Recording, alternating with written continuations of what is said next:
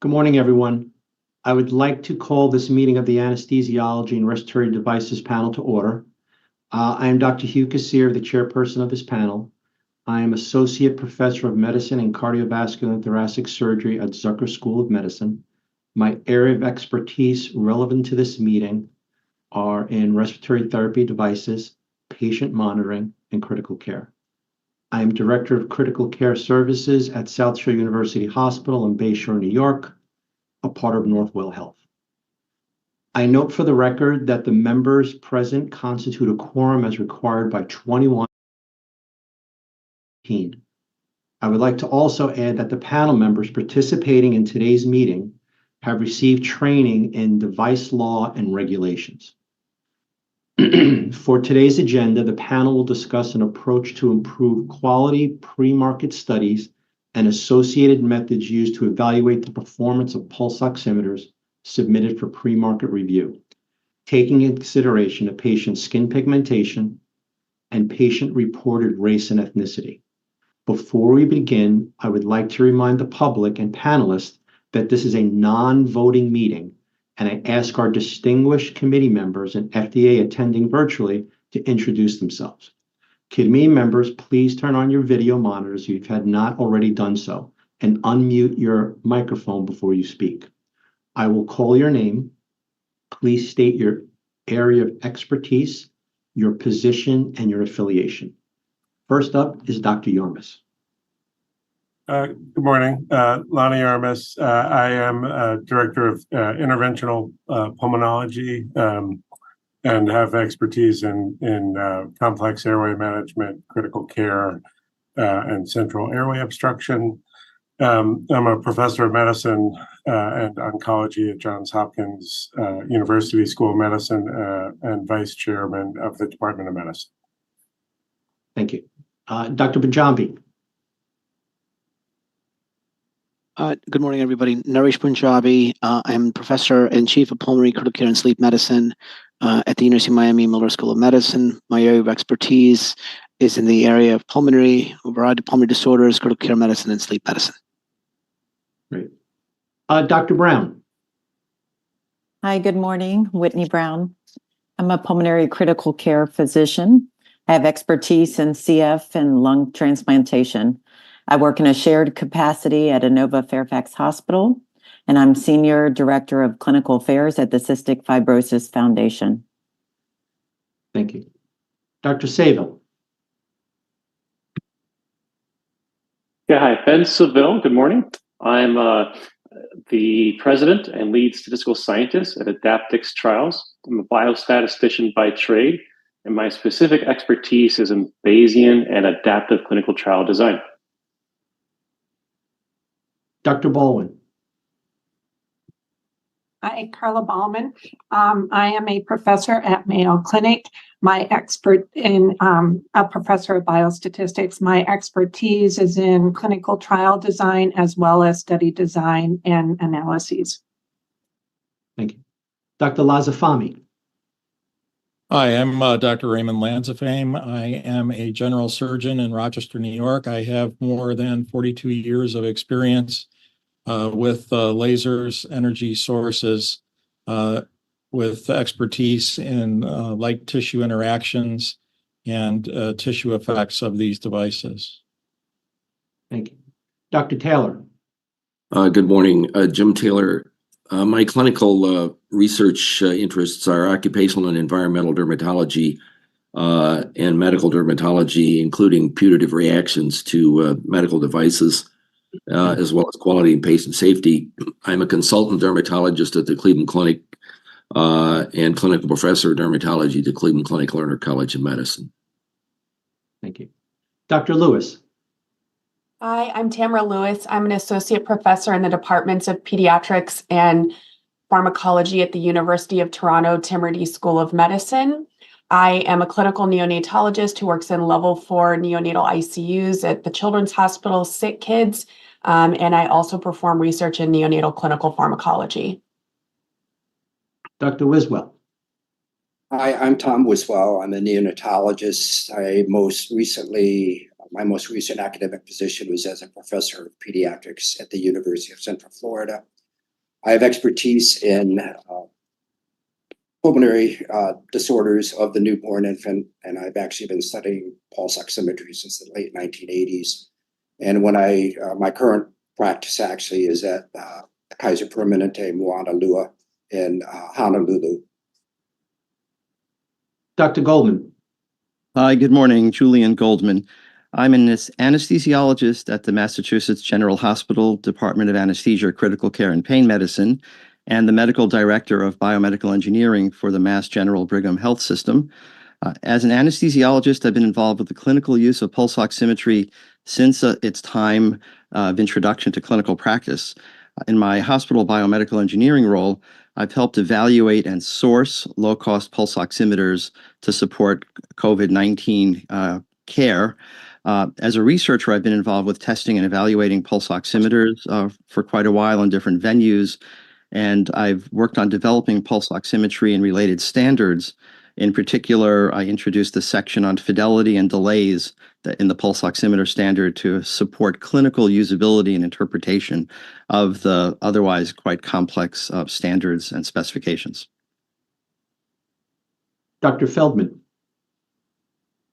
Good morning, Jeffrey Feldman. I'm a practicing anesthesiologist at the Children's Hospital of Philadelphia, also a professor of anesthesiology at the Perelman School of Medicine, University of Pennsylvania. I also chair the Committee on Technology for the Anesthesia Patient Safety Foundation. My areas of expertise include anesthesia delivery systems, both mechanical ventilation in the operating room, as well as anesthetic delivery and patient monitoring. And I'm pleased to join the panel this morning. Dr. Wilson. Good morning. My name is William Wilson. My area of expertise is cardiovascular anesthesiology and critical care medicine. I am the past professor of anesthesiology, medicine, and surgery at the University of California, Irvine Medical Center, where I was the chief medical officer and chief of critical care medicine. I'm currently the executive VP for clinical research and operations at Masimo, and I'm serving today as the industry representative on this committee. Ms. Brummett. Good morning. My name is Rachel Brummert. My area of expertise is in medical device safety and medication safety. I'm the communications lead for the American Society of Pharmacovigilance, and today I'm serving as the consumer representative. Mr. O'Brien. Morning, Joe O'Brien, President and CEO of the National Scoliosis Foundation. My area of expertise is spinal deformity and patient education and support, and I am the patient representative. Dr. Edelman. Good morning, everybody. My name is Malvina Edelman, and I'm director of the Office of Health Technology 1, which is ophthalmic, anesthesia, respiratory, ENT, and dental devices here at the FDA. Welcome, everyone, and thank you for joining us today. And Dr. Lee. Good morning. I'm James Lee. I'm the Division Director for Sleep Disorder Breathing, Respiratory, and Anesthesia Devices here in OPEC OHT1 FDA. Thank you. Great. Thank you, everyone, for those introductions. Candace Nile, to the designated federal officer for today's Anesthesiology and Respiratory Therapy Devices panel, will make some introductory remarks. Ms. Niles? The Food and Drug Administration, FDA, is convening today's meeting of the Anesthesiology and Respiratory Therapy Devices panel of the Medical Devices Advisory Committee under the authority of the Federal Advisory Committee Act, FACA, of 1972.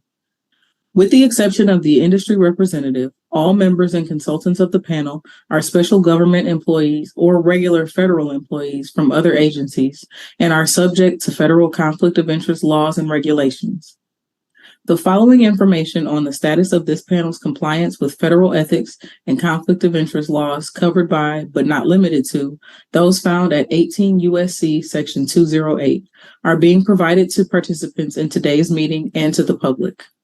FDA has determined that members and consultants of this panel are in compliance with federal ethics and conflict of interest laws, Under 18 U.S.C. Section 208, Congress has authorized the FDA to grant waivers to special government employees and regular federal employees who have financial conflicts of interest when it is determined that the agency's need for a particular individual's services outweighs his or her potential financial conflict of interest.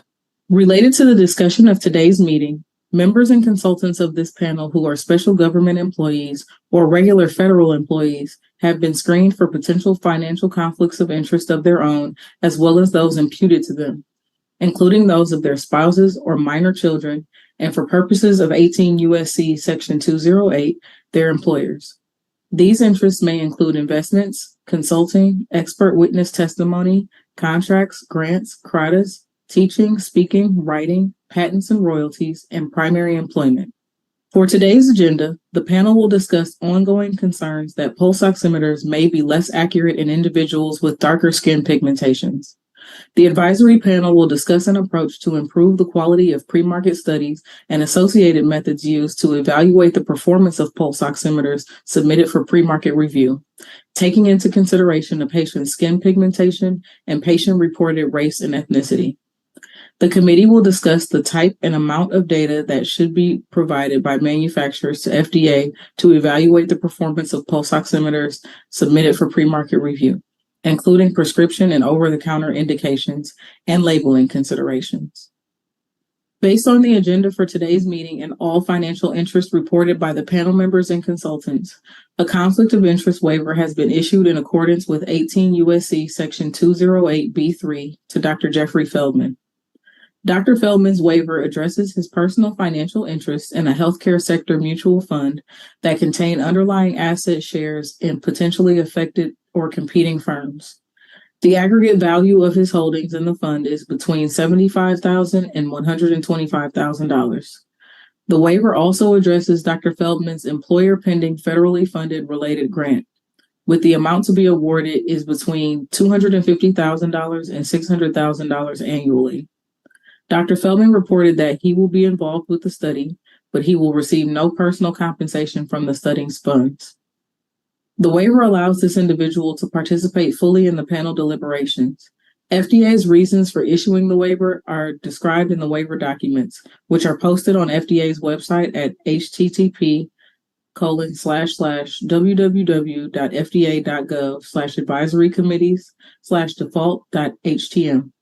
Copies of the waiver may also be obtained by submitting a written request to the agency's Division of Freedom of Information at 5630 Fishers Lane, room 1035, Rockville, Maryland, 20857. Dr. William Wilson is serving as the industry representative, acting on behalf of all related industry. He is employed by Massimo Corporation. For the record, the agency notes that the following invited guest speakers with us today have acknowledged interest in affected firms at issue that are related to the matter before the panel.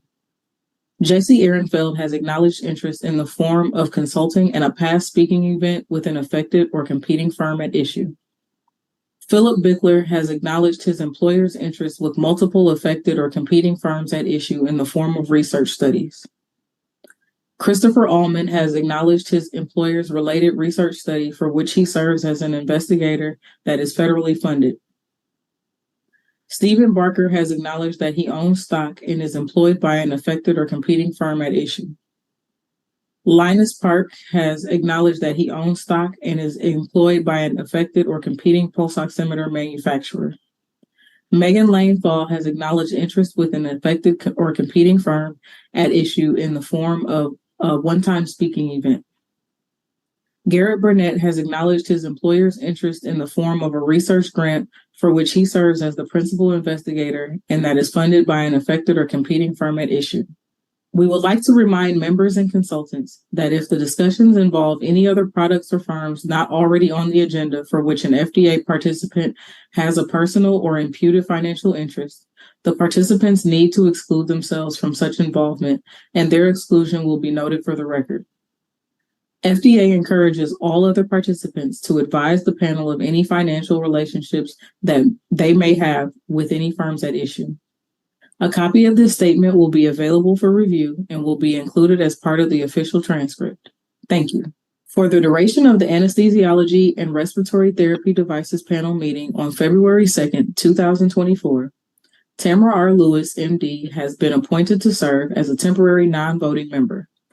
For the record, Dr. Lewis serves as a consultant to the Pediatric Advisory Committee in the Office of Pediatric Therapeutics, Office of the Commissioner. This individual is a special government employee who has undergone the customary conflict of interest review and have reviewed the materials to be considered at this meeting. The appointment was authorized by Rachel Bressler, Acting Director, Advisory Committee Oversight and Management Staff, on January 4th, 2024. Before I turn the meeting back over to Dr. Kassiri, I'd like to make a few general announcements. In order to help the transcriber identify who is speaking, please be sure to identify yourself each and every time that you speak. The press contact for today's meeting is Carly Kempler. Thank you very much. Dr. Kassiri? Good morning. Dr. Golden, I was negligent in my chairman duties by not introducing you. If you could introduce yourself to the committee, I apologize.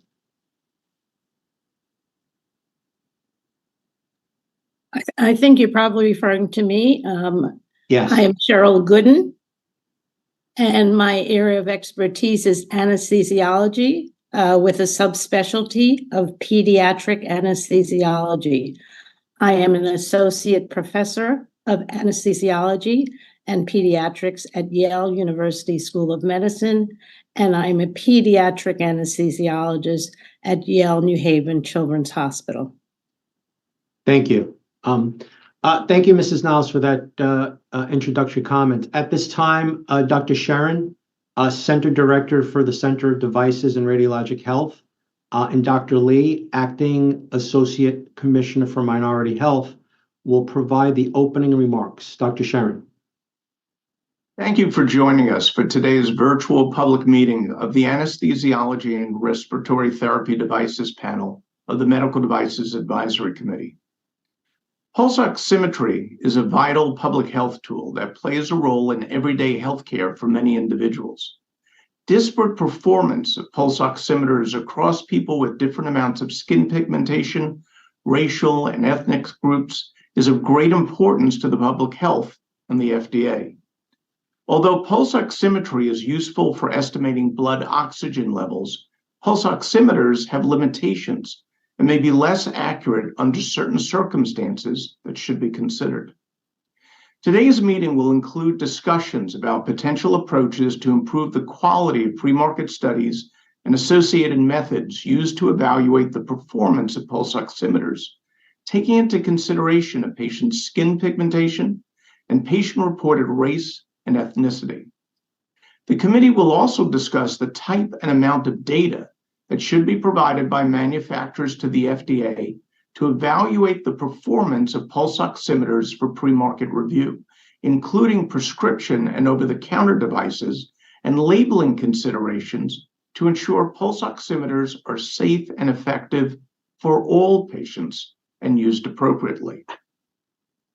In 2022, the FDA's Center for Devices and Radiological Health made advancing health equity a strategic priority, and we have prioritized actions to better understand the needs of different populations and the challenges they face in accessing healthcare and health technologies.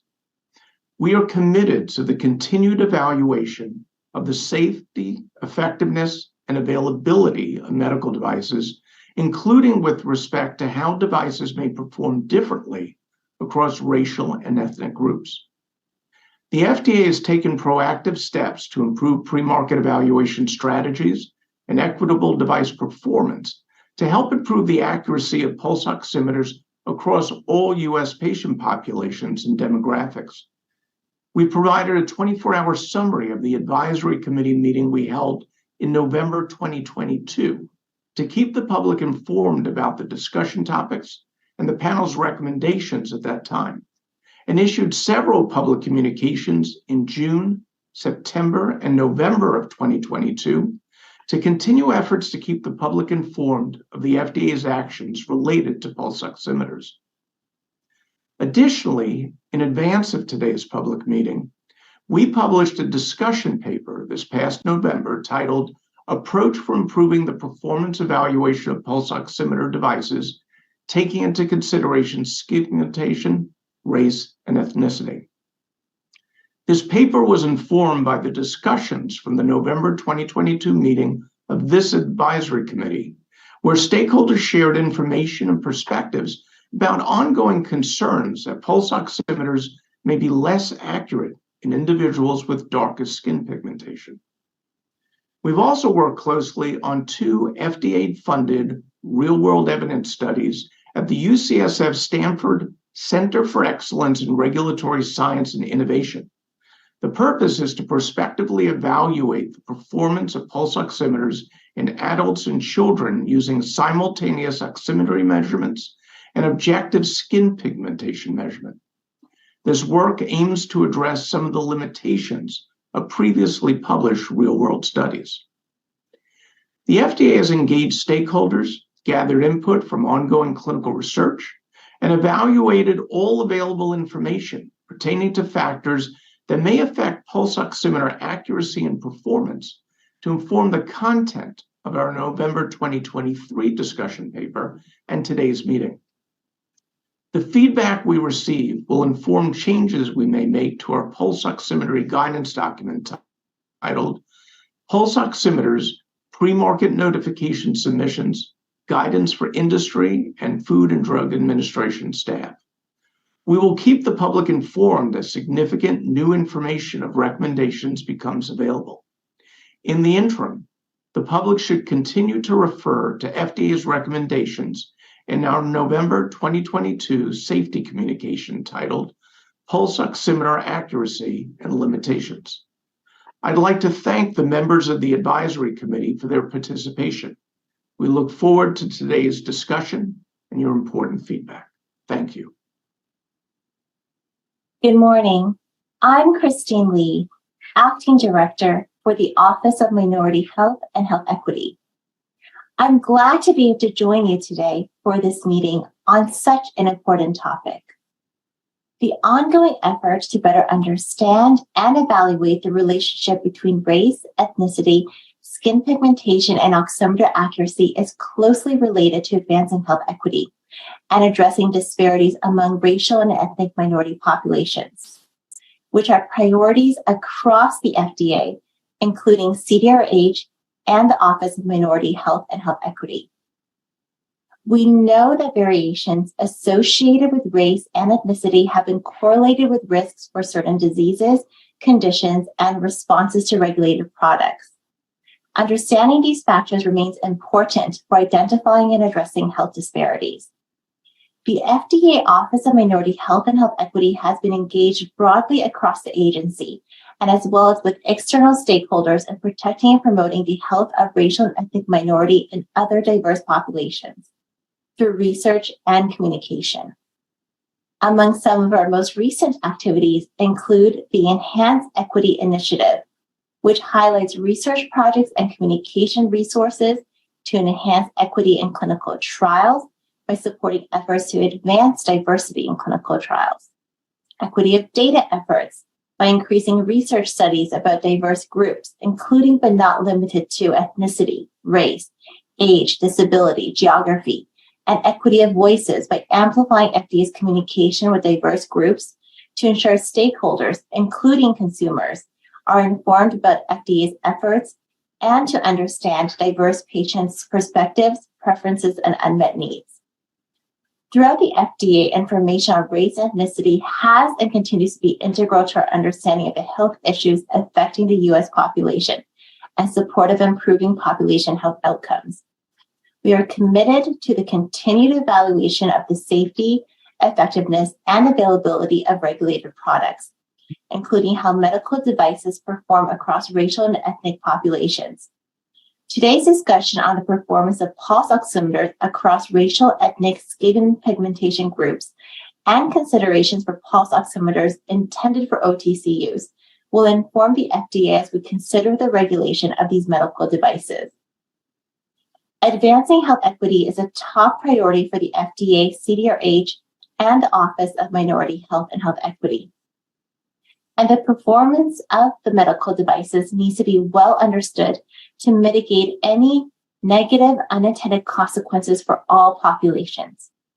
With that, again, I'm glad to be able to join you today, and I look forward to this important discussion. Thank you. Thank you. At this time, we will view FDA's presentation on today's meeting topic. I would like to remind public observers at this meeting that while this meeting is open for public observation, public attendees may not participate except at the specific request of the panel chair. FDA, you may now begin your presentation. Good morning. I am here to present regarding the agency's regulations of pulse oximeters, which includes the reviewing of the technology, its limitations on accuracy, and how the agency regulates the device type. My name is James Lee.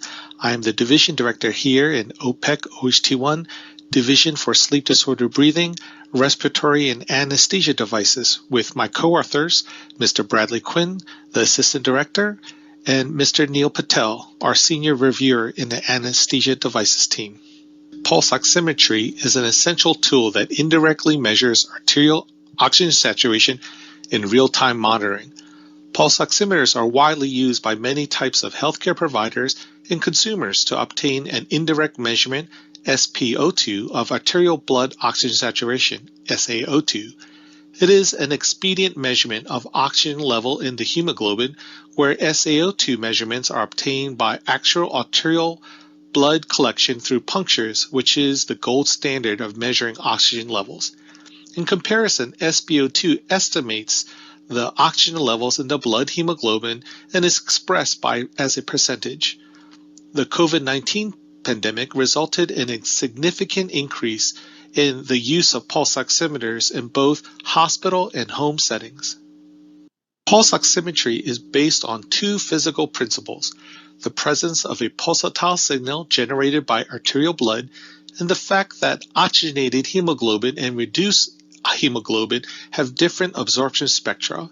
As mentioned on the prior slide, SpO2 is estimated as a percentage of oxygenated hemoglobin over oxygenated and deoxygenated hemoglobin. Oxygenated and deoxygenated hemoglobin have different absorption spectra, which allows the use of optical techniques using two or more different wavelengths of light to measure differences in absorption. For example, typical wavelengths of light used to obtain SpO2 measurements: red light at 660 nanometers and infrared light at 940 nanometers. The total absorption is relatively low, allowing enough light to pass through from the emitting LEDs to the photodetector, as shown in the upper right-hand figure. Oxygenated, defined as O2HB in the lower figure, absorbs or attenuates the amount of infrared light more than compared to the red light.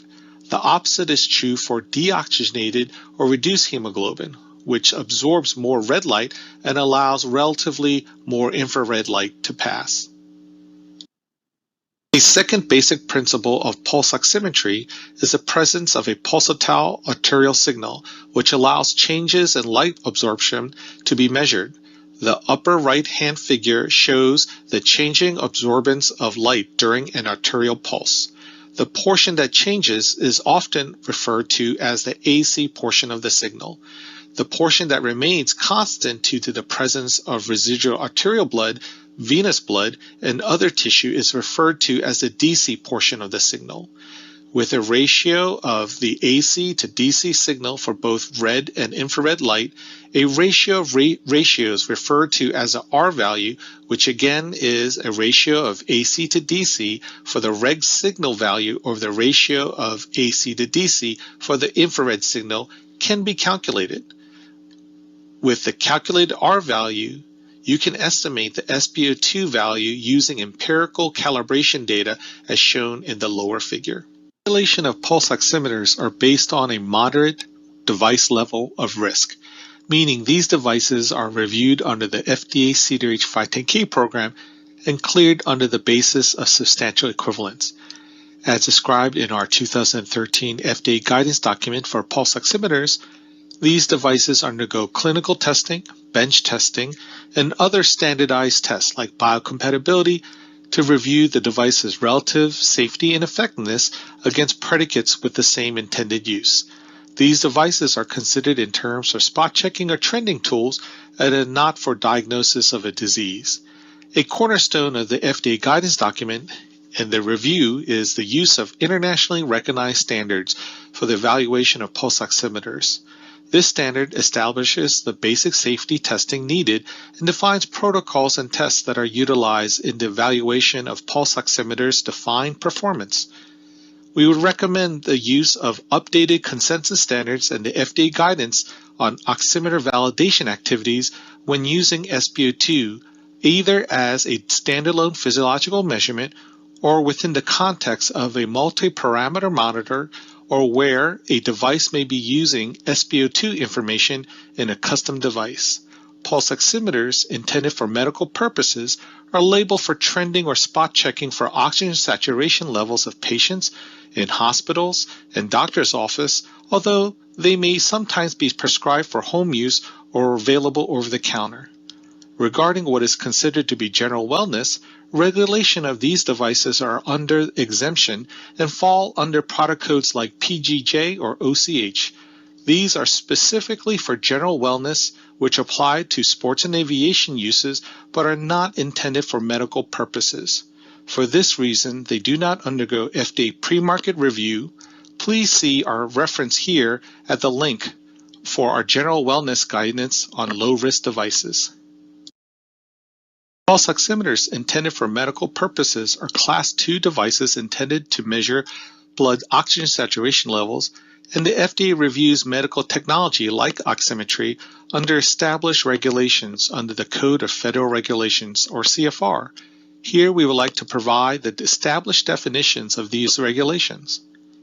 Furthermore, the FDA buckets or groups within these regulations by product codes, which allow for a more granular definition of products and allow for detailed assignment according to both established regulations and sorting of these devices by product code. What should be noted is that oximetry device utilizes both visible and invisible wavelengths of light and rely on absorption by tissues where the remaining signal can be transmitted to an opposing sensor. Innately, configurations like this, while effective in picking up physiological signals, have limitations due to the technology and configurations of the sensor system. Highlighted here are several confounding factors that may contribute to either inaccuracies of the signal or increase the variability in relation to ground truth or an absolute oxygen saturation in the hemoglobin. One of the main considerations is the level of skin pigmentation, which is a major part of our discussions. In addition, there are patient dispositions that may raise or challenge the accuracy of the SpO2 signal due to the ratio of oxygenated and deoxygenated hemoglobin, which does not include consideration for other types of hemoglobin. Therefore, disorders of the hemoglobin molecule or anemia may cause a reduction in pulse oximeter accuracy. In addition to other factors like intravascular dyes, tattoos, or nail polish, an ambient light may interfere with the sensor and contribute to lower accuracy levels. An MDR search was conducted on October 25, 2023 to update the MDR analysis presented in the 2022 Executive Summary. MDR data for product codes that reported for DQA, DPZ, and NLF were searched for reports received between January 1, 2000 to October 25, 2023, which are solely for prescription use. Then a text search was used to identify any report with the term skin, and a code search was used to identify any reported submitted as a death report and then evaluated. Each report identified through the text search and each death report was then reviewed to determine if it was relevant to an inaccurate SpO2 readings and assess the potential for sources for inaccurate readings. Initial search by the three product codes yielded 12,248 adverse event reports. The figure here represents the number of the total reports, the number of adverse event reports submitted through the MDR systems for product codes DQA, DQZ, and NFL from January 1, 2000 through October 25, 2023. Most adverse event reports were classified as malfunctions at 91.5%, followed by serious injury reports at 4.4% and death reports at 2.5%. 40% of the death reports mention issues with the alarm system, either not alarming at all or having the volume set too low. It is important to note that these reports were from critically ill patients, and a causal association between the use of the pulse oximeter and the death cannot be established. In total, while oximetry has provided an excellent tool in evaluating non-invasively important vital signs like oxygenation levels, the limits of utility do exist in measurements which have clinical implications for use. Thank you. Good morning. My name is Allison O'Neill, and I'm the Associate Director for Post-Market Surveillance in OHT1. I will be presenting a systematic literature review of the real-world performance of pulse oximeters. First, I will begin by explaining the purpose of the review. The scientific community has been aware for some time that certain patient factors may impact the accuracy of pulse oximeters, and these factors may include skin pigmentation.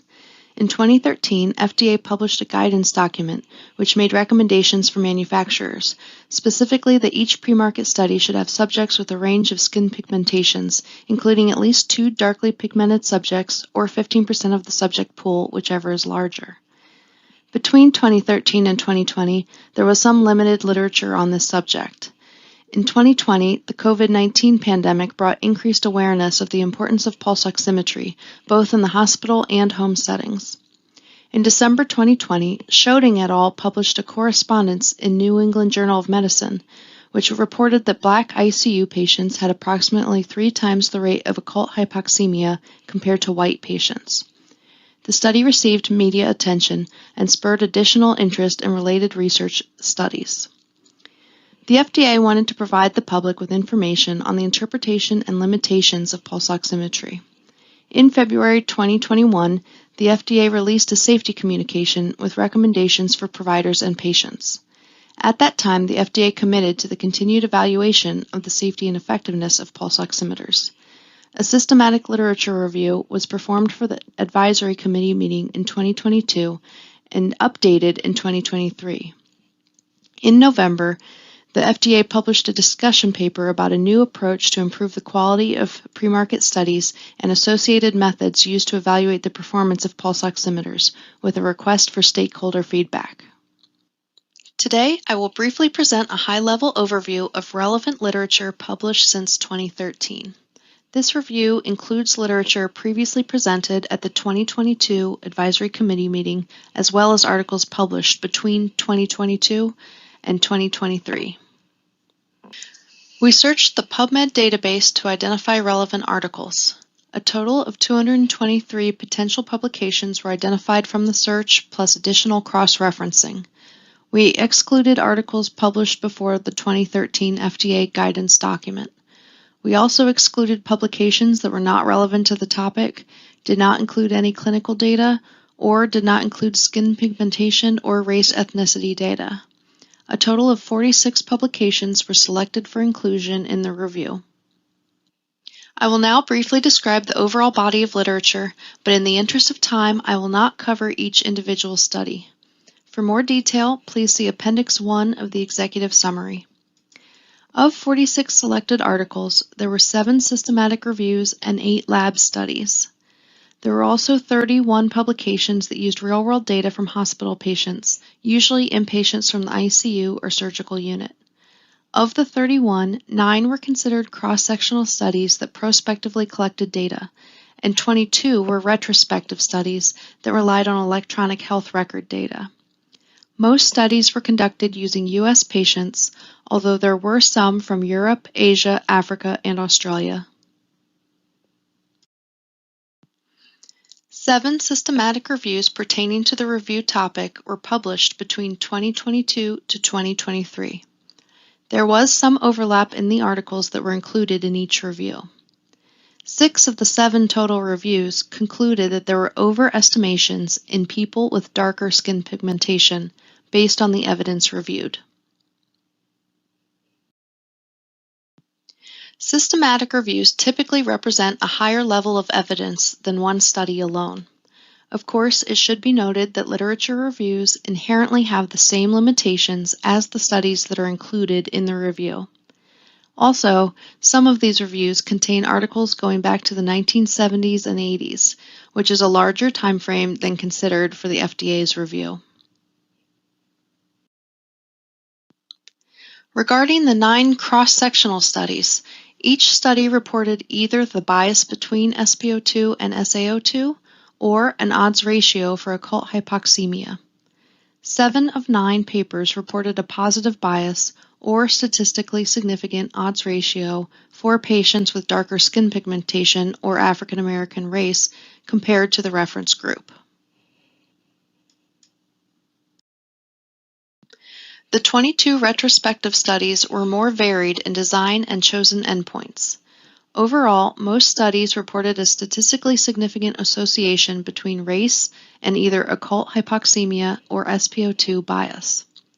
Additionally, some individual studies also reported an association with certain clinical endpoints, including treatment probability, organ dysfunction, and in-hospital mortality. All studies relied on self-reported race and ethnicity data from electronic health records.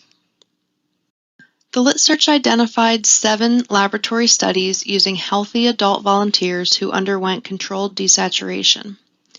The 8th was a pooled retrospective analysis of 9 other desaturation studies. Overall, there was evidence that pulse ox performance was affected by motion, perfusion index, skin pigmentation, and degree of hypoxemia.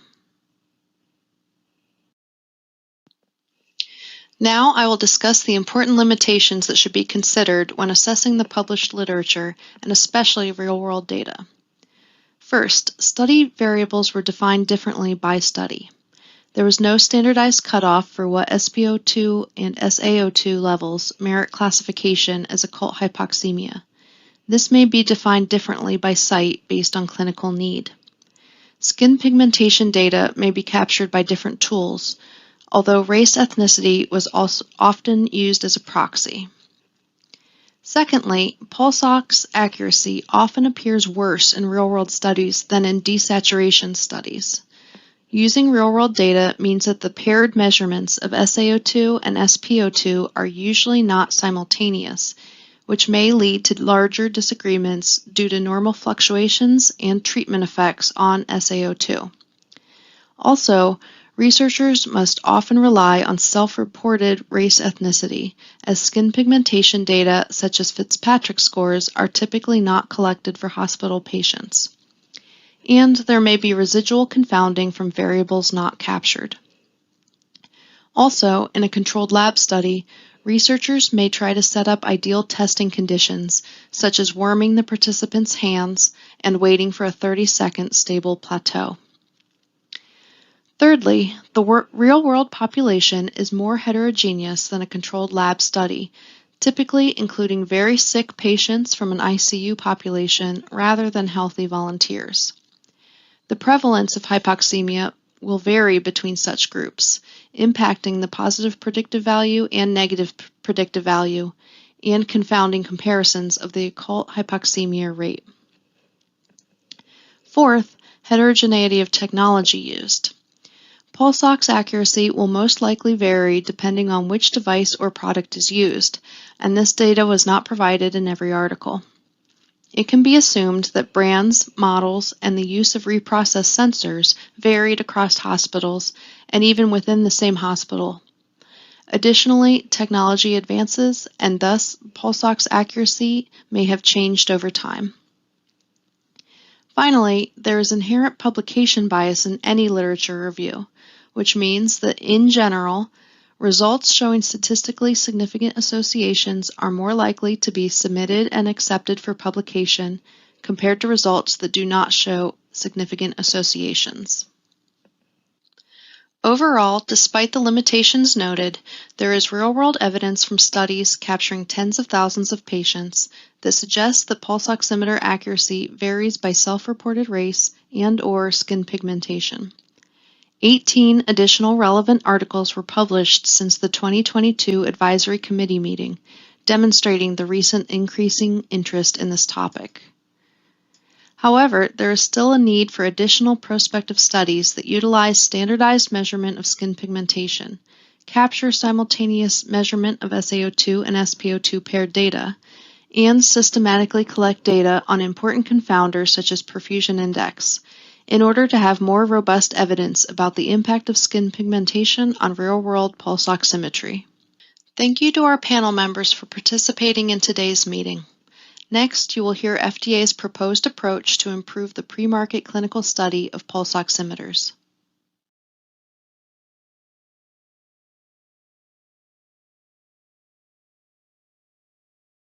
Good morning. I'm Kumadini Hendricks, an anesthesiologist and currently OHT1 Chief Medical Officer within OPEC CDRH. Today, I'll be presenting the agency's proposed approach to improve pre-market clinical study. First, I'll give a brief overview of the current pre-market study.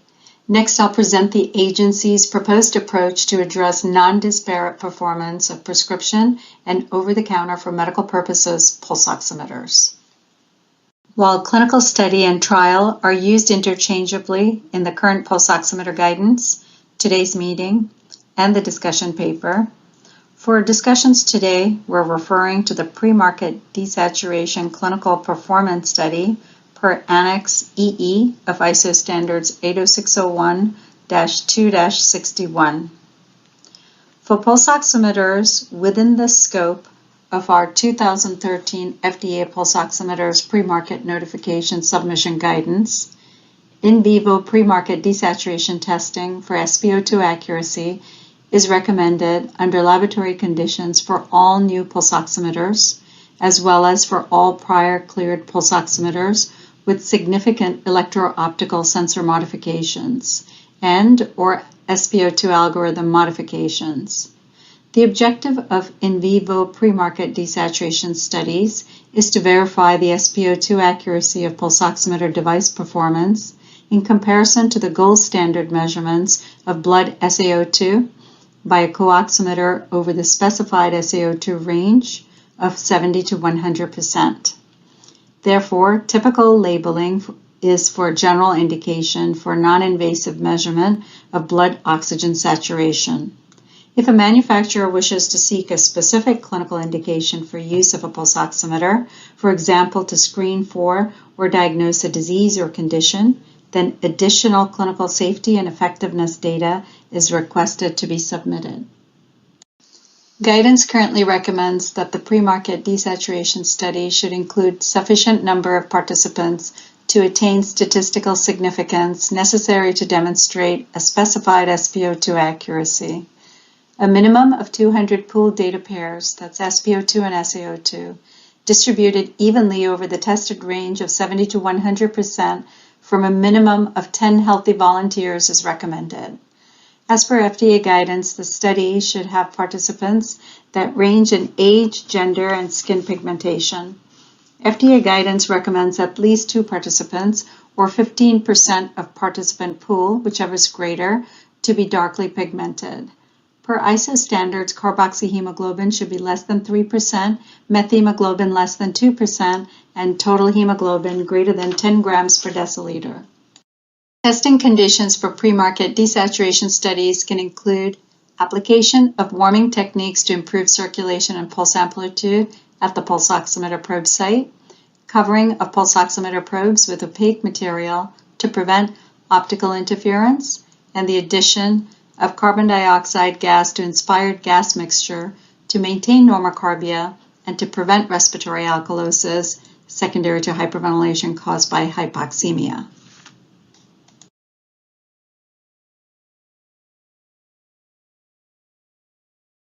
A catheter is placed within the artery on all test participants prior to desaturation. A cleared pulse oximeter is placed as reference to detect stable plateaus. The fraction of inspired oxygen is varied in a stepwise manner so to achieve a series of targeted steady-state saturation periods. When the reference pulse oximeter stabilizes for 30 seconds or more, arterial blood is sampled for comparison of simultaneous data pairs, that is pre-market device SpO2 and SaO2. Per FDA guidance, all the following data as it pertains to pre-market desaturation testing is requested to be submitted for FDA review. Pertinent test apparatus used, inclusion-exclusion criteria, number of samples taken per subject, specific conditions of testing such as motion, low pulse amplitude, laboratory conditions, type and frequency of motion testing if applicable, criteria and methods for determining stability of reference arterial blood oxygen saturation at the pulse oximeter sensor site, desaturation profile including target plateaus and ranges, as well as formulae used for determination of root mean square difference, that is ARMS. Additionally, individual data pairs as well as pooled data pairs are requested to be plotted in a modified Bland-Altman plot to show arterial saturation on the x-axis as it is considered ground truth. These plots, as on the right side of the slide, have SaO2 on the x-axis and the difference between SpO2 and SaO2 on the y-axis. FDA guidance also requests population mean bias, that is mu0, between subject variance, that is sigma mu squared, and within subject variance, that is sigma squared, as well as upper 95% and lower 95% limits of agreement. Some of the limitations of the current pre-market clinical study are the following. Subjects are healthy volunteers selected from a pool of limited volunteers. Sample size is not large, typically 10 to 20 subjects. Skin pigmentation is generally qualified subjectively, such as light, medium, or dark, and not specific to any particular anatomical sites, for example, dorsum of the hand or ventral aspect of the forearm. Additionally, SpO2 accuracy is pooled point estimate accuracy, that is ARMS, across the entire tested range of SpO2, without threshold accuracy analysis. Importantly, it is not powered to determine significant differences between cohorts, for example, pigmentation levels. On November 1, 2022, FDA convened the Anesthesiology Device Panel to discuss ongoing concerns that pulse oximeter may perform disparately in individuals with darker skin pigmentation and to garner feedback on ways to improve pre-market clinical studies. The panelists concluded that current available evidence does demonstrate disparate performance in patients with darker pigmentation. They recommended that full spectrum of skin pigmentation be assessed with subjective and objective pigmentation methods. They recommended that self-reported race and ethnicity be included in pre-market clinical study. They asked for adequate sample size to ensure equitable performance. They recommended that overall performance be tightened as much as feasible and suggested within 2%, and asked for a more clinically meaningful accuracy metric. They raised concern over inaccurate and unverified performance of wellness pulse oximeters and recommended clear labeling for over-the-counter devices. The agency's proposed approach was informed by prior anesthesia device panel recommendations, statistical modeling of desaturation lab data on current and accurate pulse oximeters, and UCSF Stanford Center for Excellence in Regulatory Science and Innovation Real-World Studies. As outlined in the discussion paper, our approach recommends to increase the minimum sample size of study participants from 10 to 24 and to increase diversity representation by including the entire range of skin pigmentation and accounting for race and ethnicity. Additionally, we also propose to improve overall accuracy, assure non-disparate performance across the entire range of pigmentation, as well as recommend diagnostic performance analyses at important clinical thresholds, such as SpO2 at 90%. We are proposing the same approach for all pulse oximeters for medical purposes. Currently, accuracy or ARMS has been evaluated using a point estimate of the root mean square error pooled over the full range of SaO2 measurement. The uncertainty in how well the point estimate or ARMS represents the population, that is the true ARMS, has not been considered. To increase certainty in our evaluation of accuracy, we propose that a 95% confidence interval for ARMS be reported. A 95% confidence interval on ARMS will include the true population ARMS in 95% of applications. Additionally, we're proposing a tighter accuracy. In the 2013 pulse oximeter guidance, pulse oximeter accuracy was considered acceptable if the point estimate for ARMS is 3% or less. We now propose that pulse oximeter accuracy be considered acceptable if ARMS is significantly less than 3%.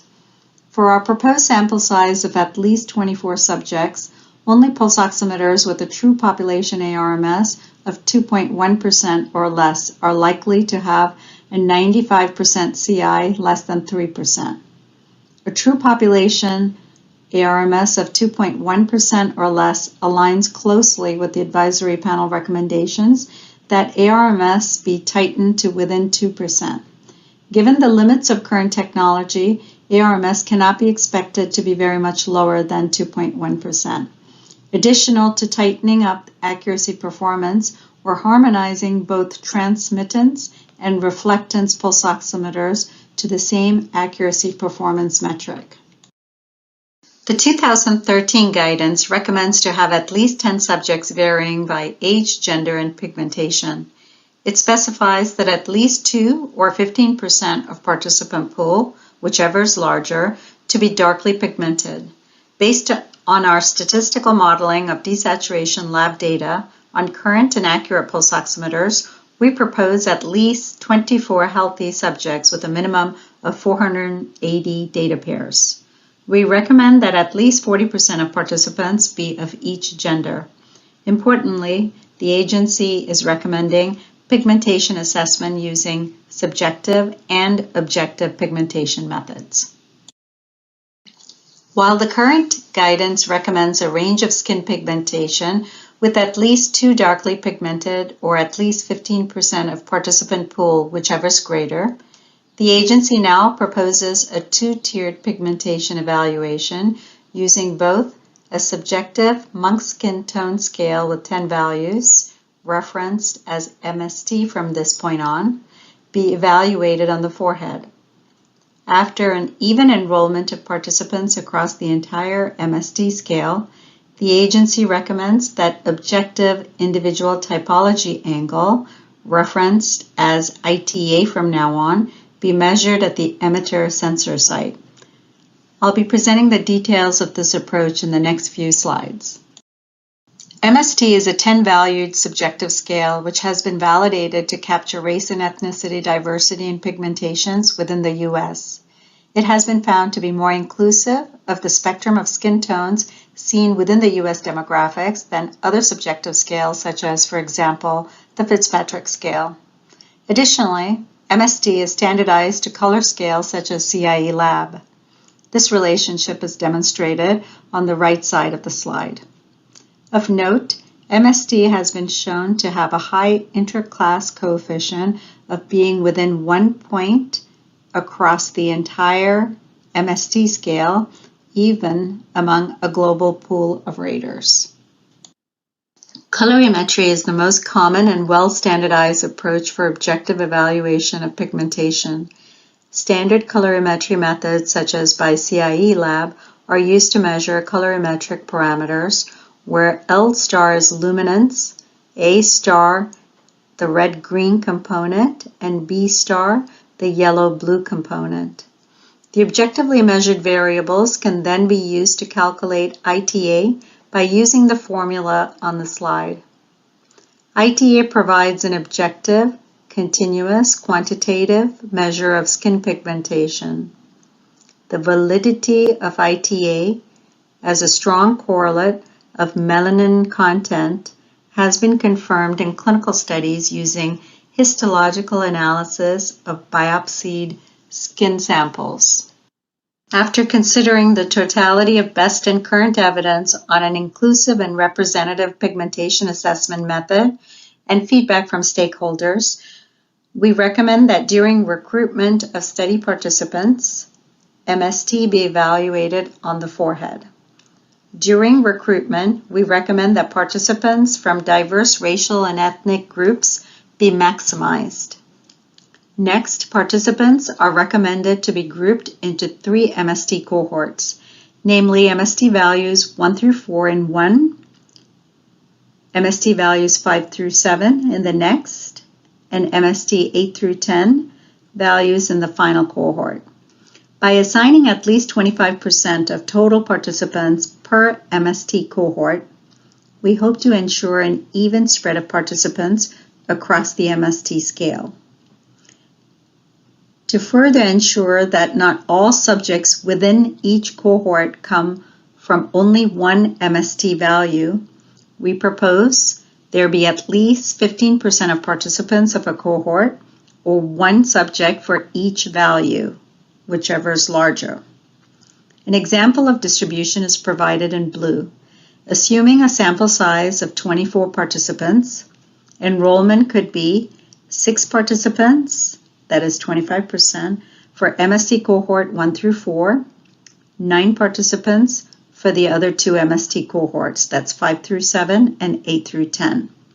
And within, say, the MST 1 through 4 cohort, by requiring at least 1 participant for each value, there will be at least 1 participant with an MST value of 1. After study participants are recruited and evenly distributed across the entire MST values, we recommend that ITA be measured at the emitter sensor site. For fingertip pulse oximeters to allow for the widest range of emitter site pigmentation, we recommend measuring ITA on the pigmented skin at the midline of the dorsal distal phalanx, notated here in the slide with an orange circle. The purpose of this objective measurement is to use it as a continuous variable to assure non-disparate performance. In addition to the primary analysis of ARMS, we now propose a new co-primary analysis for non-disparate performance assurance. We propose that pulse oximeter performance is considered non-disparate when the absolute value of the maximum difference in SpO2 bias across both continuous ITA and categorical MST levels is less than 1.5% for SaO2 ranges above 85% and less than 3.5% for SaO2 ranges between 70 and 85%. The performance goals of 1.5 and 3.5% were considered the smallest achievable values for current and accurate pulse oximeters based on statistical modeling of desaturation lab data. Desaturation lab data suggests that for accurate pulse oximeters, the true maximum differences in bias will be about 0.5% and 2% across the 2 SaO2 ranges respectively, and that the estimates of these true differences will meet the performance goals of 1.5% and 3.5% with 80% power in a study with 24 subjects and 480 total data pairs of SaO2 SpO2 distributed evenly across the SaO2 uniformly from 70 to 100%. You will hear the details of the statistical plan in the next FDA presentation. It remains uncertain whether pulse oximeter performance is disparate between individuals from different race and ethnicity groups, but with the same level of sensor site pigmentation. Until there's certainty on whether racial and ethnicity differences within the same level of pigmentation gives rise to non-disparate pulse oximeter performance, the agency considers it important for pre-market clinical studies to include participants from diverse racial and ethnic groups. We recommend maximizing racial and ethnic diversity during enrollment and reporting per FDA guidance on collection of race and ethnicity data in clinical trials.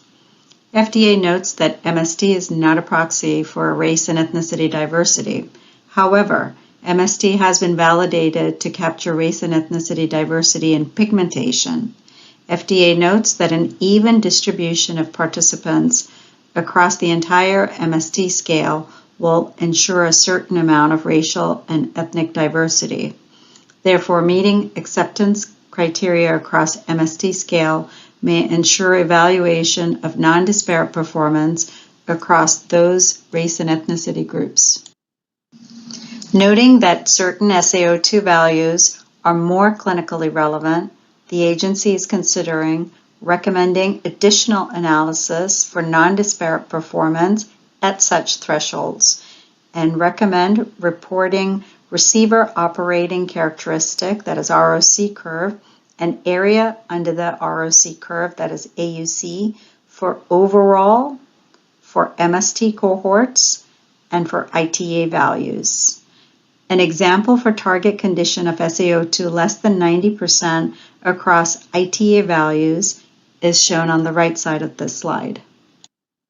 FDA is considering the same pre-market clinical study design and non-disparate performance evaluation for over-the-counter pulse oximeters for medical purposes as for prescription use pulse oximeters. We recommend that labeling include information about pre-market clinical study design and description of the device performance. The panel will be asked to discuss FDA's proposed approach to improve the quality of pre-market studies and associated methods used to evaluate the performance of pulse oximeters submitted for pre-market review, including a more inclusive and representative trial design, defining non-disparate performance, and considerations for studies of over-the-counter devices used for medical purposes. Thank you. Good morning. I'm Josh Pfeffer, a biomedical research engineer in CDRH. The focus of this presentation is the assessment of skin pigmentation in pulse oximetry studies using objective and subjective methods. Pulse oximeters operate based on the principles of tissue optics, and the scientific literature indicates that nearly all transdermal optical sensing technologies are impacted by epidermal melanin in one way or another. As light propagates through tissue, it is scattered by components such as cells and absorbed by constituents such as hemoglobin, water, and melanin. While melanin is limited to the epidermis layer, it's a dominant absorber that can reduce detected light by up to 70% and alter both the spectral distribution of light and pathways taken by light propagating through tissue.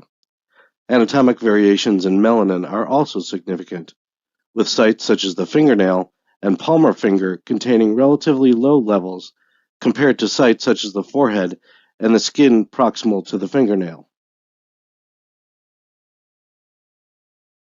In determining the optimal approach for assessing skin pigmentation in pulse oximetry studies, it's worthwhile to first consider the potential mechanisms at play. Perhaps the most widely discussed mechanism involves optical absorption by melanin, leading to changes in light intensity and/or spectral content.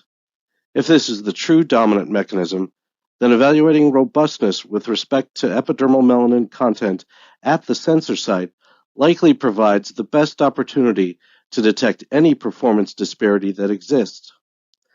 Dr. Ellis Monk's research has indicated that perceived colorism may impact patient health and, in turn, device performance. Thus, evaluating skin tone based on the forehead may provide the best way to detect disparity. A third mechanism that has been proposed is genetically correlated physiological traits, such as differences in vascular.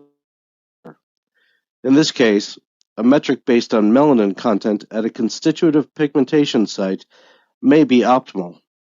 Other factors may also degrade pulse oximeter performance. FDA has considered a variety of skin pigmentation assessment methods based on subjective and objective techniques. Starting with subjective approaches that have been used in pulse oximetry studies, there is racial ethnic self-identification, skin color descriptors, the well-known Fitzpatrick approaches, as well as more well-standardized color scales. Then there are the more rigorous objective optical methods based on spectroscopy and colorimetry, as well as gold standard validation approaches based on skin biopsy to quantify melanin content. Over the past 30 years, Instruments that use visible to near-infrared light to objectively assess skin pigmentation have been implemented extensively for development of cosmetics, as well as scientific research studies in anthropology and medical disciplines such as dermatology.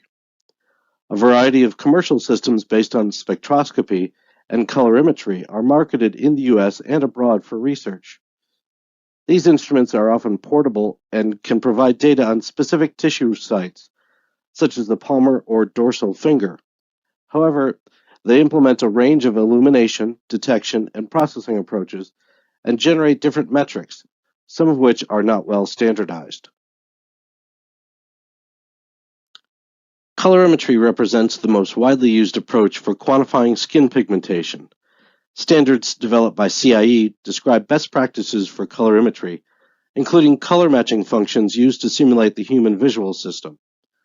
CIE Lab is a commonly used color space that defines variables including L star for light-dark levels, A star for red-green levels, and B star for yellow-blue levels.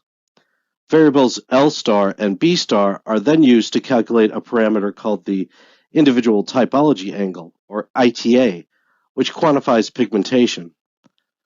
Human subject studies have provided extensive evidence that colorimeters exhibit a high degree of intra- and inter-observer repeatability, as well as inter-instrument repeatability, with many studies showing inter-class correlation coefficients of 0.9 or greater. In several studies, clinical ITA values have been compared with gold standard measurements of epidermal melanin content. Histological stain methods such as Fontana-Masson enable quantification by assessment of melanin volume fraction in the epidermis and basal layer, or through spatially integrated transmittance. Another approach is high-performance liquid chromatography, or HPLC, which provides highly sensitive and specific quantification of key eumelanin and pheomelanin degradation byproducts in homogenized tissue samples. Several studies have demonstrated a strong linear correlation between ITA and these gold standard measurements of melanin content, which indicates that colorimetry should provide an effective tool for evaluating skin pigmentation in pulse oximetry studies. How do we ensure that a specific colorimeter is accurate? First, we can standardize key system parameters. As recommended by colorimetry standards, devices would ideally use D65 illumination, simulating average daylight, and aperture sizes of approximately 3 to 8 millimeters, while rejecting specular reflection.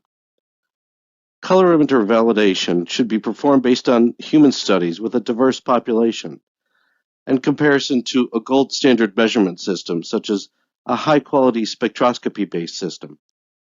However, it may also be acceptable to use established color charts to perform this validation.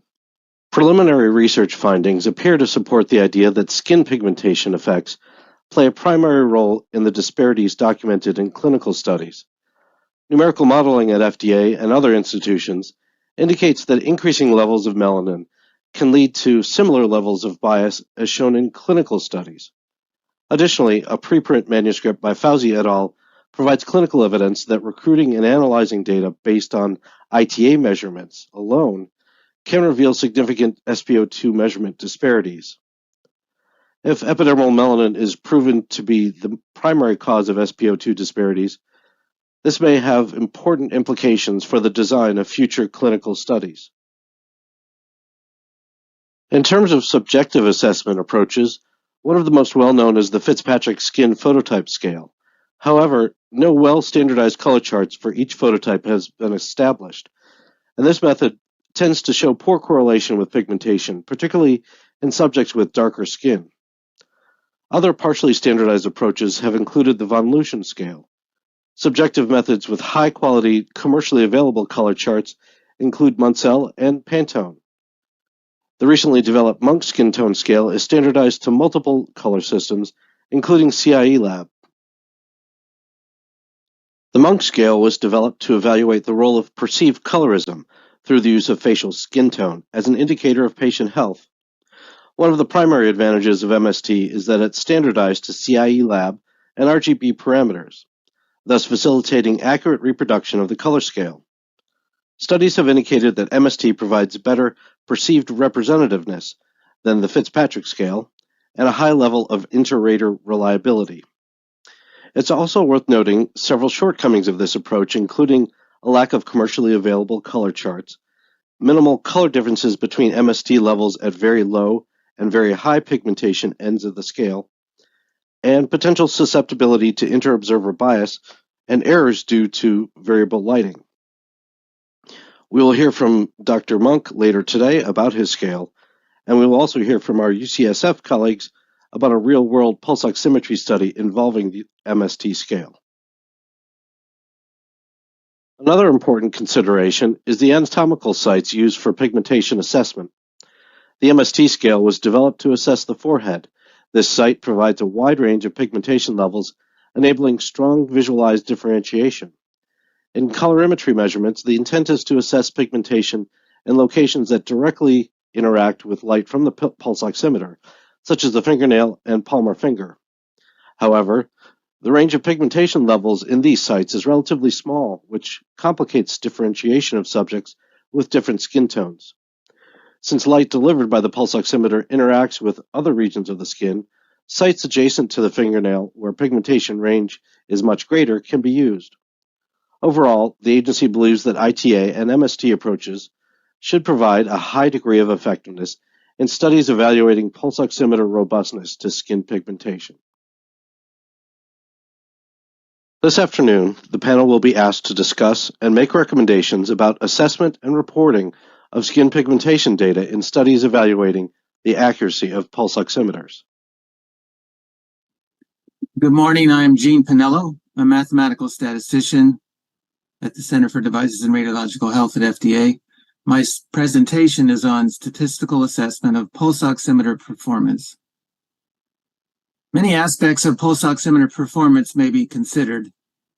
After an introduction to the concept of individual agreement, I will discuss descriptive plots, the proposed co-primary analyses of accuracy, root mean square error, and non-disparate performance assurance, and other potential objectives.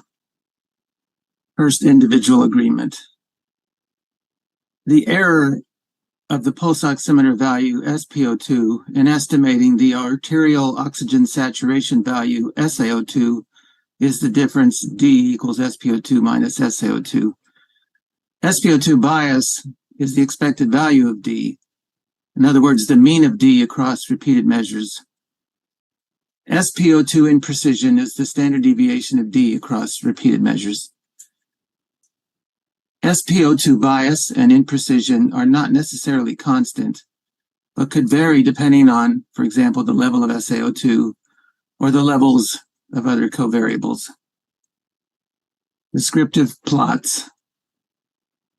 For studies comparing two methods for measuring the same quantity, Bland and Altman recommended plotting the observed difference between the two measurements, y and x, versus their mean, x plus y over 2, to examine whether the difference exhibits a trend in location or variability across the mean. In pulse oximeter studies, y and x are the SpO2 and SaO2 values, respectively. The Bland-Altman plot shown here is for real-world data. Superimposed on the plot is the mean difference or bias line, the dotted line.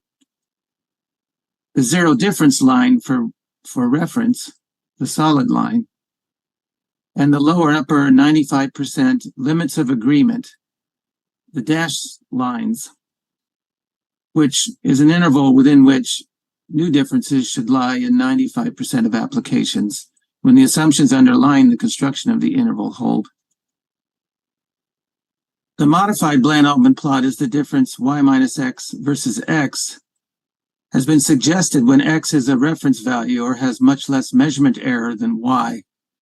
The modified Bland-Altman plot for SpO2 minus SaO2 versus SaO2 is shown here for the same data as in the last slide. A slight negative trend appears due to regression to the mean because SpO2 and SaO2 are not perfectly correlated. The more highly correlated y and x, the more similar the Bland-Altman plot and the modified Bland-Altman plot will appear. The quantile or QQ plot is a plot of the quantiles or percentiles of one variable against the corresponding quantiles of another variable. In the left QQ plot of SpO2 versus SaO2, the points lie close to the dashed line of identity, indicating that SpO2 has very little bias for most SaO2 values.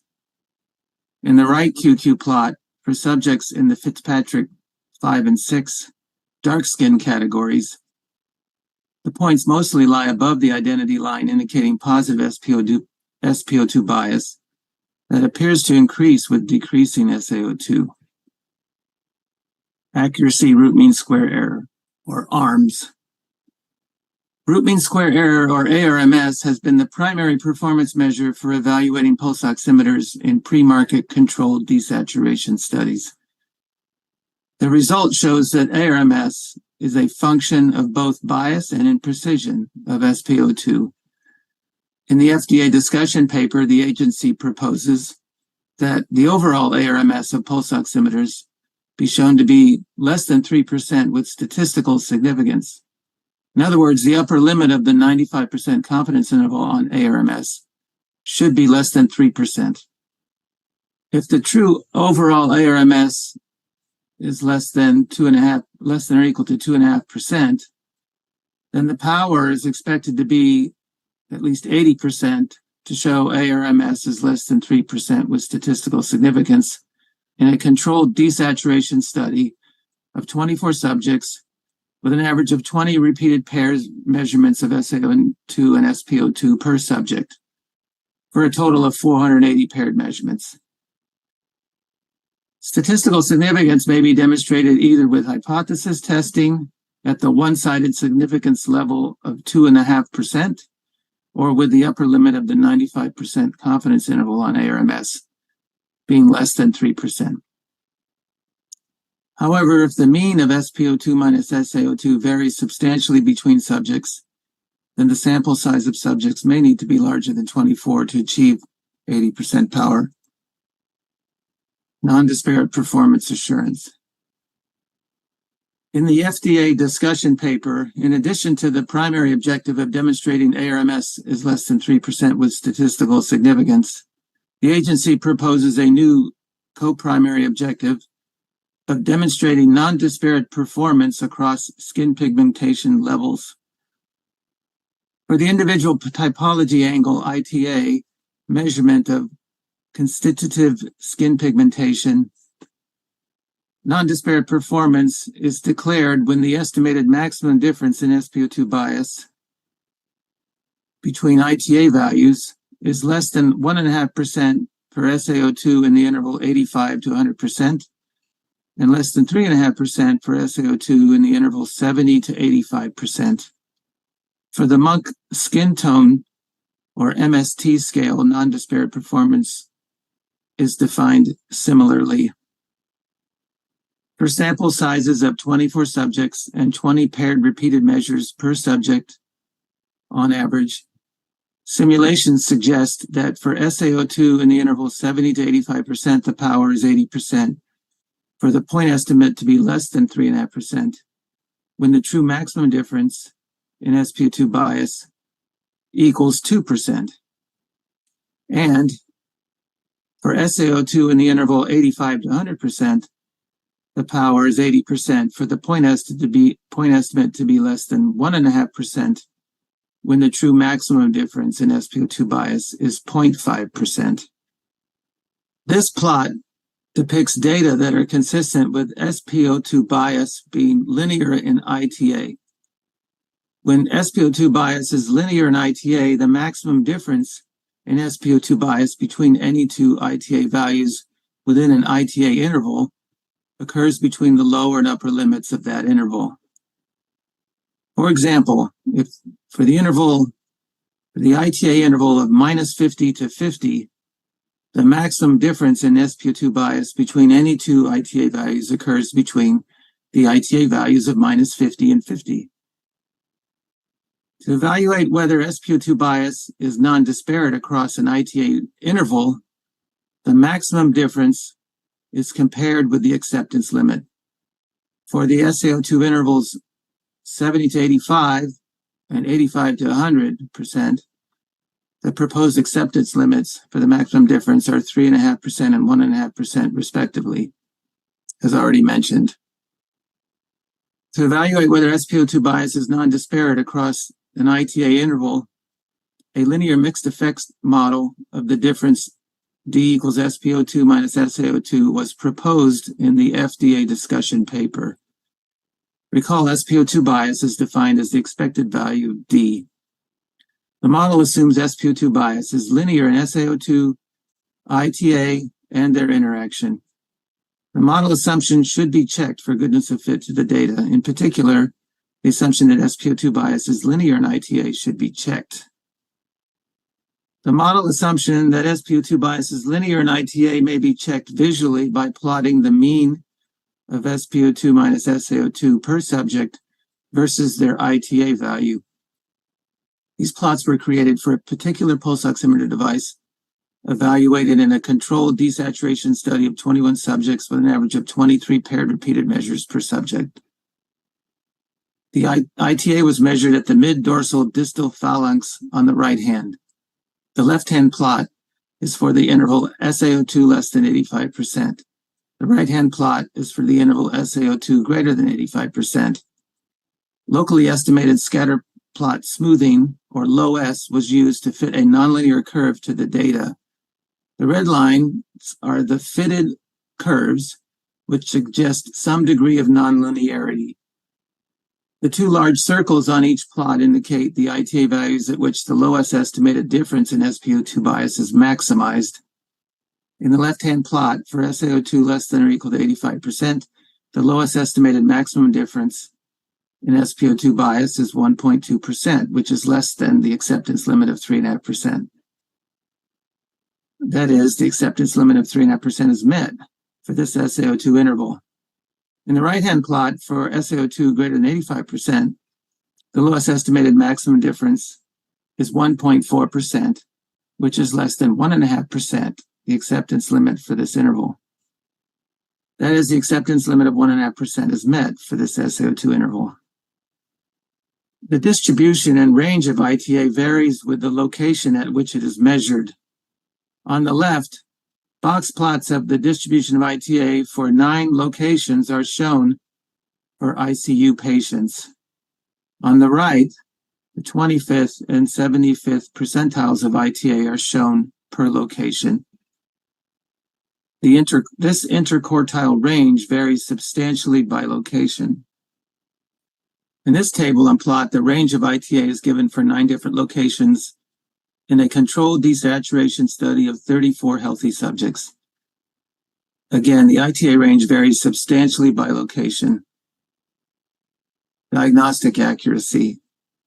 Another potential study objective is to evaluate the diagnostic accuracy of SpO2 to detect the presence or absence of a target condition. For example, SaO2 less than 90%. For the condition SaO2 less than 90%, a test positive result may be defined as SpO2 is less than some value.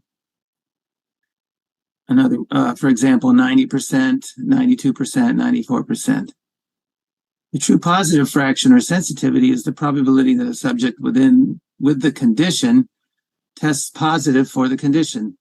The false positive fraction, or FPF, or 1 minus specificity, is the probability that a subject without the condition tests positive for the condition.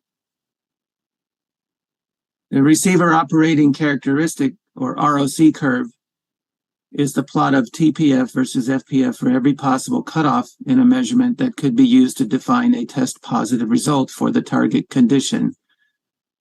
Here, SpO2 is the measurement and SaO2 less than 90% is the target condition. AUC is the area under the ROC curve. ROC curves overall, and for each of the 6 ITA groups, are shown for a controlled desaturation study of 3 pulse oximeter devices in 21 healthy subjects. SaO2 was restricted to the interval 85 to 95% in an attempt to mimic the SaO2 distribution in real-world hospitalized patients. ITA was measured at the mid-dorsal distal phalanx on the left hand. The legend shows the area in the ROC curve, or AUC, by ITA group. N is the number of subjects per group. M is the total number of measurement pairs of SaO2 and SpO2 per group. Because N is small for each group, the per group ROCs and AUCs are imprecise. Inverse prediction. Another potential useful analysis is to characterize the uncertainty of the SaO2 value given an SpO2 measurement. Inverse prediction may be used to obtain an interval of plausible SaO2 values given the SpO2 value. Inverse prediction is based on fitting a regression of SpO2 on SaO2. Based on the fitted regression, a 95% pointwise inverse prediction band for SaO2 may be constructed. It is shown here in blue. A horizontal dashed line is plotted for SpO2 equals 92%. The intersection of the horizontal dashed line with the blue prediction band indicates that the 95% prediction interval of plausible SaO2 values is 87 to 96% approximately. This plot could be useful to pulse oximeter users for characterizing the uncertainty of the unknown SaO2 value given the SpO2 value.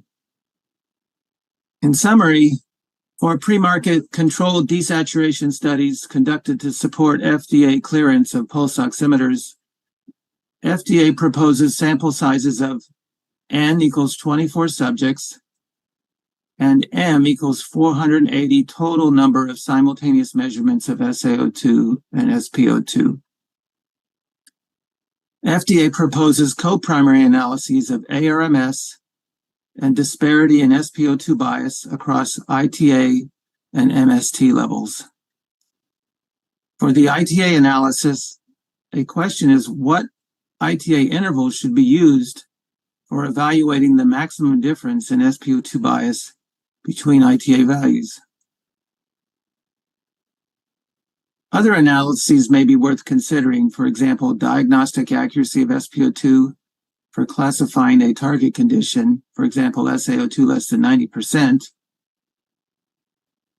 the prediction interval of plausible SaO2 values given the SpO2 value, repeatability of the SpO2 value, for example, the standard deviation or coefficient of variation of SpO2 among repeated measures taken under the same or different conditions of measurement, and association of race and/or ethnicity with SpO2 bias.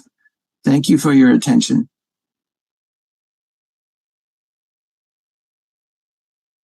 Thank you. This is Dr. Kasiri. Do the panel members have any brief clarifying questions for the FDA with all the presentations that we just heard? And remember to raise your hand, and I will call on you for questions.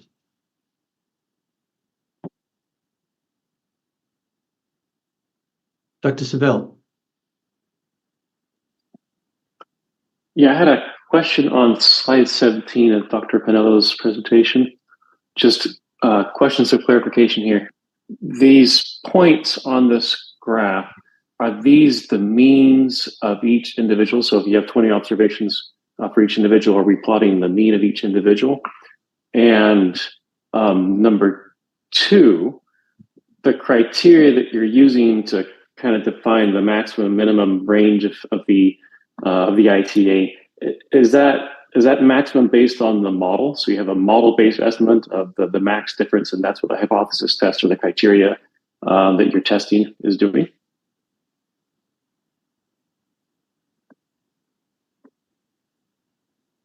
Not to put pressure on the FDA, is it possible to show that slide for everyone to view? This is Dr. Dr. Pinello, why don't you start answering while our IT folks see if they can go back? Okay, yeah, this is Gene Pinello, FDA. Thanks for the questions. That particular plot, which is plotting the mean difference for each subject against their ITA value. That's correct. And the way we had proposed to evaluate the non-disparate performance assurance of, in terms of the maximum difference in bias between two ITA values and an ITA interval was based on the linear mixed effects model. That's correct. Okay, thank you. Dr. Goldman, you had your hand up. Yes, thank you. Julian Goldman here. I wonder if the FDA could clarify, we covered a lot of ground today, and I wonder, it seems like some of the topics relate to identifying a means to assure non-disparate performance. Some of them seem to provide a means for manufacturers to characterize or disclose more information about a product's performance. And the third thing we touched on was the notion that perhaps a larger body of data could eventually be acquired or gathered for analysis by the FDA so that we could better understand pulse oximetry performance and behavior, because there still remain quite a few questions as they were presented by the various FDA presenters in terms of the methods and cutoff points and so forth. So I'm hearing three different buckets, and in order to best interpret the rest of today's information, it might be helpful to understand those goals. Thank you. So this is Dr. Lin. Thank you, Dr. Goldman, for your excellent question. Our goal is to maximize performance of pulse oximetry for all patients in the United States. And to that end, we're trying to gather information from all sources, including today's panel. We look forward to hearing from all of the panel input, which we'll then take and incorporate into our further steps to maximize the performance. Great, thank you. Ms. Brummert. Rachel Brummert here. I have a question for FDA. Where did you get the number of 24 for the sample size, and why such a low number? Dr. Hendricks, do you want to start? Yes, hi. This is Kumudini Hendricks, Chief Medical Officer in OHT1 within OPEC CDRH. The sample size was derived from statistical analysis modeling based on desaturation lab data at hand. And I'm going to turn the floor over to Dr. Pinello, my colleague, to explain a little bit more about the sample size derivation. Yeah, sure. Yeah, this is Gene Pinello again. So, per the recommendations of the panel at the first meeting, we wanted to tighten the criteria for ARMS. And our proposal to do that was to, the 3% was the performance goal in the existing guidance, but we wanted to tighten that up so that the sponsor of the device needed to show that the ARMS was less than 3% with statistical significance. So that means the true ARMS would have to be a lot less than 3% to show that with 80% power for a particular sample size. So we did some sample size calculations and we came up with 24 because 24 will give you 80% power for accurate pulse oximeters, those that have ARMS less than 2.5%, say, or less than that. And that's we have to consider the limits of the technology. It'd be difficult for ARMS to be any less than that, the true ARMS. But we also had considered sample size for the non-disparate performance assurance as well. Yeah, I just want to remind the panel members that this is specific questions for the presentation, and there's a lot to discuss here in terms of general discussions, which we're going to save for the panel deliberations. This is specific questions regarding the material that was presented, and any clarifying questions that was confusing. With that said, Dr. Taylor? Jim Taylor. This could be given offline. I guess my basic question about composition of the devices, both the medical and the wellness devices, is there criteria that the FDA provides, and what composition information is provided by the manufacturers to the FDA? Dr. Lee could address that some offline too, if you need to. Thank you. All right, great. We'll put that table for now. Dr. Seville. Yeah, just a couple real quick follow-up questions. For the power calculation, I imagine there were assumptions that went into the between and within subject variance. I didn't see anything about that on those slides. So maybe a question for Dr. Pinello in terms of does that power depend on that between versus within subject variance? And if so, is that going to be shown to companies so they know what should be expected? And then the second question is on slide 13, and maybe this is a question for later, but I'd love to hear more justification about how you came up with those criteria for the max difference for non-disparate performance, the 1.5% and 3.5%. Why does that differ by the SAO2? Just trying to understand the rationale for that. Thanks. So this is Dr. Ullman again. Dr. Pinello, if you can answer that in 1 minute, please do. Otherwise, I will ask that we continue with the agenda to stay on time, and then we can come back with more answers during panel deliberation. Yes. Jean Pinello, FDA, the sample size of 24 does depend on the between and within subject variances and the bias. And those values, we didn't purport those, but those are based on looking at real data in desaturation studies. Great. Dr. Lazafam, a quick question for us. Yes, the examples used discussed a location of finger.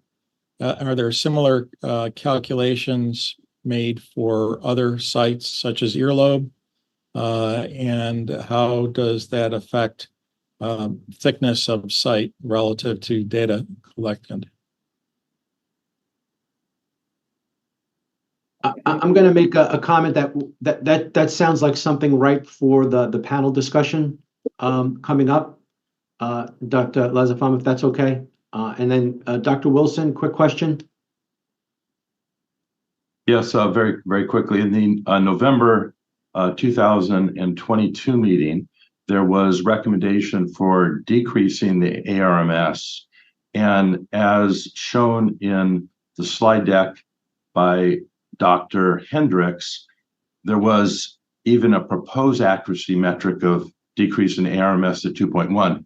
However, in Dr. Pinello's presentation, there was no discussion of decreasing the ARMS. So I'm wondering, can the FDA be more clear? Is there still currently a recommendation to decrease the ARMS from 3% to 2 or 2.1%?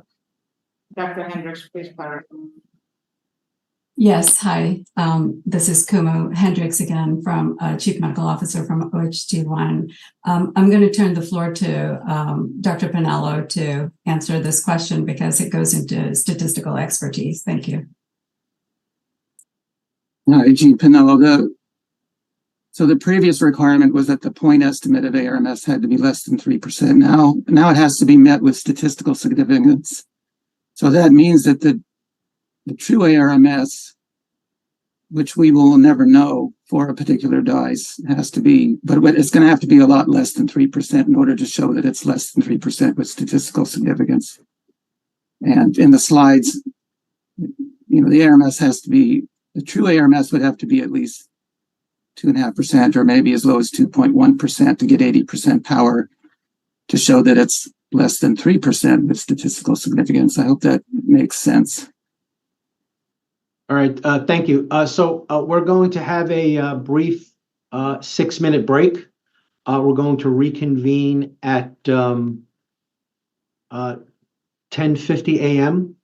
And at this time, we can take a break for the allotted 6 minutes.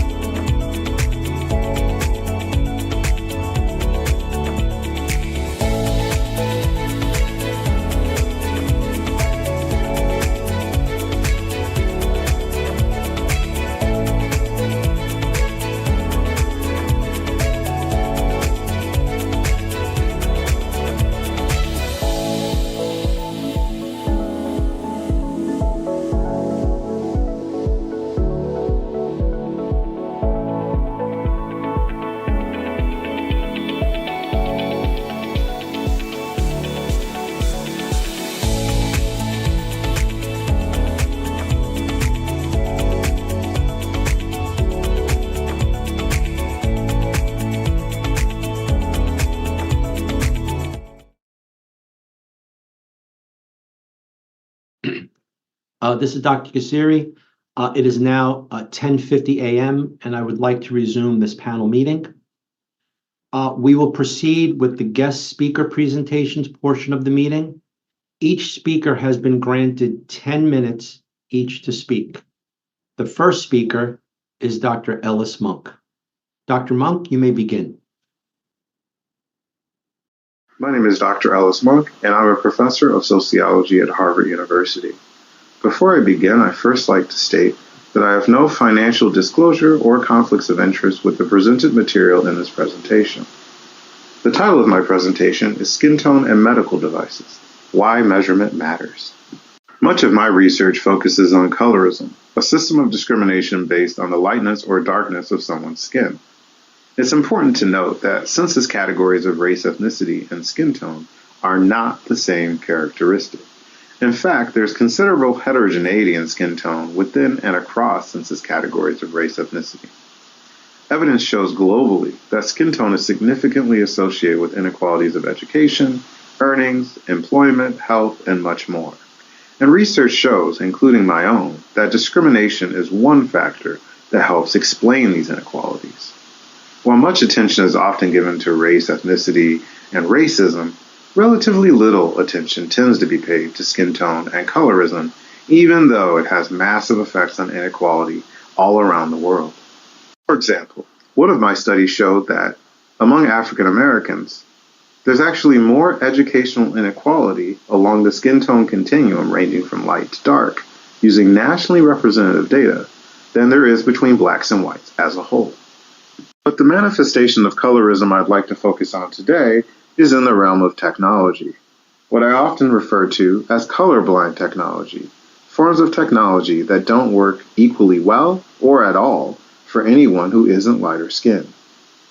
On the slide, I've put a picture of a Shirley card, which is something that Kodak used to calibrate skin tones, lighting, and shadows in their photo printing system. The thinking was that Shirley was the standard, so if it looked good for Shirley, it looked good for everybody. It probably should come as no surprise to us today that this practice was eventually tweaked by Kodak after receiving decades of criticism for excluding a properly diverse range of skin tones to calibrate their photo printing system. This form of color blindness in technology seems to persist to this very day. For example, researchers have found that autonomous or self-driving cars have a lot of trouble recognizing darker-skinned pedestrians. The thinking is that, as the researchers have argued, that these cars were not trained in environments that had adequate representation of darker-skinned people, and as a consequence, these cars have a lot of trouble recognizing darker-skinned people as human beings who obviously should be avoided in the road.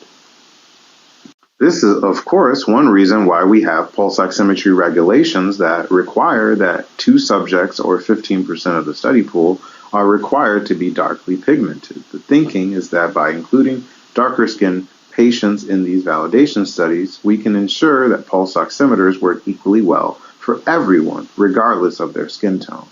But of course, this regulation raises a few questions. First of all, is the number of subjects correct?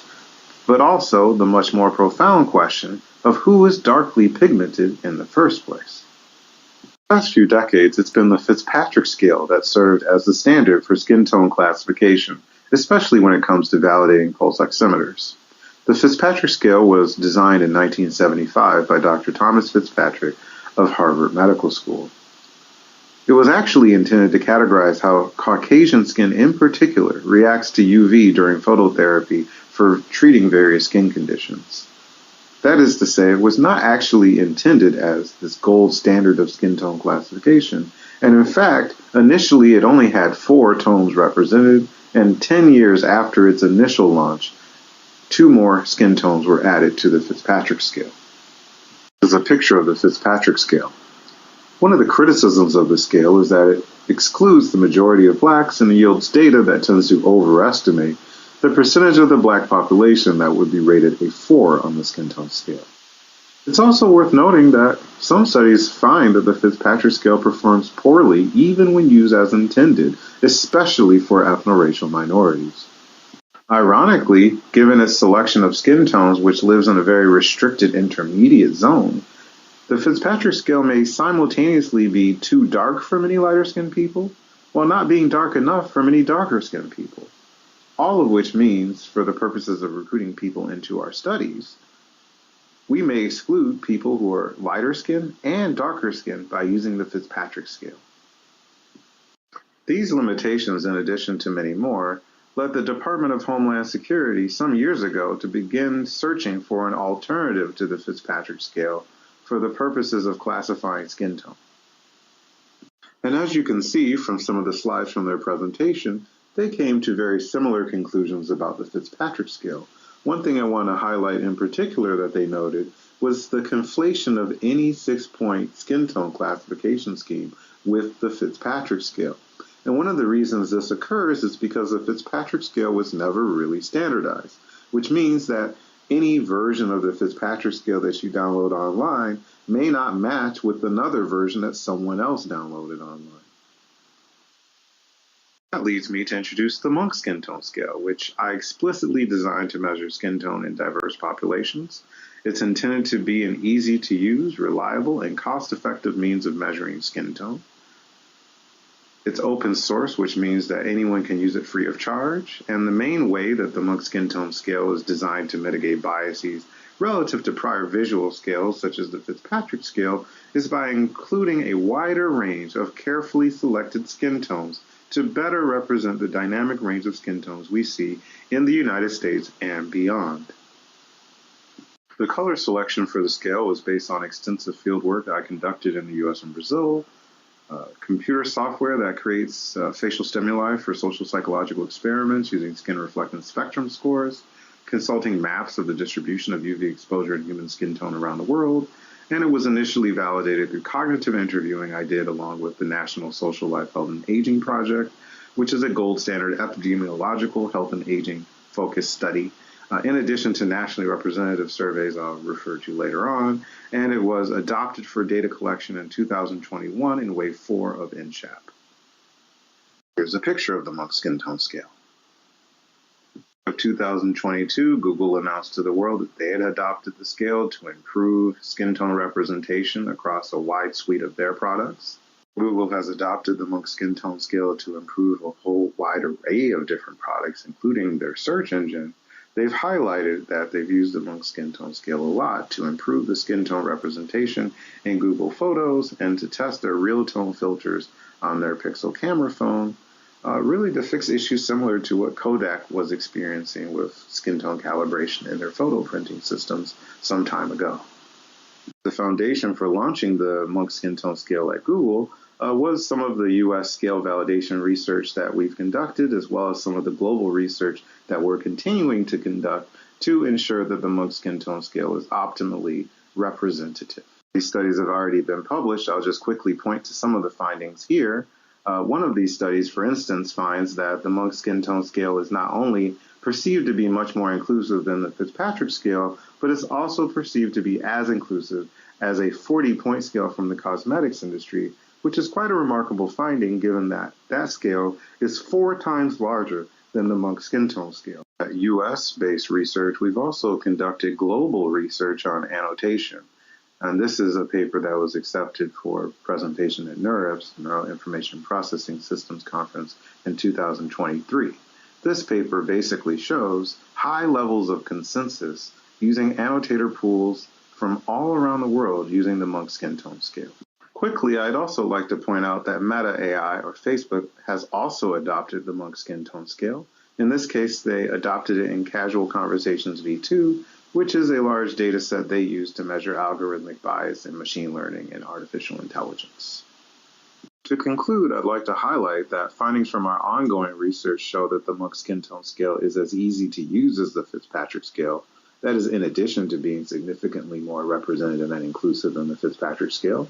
And the global research that I pointed to before shows that there's high level of consensus globally using expert and crowdsourced or non-expert annotators. Lastly, I'd like to say that it's important to collect both subjective and so-called objective measures of skin tone. There's still a lot to learn about the potential role of skin tone in pulse oximetry. and using different measures, both subjective and so-called objective measures, may help tap into different mechanisms through which skin tone may produce these inaccuracies that some researchers are finding with respect to pulse oximetry. Using the subjective measures in particular will not only help us communicate who is included in these validation studies, but also help us continue to consider the social determinants of health. Good morning. I'm Dr. Philip Bickler, and I'm here with Dr. Carolyn Hendrickson to report on progress on the EQUIOX study, which is a prospective clinical study of pulse oximeter errors in hospitalized patients. Today, we have an update after enrolling about 480 patients. Carolyn and I are from the Departments of Anesthesia and Perioperative Care and Department of Medicine, Division of Critical Care Medicine at the University of California at San Francisco. We've been supported by CERSI and the U.S. Food and Drug Administration.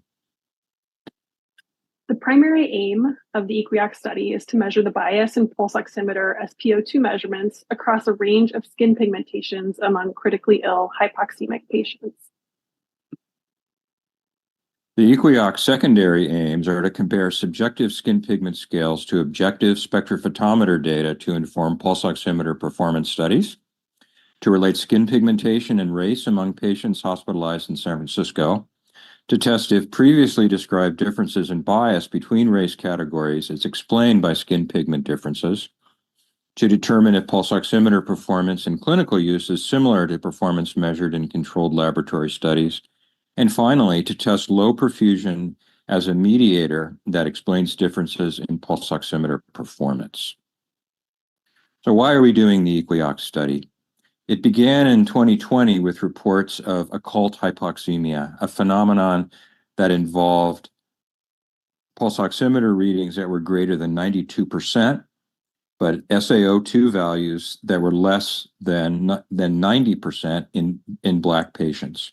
There were a number of questions about the validity of these conclusions because of problems relating to imprecise pairing of saturation measurements and blood gas readings, hemoximeters perhaps set to fractional and not functional saturation, issues with self-reported race, lack of skin pigment data, presence of interfering pigments, anemia, low perfusion, and motion,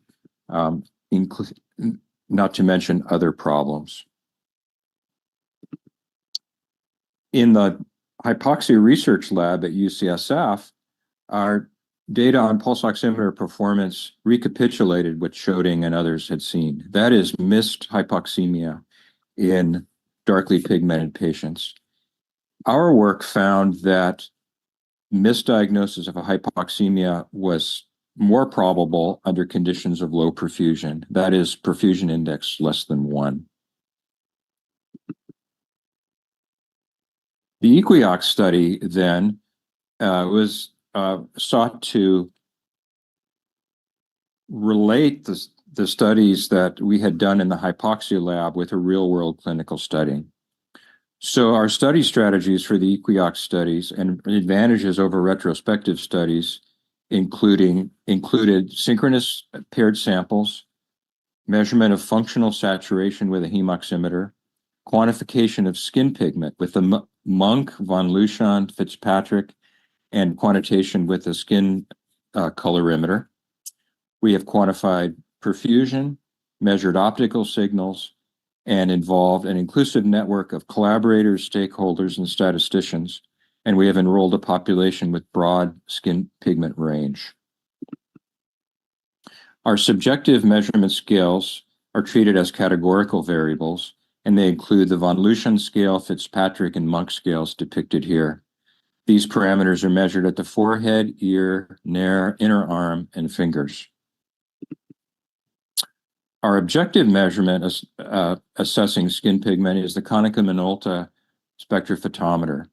It produces a value called the ITA, which is a representation of color based on brightness and hues in the yellow and blue and red and green spectrum.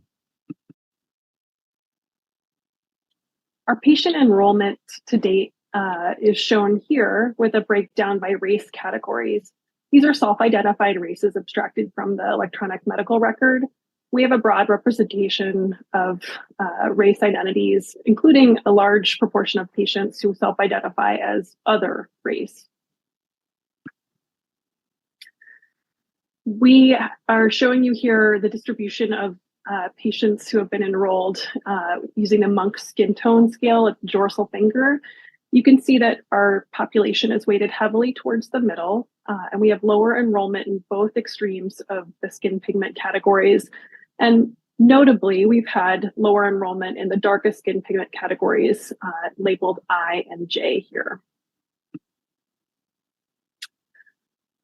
We are showing here the distribution of Monk skin tone categories across the x-axis, with A being the lightest skin tone and I being the darkest, with a proportion of race breakdown among each of those categories, showing that the social construct of race actually has broadly overlapping skin pigmentation as assessed by the Monk skin tone scale. A notable exception to that is in our lower represented enrollment categories of H and I, which are predominantly showing Black or African American self-identified race in those darkest pigments. Here we show perceived Fitzpatrick skin tone group across the x-axis, with ITA, the objective measure of lightness to darkness scale obtained from the spectrophotometer, on the y-axis. What we're showing here is measurements at the cheek and the forehead for our enrolled subjects. And I'd like to call your attention to the fact that in each Fitzpatrick skin tone group, there is broad overlap in the objective measurement of ITA. So we're trying to make the point here that perceived Fitzpatrick skin tone group is a very imprecise way to categorize dark skin pigment that's assessed through an objective measurement. Another important feature of our data is that in this real-world clinical study, saturations of less than 90% are rare. We are studying ICU patients who have normal staffing ratios with nurses, respiratory therapists, and physicians who are not under the stress of the pandemic, and they rescue their patients or attend to them before desaturation events happen. So it's quite uncommon for us to observe SpO2s in the lower ranges below 90%. Dr. Bickler made the point that we think perfusion index is a really important variable to study.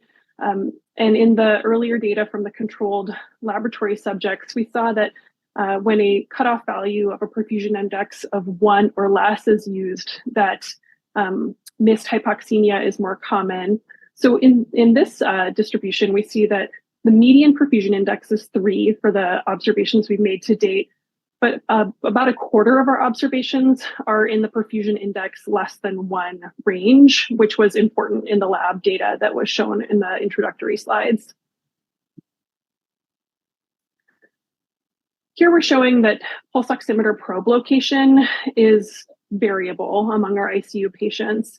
Most of our observations are from oximeters on fingers, but you can see that occasionally we observe oximeters in an unusual location like a nair, and that earlobe oximeters are actually fairly common. We know that our clinicians put probes on fingers first, and if they can't get a reliable reading and there's a poor tracing, they'll move the oximeter to a different location. So in summary, the EQUAC study is a real-world prospective study of pulse oximeter accuracy with detailed data collection. We're collecting a wealth of information, including self-identified race, subjective and objective skin pigment measurements at a variety of locations using several different scales. We're collecting data on perfusion index and the stability of the SpO2 tracing at the time of the ABG draw. We're also collecting comorbidities and things like vasopressor administration at the time of the sample.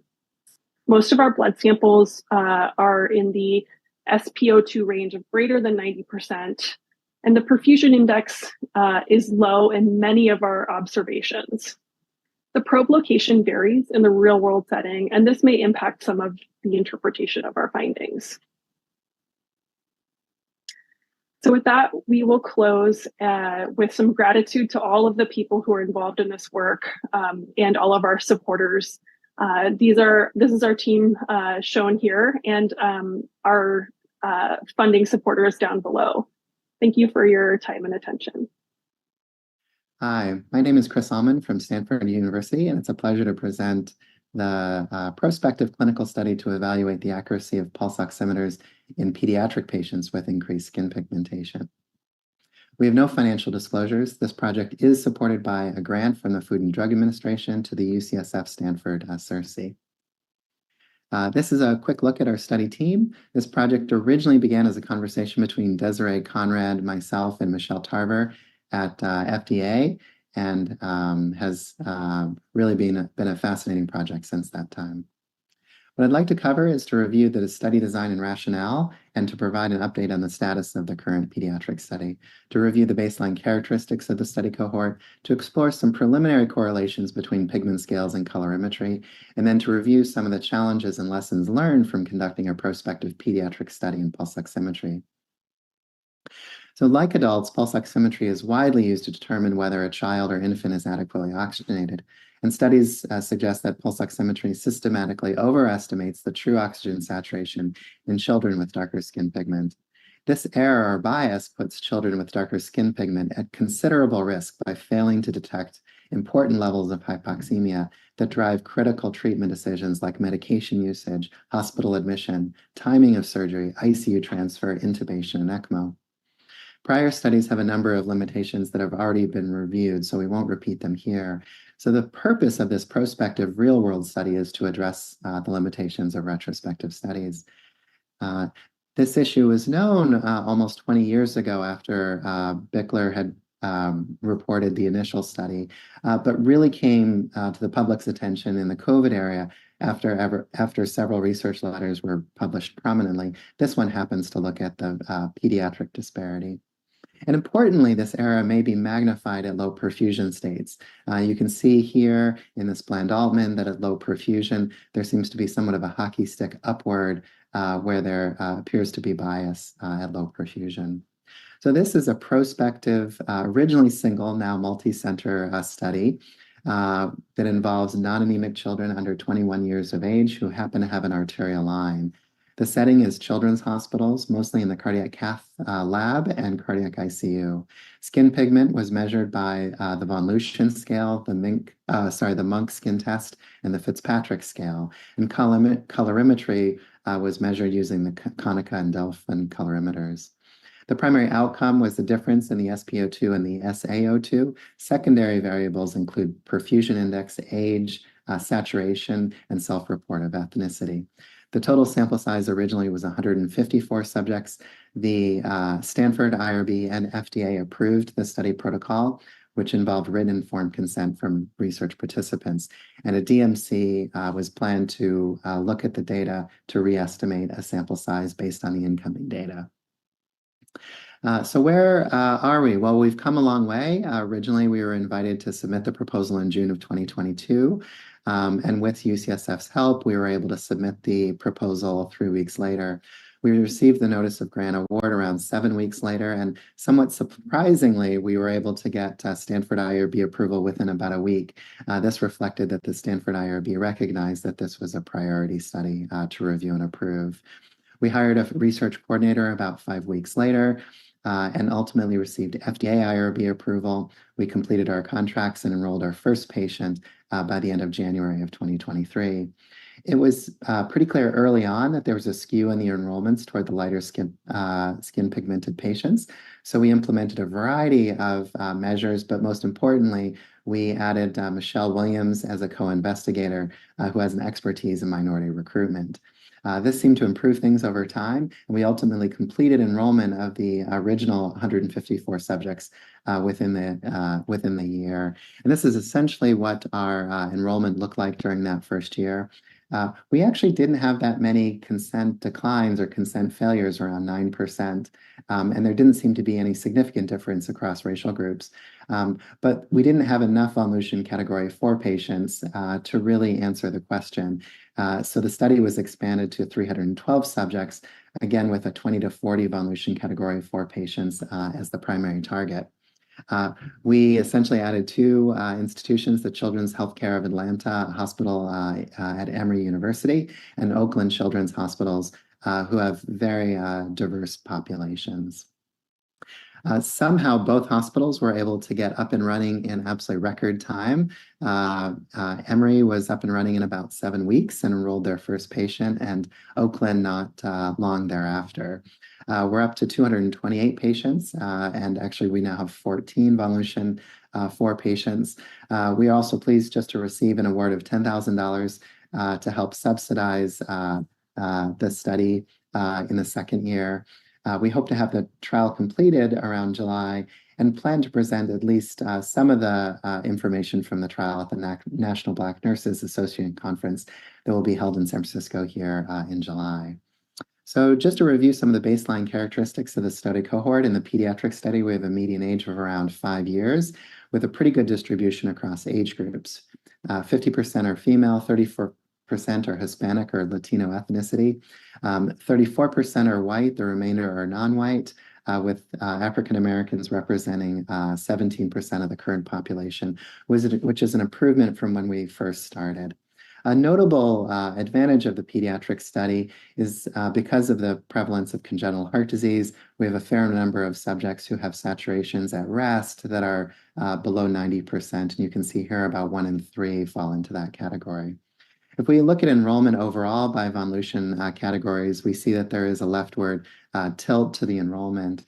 If we limit it to those who self-report as African American, you can see that it's shifted toward the right, but this is a good illustration of how self-report of race is not a very good predictor of skin pigment. I think another implication here is that for this Von 4 category, only about 1 in 3 African Americans by self-report qualify for Von 4, which has important implications for study planning. We saw something very similar with the Monk skin tone test, with a leftward skew in the overall population, a rightward skew amongst African Americans. And again, less than 20% fall into the IHJ category, at least among children. Again, we see that self-report of race is not a very good predictor of skin pigment. We looked initially at the correlation between pigment scales and colorimetry with ITA, and overall we see perhaps the best correlation between the Monk skin test and the Von with 36 of its categories, and less so with Von 4 and Fitzpatrick 6. If we look at the correlation between various pigment interests and ITA, we see that the overall correlation is relatively good, perhaps slightly better with the Delphin, although these data are quite preliminary.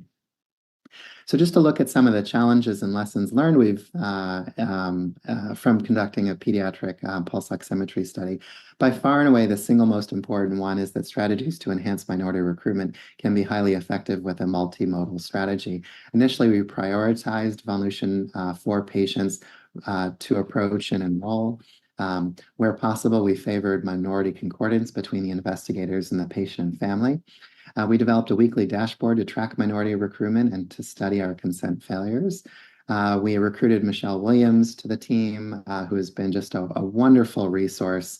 And she helped us to develop a brochure that targeted a diverse audience, helped us with our scripts and approaching patients, highlighting the importance to identify racial bias. We expanded recruitment to include electronic consent. This is important because many families can't actually be at the bedside in the hospital with their children, either because of work or having other children. And lastly, we expanded the study to other regions, including Atlanta and Oakland. In addition to this first lesson learned, we also found that because there's no widely accepted pigment scale available, we essentially ended up collecting data on all 3, along with ITA for comparisons later. Because the Konica Minolta colorimeter can be somewhat intimidating for younger children, we involve Child Life to help us to approach those patients. To reduce the impact of pre-analytical factors or noise in the system on co-oximetry measurements, we used a validated portable blood gas analyzer that was provided as a loan by Massimo for this. We found that the cardiac OR wasn't a very good place to enroll patients because they're too dynamic and don't have a pulse while on bypass. So we shifted enrollment to favor more of the cath lab and the cardiac ICU. And lastly, as we mentioned, because parents may not be able to be at the bedside, we obtained remote consent from those where it was needed. So in conclusion, the spot bias study is designed to determine whether racial bias exists in contemporary FDA-approved oximeters in children across a wide range of ages. The study has enrolled over 225 children across 3 sites and is projected to complete enrollment in the coming months when we'll be able to reveal the oximetry data. The correlation between the Monk skin tone test and other pigment scales appears reasonably strong, and initial studies suggest that there's moderate correlation with ITA. And lastly, while we've encountered a variety of challenges in conducting the study, most have been addressable and should allow us to answer the study question while also helping to inform the design and conduct of future pediatric oximetry studies. Just want to thank everyone at Stanford, especially Desiree and Rohan, UCSF, the team there, at Harvard Medical School that serves as our DMC, the FDA, Atlanta, and the overall CERSI program. Thank you again for your time. Hello, and thank you for your time today. I appreciate you letting me share my experiences with my pulse oximeter. In 2013, I was diagnosed with emphysema, the more severe form of COPD. In 2019, I finally stopped smoking after a total of 40 years. In an effort to find relief for this COPD, I had some lung valves implanted into the lower right lung, the lower right lobe of my right lung in October 2020. Then in January of 2021, one of those valves had to be removed and replaced because it was not functioning properly. It was at that time in January of 2021 that my pulmonologist prescribed 24/7 oxygen therapy for me. So once that was prescribed, then came the need for the pulse oximeter to be able to monitor my O2 level. The first oximeter that I received was a gift from someone who worked in the industry.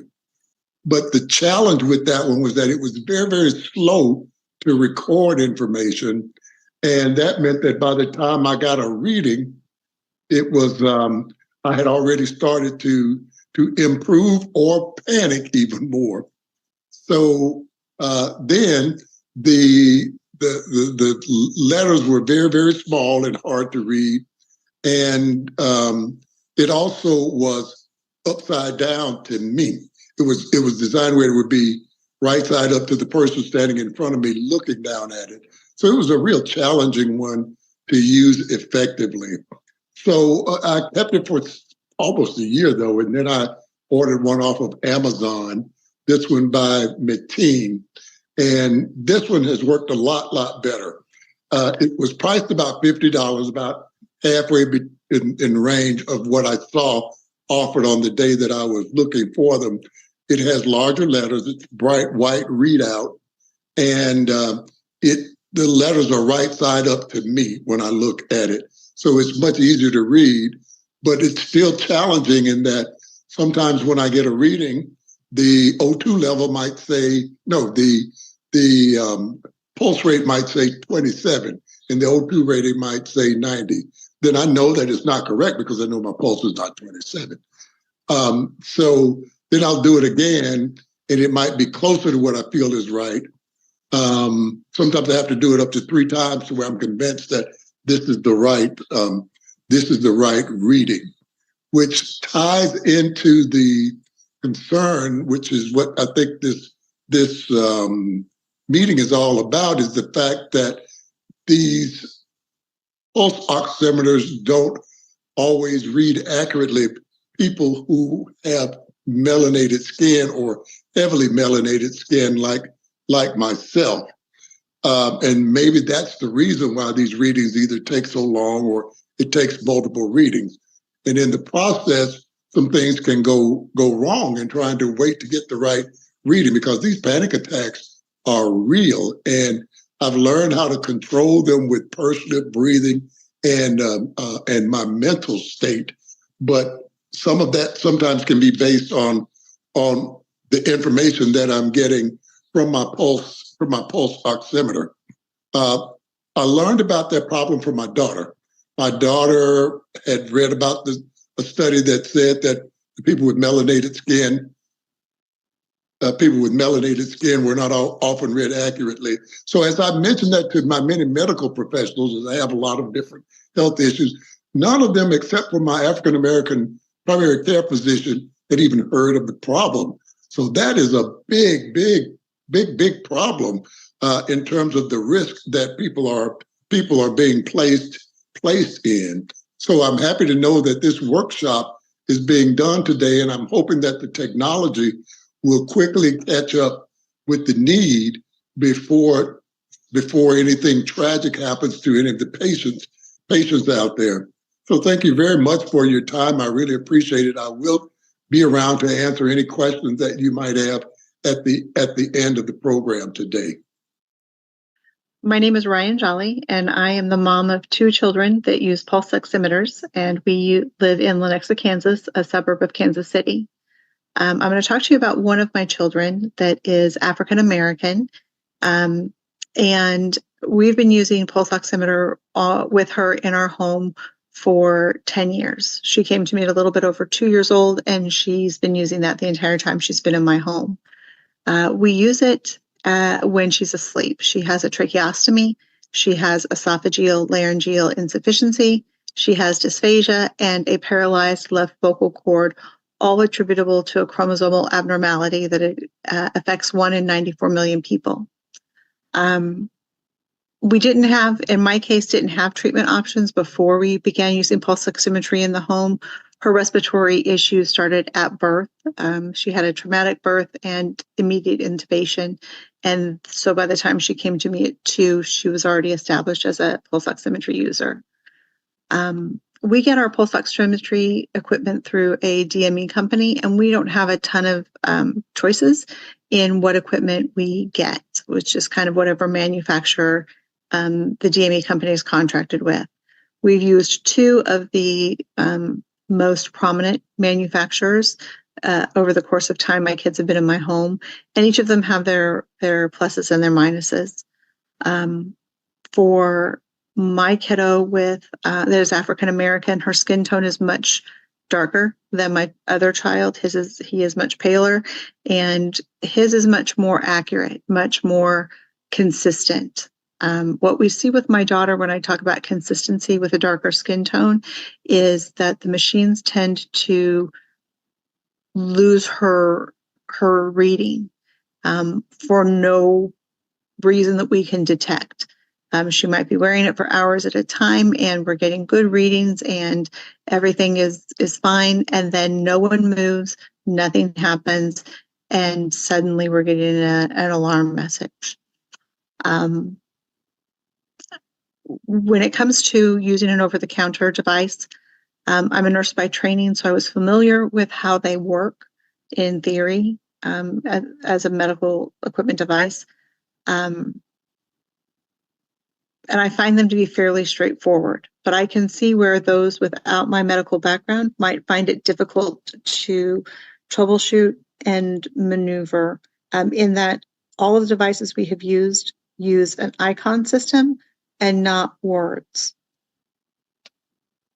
And so an icon system is great, but if you don't know what the icons mean, then you're lost. So in the middle of the night when it's alarming and there's an icon of some kind, if you don't know instinctively what that icon means, you have to pull out a manual and try and figure it out. And that's not exactly user-friendly for families in a crisis because their child's pulse ox is going off.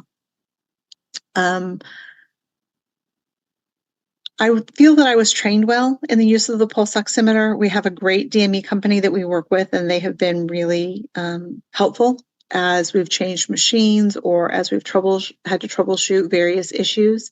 But it is certainly a learning curve. Even though I do have medical training, it's new for me every time a different alarm goes off, or it's been months since we had training of any kind, and then suddenly we're having difficulty. It's almost like you have to relearn what this particular machine means. When it comes to the benefits and opportunities or risks for the pulse oximeter in the home, I don't see downside for us. It enables us to keep my daughter at home. As I said, she is trach dependent and she requires eyes on care 24/7 because she has an intellectual disability as well and doesn't recognize her trach as a life-saving device. So if she were not on a pulse oximeter at night, we would need to staff a night shift that watched her while she slept. But because we have the use of a pulse ox in the home, she can sleep in her own bed in my room, and I can get sleep as well, which is critical to being able to care for her and stay alive. Everybody needs sleep. I became aware of the issues associated with accuracy based on skin pigmentation just through trial and error. We initially, when she would have an error that we couldn't resolve, as I described before, where everything would be fine, and then suddenly her pulse ox would drop for reasons we couldn't identify, her oxygenation would plummet. I always thought it was the probe, and so I would replace the probe. That became problematic because we're only allowed a few under our insurance plan per month. And it took a little bit of learning curve to realize that maybe it wasn't the probe, maybe the probe just couldn't see at the moment. And so we've had to adjust kind of the way we determine that. So that's how we manage troubleshooting, at least in our home. When it comes to establishing appropriate parameters for the pulse ox itself, we have a great pulmonologist that we work with that establishes those for us. But we've definitely seen that change as well as my daughter has grown. As I said, she came to me at 2 and now she's 12. And her window for readings has certainly expanded.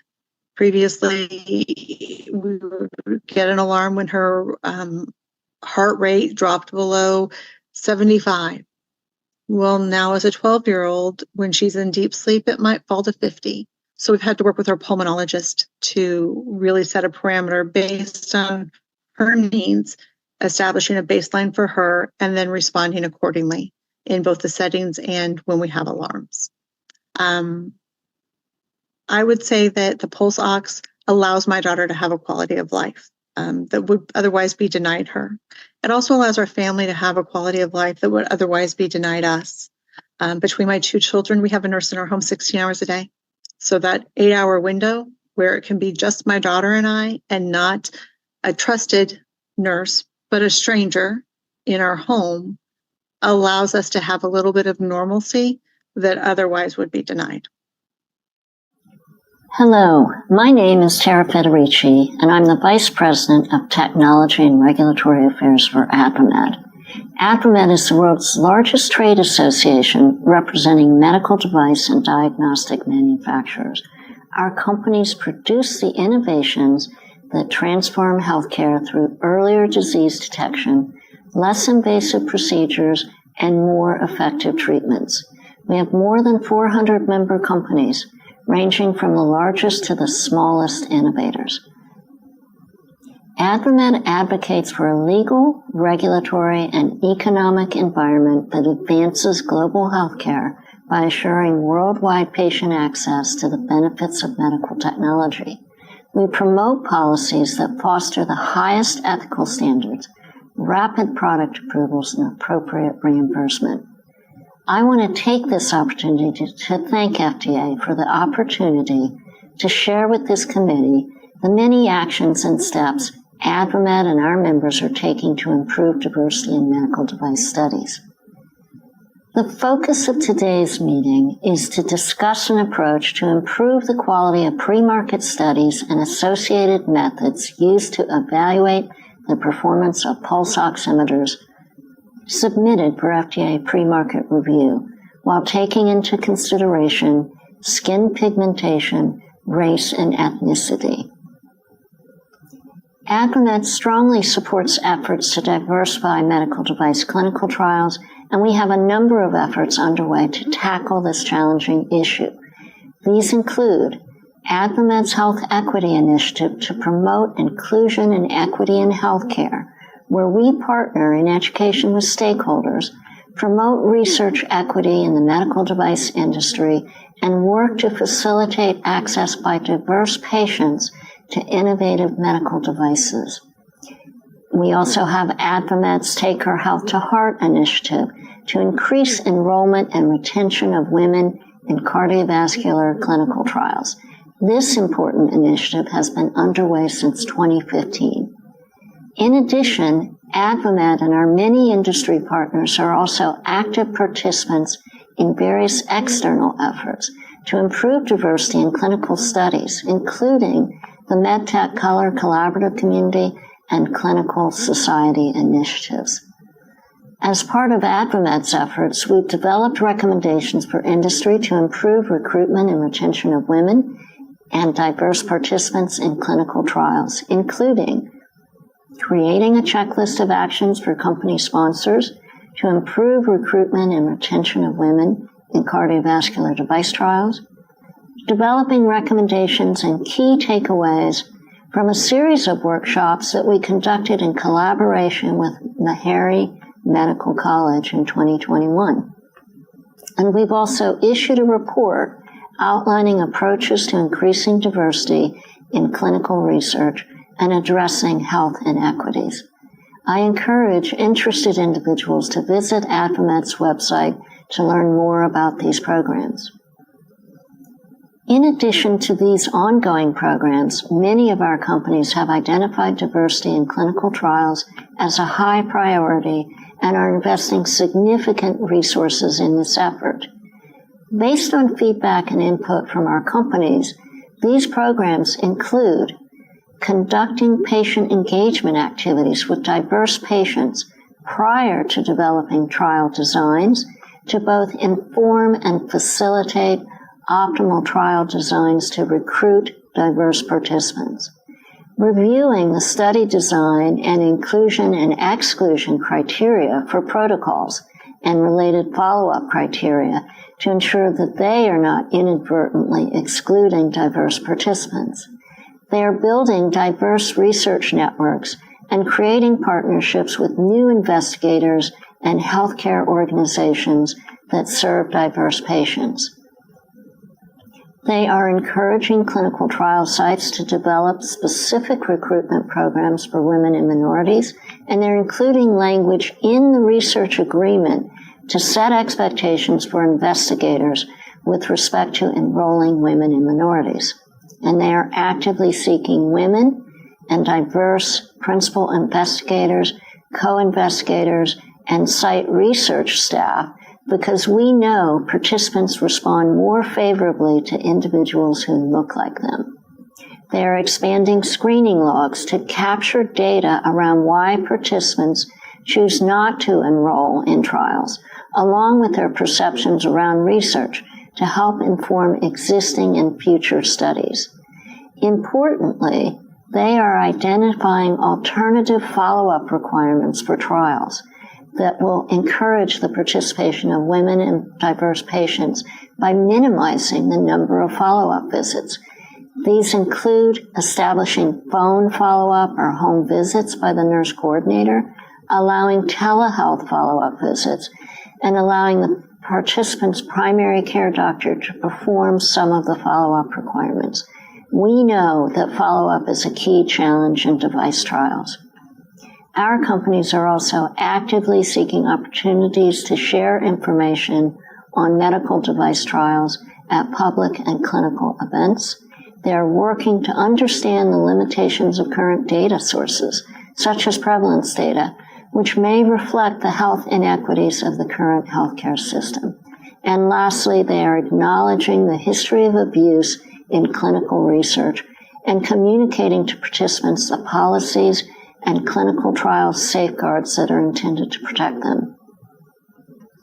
In closing, given the reliance on pulse oximeters during the COVID-19 pandemic and the important role pulse oximeters play in our healthcare system, AdvaMed supports efforts to ensure that pulse oximeter studies include diverse patients based on skin tone, race, and ethnicity.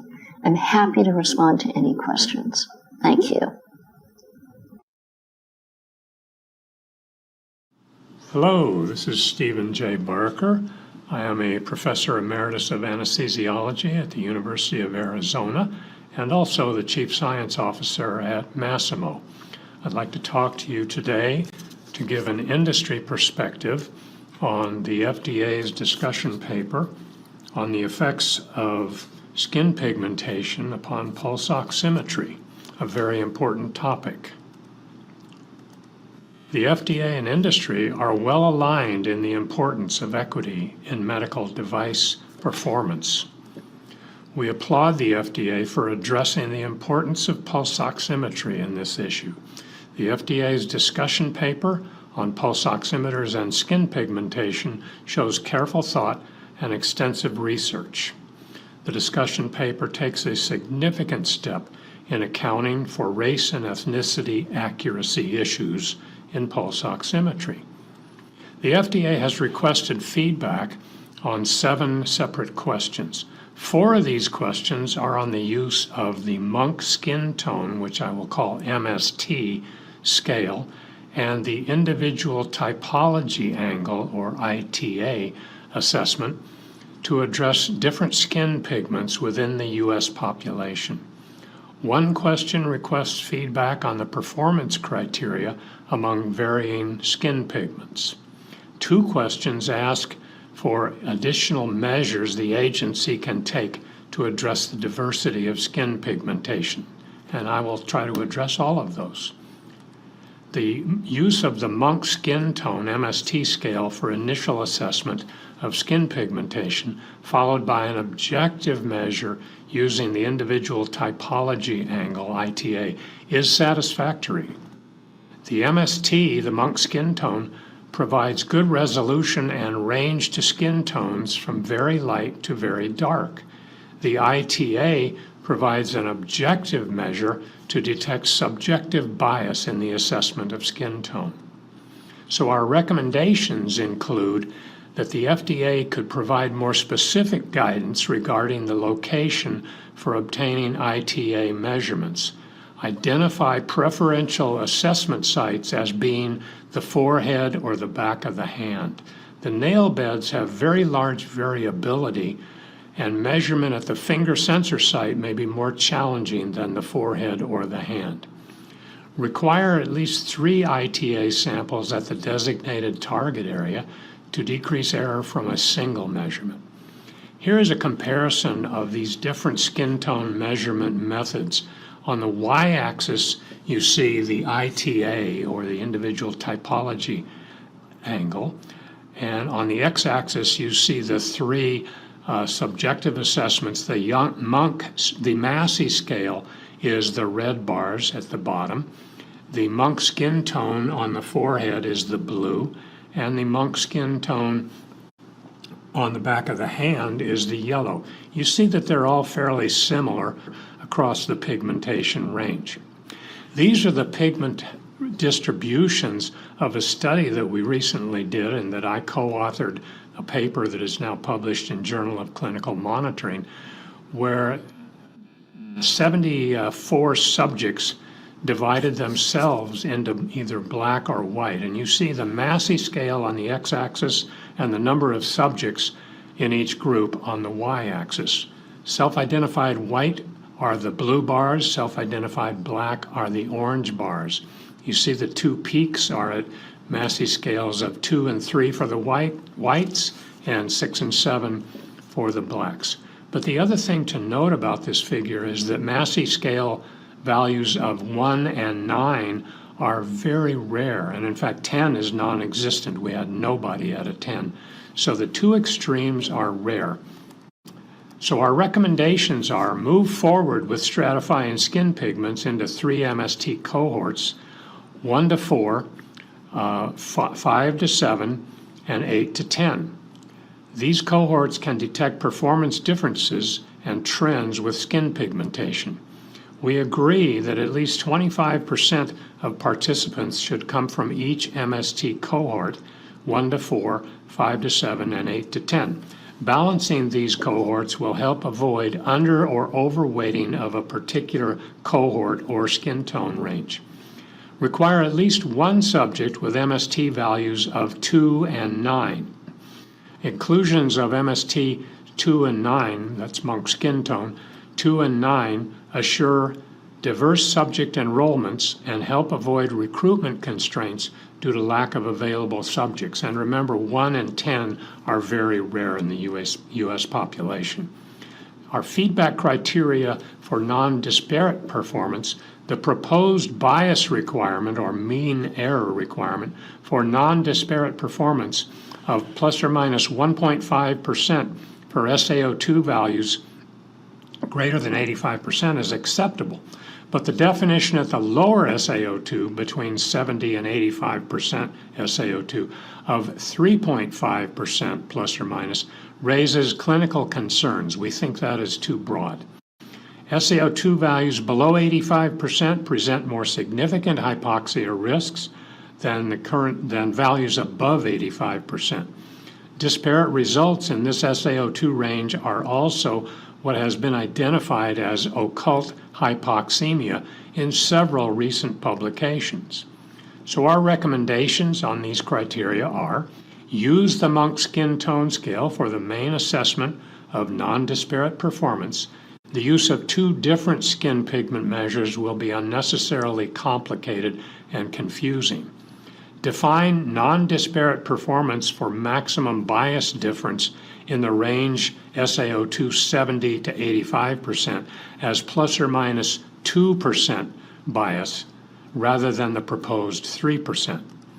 The 2% plus or minus 2% threshold is similar to the SaO2 greater than 85% range of 1.5%, while accounting for the potentially greater bias that exists at lower SaO2 values. Proposals for further FDA actions: tighten the accuracy requirements of laboratory validation studies from ARMS. Now remember, ARMS is the root mean square error, so that includes the random error as well as the bias or mean error. Tighten it from the 3% ARMS in the document to 2% ARMS. Reducing the error will lessen clinical impact of disparate performance due to skin pigmentation. Apply new requirements to reprocessed sensors for pulse oximeters. Reprocessed sensors are significant modifications of FDA-cleared disposable sensor devices. The impact of the reprocessing should be assessed for its effect on accuracy for disparate performance due to skin pigmentation. Track the 510K submission and clearance rates over the next 2 years to assess adherence to these new requirements. So to summarize our recommendations, we agree with the proposed use of MST and ITA to quantify skin pigmentation diversity of the U.S. population. The preferred locations of measurement should be on the forehead and the back of the hand. Require subjects in the range of MST and MST2 and MST9, and require at least 25% of participants in each of the 3 cohorts that we defined, 1 to 4, 5 to 7, and 8 to 10. The criterion for non-disparate performance is recommended to be a bias of 1.5% plus or minus for SaO2 between greater than 85% and plus or minus 2% for SaO2 between 70 and 85%. Tighten the SpO2 accuracy requirements, overall accuracy, from 3% ARMS to 2% ARMS, and apply new requirements to reprocessed sensors. Follow up after 2 years to assess the consistent adherence to these requirements and the burden to manufacturers. That's the end of my presentation. I thank you very much, and I hope we can continue this discussion. Thank you.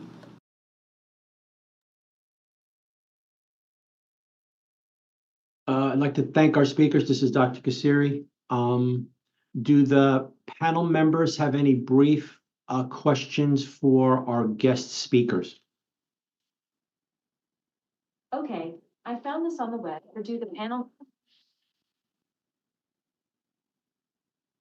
Dr. Feldman. Yeah, this is a question for Dr. Barker. He talked about measuring ITA at the back of the hand, and I've forgotten the other location now, but neither were at typical locations where the sensor would be applied. And I'm curious if he could address why he's recommending that the location be measured differently from the sensor site and the implications for that. Thanks, Jeff. That's an excellent question. I hope you can hear me. The back of the hand rather than the fingertip, because the fingertip is highly variable between finger locations, and it doesn't represent the skin absorbance very well on the rest of the hand. If the there's nothing against measuring the ITA on the fingertip, but to overall assess the skin pigment of the subject, of the patient, you need something other than the fingertip. Fingertips tend to be, especially if you're going through the fingernail, tend to be a lighter color. And the forehead is a good location to assess overall pigmentation level of a given subject, and that has been shown in other studies.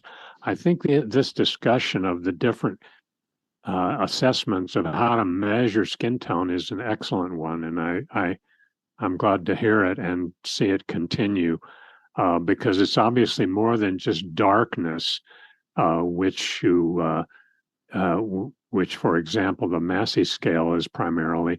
It's darkness and pigmentation, color, which you measure in the ITA. So it is complicated, and this is an excellent discussion. Thanks, Jeff. Dr. Lewis.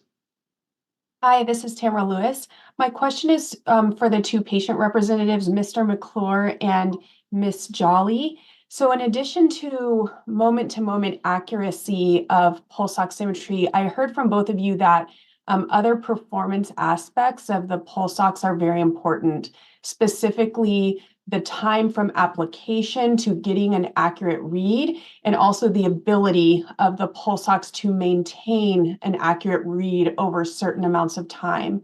So can you please speak a little bit more about the importance of these two aspects, in addition to just the ability for it to be accurate at a moment in time, and how these may be incorporated into pre-market testing of devices?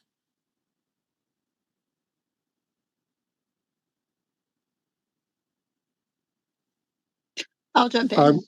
This is Ryan Jolly. There's a lot of questions in that one question.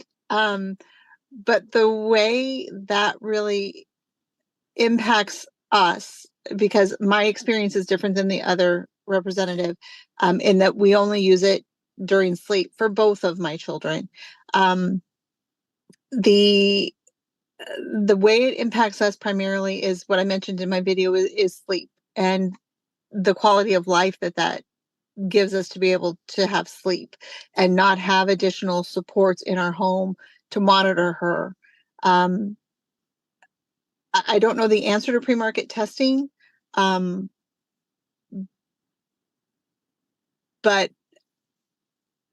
and I don't have a follow-up for that. I don't know the answer to your pre-market testing. I'll clarify. I'm sorry, Ms. Jolly. So, for example, right now in pre-market testing, we look, is it accurate? But I think your really important point was that it needs to stay accurate over periods of time. So, for example, it may be that it would, as a parent, it would be useful for you to know that it stays accurate for 30 minutes, 60 minutes, something like that. It would absolutely. If we had some guidelines. I think I mentioned in my video that prior to kind of figuring out that it was maybe her skin tone was a contributing factor. In our state, we're allowed through our Medicaid program 4 probes a month. And so we were going through 4 probes a week, trying to figure out what our problem was. If there was pre-market testing that said it's accurate for 30 minutes, it's accurate for 4 hours, it's accurate for whatever, I'd have known then to turn the machine off, give it a minute, observe her, turn it back on, and give it another try. And that would have been helpful for us in the early stages, because that's what we do now is we stop, we let the machine take a moment, and then we restart, or we remove the probe and place it somewhere else. And then my concern is different from Ms. Jolly's in the sense that whereas hers needs to be consistent over long periods of time, mine needs to quickly give a result, because I need to know what I need to do in response, whether I need to utilize my rescue inhaler, or if it gets below a certain point, do I need to call EMS? Those are the reasons that I need mine to react quickly. And mine, because I have 2 different types, but I only use one. But while this was going on, I put the 2 of them on 2 fingers to test them, and one was very different. The reading was very different, like by say maybe 6 points on one versus the other. And I wondered what the cause was. Was one of them less effective on my darker skin, or is one of them just less effective? You know, I don't know, but mine is, it needs to be quick because I need to respond and I need to keep myself from going into a state of panic, which then just makes my shortness of breath increase even more, thus lowering my O2 level even more. Dr. Bickler, are you responding to a specific question? No, I was going to make a comment to Dr. Barker's presentation, if that's possible. Actually, this is for panel members to ask questions to the speakers, and for time's sake, you can only respond to specific questions that were asked. Very good, thank you. No problem. Dr. Goldman. Yes, thank you, Julian Goldman. It's a question for both Ms. Jolly and Mr. McClure. I wonder if either had ever had an opportunity to contact or speak with the manufacturers of their pulse oximeters to try to figure out how they could improve the performance and to better understand why they were having that difficulty. I have not, but that is a great suggestion, and I'm not opposed to doing so. Yeah, I have not either. Like Mr. McClure, I'm not opposed to doing so, but in the moment found usable workarounds and moved on to the next urgent need. Now, if I could ask, were you, perhaps it's difficult to figure out how to do that. I'm wondering, did you try and it was hard to figure that out, or you just didn't have an opportunity to do that? I didn't try. To reach out to the manufacturer? Right. No, it didn't even cross my mind until you mentioned it. Okay, great. All Yes. right, well, thank you very much. Sure. All right, thank you.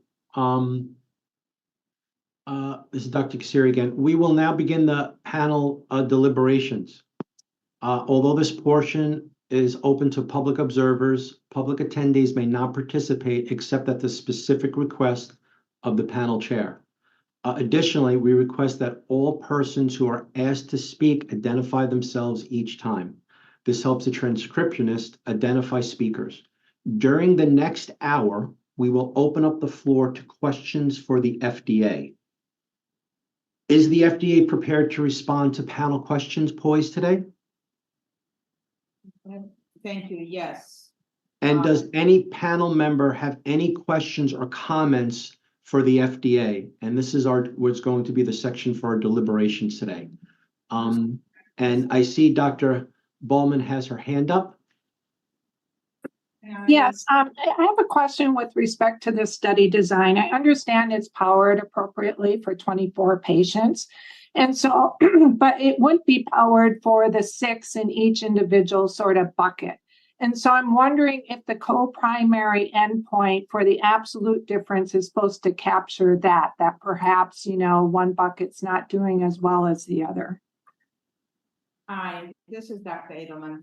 Dr. Kassier, if you don't mind, I have asked my team to answer first the questions that we didn't get a chance to answer fully from this morning. And Oh, then yes, that's true. That there were two questions. Dr. Seville and Dr. Lazafami had very good questions for the FDA. And I think this is the time to deliberate that. Thank you for reminding me, Dr. Elderman. Thank you. So if I can ask Dr. Hendricks and Dr. Pinello to come on camera, and if I can ask our IT support to project the relevant slides. Thank you.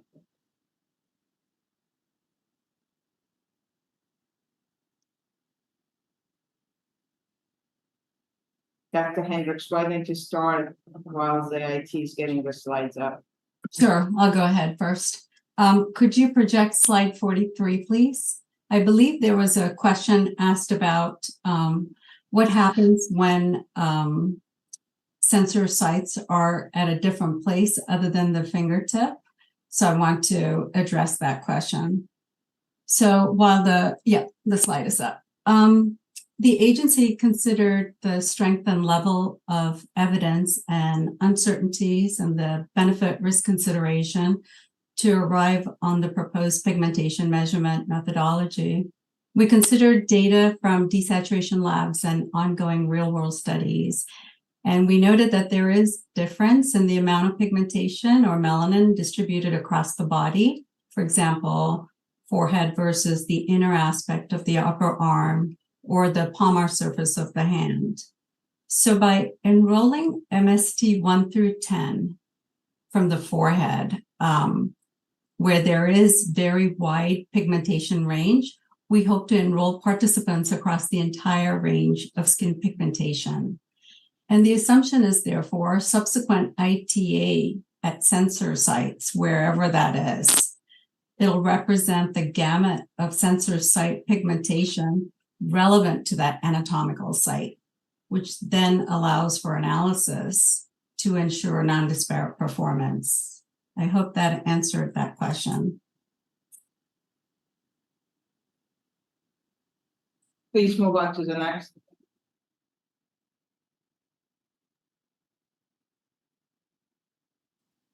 Yes, I wanted to talk about, there was another question on why 1.5% and 3.5% were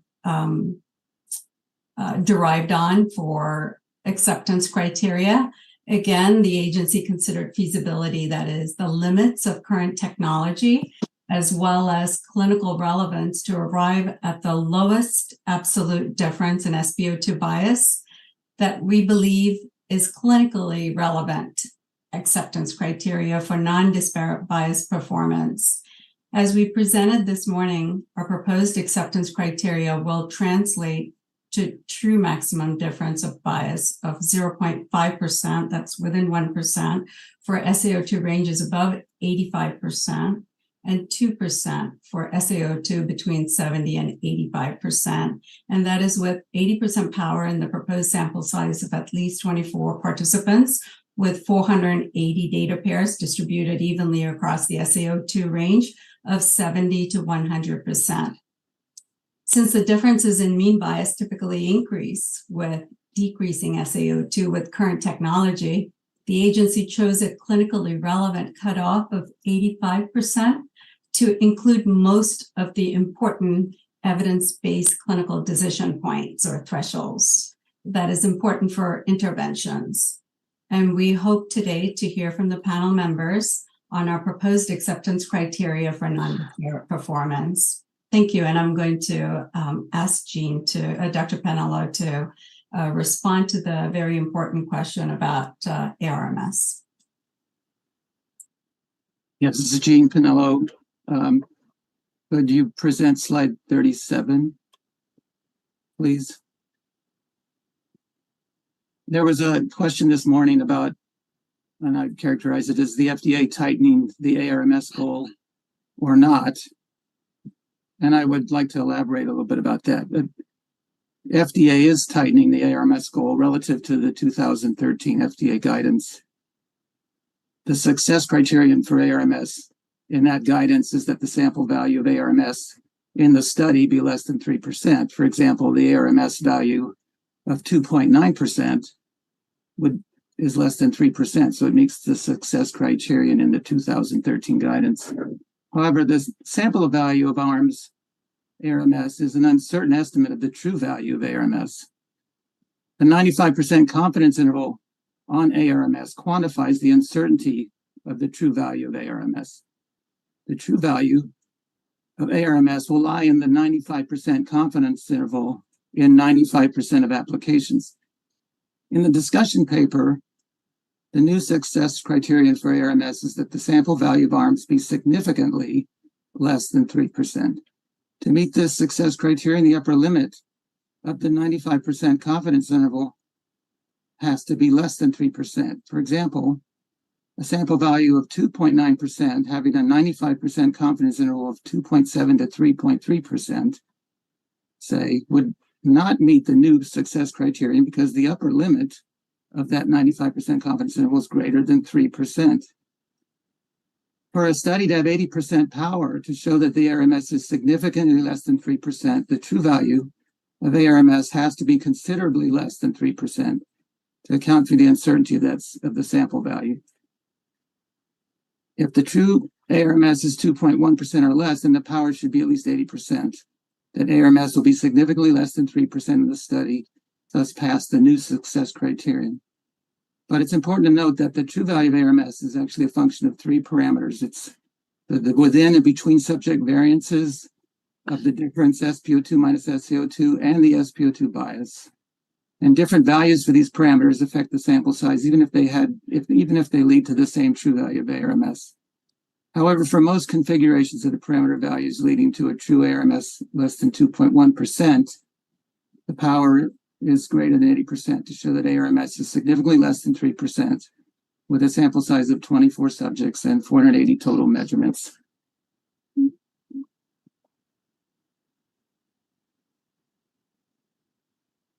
All right, thank you for that clarification. I'm going to go around and Dr. Lewis, I didn't forget about you. You've had your hand up for a while. Question? Thank you. This is Tamara Lewis. Excuse me if this question was discussed in the 2022 meeting because I was not part of that one, but based on the published literature and data we've been shown today, it seems like perfusion or blood flow is a significant interactor with skin pigmentation. And so my question to the FDA is, have you considered incorporating some variation in local blood flow to the current pre-market study recommendations?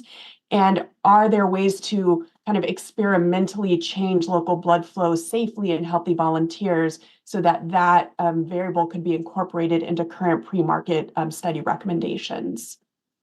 Thank you for your excellent question. I'm going to ask Dr. Hendricks to give the response.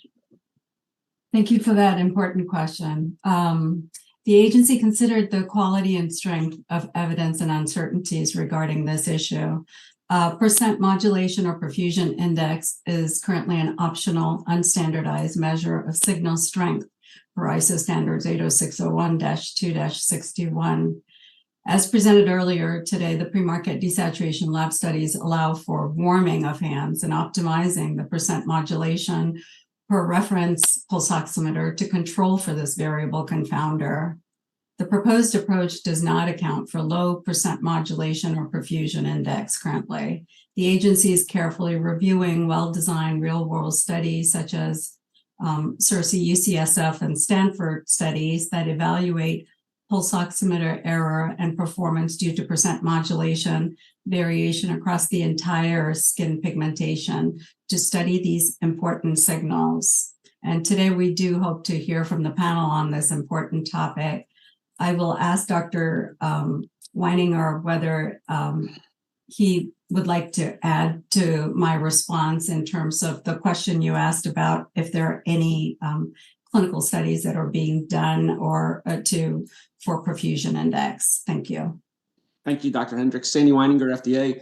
I'll say briefly that there are currently 2 methods under study to try to address your issue. One is involving cooling one side of the body, and that's your test side, and making measurements on the other side of the body to try to get a handle on what happens under low perfusion. And the other effort is to try to use a simulator to imbalance the red and infrared and to lower the percent modulation. Both of those methods are pretty complex and remain to be validated. Thank you. Dr. Phil, I just want to put you on hold for a second. I just have a follow-up to Dr. Lewis's important question. The possibility of doing real-world tests, since some of the laboratory data does not show occult hypoxemia, but in the real world it does, and that ties to this perfusion index and low perfusion with oximetry. That seems to be the problem with highly pigmented individuals. Is it possible, and again, I'll open this up to the other panel members in a moment, that there should be some real world testing that does besides the lab, and that could help with answering this question. I don't mean clinical trials. I mean real world use of the oximeter that's going to be approved in ICU patients. So thank you very much. Dr. Hendricks, can you give a short version of the answer to this? We've had a lot of discussions, but. Yeah, I think this is a really important question. Thank you for that, Dr. Kazari. So the agency carefully considered the strength and quality of evidence, uncertainties, and benefit risk assessment when proposing the improved pre-market clinical study. And the agency's proposed approach considers pulse oximeter performance across the entire SaO2 range of 70 to 100% to validate accuracy and demonstrate non-disparate performance across the entire skin pigmentation. We believe that the controlled desaturation lab studies on healthy participants as most appropriate to safely and accurately demonstrate this, since healthy volunteers are considered a less risky patient population, and therefore the proposed approach has a more favorable benefit-risk ratio. Conducting this type of validation in patients with multiple comorbidities, non-healthy patients, may pose additional and necessary risk to volunteers. Additionally, we note that the controlled desaturation lab studies allow for control of confounders such as prevalence of hypoxemia, non-simultaneous SaO2, SpO2 data pairs, changes in percent modulation, motion, and other factors, and thereby these desaturation lab studies allow for accurate validation of overall error as well as non-disparate performance assurance. And just wanted to also go in a little bit to, even though you have well-designed real-world pulse oximeter studies, we note the following important challenges: non-randomized comparisons of skin color, groups on SpO2 bias and occult hypoxemia, and the need to account for hypoxemia prevalence, since occult hypoxemia rate increases with hypoxemia, and the paucity of data of SaO2 below 90%, where SpO2 bias is greater. And this is due to the standard of care of SpO2 targeted treatments by clinicians. Importantly, how an individual performs across the full range of SaO2, 70 to 100%, has not really been, will get studied. But despite these limitations, it's important to consider how such pre-market non-disparate performance translates to real-world performance. And the agency will closely monitor whether the new approach will reduce disparate pulse oximeter performance in sick hospitalized patients. Additionally, the agency encourages well-done prospective real-world studies to investigate this and regularly monitors and assesses published literature with regard to the subject. And rigorous real-world studies such as the CERCI studies will provide important information on the interactions of pulse oximeter, skin pigmentation, and clinical factors such as percent modulation that will inform the agency's approach. And we hope today to hear feedback from the panelists on this very important topic. Thank you for your question. All right, Dr. Hendricks. Thank you, Dr. Hendricks. Appreciate that. We'll have more to say about that in the afternoon. Dr. Feldman, sorry to keep you waiting. Not at all. Thank you. It's a great discussion. And I want to compliment the FDA in general on the approach this morning and the organization. It's been great. My question goes to the proposed sample size and subgroups. But before I ask the particular question, I just want to offer a little perspective that motivates the question. When the Schoeding study and subsequent studies came out, I think what it hit us in the face, or hit me in the face, was that is there a real world function of pulse oximeters that's different from what we had documented previously in the laboratory and with prior FDA requirements. And so if we take that data as face value, we can see that laboratory data is not going to be predictive ultimately of real world experience. And I think that's going to be true going forward. So with regard to the question of non-disparate performance, I think the goal, a primary goal, is to put to rest the question of whether or not race, ethnicity more generally, and skin tone specifically plays a role in pulse oximeter performance. So that, to me, is an overriding goal in putting this together. And I do think there are a few concerns that I would love to hear more discussion about with regard to the proposals about whether or not it will really put that question to rest with the new requirements.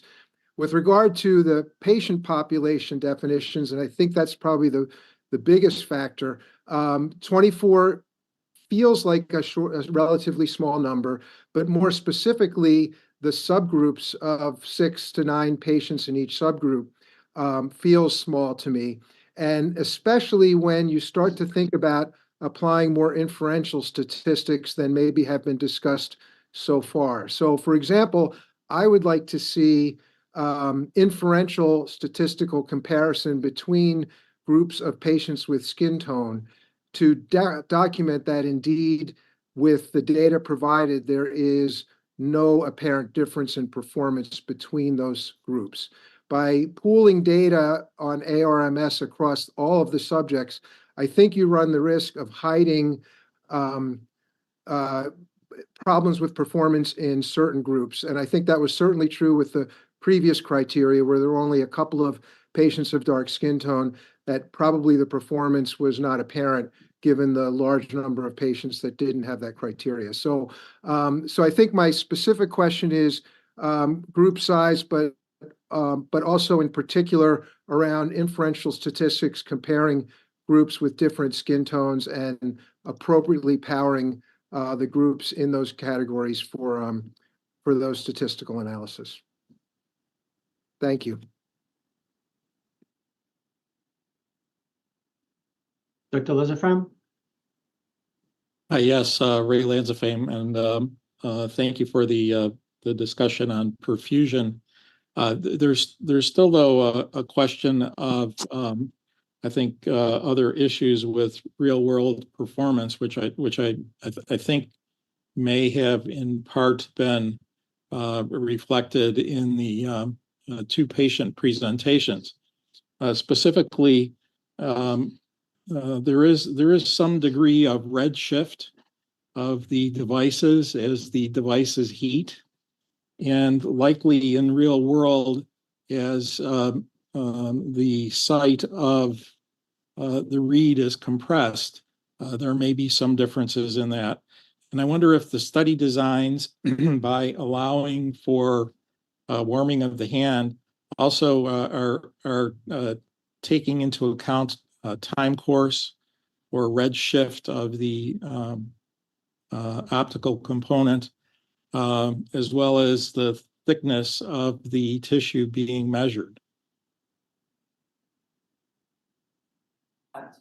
Question. I believe it's a combination between Dr. Hendricks and Dr. Panelist. So Dr. Hendricks, when I don't know which one of you wants to start because there's still a statistical question. Just 1 second, Dr. Ellerman, your audio seems to be a little off. I'm not sure if it's just me or is it anyone else that hears that? It is a slightly lower, so you may need to project a little bit just to help everybody out. Sorry, thank you, Dr. Elman. I'm sorry not to point that out. It's just hard to hear some of the comments that you were making. How about now? Is it better now? Much better. Thank you. Dr. Hendricks, take it away while I play with my microphone. Wonderful. I'll go ahead and answer the last question, and then Dr. Pinello is going to take the question on statistics for Dr. Feldman.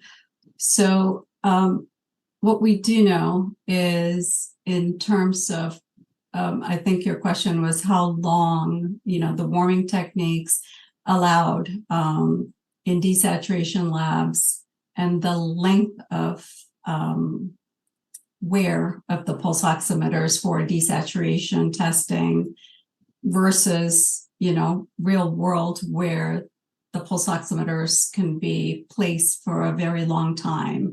While I'm not a expert on red wave shifts, and maybe Dr. Pfeffer can follow that if he has additional input on that response. I will say that the desaturation lab study typically for an individual, because it's a stepwise decrease in FiO2 with stable plateaus that allow at least 30 seconds or more for 5 samples to be taken at every stable plateau level. It is about 2 hours plus or minus, 1 hour.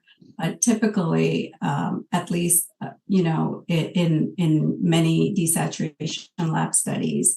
So the remaining question is that enough to account for differences in the red light wavelength? I'm not sure about that, but I hope that gives some input on that.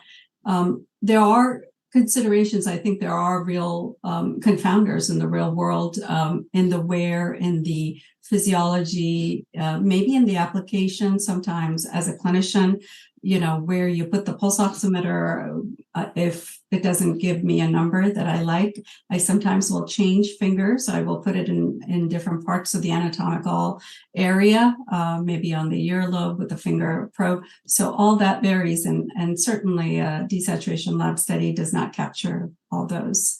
Dr. Pfeffer, if you have anything to add, please go ahead. Otherwise, we'll turn the question to Dr. Pinello to answer Dr. Feldman's question. Okay, Josh Pfeffer from OCEL CDRH. I would just briefly comment on the redshift idea, and I'm not sure if that is referring to a thermally induced redshift. I believe that probably won't happen in the devices until very high temperatures. There is another redshift effect that's been proposed due to melanin content, and that certainly still is an outstanding potential mechanism that I think has not been thoroughly vetted. So we're still trying to answer some of these questions about the fundamental mechanism.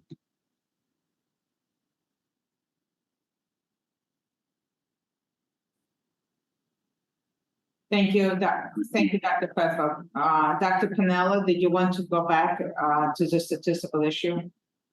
Yes, I wanted to respond to Dr. Feldman's question about subgroup analysis, and certainly agree there won't be, with a sample size of 24, there won't be enough power to show differences between subgroups, maybe defined by MST with statistical significance. But so what we had opted in the discussion paper is to not, to think about ITA as a continuous variable, and then in a statistical model, so that we can compare the SpO2 bias for an ITA value versus another value, but use the data, all of the data, to estimate the SpO2 bias at any ITA value. So thereby increasing power, getting away from dichotomizing or the data and using continuous ITA. For MST, one thing that could be considered is an ordinal variable. So you could consider ordinal data statistical models to exploit that ordinal nature to maximize power to see differences. Great, thank you. Dr. Goldman. Yes, thank you. Julian Goldman here. First of all, I just would like to say that I really applaud the efforts of the FDA to reduce disparate bias in pulse oximetry. This has clearly been a very heavy lift for a long time, and we need to address it. So thank you. My question is about the proposed acceptance criterion. Given that the exact mechanism of disparate bias is still under investigation by many groups, and it was just underscored by Dr. Pfeffer, does the FDA have data or a sense about the ability of manufacturers to achieve the new success criterion and the new performance criterion? And related to that is, will the additional testing and acceptance criteria affect the market availability, especially of lower cost pulse oximeters? You know, as we saw with the COVID-19 public health emergency and the surging need for pulse oximeters, it was very difficult to find those, and naturally during an evolving testing protocol, evolving criterion in a time where we're still trying to sort out the root cause of some of these performance issues.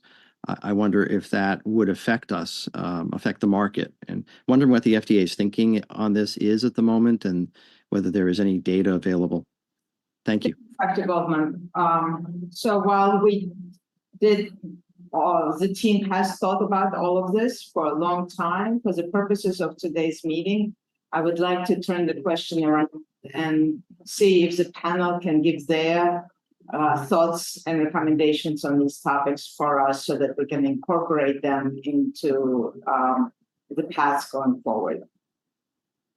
Well, I mean, that really is the essence. If we incorporate a performance criterion, which we would all love to see, at a time when we are uncertain of the root cause of the of disparate performance, and if we don't have a good sense of what the impact will be on the market, we could end up having a marginal increase in performance and suddenly severely affect the market. I mean, I'm eager, I think, as probably are others, to have much more data.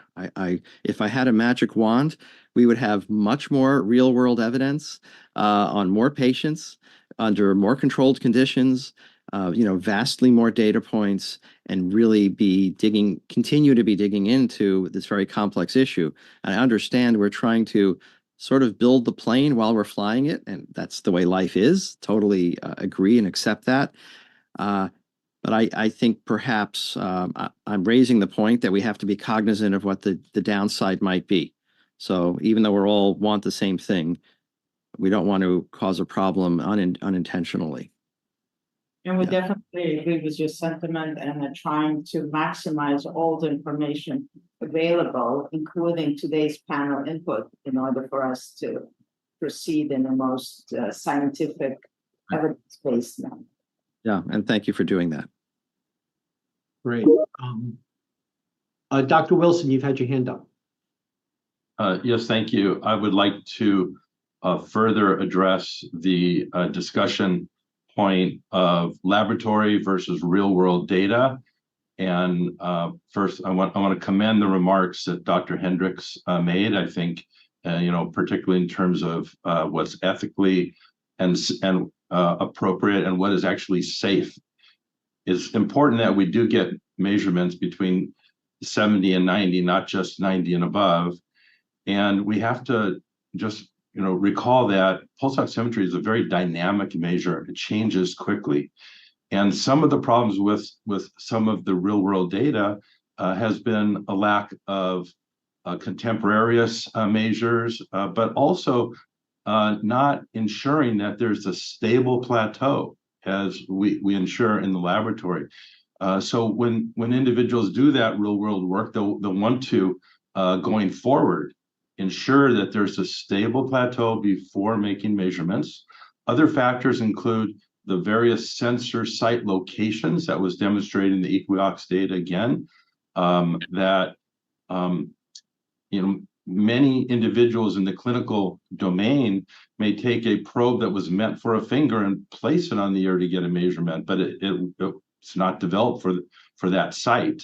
you'll get a signal, but the accuracy is going to be in question because it was not engineered for that location. So there are a number of other confounders that need to be considered. And when one wants to look just at skin pigmentation, then it is very important that you eliminate the co-founders. And that can be best done in a laboratory setting. Thank you very much, Dr. Wilson.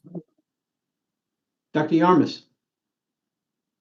Yeah, thanks, Lonnie Yarmus. So maybe a somewhat brief comment, just focusing in the same arena of real world data, back to Dr. Hendricks' comments earlier, speaking from a clinical trialist perspective and an intensivist, I think the risk question is interesting because I would foresee this as a opportunity to really get this real world data without significant risk. So patients, for example, in an adult ICU, to test these types of metrics that we're talking about, there's not really an inherent risk, right? There's baseline equipment that could be utilized, and that is what would be used for the clinical parameters. And then we have that opportunity to test these newer devices that are on the market, and really, I think, focus on the bulk of the issues that we're talking about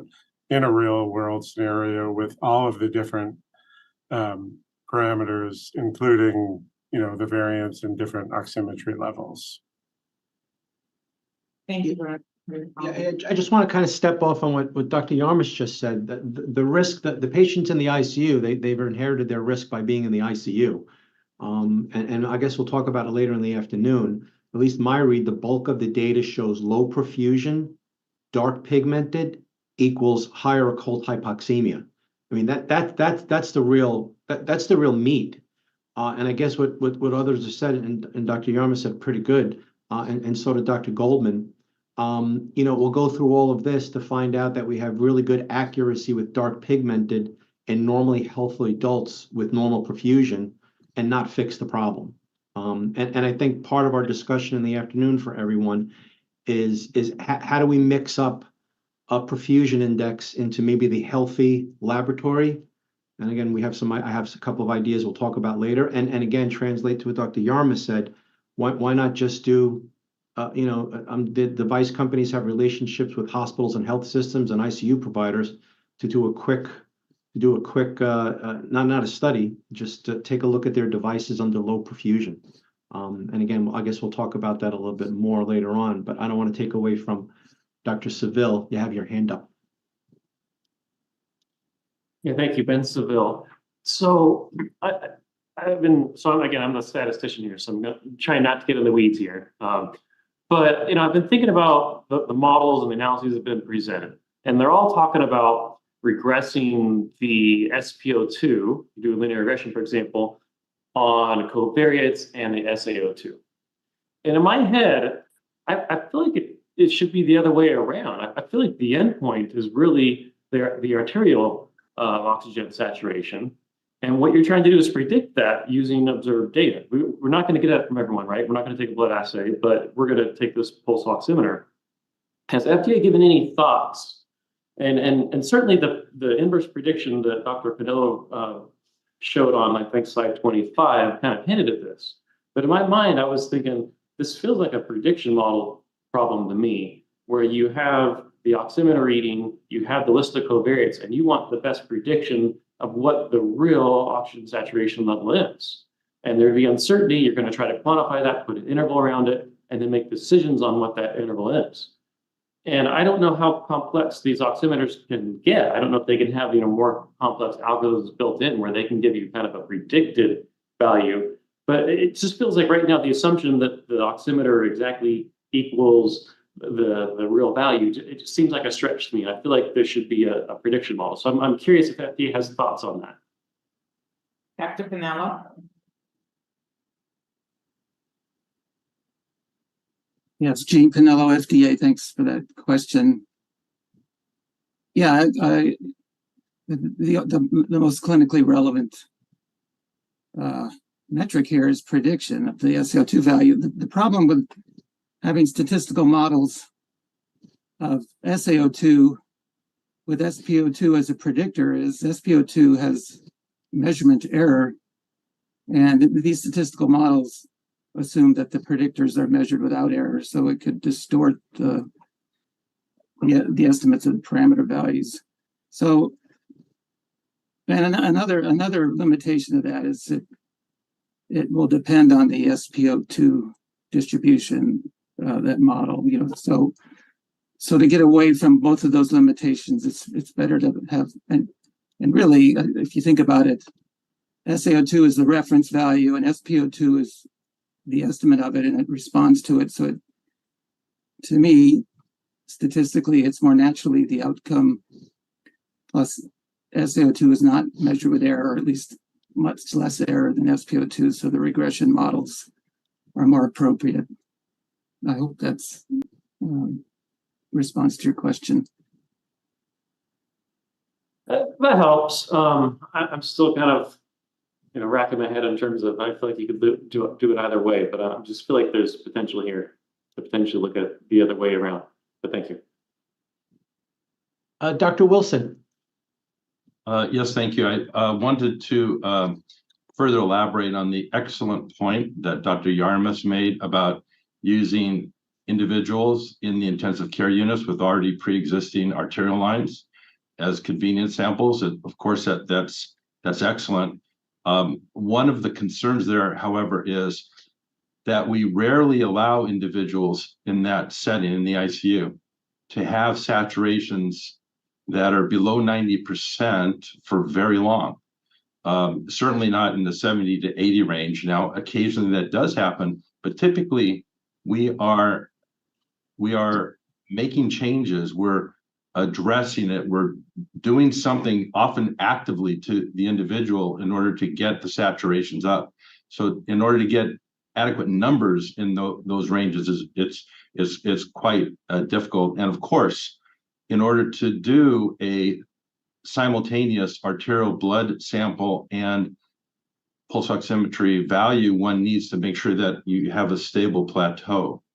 And then I just wanted to further emphasize that in real world settings, your reference devices, including the co-oximeters, can have variability. Sometimes co-oximeters can vary by 1%, and that's a significant range. So you need to make sure that your reference is stable and that other pre-analytical and then post-analytical errors are not at play. So there's a number of factors that are more difficult to control in those settings.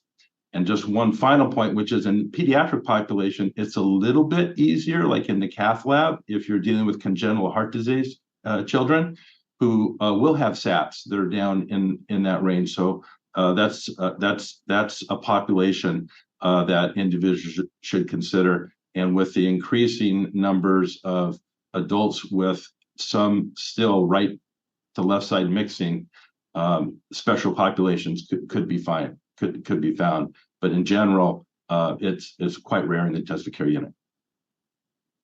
I'm going to push back a little on that, Dr. Wilson. I think what Dr. Yarmus is, I see him shaking his head. I'm speaking for you, but what I'm concerned about is having an O2 sat of 95% on a patient who has a low perfusion index, and that O2 sat of 96% really is arterial saturation of 88 or 86. That's what we're talking about. We're not talking about looking for patients in the ICU that have O2 sats of 85% consistently.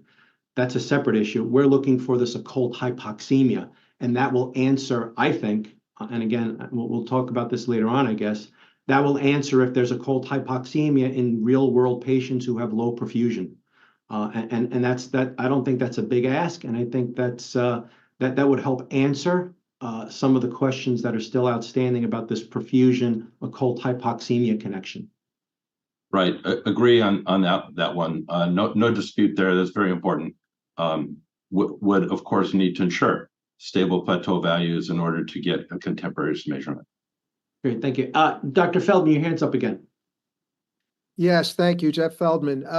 So another issue I wanted to raise is the way we do skin tone assessment. I think there's been a lot of conversation already about the challenges of doing that reliably.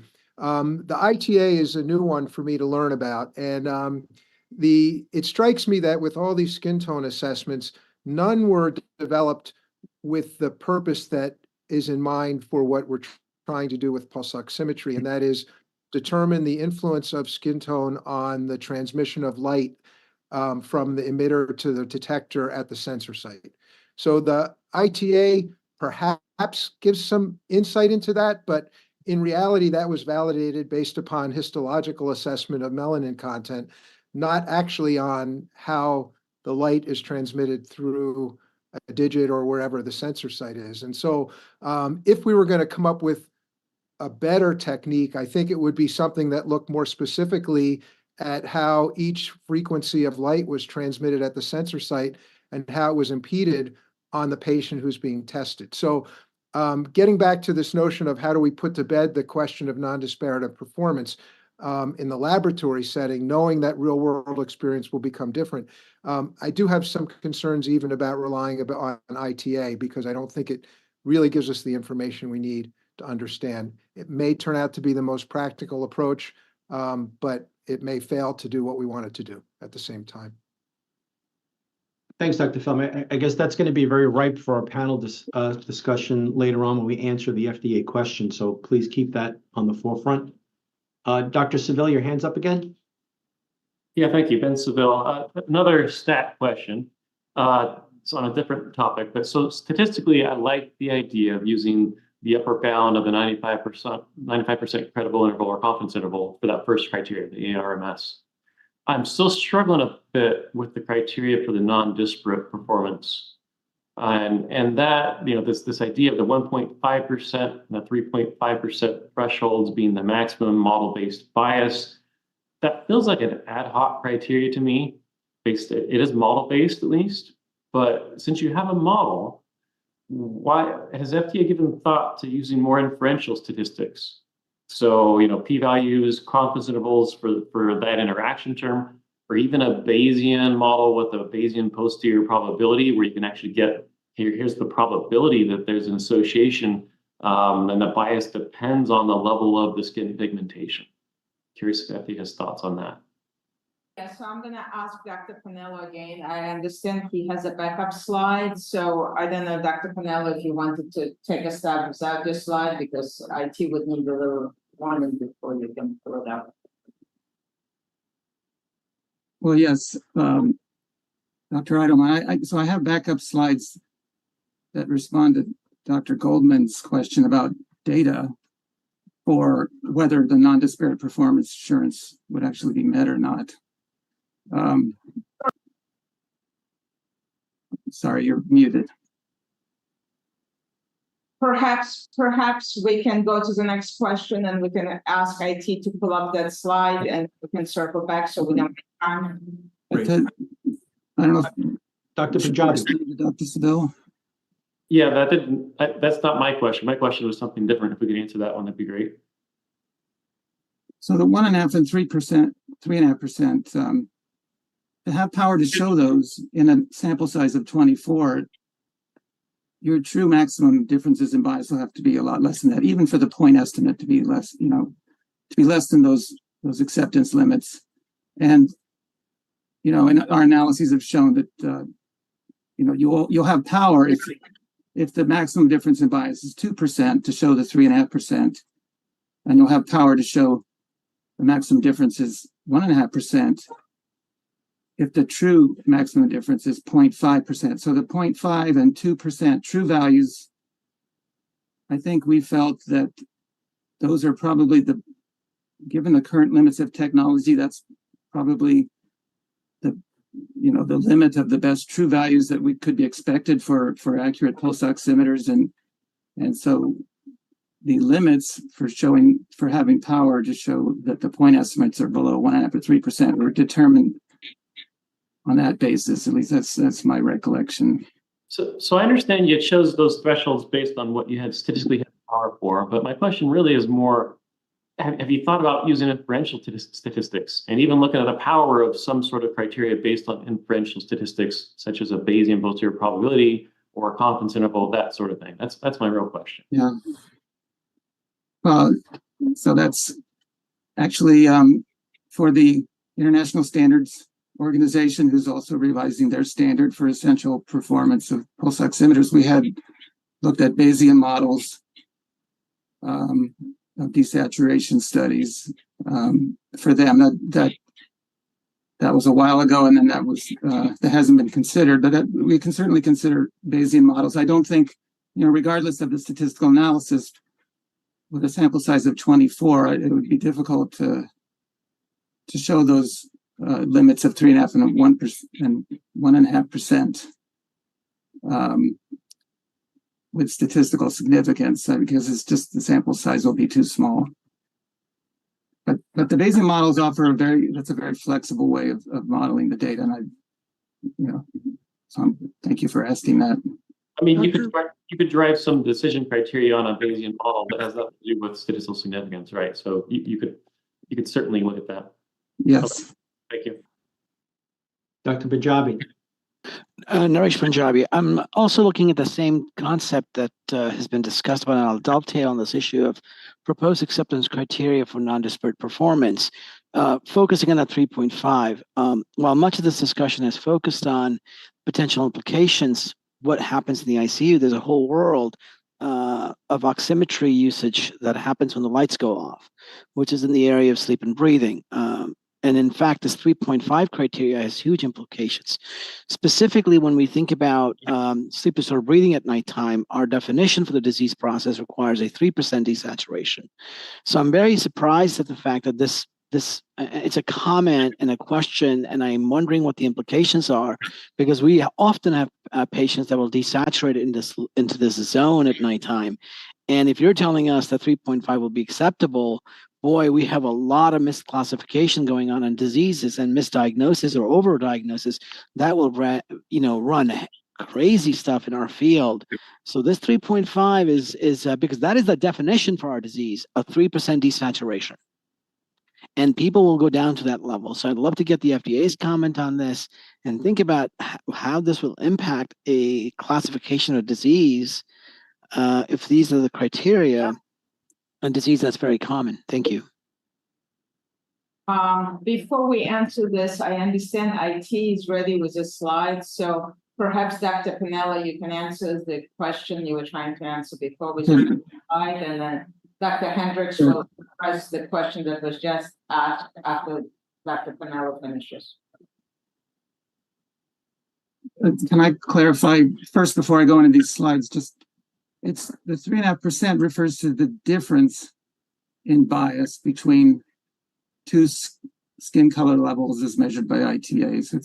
So if the difference, if you had a SpO2 bias of 2% at the dark end of ITA, and then an SpO2 bias of minus 1.5% at the light end of ITA, that difference is 3.5%, and that's right at the boundary of the performance goal.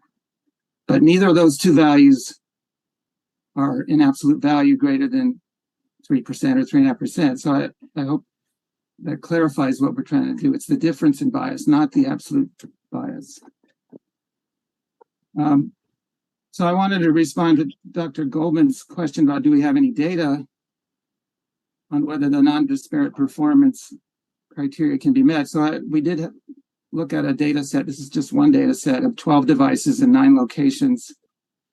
And so these are 12 pulse oximeters, and I've listed them in order of ARMS. And this device 11 has an ARMS of 2.1, so it's pretty darn good for a sample size of 14 subjects. I just wanted to use the real data. I didn't want to simulate to 24 or anything like that. And you can see the blue values indicate that the non-disparate performance criteria of 3.5% in the interval of 70 to 85%, which so these are being estimated at the midpoint 77.5 and that of SaO2. So the difference in biases are all being met for this device at all 9 locations, and for the other interval of 85 to 100, where we evaluate at the midpoint 92.5, the differences in bias are all met except for location 3. And the differences in bias being less than 1.5% at the bottom here. So if you go to the next slide, if you can easily go to the next slide. So this is another device, and and on this device we had data on 13 subjects and 376 total pairs, and you can see that the performance criteria met at all locations for this device. And then if we go to the next one, this has an ARMS of 2.2. The next one is 2.3. This one actually had 34 subjects, and all the performance criteria are met. And so you can keep going, but if you advance a couple more slides, you'll start to see actually that one, it doesn't always work. So this ARMS is 2.5 in this study, but for this device, it's not meeting the non-disparate performance criteria. So it's not guaranteed that if your ARMS is good enough to pass the first co-primary objective of being less than 3% with statistical significance, and it is here because the confidence interval is 2.3 to 2.8. It doesn't necessarily mean you're going to meet this non-disparate performance assurance. But for most of the devices that have pretty good ARMS, they're meeting the non-disparate performance criteria at most locations. And for ones that are a lot where ARMS is pretty large, these are often not met. And there are more slides. I don't know if you want to advance one more. But this one, it's meeting them all. And let's go to the next one. Even this device 4 with an ARMS of 2.7 is meeting all the criteria at all locations. Maybe one more. See, this one is missing at a few. And next one.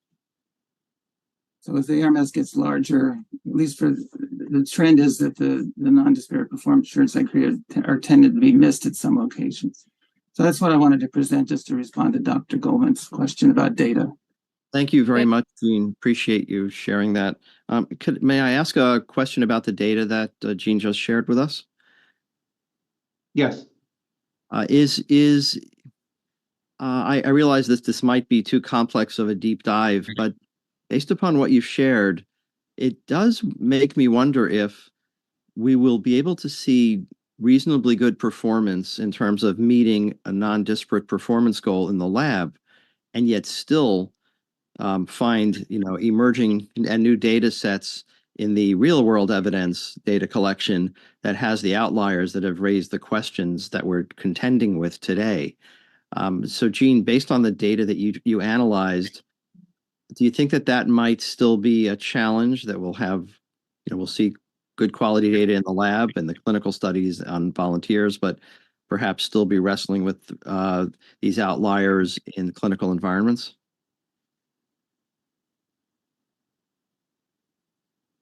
Yes, thanks, Dr. Goldman, for the question. Jean Pinello, that's certainly possible.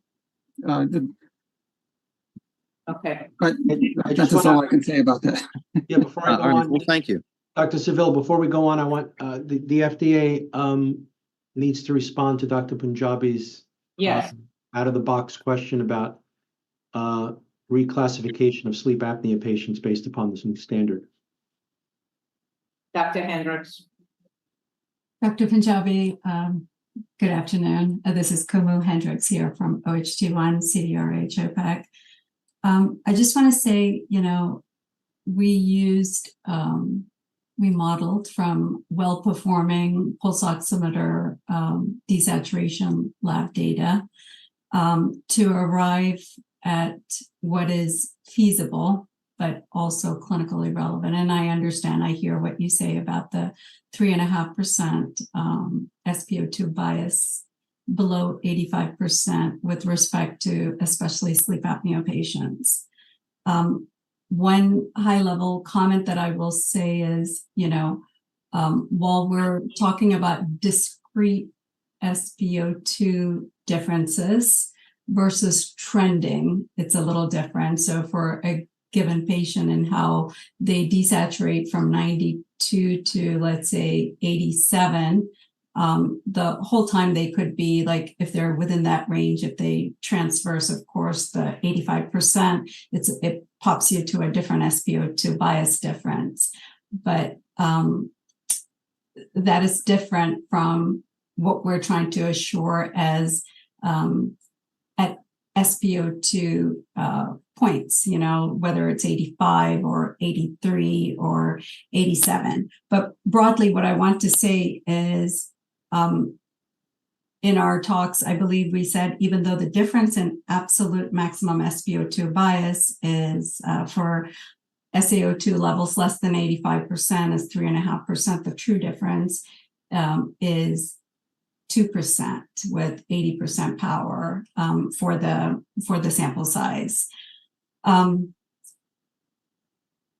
just lost my train of thought for the other part that I wanted to say, but I hope, we hope to get feedback from the panelists on, the acceptance criteria, whether 3.5% or the 2% true difference is something that really is not clinically relevant. So this is important feedback from the panelists today, and we look forward to that. Thank you. Okay, great. We have 4 minutes till our break. Dr. Seville, you have your hand up? Yes, Ben Seville, I'll try to make this quick. So there's mounting evidence that the bias in these oximeter readings depend on skin pigmentation, okay? And I'm going through, like, in my head, trying to figure out, going through different scenarios, how are these trials gonna play out? And so suppose Dr. Pinella just showed an example where you have a new device and it meets the criteria for the ARMS, but it doesn't meet the criteria for the non-disparate performance analysis. And in that case, is that any different than where we currently are? And what would be the FDA perspective of that kind of device, where it's accurate, it's generally accurate, but there's a disparate reading, and there's certain skin pigmentations where it's not as accurate? What would be the interpretation of that kind of result, considering that it may not be even different from what we currently have? So Dr. Seville, I would like to ask you, what would be your recommendations? So, we're here to listen to you. One thing that I want to assure everybody on the panel is, for any device that does reach a market, we work very hard to make sure that the labeling is very transparent. So any recommendations that you might make about what does and doesn't reach the market, and what kind of communication and the labeling is helpful to both physicians and patients, would be extremely useful for us. Yeah, I think, in other words, a lot more to talk about. Yeah, maybe that's the answer. Is it going to have to be in the label? Because I can see lots of gray areas where things are. There's a lot of different scenarios that could play out here. Dr. Feldman, you're gonna round us into lunch. Question. Okay. Thank you, Jeff Feldman. I'll try to be brief then. I think relative to that, just the last commentary, I think it's important to emphasize that these clinical devices are designed with lookup tables. They are not discrete devices that base their measurements on physics. The principles are based in physics, but what comes to the bedside is a device that's manufactured with a lookup table based upon a population that the manufacturer studies, and then creates a device that will work for as many patients as possible.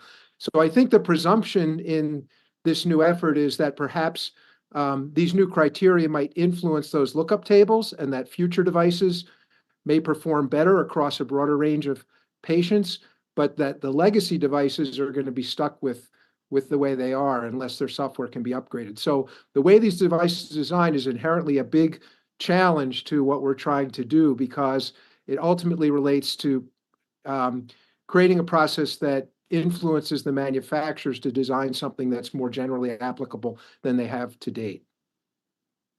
Great. Thank you, Dr. Feldman. With that comment, we're going to take a 30-minute lunch. Panel members, please do not discuss the meeting topic during lunch amongst yourselves or with anyone attending virtually. and we will resume at 1:30 p.m. Thank you, everybody.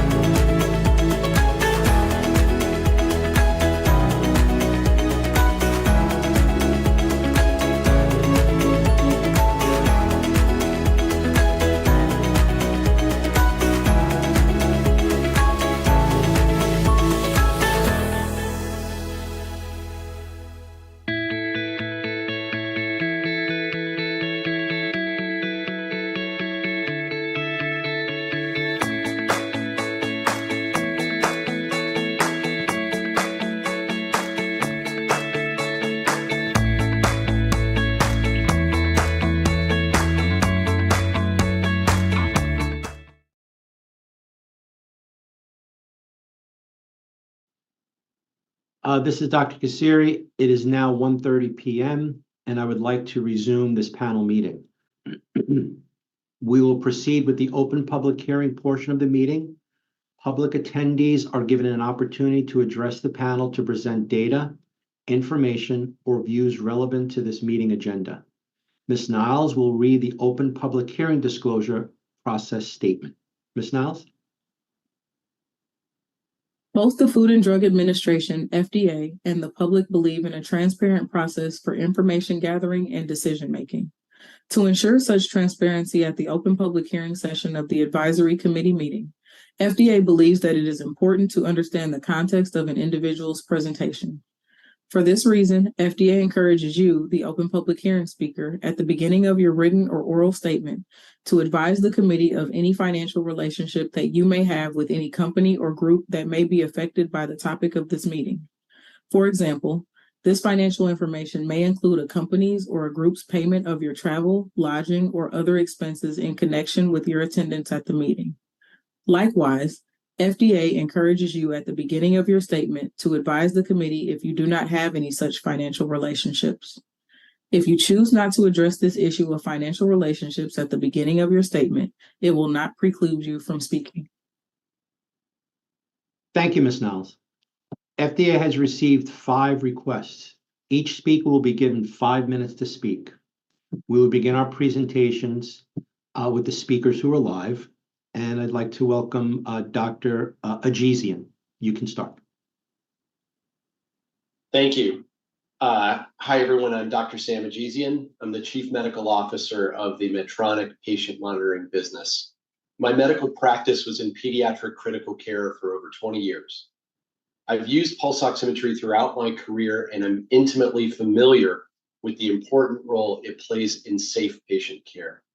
I'd like to thank the FDA for their work on this important issue and for this opportunity to continue sharing our perspective and recommendations for continuing to enhance the performance of pulse oximeters. I am a full-time employee of Medtronic and a stockholder. I want to start by saying that Medtronic strongly supports the ongoing efforts bringing together industry, FDA, healthcare practitioners, the community, and others to continue to research and advance the performance of pulse oximetry devices. We are very proud of our Nellcor pulse oximetry devices. At the same time, we acknowledge that numerous variables can affect their performance in the real world, including skin pigmentation. We continue to work internally to evaluate and further improve the performance of our Nellcor pulse oximeters. Our primary mission is improving public health and patient health, and our goal is to ensure that our pulse oximeters, like all our medical devices, are as accurate and as effective as possible for all patients, regardless of skin pigmentation level.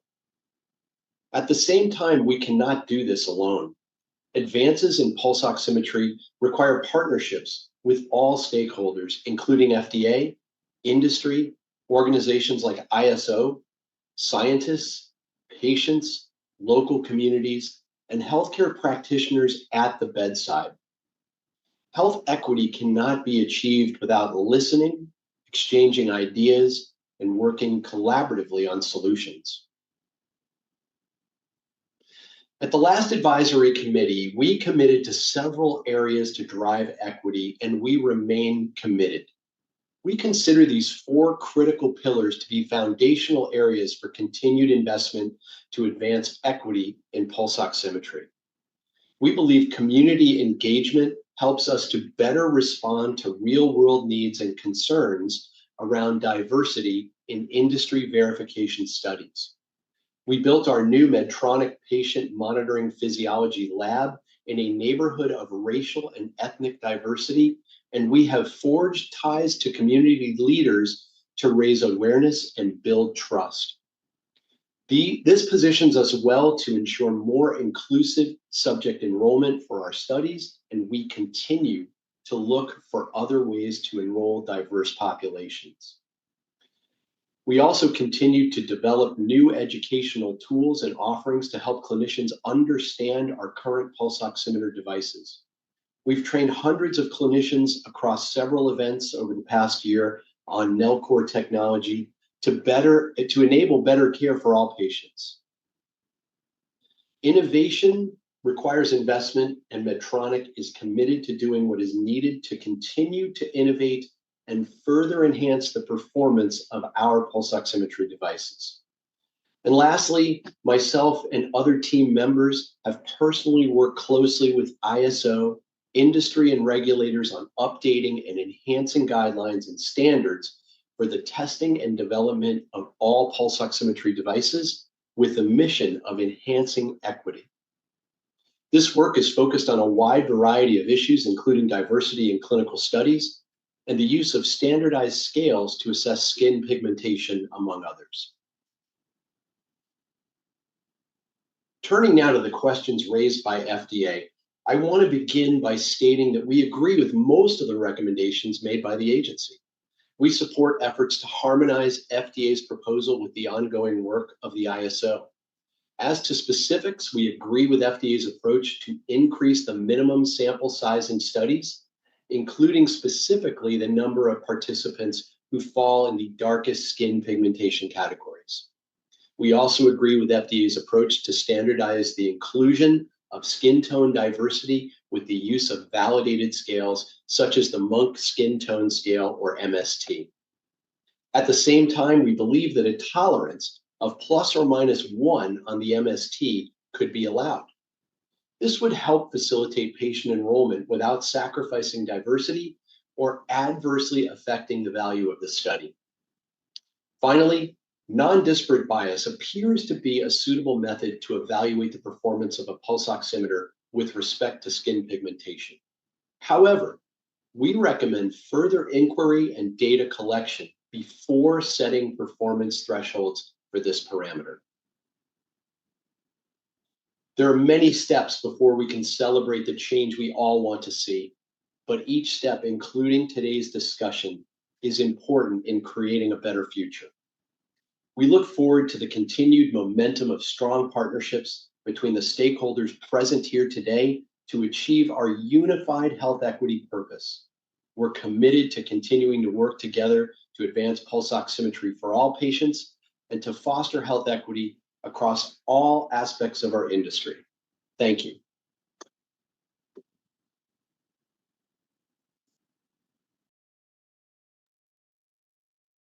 Great. Our next speaker up is Dr. Michael Abrams. Dr. Abrams?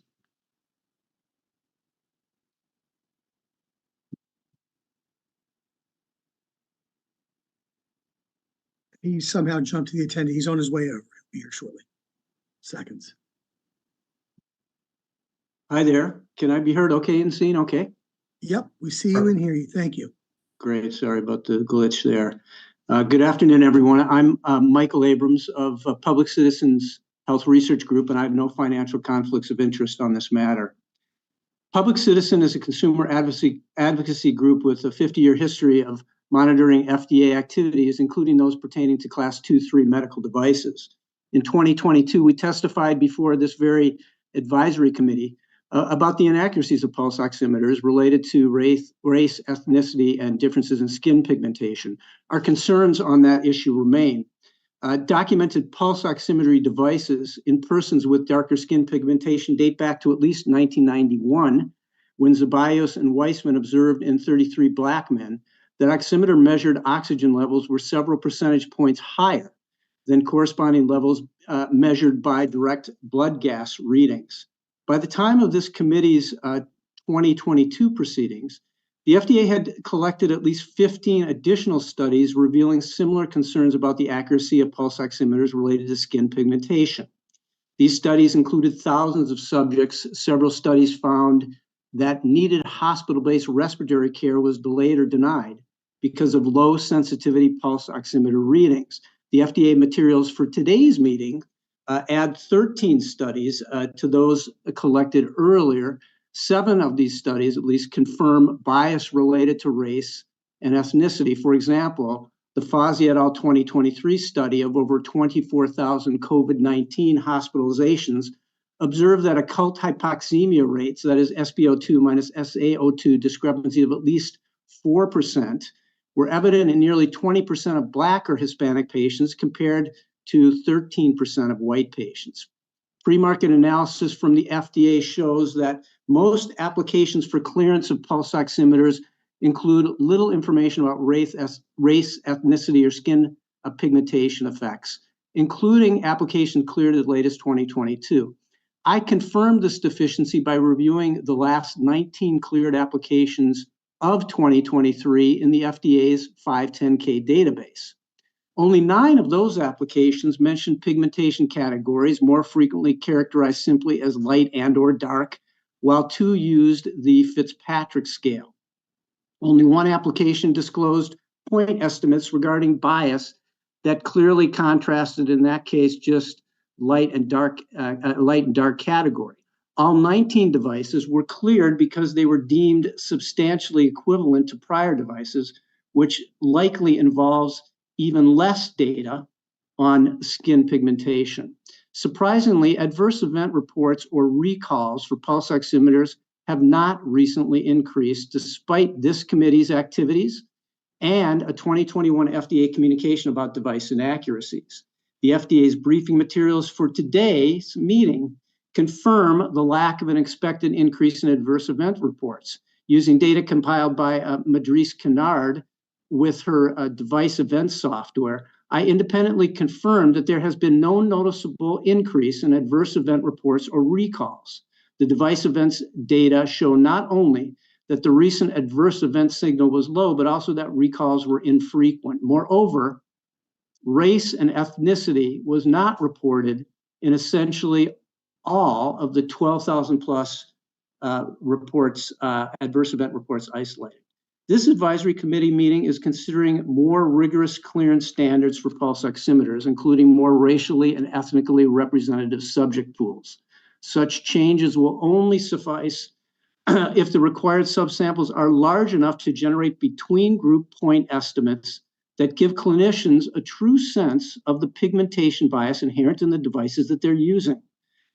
Through your deliberations, we urge the committee to clarify that underlying statistical power consideration. And finally, enhanced pulse oximeter testing standards should be implemented for all new and all existing devices. At the same time, all pulse oximeter labeling should be immediately revised to educate and caution clinicians about skin pigmentation bias, as called for in a November 2023 letter from 25 attorney generals to the FDA commissioner. Devices that demonstrate unreasonable error or otherwise fail to comply with testing requirements should be recalled or removed from the market as efficiently as possible. Thank you very much.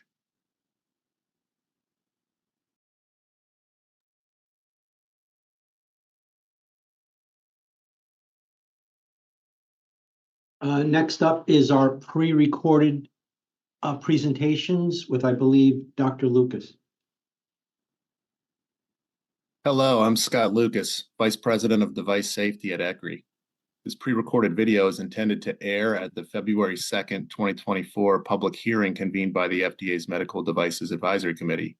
We applaud at ECRI the FDA for convening this meeting on this important topic of healthcare equity, mainly the disparity of performance of pulse oximetry among patients of different skin tones. It is our understanding that a recommendation in the November 2022 Advisory Committee meeting on this topic was standardization of skin pigmentation assessment during clinical trials and development of pulse oximeters. We've provided written comments accordingly in response to FDA's discussion paper in preparation for this meeting. Today, I'd like to share a few highlights, mainly related to the human factors associated with the proposed design approach for skin assessment techniques. I'm not bringing in accuracy of pulse oximetry in general in this discussion, although that is in our purview, as we've been evaluating medical device safety and human factors for over 50 years and pulse oximeters since 1989. The FDA proposal we're talking about today includes 2 methodologies to determine skin tone, both of which have merit, abbreviated as MST and ITA, but it's important to note the limitations of both techniques and work to mitigate them. First, MST is based on human interpretation, which is subjective. Second, using colorimetry for ITA requires consistent and accurate use of the colorimeter device. And third, both MST and ITA methodologies rely on reflective light. However, pulse oximeters measure transmitted light, and we must consider how light interacts with the melanin. We recommend using both methods, as suggested in the FDA proposal, until we better understand their potential disparities. Based on human factors experience, we offer 3 specific recommendations to increase the objectivity of these methodologies. Number 1, we suggest a pilot test of the proposed MST protocol to assess skin tone and skin variations across many patients. It's also critical to train users on this tool and evaluate if they can use it consistently. For example, assess if different users can get the same reading on the same patient, then address any discrepancies through cognitive interviewing. Update training programs until we achieve a predetermined level of consistency across users. A good goal, for example, would be to reach 80% agreement of each skin tone rated. Number 2, MST is typically performed by looking at skin pigment on a patient's forehead, but pulse oximeters are most commonly applied on the finger. For most people, the skin pigment differs between the face and the hands, so we recommend identifying MST at the pulse ox sensor location, which is consistent with the pigmentation assessment recommendation in the FDA proposal for quantification of skin tone. Number 3, for calculating ITA, we recommend choosing colorimetry devices validated for reliable and consistent use across a diverse group of users. Some device vendors may have completed testing that shows they can provide consistent readings, but without the validation data, we suggest conducting a pre-study validation trial to assess if 1, individuals can use colorimeters consistently, such as at the same angle or the same pressure against the skin, and 2, if different users get the same readings on a single patient.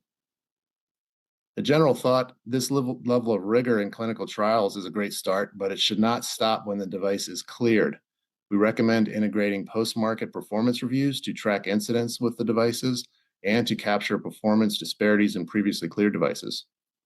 Vendors should continue to submit data about device performance among patients with different skin tones to identify and reduce care disparities. And finally, I'd like to close with one final thought. It wasn't long ago, in the height of the pandemic, before COVID tests were readily accessible, when these pulse ox devices were critical in determining when a patient was in grave danger, and device performances issues led directly to patient harm. So we must keep in the forefront of our minds that this is a significant health equity issue. The color of a patient's skin should never degrade the quality or the effectiveness of tools that healthcare providers use to give life-saving care. On behalf of ECRI, thank you again for prioritizing this important patient safety initiative. Hello, my name is Grace Wickerson, and I am the Health Equity Policy Manager at the Federation of American Scientists. I have no conflicts of interest to disclose today. Thank you so much for this opportunity to speak to the panel on this topic of pulse oximetry and how to handle skin pigmentation in the testing of pulse oximeters. I am excited to see that this conversation is returned to the advisory committee and is under deep consideration by the Food and Drug Administration. The Federation of American Scientists has been focused on this issue since January of 2022, and we have been focusing on a continuum of policies that are necessary to integrate health equity into the design, development, and regulation and monitoring of medical products, whether they be drugs, devices, or algorithms. And our focus on pulse oximetry is because it is a perfect case study for what happens when we don't consider a diverse range of participants of racial and ethnic backgrounds, gender, and other key attributes in our design of clinical studies, thus creating products that can have massive repercussions on health outcomes once they're used in the real world.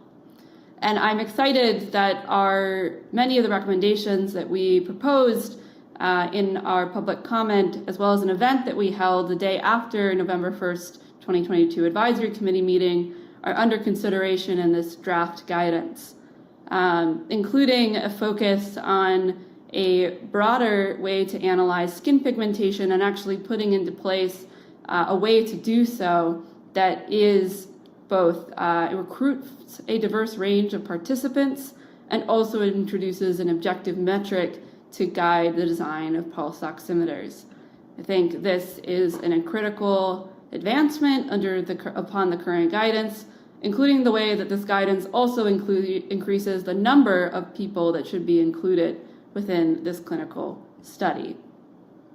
I think it's important to note that these devices should still be considered to work well in all populations and not just work good enough in marginalized populations such as Black and Brown Americans.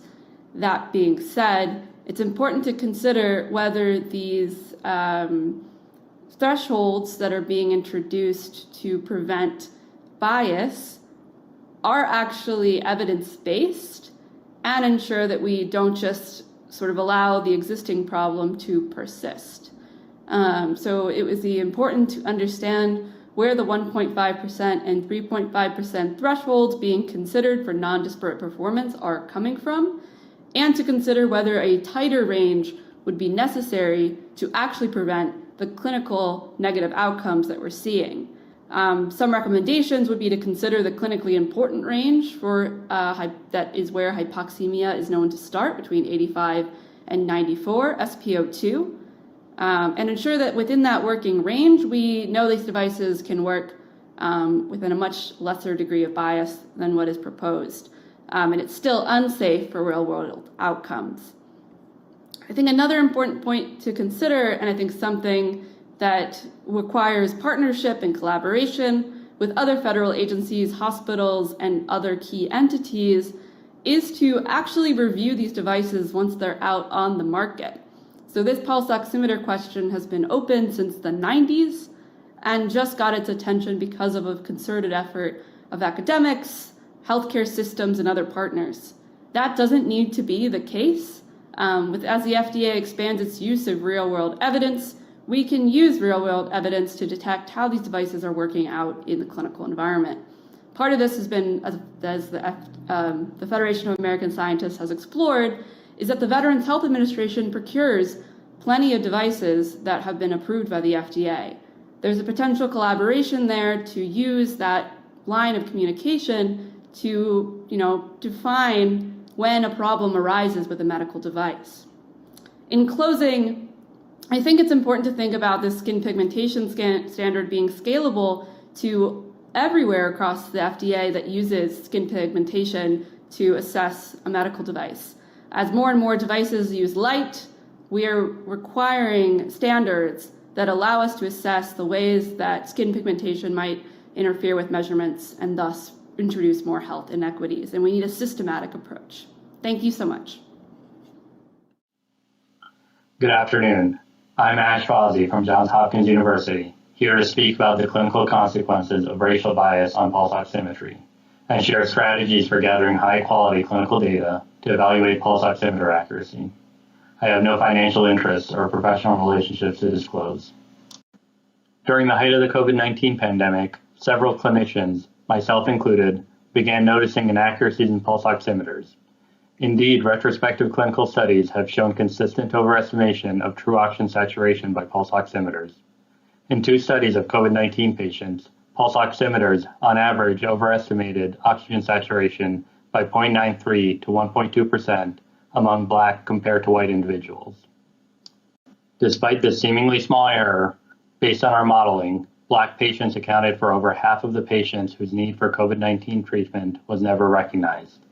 And among the patients who eventually had their eligibility for COVID-19 treatment recognized, Black patients were 29% less likely to receive timely therapy, and Hispanic patients 23% less likely because of systematic overestimation of oxygen saturation by pulse oximeters. In the larger study that looked at actual delivery of COVID-19 therapy, patients with an unrecognized need for COVID-19 therapy due to overestimation of oxygen saturation by pulse oximeters were 10% less likely to receive COVID-19 therapy, regardless of race, and their odds of hospital readmission was 2.4 times higher. We then set out to investigate whether differences in pulse oximeter performance among Black and Hispanic patients could be due to skin pigmentation by conducting a prospective study that looked at 350 paired arterial blood gas samples and pulse oximeter readings from 12 Johns Hopkins Hospital intensive care unit patients. Skin tone was measured objectively using a colorimeter, and 5 patients were darkly pigmented with a forehead ITA of -30 degrees or less. For this study, we exclusively used arterial blood gases obtained as part of routine clinical care. We identified the exact time of blood draw by manually reviewing the arterial line tracing and matching it with pulse oximeter readings from a high-frequency vital sign data repository. By leveraging accurate clinical data rather than relying on research blood samples, we are more likely to capture occult pulse oximeter errors not evident to clinicians or research staff, have a more accurate representation of real-world pulse oximeter performance, and reduce the burden to both participants and research staff. After controlling for the effect of oxygen saturation level, pH, heart rate, and mean arterial pressure, the pulse oximeter, on average, significantly overestimated the true oxygen saturation for patients who had dark, brown, and tan skin on the forehead or forearm. This overestimation was also seen among patients with brown and tan finger pads.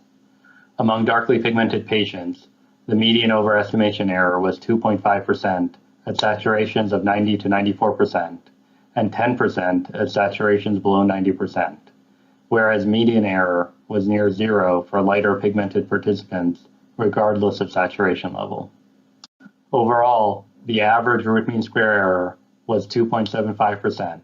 However, device performance was significantly poorer in darkly pigmented patients, with an average root mean square error of 4.15%, a value that would not meet the current FDA standard for device clearance and is far above the proposed thresholds.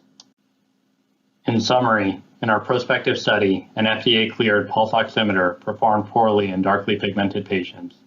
Had it been tested on a group of diverse, critically ill patients, rather than relying on a less diverse sample of healthy volunteers, this device would not have met criteria for regulatory clearance. As we have shown, there are real clinical consequences to pulse oximeter error that disproportionately impacts patients of color and exacerbates healthcare disparities. As clinicians, my colleagues and I always aspire to do what's best for our patients. Over the past 30 years, we have fallen short because the tools at our disposal have failed us. We call on this panel and the manufacturers of pulse oximeters to give us better tools so that we can provide excellent, equitable care to all our patients.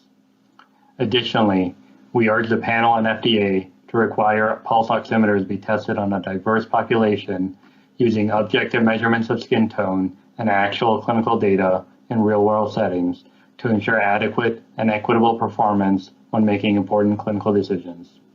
I would like to thank my collaborators and the patients who contributed to our studies. Thank you for your attention.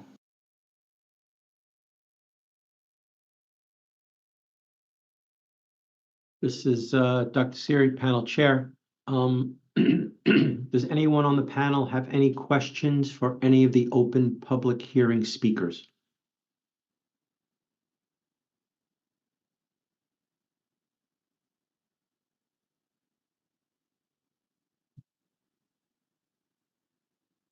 Ms. Berman. If the person from Medtronic is still here, I'm wondering, you admit that there's a lot of faulty data coming out, and I'm just wondering if you've considered a voluntary recall on these devices. Yeah, thank you for the question. We have a very robust quality and safety process that is continuous over the entire life cycle of our products. So we're continually looking at signals and putting them through our process to see if field corrective actions need to be done or communication with physicians or other providers, and that can take many forms. The issues that we were talking about today around pigmentation and pulse oximetry have not triggered any of those levels within Medtronic.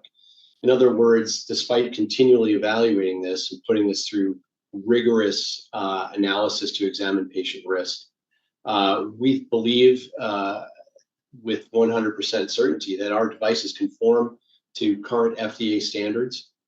We've seen objective data presented by some of the other speakers here today that support that.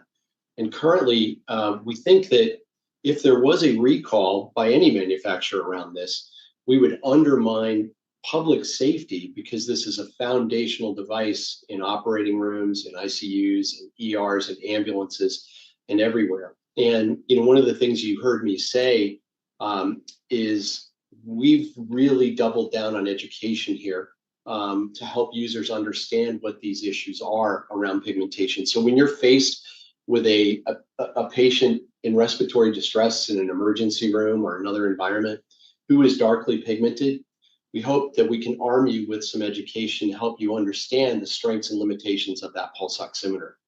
What we really don't encourage is for users to use the pulse oximeter of any brand, actually, speaking more as a doctor now, as a threshold for doing something medically or not doing it. That's not the way medicine is practiced. It should be looked at as one number in the context of the entire patient and a complete exhaustive medical evaluation. So has not triggered our quality process. We continue to evaluate, and we do feel that the benefits of the products in the field far, far outweigh the risks that we're talking about today.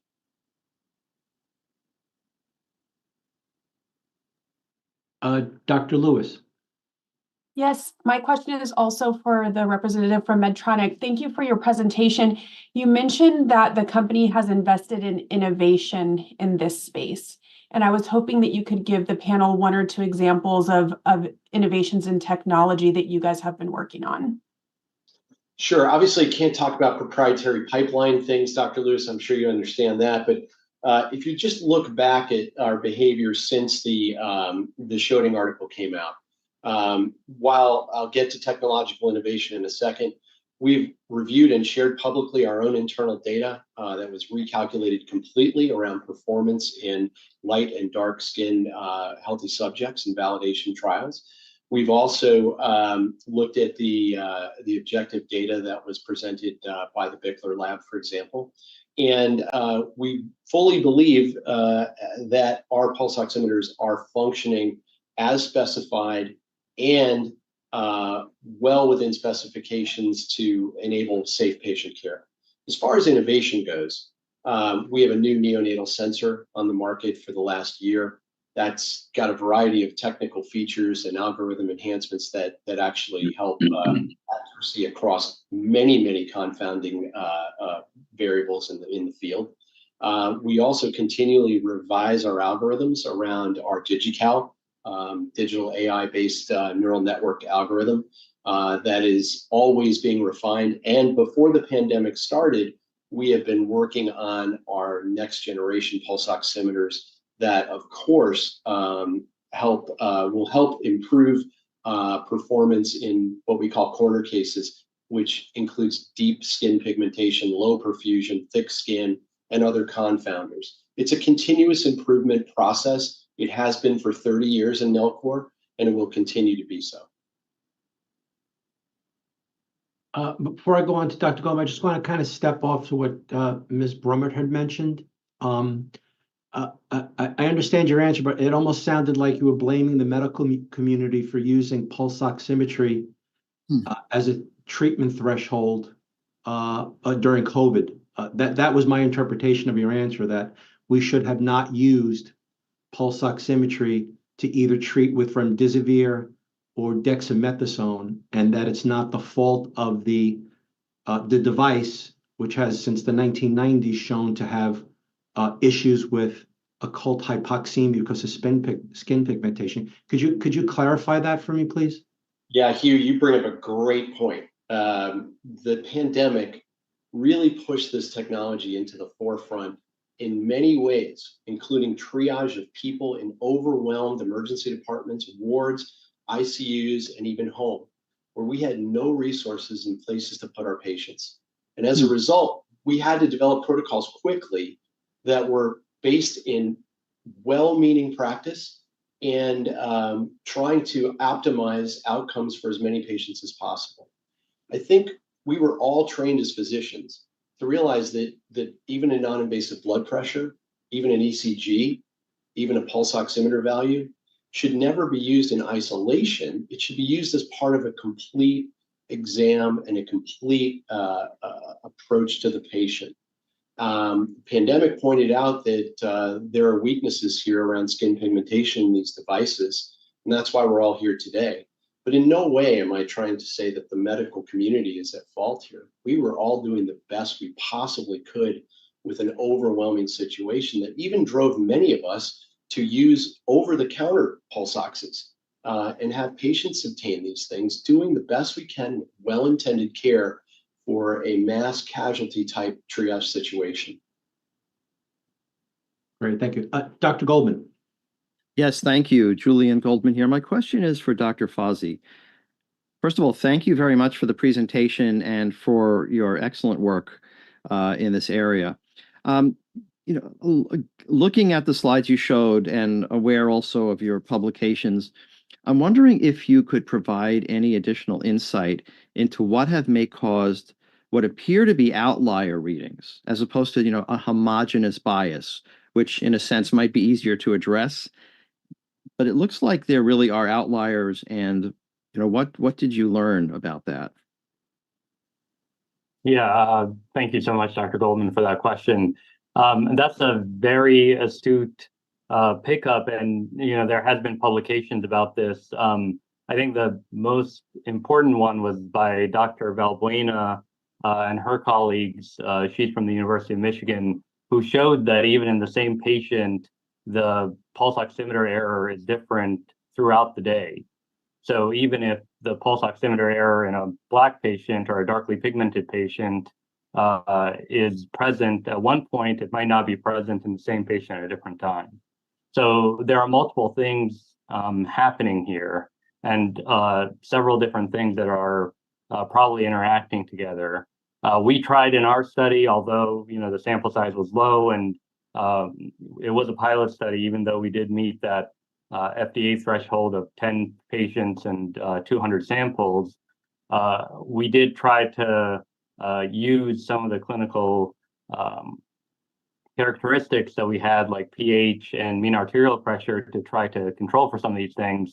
But there are certainly several things that are interacting here that need more investigation to understand what they are, so that we can really get a good understanding of what needs to be changed about the technology of the pulse oximeter to make them more accurate. Just for clarification, did you? I don't recall. Did you say you also recorded signal strength or perfusion and a measure of that with the pulse ox signal? So we did a visual assessment. You can see that in the preprint that we put up. We did a visual assessment of how good the tracing was for the pulse oximeter, and then did a sub-analysis of that. And it didn't really show much difference in terms of the results. But that's also a great point. We don't have access to the raw data coming from the monitor or for the pulse oximeter. And if the pulse oximeter manufacturers can give us access to that, we can certainly do much better research in the clinical setting with that information and use that to understand the bias better. Thank you for that. Dr. Gooden. Yes, hi, this is Cheryl Gooden. My question is for Dr. Ajizian from Nellcor. We've had discussions about location of the probe, and I think this is probably reflective more so of the adult patient population. In pediatrics, and I'm sure many may be aware of this, that or not, that in pediatrics, many times the location of the probe may be on the toe or even the foot. And I noticed in one of your slides that it was on the foot. Do we have data algorithms that are used by Nellcor and perhaps other companies? And I guess my question related to that is, how does that impact pigmentation when we're looking at that in our discussions? Yeah, great question, Dr. Gooden.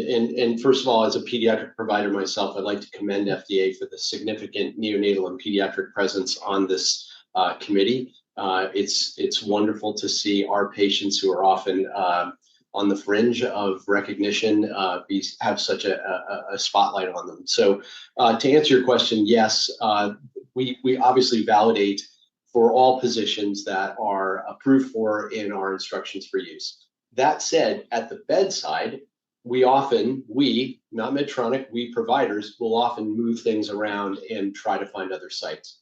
You're perfectly fine using that on the neonatal foot with our products. But it's imperative that we as providers understand the differences in capability and specifications from one manufacturer to another. And there are often significant differences, not only in performance, but positioning as well. As far as the adult population goes, I will say that we frequently see opportunities to improve on positioning, both how it's put on and where, at a high level.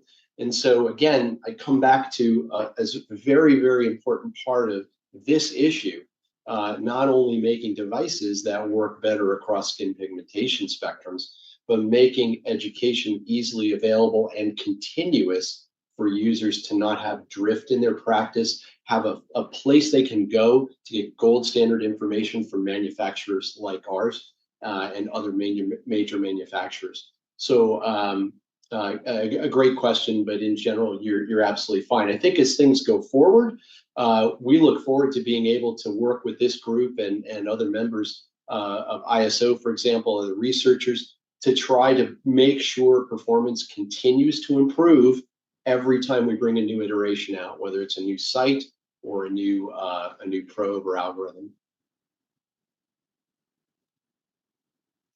Great. Any other questions from the panelists to our speakers?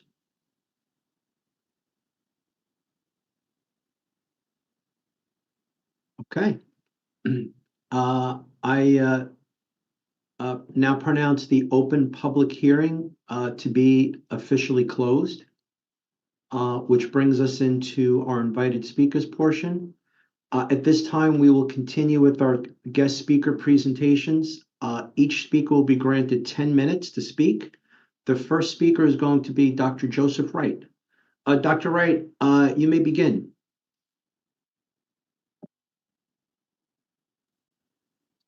We see your slides. Excellent. Good afternoon, and thank you for the opportunity to speak with you at this meeting. My name is Dr. Joseph Wright. I am the Chief Health Equity Officer and Senior Vice President for Equity Initiatives at the American Academy of Pediatrics. I have no financial conflicts to disclose. And in terms of professional context, I am a pediatric emergency physician who has used pulse oximetry as a ubiquitous clinical practice tool throughout my career. The American Academy of Pediatrics is a professional organization of 67,000 members, representing primary care pediatricians, pediatric medical specialists, and pediatric surgical specialists. The AAP has published policy on the issue of pediatric medical devices. The policy statement discusses how off-label or physician-directed use of medical devices is often necessary and appropriate because medical devices are often not designed and or tested with the unique needs of children in mind. The statement is clear that pediatric-specific device development is the goal. Unfortunately, children are too often an afterthought in terms of device development. AAP also championed the Pediatric Medical Device Safety and Improvement Act, which resulted in new incentives for pediatric device development in rare diseases and created an important grant program to stimulate pediatric device development. Unfortunately, however, we have not made as much progress in advancing pediatric device development as we have, for instance, in advancing pediatric drug development.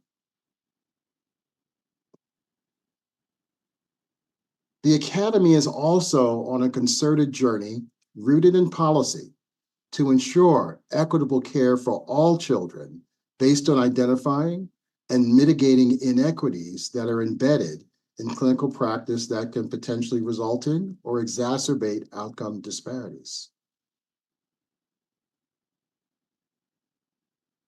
So the question is, why study children? You've heard earlier today, and I think the committee certainly appreciates that children are not little adults.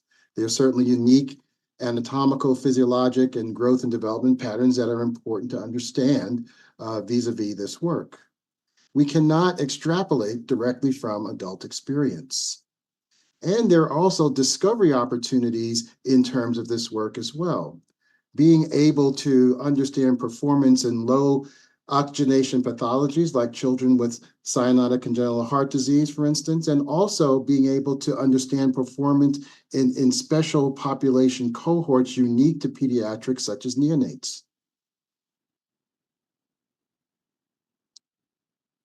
So while there has been incremental progress, and this particular study, which was published last spring, was a cath lab study that did align SaO2 and SpO2 and showed that, consistent with other studies, pulse oximetry overestimated oxygen saturation in children of Black or African American race.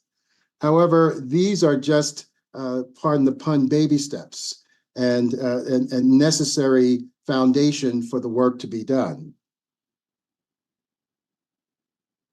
And that said, while the FDA does not have the authority to require that medical devices be studied in children, FDA can encourage companies to equivalently study their devices in children as they do in adults, so that we don't leave children behind.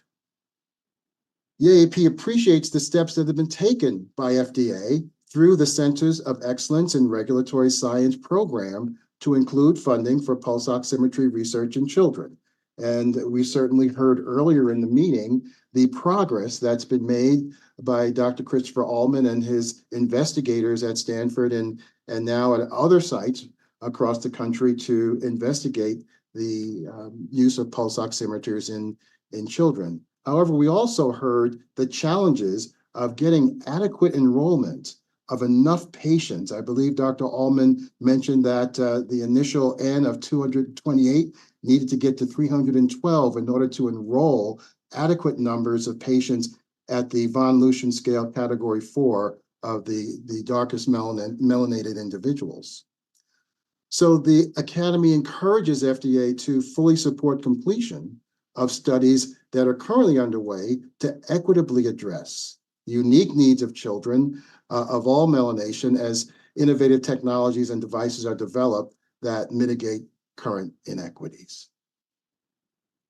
So with that, again, I thank you for the opportunity to speak with you this morning and this afternoon, and truly appreciate what the FDA, through its CERSI program, has done to support this work and encourage the FDA to continue that support. Thank you very much.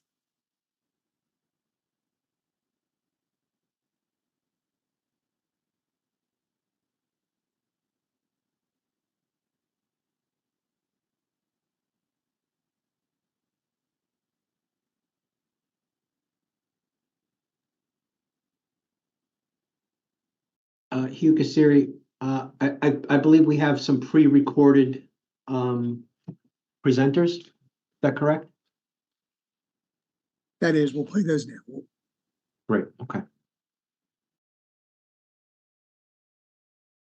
Thank you for the opportunity to speak today about the Open Oximetry Collaborative Community. I'm Michael Lipnick, an anesthesiologist and intensivist at the University of California, San Francisco Center for Health Equity in Surgery and Anesthesia. I have no financial disclosures or conflicts of interest. Of note, while manufacturers do participate in the collaborative community that I'll be talking about today, I want to highlight that none of them provide financial support for this initiative. As has probably been made clear by other speakers today, as well as numerous publications and prior meetings over the past couple of years, pulse oximetry is a significant global health issue. For many regions, access to oximeters is a big challenge, followed by issues of performance. The issue of worse device performance in people with darker skin pigment is a significant global health concern with evolving data. These data are not always easy to access or interpret or translate into clinical practice. And given recent links between pulse oximeter performance and healthcare disparities, these issues require urgent attention. This has largely been the impetus for the open oximetry project.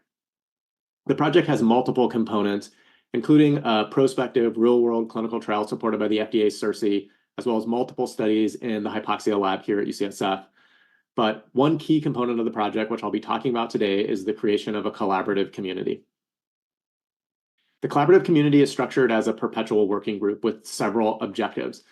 And the initial focus of the collaborative community is on how to improve performance of pulse oximeters in patients with darker skin pigment, but the community is trying to do quite a bit more than that. Some of the objectives include identifying the challenges that are going to be must be addressed to improve equitable performance of pulse oximeters, improving best practices and standards for both research and regulatory purposes. This is going to require a lot of data sharing and translation and communication of these research findings into practice changes. This also is going to require a lot of advocacy, working very closely with regulatory bodies. And in order to achieve any of these goals, we're going to need a diverse group of global stakeholders and experts. The community has grown organically over a series of stakeholder meetings over the past couple of years. These meetings have included 2 in-person workshops and hundreds of participants. There are over 150 members from numerous disciplines who are currently collaborators in the community. These include experts from industry, nonprofits, health, engineering, anthropology, and more from more than 18 countries. Here are just some of the organizational members represented, and a full list can be found on the website, which continues to be updated with more who are joining. Based on the challenges and priorities identified to date, a handful of subgroups have formed around these 4 areas. I'll briefly go through each.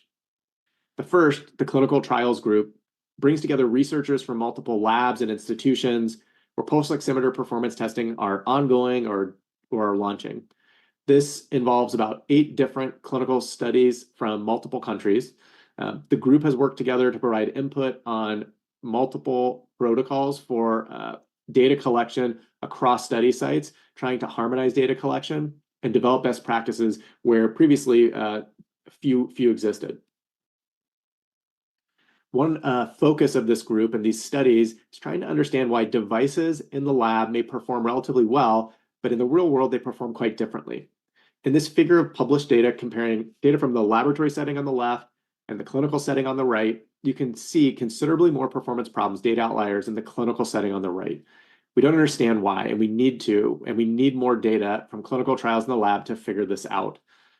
Harmonization and expansion of these data sets hopefully will provide the data that are needed to answer these questions, and hopefully that will be available for the first time in the coming months. The next group, the education and communication group, is just forming, with its first formal meeting planned for later this month.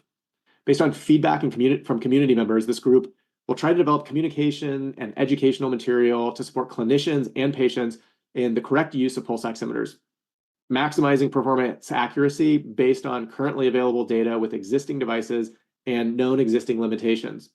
The plan would be to update this as data evolve and as new devices hit the market. So the information generated will likely take the place of an open access living infographic that can be rebranded and tailored to various local contexts, and again, updated as the data evolve.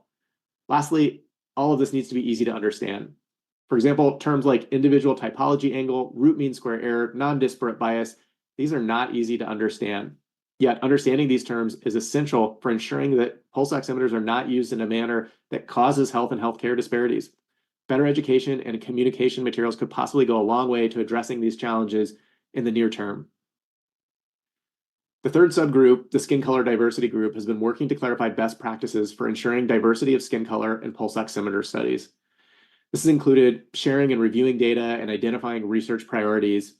Some of the members of this group are also working on creating an online toolkit to disseminate curated and novel resources that include best practice recommendations, key terminology, frequently asked questions on this topic, to make it easier for others to find, easier for others who are working in this space to improve equity in their studies.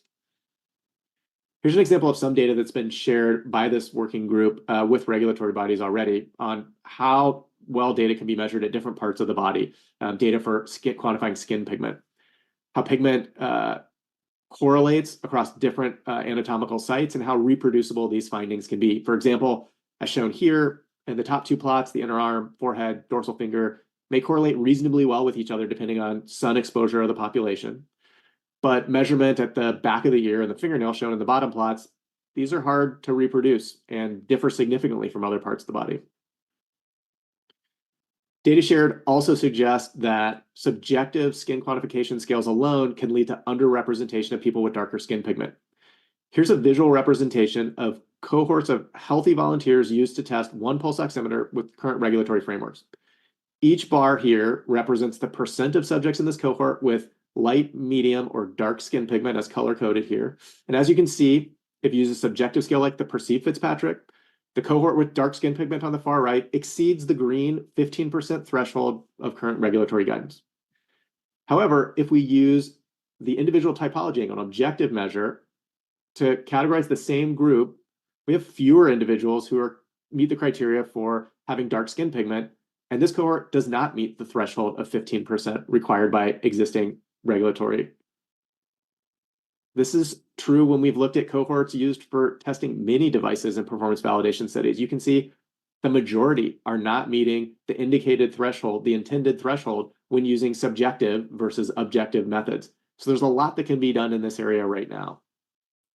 The group's also trying to better understand how subjective scales and objective scales relate, also what categories of binning or cutoff should be used to accurately represent the world's population. One upcoming study by collaborative community members in East Africa and hopefully South Asia will soon be able to help shed light on some of these questions with data never before available. The last collaborative community subgroup has been focusing on ways to leverage data to accelerate progress, data sharing. This is focused on creating common data models to standardize definitions and the structure of data, as well as the standardization of data collection protocols, as I've already mentioned. The group is trying to leverage data networks, create new repositories at scale, including repositories that have raw pulse oximeter signal, something that has been not widely available. In addition to the new data sources, the group is trying to standardize and share data analytic techniques. And the goal ultimately is that these larger data sets hopefully will allow further characterization of the root causes of these performance problems we're talking about and facilitate investigations that otherwise would not be possible using smaller, disparate data sources. The first versions of these data sets can be accessed from the Open Oximetry website, and we have some significant updates planned in the coming weeks and months, so please continue to check back. To wrap up, based on the discussions to date, there have been some key themes and lessons learned that have emerged and are shaping future directions for the collaborative community. The first is that challenges differ by setting. In some places, access is still the leading concern when it comes to pulse oximeters, though device performance is also a significant concern. As work is done to improve equitable device performance, it must be done in a manner that does not reduce access in such a way that patient safety and health disparities are made worse. Balancing access and performance is key. Second, while several key challenges can be made now to improve diversity in medical device studies, data and best practices for ensuring diversity of skin pigment are going to continue to evolve in the near future and are certainly going to remain an area of active exploration in the community. And finally, more data from more diverse settings are needed. This is going to require new strategies for data collection and data sharing. It's exciting to see many new studies emerging and joining the collaborative community. It also will be very exciting to see studies from low and middle income countries, which can not only improve applicability of findings of all studies and broader representation in study populations, but can also expand global research and development capacity that are needed to address many of the challenges facing medical device manufacturers currently. With that, I'll conclude, and a big thanks to the Open Oximetry Project core team shown here and to our collaborators, supporters, and community members. Thanks very much for your time. I am Indira Guru Bhagavatula. I'm representing the American Academy of Sleep Medicine. I'm a professor of medicine at Penn. I have no conflicts to disclose. Recent data suggest that oximetry is less accurate in those with darker skin pigments who experience more occult hypoxemia and more variability in readings that are checked repeatedly over time. These studies were done in critically ill or hospitalized patients. We don't know if similar disparities exist in sleep center patients. We see a lot of sleep apnea, a condition with repeated brief airway closures that occur when a person falls asleep. If the airway closes completely, it's called an apnea and it gets scored. Partial airway closure causes partial drops in airflow called hypopneas, which are only scored if the desaturation that follows is big enough. So, oximetry is a core signal for us. Our entire scoring system depends on it. We don't do studies in the ICU. We study patients in outpatient labs and in homes, and these portable studies can be done in acutely ill hospitalized patients as well. Our devices have a high enough sampling rate to capture these desaturations. Here, if there are 4 desaturations and sampling is infrequent, you would only pick up 2 of them. To score a hypopnea, the size of the desaturation matters. Our clinical standard is at least 3% magnitude, but Medicare and other payers require at least a 4% desaturation to happen for the event to be counted. So the ability to detect drops in saturation to within that 1% margin can be the difference between whether a diagnosis is made or a case gets missed. We need high sensitivity and low variance when the same person is tested repeatedly over the course of the night. In this home sleep study, there are oscillations in snoring volume, airflow, and oximetry. In this example, only the first 2 hypopneas can be scored because they are the only ones associated with an at least 4% desaturation. The others cannot be scored. The questions then are, were these smaller desaturations underestimates, and are these underestimates more likely with darker skin color? So approved devices need to be able to pick up desaturations to within a 1% error with low within subject variance. Under the current FDA standard for calibration, only 10 healthy subjects need to be tested. Our patients are often unhealthy. BMIs can exceed 70. Our patients have low perfusion states with heart failure and atrial fibrillation being common. We see patients who have smoking, advanced lung disease, neuromuscular disease. Our Black patients often have more severe symptoms and have worse outcomes, so including more of them in calibration studies is critical, rather than just the larger of 2 or 15% of the calibration sample.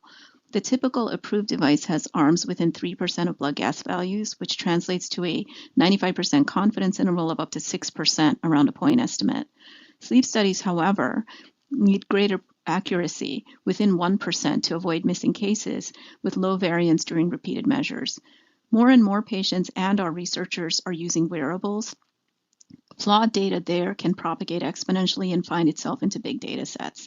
Our in-lab studies include transcutaneous CO2 monitoring, which relies on a similar technology and may also be prone to some of the same color biases. If sleep apnea is missed, the consequences can be severe. Daytime sleepiness, higher vehicular crash risk, cognitive, emotional, physical, and occupational effects are all possible.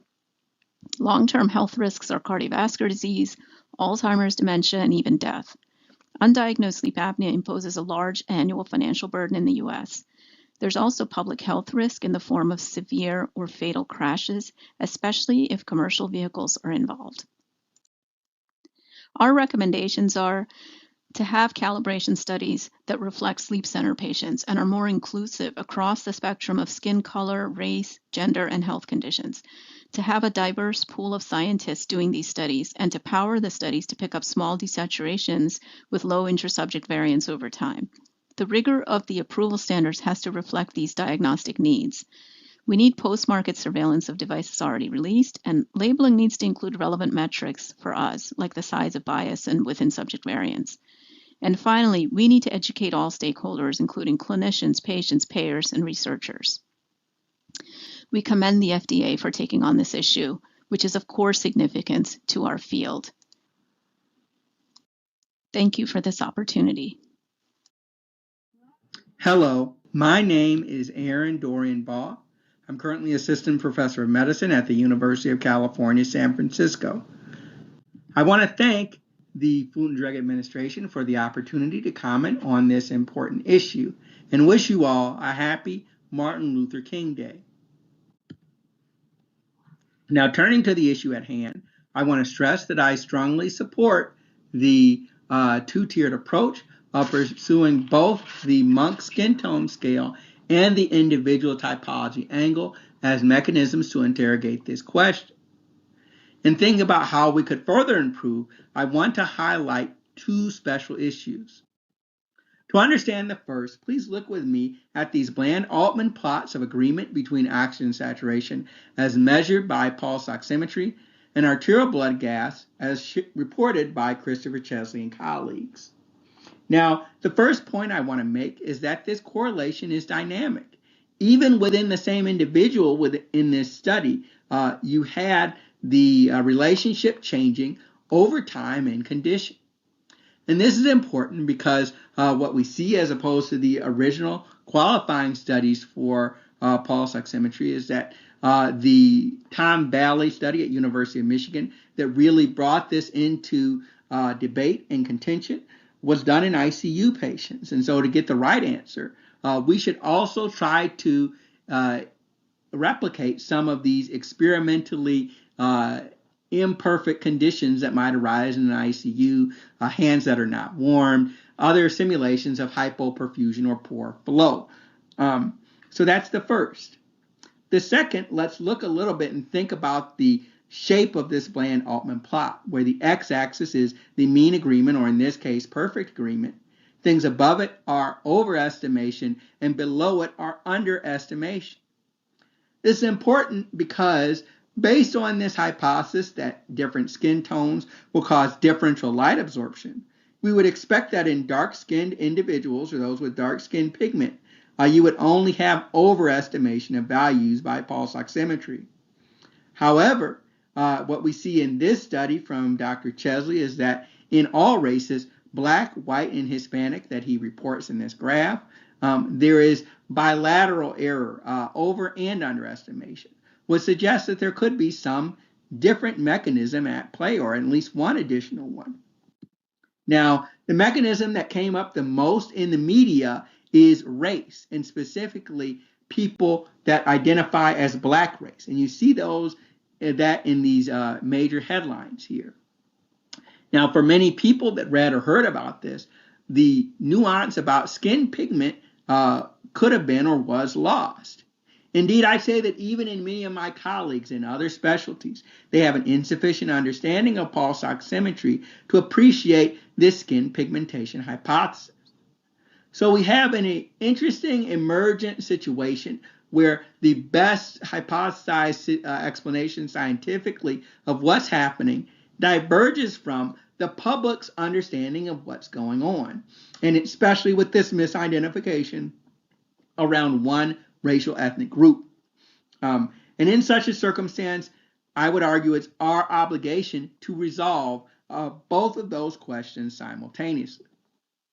For an example of what could happen when we don't, consider the negative case of COVID-19 vaccine safety, where quite a gulf emerged between the scientifically robust evidence demonstrating it was appropriate for use and that failure to assuage all public anxieties about the newness of the product. In contrast, consider the work of A. Philip Randolph. Through his March on Washington movement, he created public pressure to address segregation in the defense industry.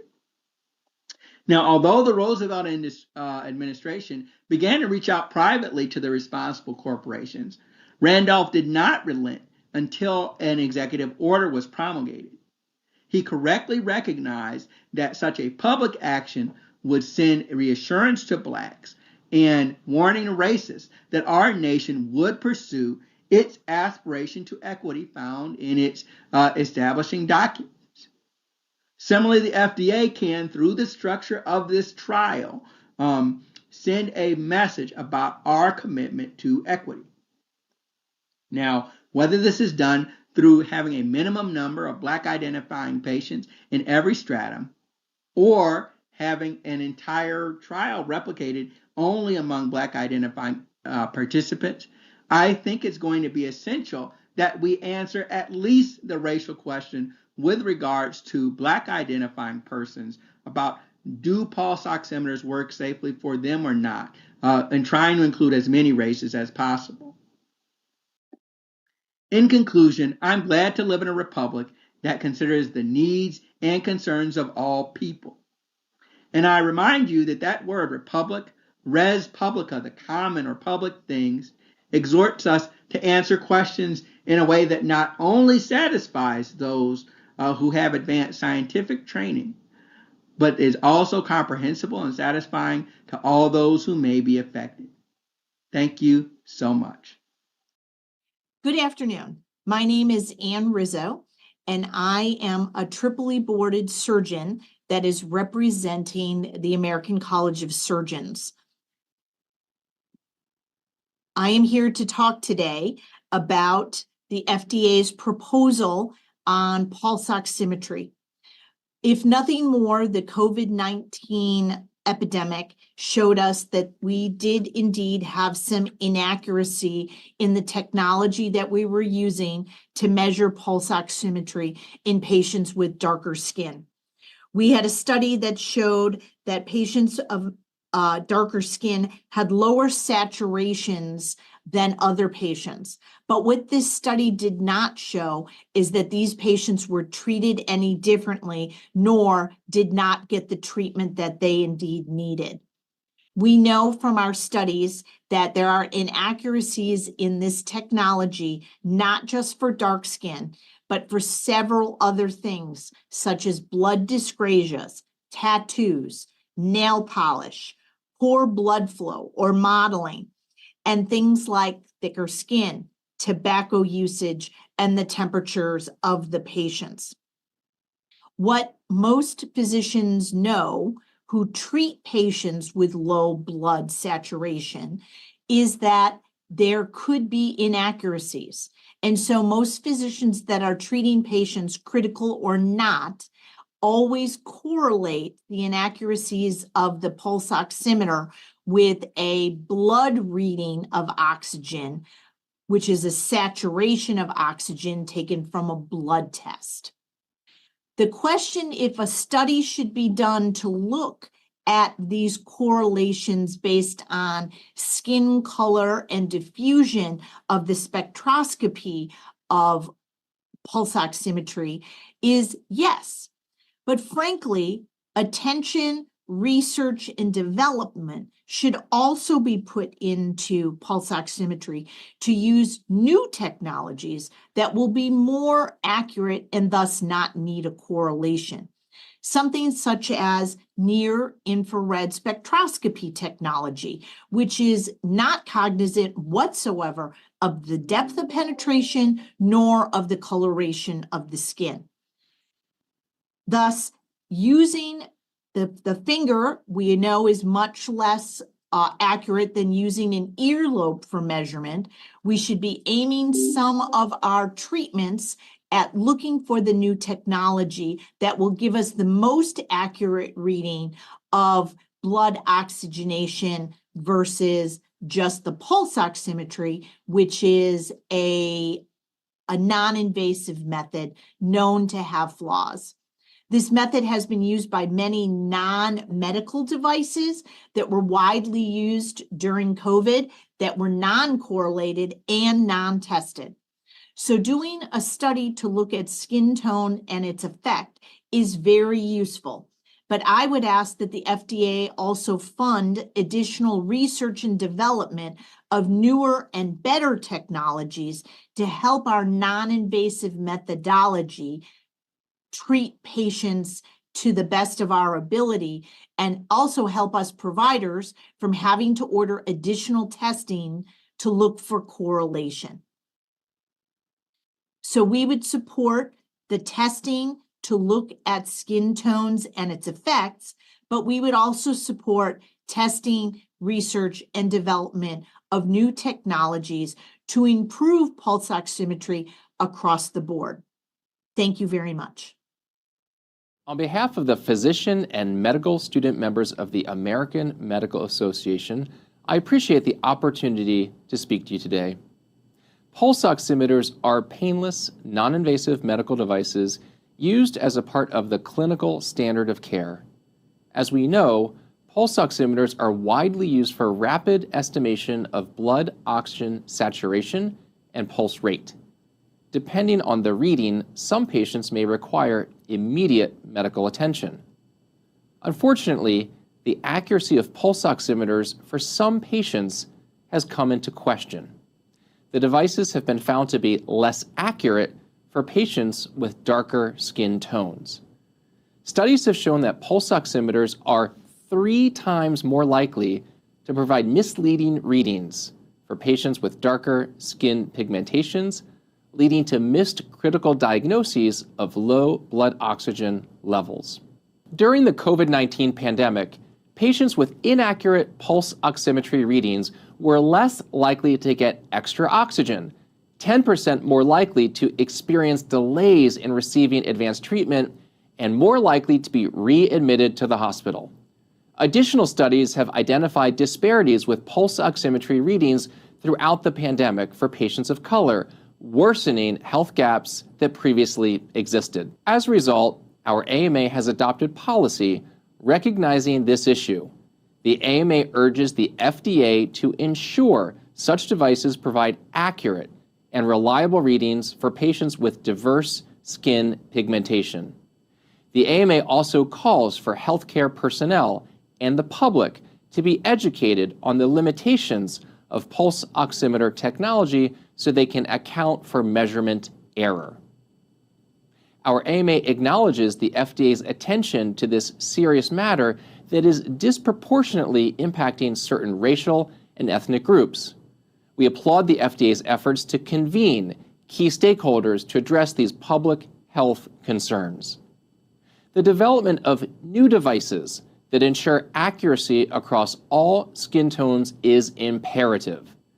The challenge for patients and physicians are not just technical, but evidence of a system deeply rooted in bias and racism. We should have known from other industries that bias is built into our light sensing technologies, with examples going back almost 100 years in Kodak film and persisting in digital photography. Hewlett-Packard recognized the calibration issues with pulse oximeters decades ago. Equitable pulse oximeter sensors are possible, as evidenced by research on crosstalk-free or reflectance sensors. Health equity means everyone receives the care they need, regardless of their skin color. Health equity is about acknowledging disparities and actively working to bridge the gaps.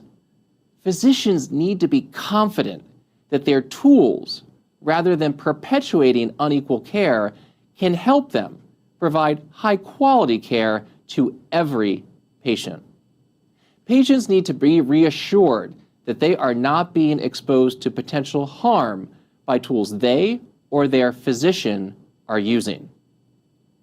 Today's meeting seeks to address these concerns, and as such, the AMA would like to offer a few recommendations for consideration. At a regulatory level, the Food and Drug Administration should require quantitative data on device performance across a range of skin pigmentations in clinical studies, particularly devices with color sensing technology, to identify and mitigate the impact on historically minoritized communities.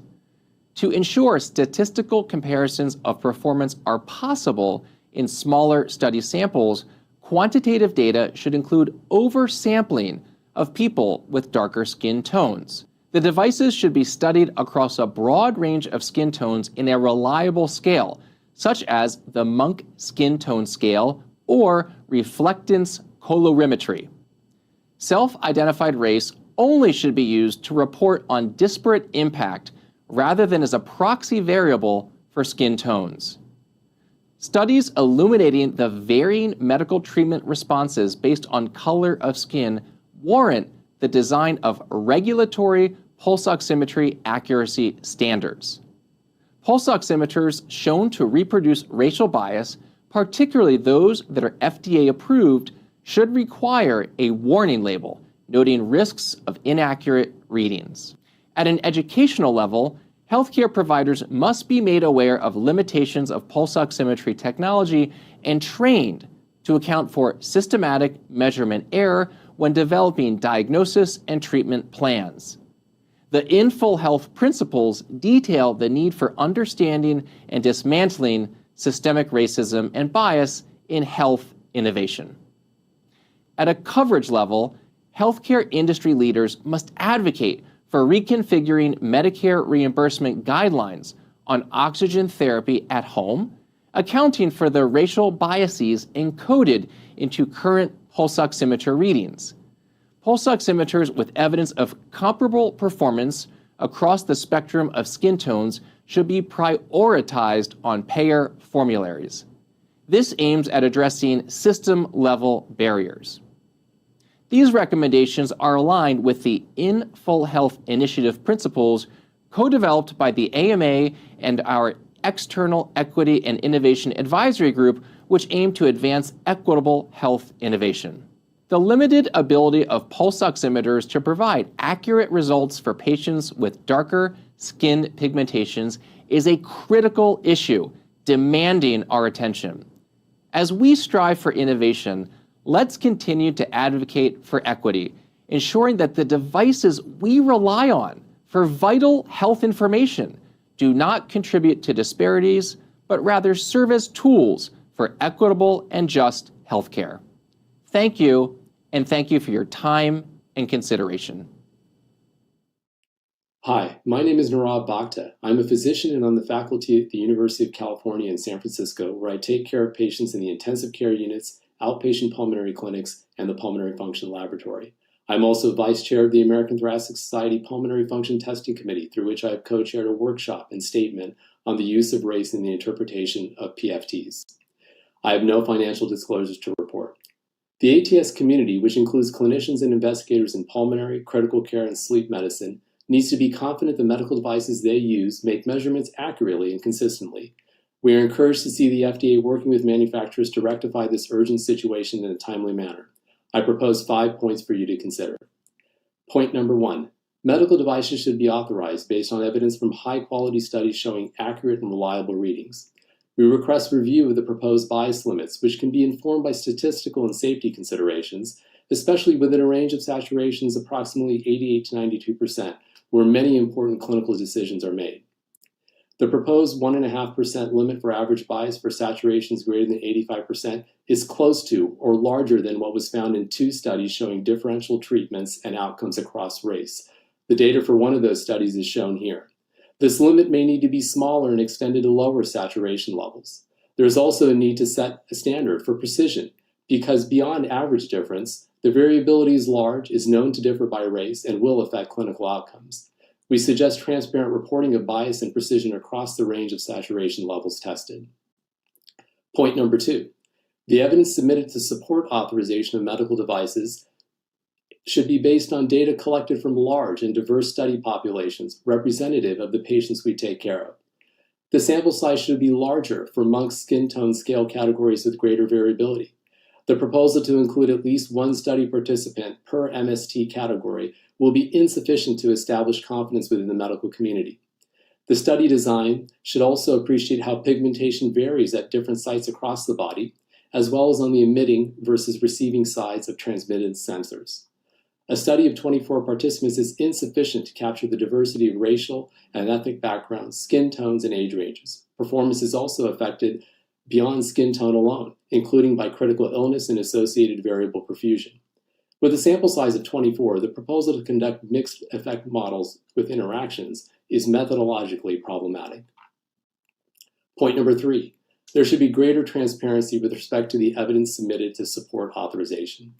We anticipate devices will account for skin pigmentation measured by the device at the point of care and sensor site. The algorithms should be based on rigorous designs and follow established transparent reporting of diagnostic models such as tripod. We strongly discourage algorithms based on population average of people with varying levels of skin pigmentation as a substitute for skin tone specific adjustment, as this will reduce the accuracy for all individuals. In no circumstance should self-reported race or ethnicity or operator perception of skin darkness be used to adjust measured values. Race and ethnicity should, however, be collected with secondary analyses performed to determine residual bias between race categories after adjustment for skin tone. Such data will help identify other sources of error that may promote health disparities. Point number 4, there is a need for ongoing post-marketing evaluation, including real-world studies. The updated guidance should be accompanied with the ongoing opportunity to identify, fix, and get feedback about problems from the frontline clinicians and biomedical staff. This is imperative for patient safety. Real-world data will help us understand performance of devices in cardiac and pulmonary disease across a range of disease severity. Expanding the existing MOD platform may require collaboration with the NIH to help fund data collection. Point number 5. There is a need to regulate pulse oximeters sold directly to consumers. The FDA should use its market influence to provide information and improvements on consumer-grade pulse oximeters. Many clinicians and patients rely on home-based measurements to assess patients' health and to dose supplemental oxygen. In conclusion, we appreciate that setting a more rigorous standard will increase the time and effort required to bring medical devices to market. The FDA and other federal agencies such as the NIH can work together to support partnerships between academic institutions and industry to minimize barriers to conducting high-quality research. We encourage the FDA to expand these standards to all 510(k) approvals. Improved standards, increased diversity, and transparent reporting stand to improve all medical devices and increase clinicians and the public's trust in the medical system. As the largest body of pulmonologists and intensivists, the ATS is ideally positioned to provide timely guidance for the community, and we are committed to a workshop on this important topic, which will include participants from industry. We welcome FDA participation in the workshop. I'm grateful to the committee for your consideration of these important matters, and I thank you for the opportunity to address you today. This is a video commentary for the Anesthesiology Devices panel of the FDA Medical Devices Advisory Committee focused on pulse oximetry and skin pigmentation. This video commentary represents the views of the Anesthesia Patient Safety Foundation, the APSF. It was prepared by me, Megan Lane-Fall, Vice President of the APSF. I disclose the following conflicts or possible perceived conflicts relevant to the topic of this presentation.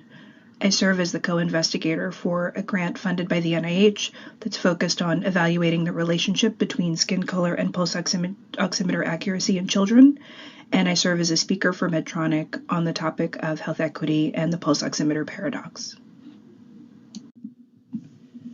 The Anesthesia Patient Safety Foundation, or the APSF, appreciates the opportunity to provide commentary as the United States Food and Drug Administration considers steps to ensure the accurate and adequate performance of pulse oximeters used in clinical settings.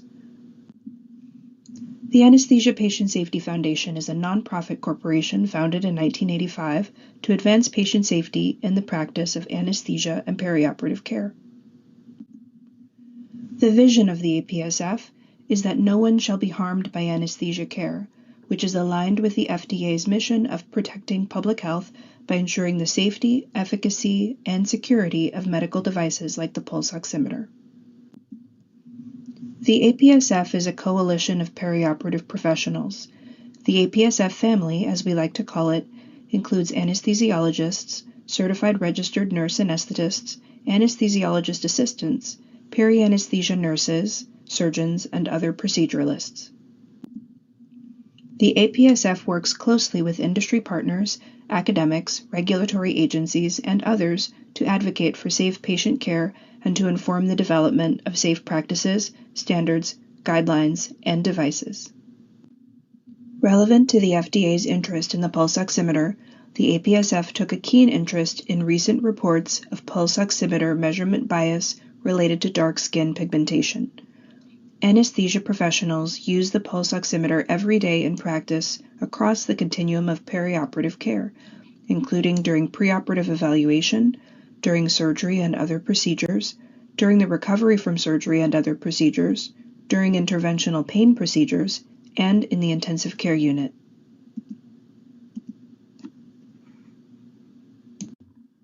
Importantly, pulse oximeter values inform multiple clinical decisions made by the anesthesia professional, including the decision to proceed with surgery, the decision to provide supplemental oxygen, which oxygen modality and fraction of inspired oxygen are selected, decisions to intubate or extubate a patient, the titration of positive end expiratory pressure, and decisions to admit to specific sites of care, such as the intensive care unit, or to the hospital following ambulatory procedures. The pulse oximeter is a powerful tool that allows us to provide safer and more responsive care than we could using arterial blood gas sampling alone.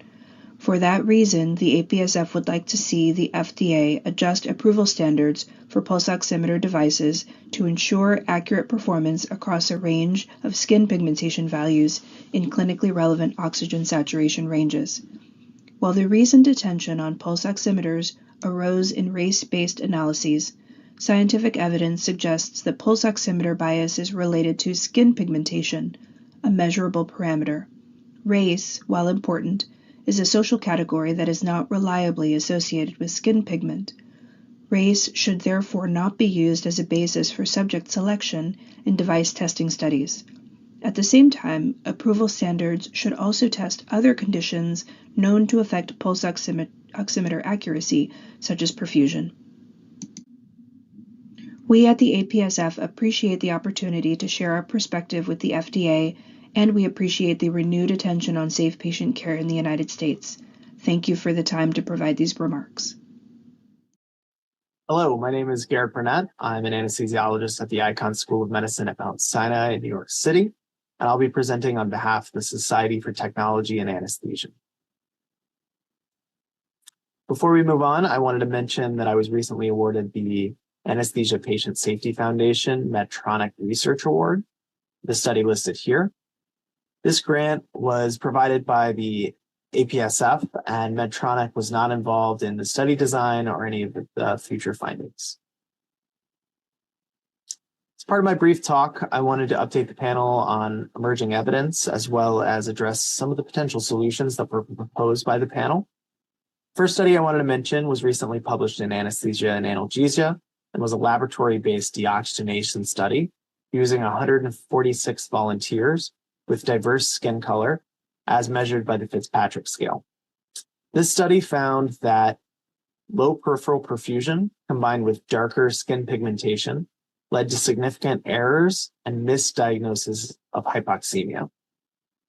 The next study is a preprint study, but comes out of Johns Hopkins and was a study looking at 12 critically ill patients in the ICU. These patients had objectively measured skin pigmentation as measured by their ITA, or individual typology angle, and found that their pulse oximeters performed below FDA criteria for clearance in patients with darkly pigmented skin. Finally, in an abstract presented at the Society for Technology and Anesthesia's annual meeting in January of 2024, found that melanin was a strong differential absorber of red and near-infrared light, both of which are vital to pulse oximeter functionality. In terms of our recommendations, it's important that we recognize that pulse oximeters will remain vital throughout the perioperative period to anesthesiologists, and we believe making steps to ensure that premarket testing is equitable and pulse oximeters function appropriately for all patients is vital. The panel's proposal to incorporate objective measures of skin pigmentation through the Monk skin tone scale or through ITA measurement are a step in the right direction.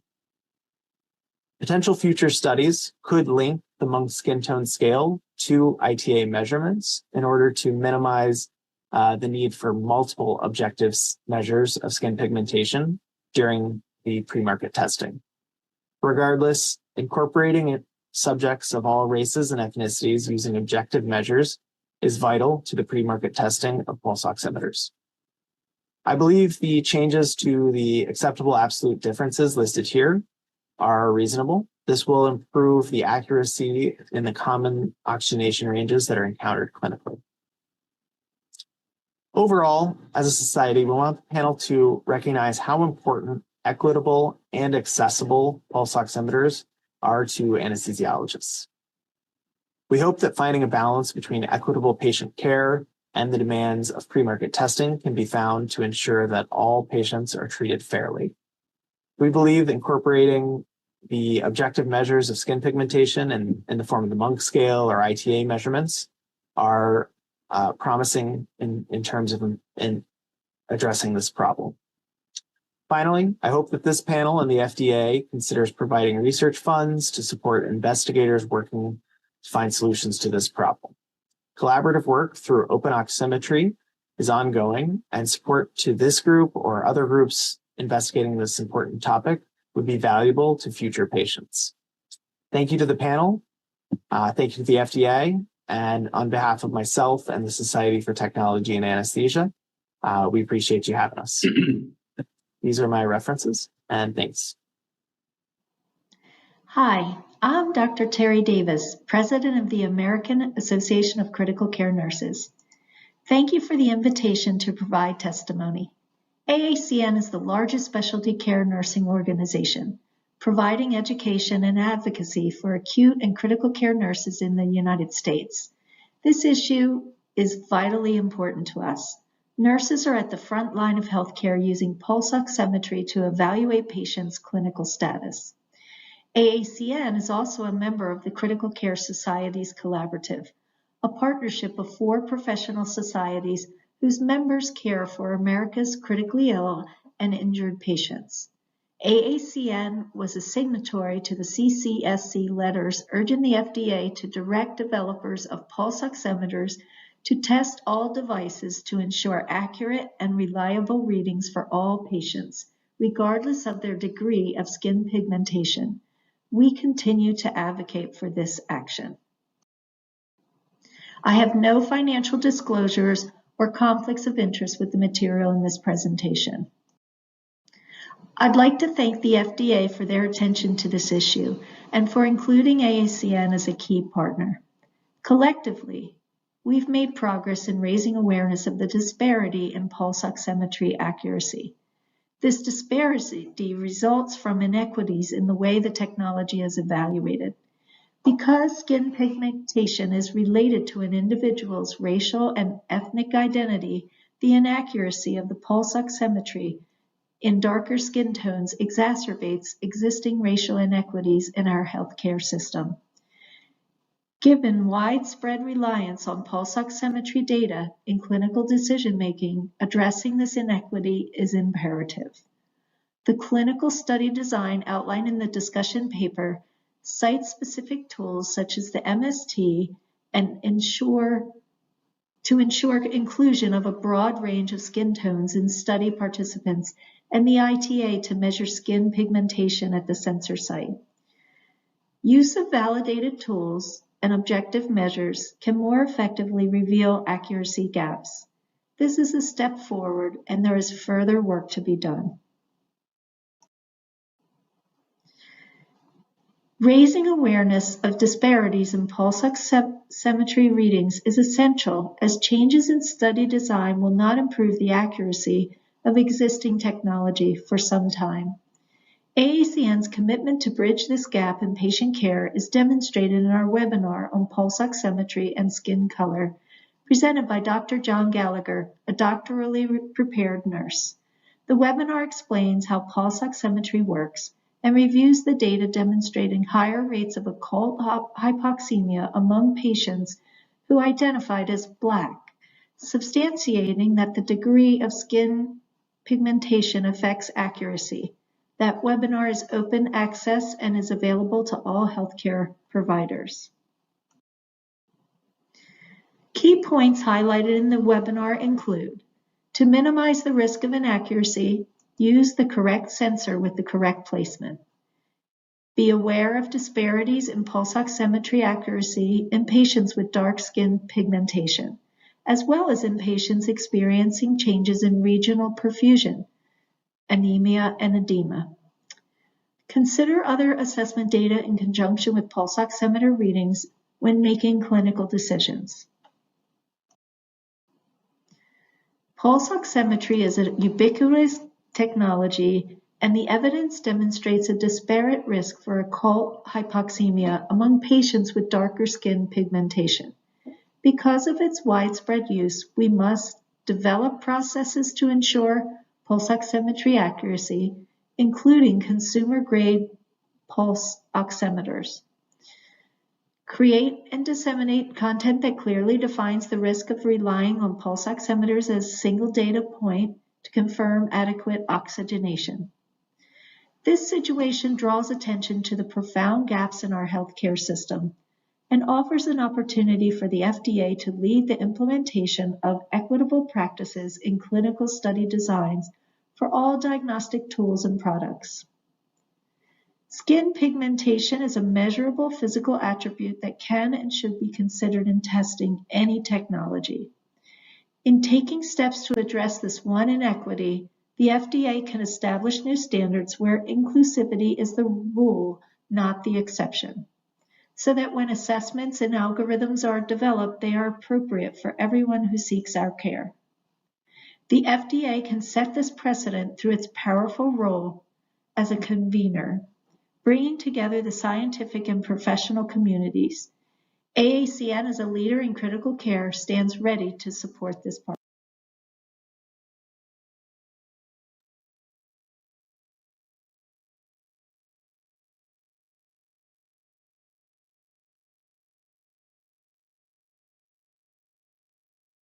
All right, thank you.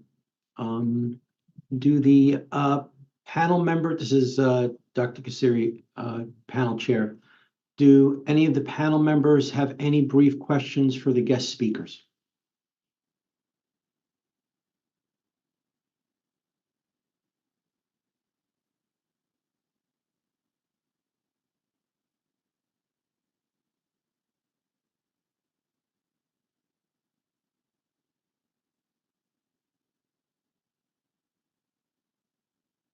Okay, I will take that as a no. I want to thank our guest speakers for very informative presentations. I'd like to, at this time, announce that we're going to take a 5-minute break. Panel members, please do not discuss the meeting topics during the break amongst yourselves or anyone attending virtually. We will resume at approximately 3:17. Thank you.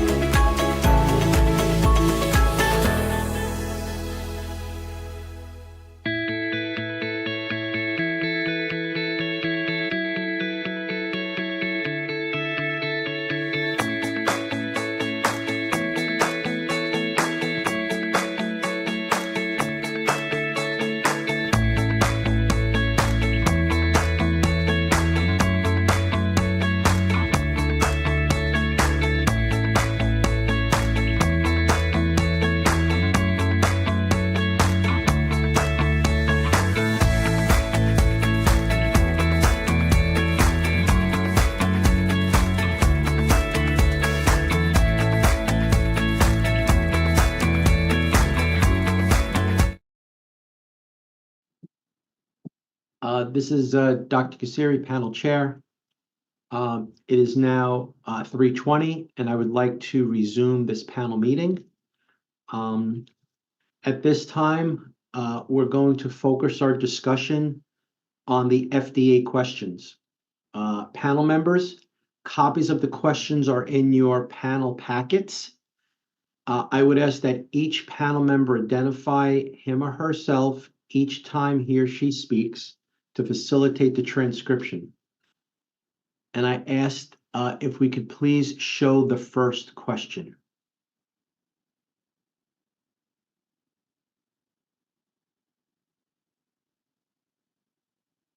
Great, I will read the question. The question one that the FDA proposes for us for deliberation is the agency is proposing a more inclusive and representative clinical trial design to improve the quality of pre-market studies to evaluate the performance of the pulse oximeters, taking in consideration a patient's skin pigmentation and patient-reported race and ethnicity. Some of the key elements of this proposal are: number one, inclusion of at least 24 participants that span the entire Monk scale tone. The MST has been validated to capture race and ethnicity diversity and pigmentations within the United States. This will improve generalizability of study results. Second item, an initial assessment of skin pigmentation with the Monk skin tone scale, followed with an objective pigmentation measurement, the individualized topology angle, ITA, at the sensor site. Next slide, please. Question 1, Part A. Please discuss the advantages and challenges to the proposed clinical trial design, including specific consideration and discussion of the following. A, pigmentation measurement approach and whether it will provide approximate diversity of race, ethnicity, and pigmentation in the clinical pre-market study. I'm going to stop there because there's a couple of other parts to this question. So for our panel deliberations, let's focus on that part A. Do we believe, or do we, the pigmentation measurement approach proposed by the FDA is appropriate for the clinical pre-market studies? And I open it up to the panel, and I have a bunch of hands up already. Dr. Lewis, you had your hand up. Was that a mistake? I was ready for part B, but if someone wants to comment on part A, sure. feel free. Dr. Lazafam? Sorry, talking to myself momentarily. Ray Lanzafame.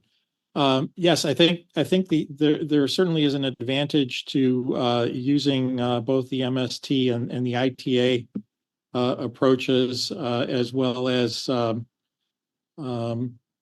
gaining subjective information regarding race and ethnicity. I do believe, though, that inclusion of a greater proportion of individuals at the darker skin types, the darker MST levels, is something that should be seriously considered. And similarly, regarding the sites of measurement, if I understood the strategy, the location, quote, at the sensor site was actually more the palmar aspect of the hand, which really is not truly the site of the sensor. I think that still introduces some experimental variability. I realize there are challenges relative to the size of the measurement devices that are being used to gather the data. So perhaps one might consider actually taking multiple values over those larger sites in order to obtain an average. Great, thank you. Dr. Goldman. Thank you, Julian Goldman here. So 3 points. Number one, I generally speaking support the approach that's being proposed in terms of looking at both a visual assessment with MST and then an objective assessment with ITA. But I'd like to address two aspects of that. One of them is I think that a number of presenters and the data proposing the binning as a I think is not unreasonable given the challenge of finding sufficient patients in every single MST slot. So I think there's some value to that binning, and that's been discussed at length. So I'd like to call that out and support it. The second point I'd like to make is the measurement of ITA on the dorsal aspect of the distalmost aspect that's accessible on a finger seems like a good idea, but let's keep in mind it isn't actually the measurement site for pulse oximetry, as has been mentioned. So I think it's important, as with most of what we're proposing or is being proposed and discussed, that we keep eyes open and recognize that it may or may not be successful, and therefore it's important to monitor and collect data and reassess whether these ideas were solid as more data is collected. Thank you. So, Dr. let me just kind of, you agree with the bucketing of 1 to 4, 5 to 7, and 8 to 10? That bucketing or similar bucketing. I don't know what the magic numbers are, but yes, as opposed to trying to make sure there are numbers in every single category. I think it's just going to be not practical at all. Yeah. Okay, and I'm interested to hear from other panel members about that in a minute, but let's, Dr. Feldman. Yeah, just to extend on those comments, I also agree that having the MST in there because of the concern of race and ethnicity in this question is going to be important. But I'll come back to my comments earlier in that I think the overriding goal here is to try to put aside the question of whether or not skin tone is introducing bias in devices that are approved or not. And I do have some concerns that the proposed testing methods and sample sizes, which we'll get into later, I guess, will actually put that question to rest. And in particular, because ITA, even though it's objective, is really not going to tell us what happens to light as it's transmitted through the sensor site. And we saw a few minutes ago that there's a recent abstract from the STA meeting, which I have to admit I haven't seen, came out of the Medtronic lab, actually looking at the absorption by skin tone of specific frequencies of light, and that may be the better approach if we really want to put this question to rest. So Dr. Feldman, before I go on, let me probe you a little bit more than that. So you're discussing more than the ITA location, but just the ITA in general, using it as an objective measure of skin pigmentation? Correct. It is. I agree that it is an objective measure. My concern, though, is that it's only related to the melanin content of the skin as determined by histologic studies. It doesn't actually tell us how light is interfered with or interacted with in the skin of a dark finger. And I think that really is the information that we'd want in an objective measure. So again, I'm going to ask again, probe a little bit more. So it's, if it was not the finger, but the forehead or the forearm, with the ITA, would that be something that you would think would be applicable?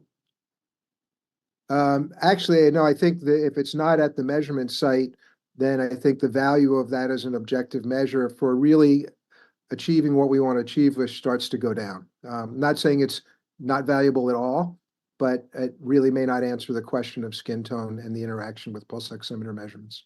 Okay, we'll discuss that a little further. Dr. Wilson. Yes, thank you. The points that were made by Drs. Goldman and Feldman, I think are right on. The problem with where the sensor is typically over the nail bed, which often has very little melanin. But we need to decide on an area for the ITA. So the distal fingertip on the dorsal aspect, just proximal to the nail bed, may be the best surrogate, even though there are some issues, as Dr. Feldman just mentioned. But I would recommend that you take, or that the FDA would require a balance average of 3 measurements at the site, because there still could be some variability there. And I think my other points were already made by the others. So let me just ask again. So you're in agreement with. So I think from what I'm gathering, I haven't spoken to everyone yet, and I'll call out individual names in a moment. We seem to be, so far, the Monk scale seems to get a pass in terms of an objective, subjective measure of skin pigmentation. And now we're really talking about, does anyone disagree with that? Because I haven't heard anyone so far say that the Monk scale does not seem to be a good part of this FDA's new evaluation pre-market studies. And it seems like our focus now is on the objective measure of skin. I definitely agree that the MST does a good job of covering the spectrum. The IT is a very good measure objectively of the skin pigment. The concern is that the light is moving through a pathway that may actually have less pigment than you're going to determine by the ITA, just proximal to that. Nonetheless, in work that we've looked at, the ITA correlates fairly well with the Monk skin scale across the spectrum. So let me just, again, to wrap my head around it, I think one of the issues that jumps out to me is we're not looking for a way of seeing how the light's going to go through the nail bed. We're looking for a way to support the Monk scale's determination of skin pigmentation objectively, right? Or is that, if you're trying to do that and you're measuring the Monk skin tone at the forehead, then the ITA should be at the forehead. But the concern is that skin pigment has an effect, and to put that to bed, measurements as close to the sensor site would make sense. The concern is the light is traveling mostly through the finger bed, which has much less pigment than the dorsal aspect of the finger, just proximal to that, where the agency is now recommending we take that measurement. okay? And you're supportive, not one, but to have a number in there of how many of those ITA measurements they do. It's recommended to take 3 measurements and take an average. All right, great, thank you, Dr. Wilson. Dr. Taylor, we need help from our dermatologist on the committee. Well, I'll bow to the technologists more so. I agree with the use of the MST. The point I really want to make is that I think it's important to have the comorbidities. I don't know if that's really not been addressed. Finger edema was mentioned, so if you're doing the measurements with the finger, and then the other is sun exposure. Every study we do, we quantitate sun exposure or limit sun exposure if somebody has had, acute sun exposure, say for 2 or 3 weeks. So at least, and especially in the forehead, because the forehead would be more likely to, I would think, be pigmented from sun. So, and then there was another group, the Skin of Color Society, that I'll suggest contact the FDA. I don't know if they have anything else to add. It's a group of dermatologists that have discussed this for years. They may be able to comment, but definitely sun exposure needs to be, and other comorbidities need to be included in the study design, I think. Dr. Kelly, let me clarify that a little bit, because a lot of these, they're going to be volunteers that are normal and healthy. Are we recommending to the FDA that they should look for volunteers with diabetes, hypertension, peripheral vascular disease, and other comorbidities? Is that what you're? No. But I understand it can affect the pulse oximetry. But I think for the question that the FDA is posing about the pre-market evaluation, and I guess later on we'll talk about, do they need to do real world testing, where I think your comorbidity question really hits home in terms of, whether they're obese, hypertension, diabetes is going to be maybe a little more pertinent for that patient population than the volunteers. Well, right. Well, with the volunteers, you could still do. They're likely to have or have not sun exposure. Quantitate, identify if they've got edema of the fingers and so forth. Great, thanks, Dr. Taylor. Dr. Lazafam. Yes, hi. I don't want to get too far into the weeds here, but there are a couple of statements made that probably need to be clarified a bit. There are spectral curves for melanin and its variants, both absorption and transmission. So people know what wavelengths are absorbed and to what degree, particularly in the range we're talking about.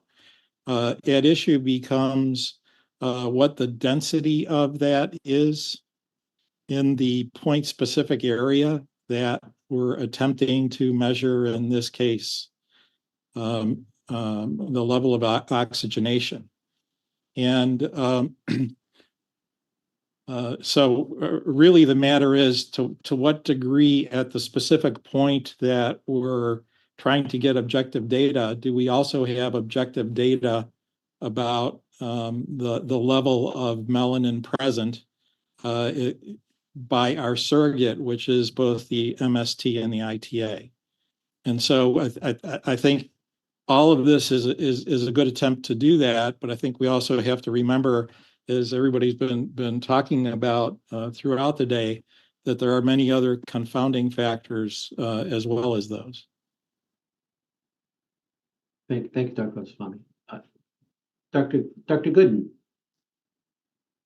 Yes, hi, Cheryl Gooden. As I listened to much of this, and I think I kind of mentioned a little bit earlier my concerns for the pediatric patients, because I have to put on my pediatric hat as a pediatric anesthesiologist. And a lot of the discussion, again, has been related to location of the probe for the fingertip as well as the forehead.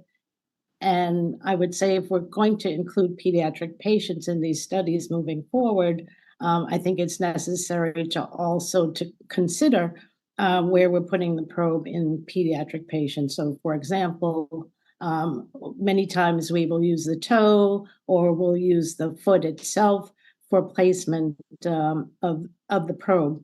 So it's just a comment that I make about pediatric patients, and perhaps the FDA may want to consider that in studies moving forward, since pediatric patients will obviously be part of this. Great, thank you. Dr. Feldman. Yeah, just to clarify a couple of comments, the ultimate goal is to know that when a device that's been approved is placed on a patient, it will perform within the accuracy range that the FDA ends up prescribing, irrespective of skin tone, racial designation, etc.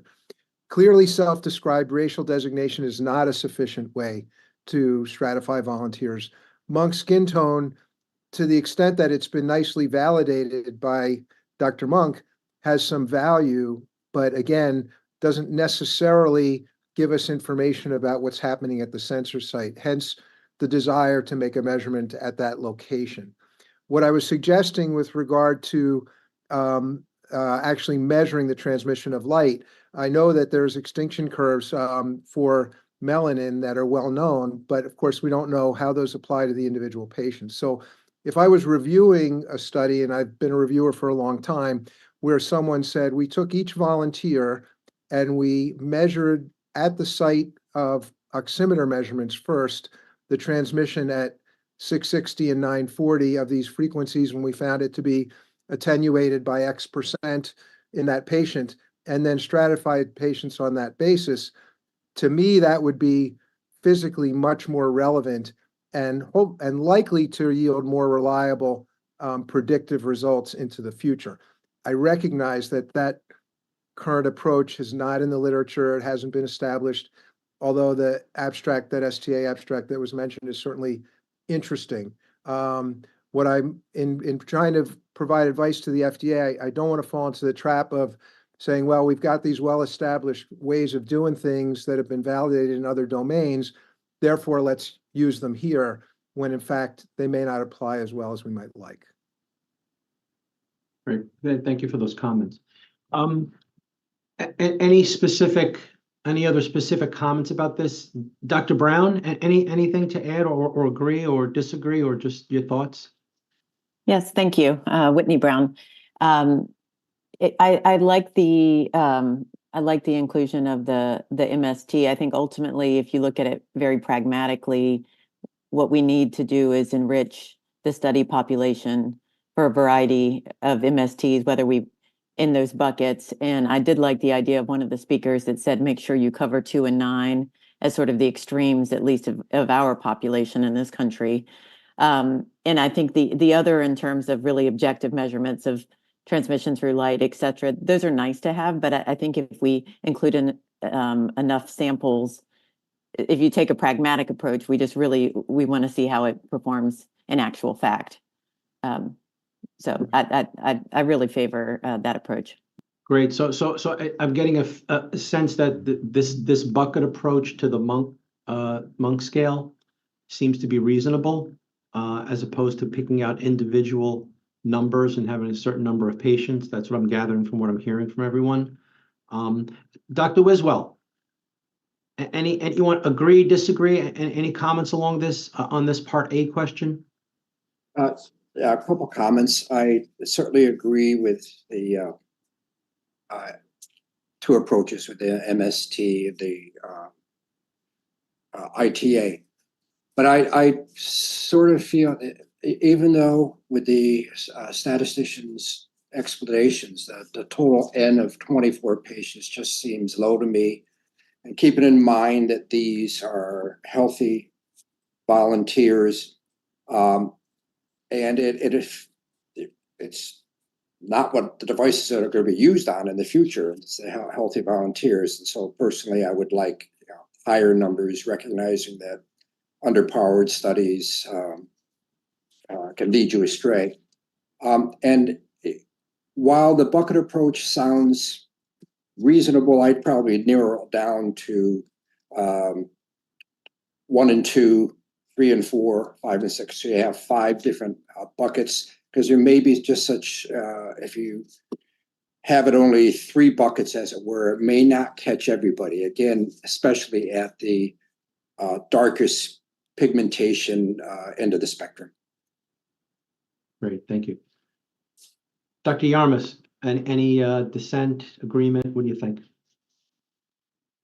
Yeah, general agreement. I think the Dr. Brown's great use of pragmatic approaches, I think, is super relevant, because this is going to come down to. I think the healthy volunteer piece seems like it's going to be needed for base interpretation, but I think we should also be thinking about these separate buckets of pragmatic. I don't know if it's a clinical trial or really just pragmatic clinical observation studies, in the scenarios that I think we all have recognized are relevant, and bridge those observation studies into this.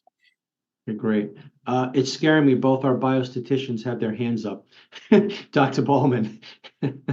No, mine's not statistical. It's just sort of referring to this. When people are talking about buckets, I was interpreting it as within those buckets, you have to make sure you're across the range as well. And I think that needs to stay in there so that it's not just on the low end of every bucket. And also I like the ITA as well, because I think just putting them in these buckets, as mentioned at the site of the sensor, it might differ even for everyone who's like a MST 6.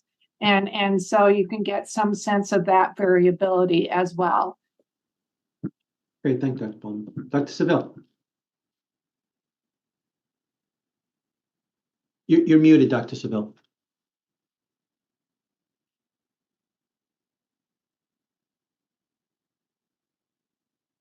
No. Can you hear me now? Oh, perfect. Yep. Okay. Yeah, I'm not sure what's going on there. So I don't have a lot to add here other than that I do think it's a good idea to have both MST and the ITA. I think it's a good idea to stratify the enrollment criteria by the MST to kind of give you a wider range there of the skin pigment. I do have some comments on sample size, but I think we were going to save that for the next topic, correct? Yeah, we're going to be in Part B real soon. Okay, that's fine. So I'll stop there. But before we kind of do a little summary, Ms. Brummert, any thoughts? Agreement? You like what you're hearing? I agree with the use of the MST, but I remain uncomfortable with using 24 healthy volunteers. I think we need to include people with medical conditions, hospital setting, healthy patients, just that we're going to get a better baseline if we include more of what we're talking about today. This 24 healthy patient thing doesn't work for me. Right. Mr. O'Brien, agree, disagree? You like what you're hearing? No disagreement. I like what I hear, but overall. All right, great. And Dr. Wilson, you have any other comments before we kind of do maybe a summary? The only additional comment is related to the real world in terms of the spectrum of skin tones in the United States. And having the 3 bins makes a lot of sense, but requiring 1s and 10s may be exceedingly difficult for anyone to actually get data for submission. Okay. Dr. Gooden, I apologize if I missed your hand. Yes, hi, Cheryl Gooden. I would also like to echo that I am a proponent of the MST. I think it's the most diverse scale that we've discussed today, and hope that we can also apply it not only in the adult population as we talk about a variety of patients, but also use it for our pediatric patients. Great. So I'm gonna try to summarize question 1A. It seems like the committee likes the subjective and objective approach to these pre-market studies. The Monk scale seems to be on point, which is good for a subjective approach. It seems we have some buy-in for the ITA, even though it may not be extensively studied, and there may be some variability. To Dr. Brown's point, sometimes you gotta do it. You gotta be pragmatic, and this is going to be the I think the first objective measure that the FDA is going to require for pre-market approval. So it's a start, and I think a good start. I'm also hearing again more of this bucketing, and some good points from the panel members on you don't want you want the 1 to 4s, the 5 to 7s, and the 8 to 10s, but you don't want them all to be 1s and 5s and 8s.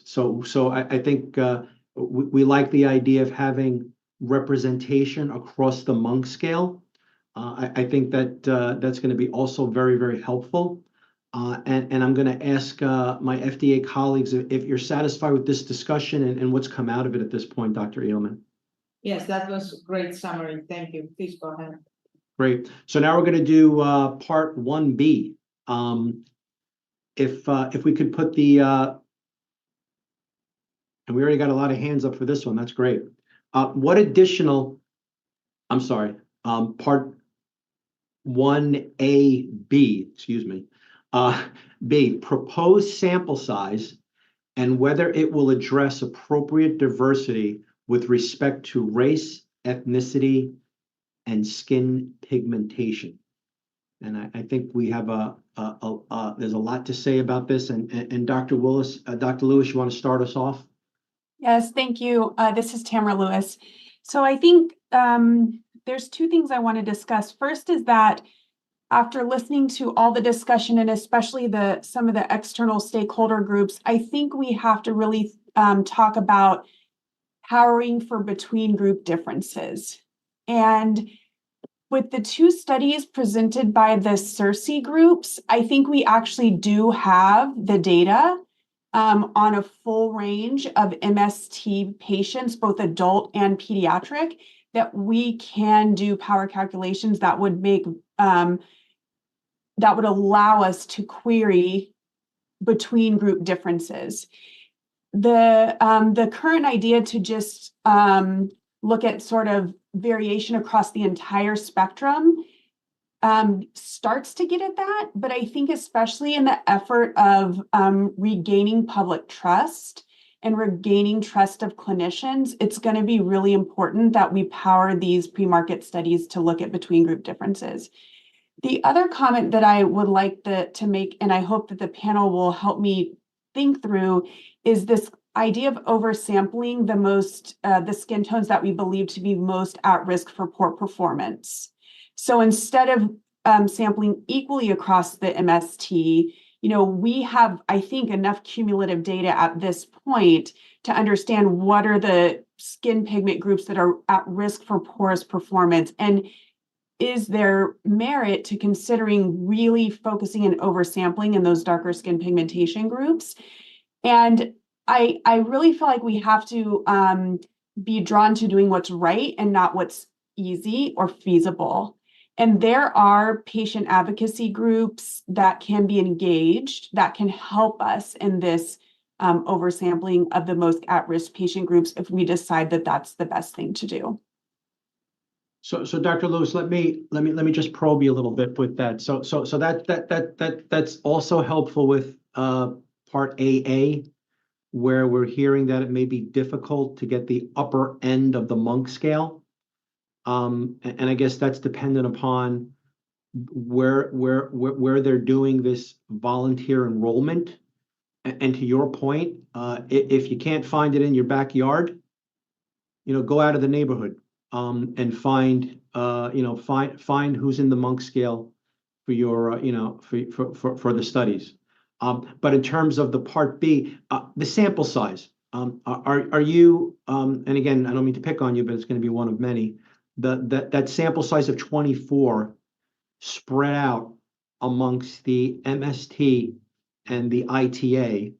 The FDA is asking us, do you think that's an adequate sample size, or should it be modified, or what are your thoughts on that? Well, I'm a clinician scientist, but I'm not a biostatistician by training. But what I understood from what the FDA presented this morning is that the current power calculations are not adequately powered to look for between group differences. And so I think that right now it's powered to look at the total summary statistic. I forget what it's called at the moment, but I think that's inadequate. Okay, thanks, Dr. That's helpful. And it's going to bring us right into Dr. Seville. Yeah, thank you, Ben Seville. So in terms of the power for looking at the between group differences, I think certainly what Dr. Pinello said earlier, instead of just looking at them as categories, looking at, for example, the ITA as an ordinal variable, a continuous variable, that's going to be important. I think with 24, I still don't know what that power is going to look like. My hunch is that it's probably insufficient. You may need larger sample sizes to really evaluate whether the interaction exists with skin pigmentation and the bias, and to assess that inferentially with either frequentist or Bayesian methods.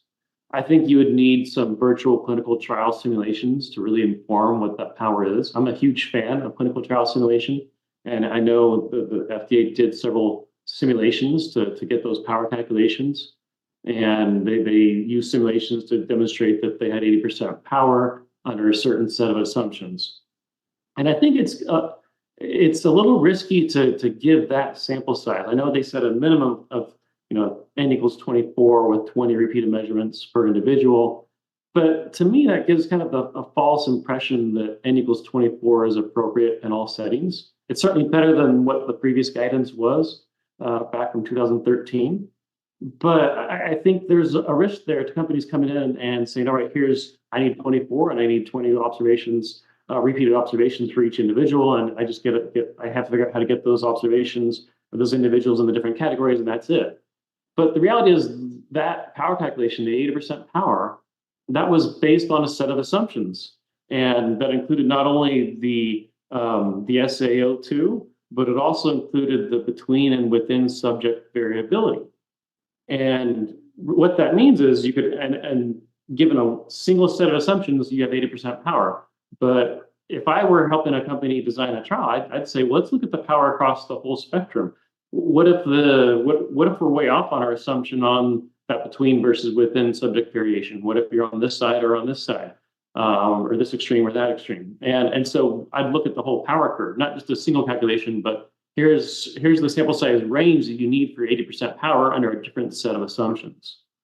And I don't know how expensive these trials are. I work mostly with more expensive class 3 devices, pivotal trials, and I don't know what the risk is here to the companies. But in terms of increasing the probability of being having a successful trial, is really understanding what those virtual trial simulations could look like and what the data could look like, and getting the right sample size for each individual sponsor as opposed to a single recommendation. Because the reality is n equals 24, that's not a magic sample size. It could be too big, it could be too small. It depends on really what the objectives are and the variability that you're going to see in the population that you enroll.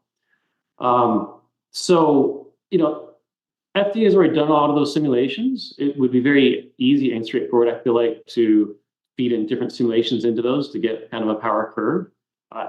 One recommendation I would even have is FDA, if they really want to help people out in terms of getting that power calculation done, is you could create like an R-Shiny app where you basically just create a GUI that the people go in and they input their assumptions, and it can create a curve like that for them. But I think that's something that it would be helpful if the companies could understand what the risks are based on the assumptions that fit into that calculation. So Dr. Phil, let me ask you a question along that line. So they're asking us about the proposed sample size and whether it's going to address diversity. So if we take it to the bare basics, the diversity is really each one of those Monk scale categorizations. Is 24 going to assure us that there's enough diversity within that patient population of 24, if we say that's the bare minimum, to assure that the light skin and the darker skin behave the same in terms of pulse oximetry? Or is that going to take a higher power number? Well, it depends on what your criteria are going to be for is there an interaction here or is there not interaction? So right now, there's criteria, for example, for that the second part of the co-primary analysis is looking at the what did you call it? How the non-disparate performance analysis. So the way that analysis is currently defined, 24 gives you sufficient power to, either reject or fail to reject that hypothesis based on if you're less than 1.5 or less than 3.5. So yes, you have sufficient power to detect differential bias between those different skin pigmentations with that criteria. Is that the appropriate criteria? I'm not convinced. Okay. So I would rather see inferential statistics. I would rather see a Bayesian probability that there's a differential, meaningful differential bias between groups. And so I'm guessing if I were to dig in and do these simulations, I'm guessing I would want to see a larger sample size. But part of this goes back to my first comment, in that it really depends on what the objectives are, and you use simulations to help inform that. So let me ask you again, not to pick on you, but I got you there. Let's say we would recommend doubling that to 40. Okay. Or a number of that magnitude. Does that mitigate some of the issues that you brought up? It likely does. I mean, but again, I would want to see the numbers and the calculations. I'd want to see under different assumptions, how does that impact the sample size? On extreme, if I have extreme assumptions, is 48 much more protective against those assumptions? And is it going to provide a more robust answer? I would have to see just how sensitive those power calculations that FDA did are to the assumptions that go in. If they're really sensitive to those assumptions, then I think I'd absolutely encourage a company to go bigger than that, because I don't think 24 would be sufficient. So I would have to see the numbers, though, to really give you an answer on that. Okay, great. All right. Dr. Feldman. Yeah, so two comments. I know the desire here is to come up with a particular number, and I'm not a statistician, so I can't do that. But I think the important thing is to have the right question, decide what question we're trying to ask, and answer with a powered study. So in my view, the question we want to put to rest is to test the differences between groups based on skin tone, and be able to say with statistical certainty that's appropriately powered that the differences we observe between those groups are not different within the accuracy range specified.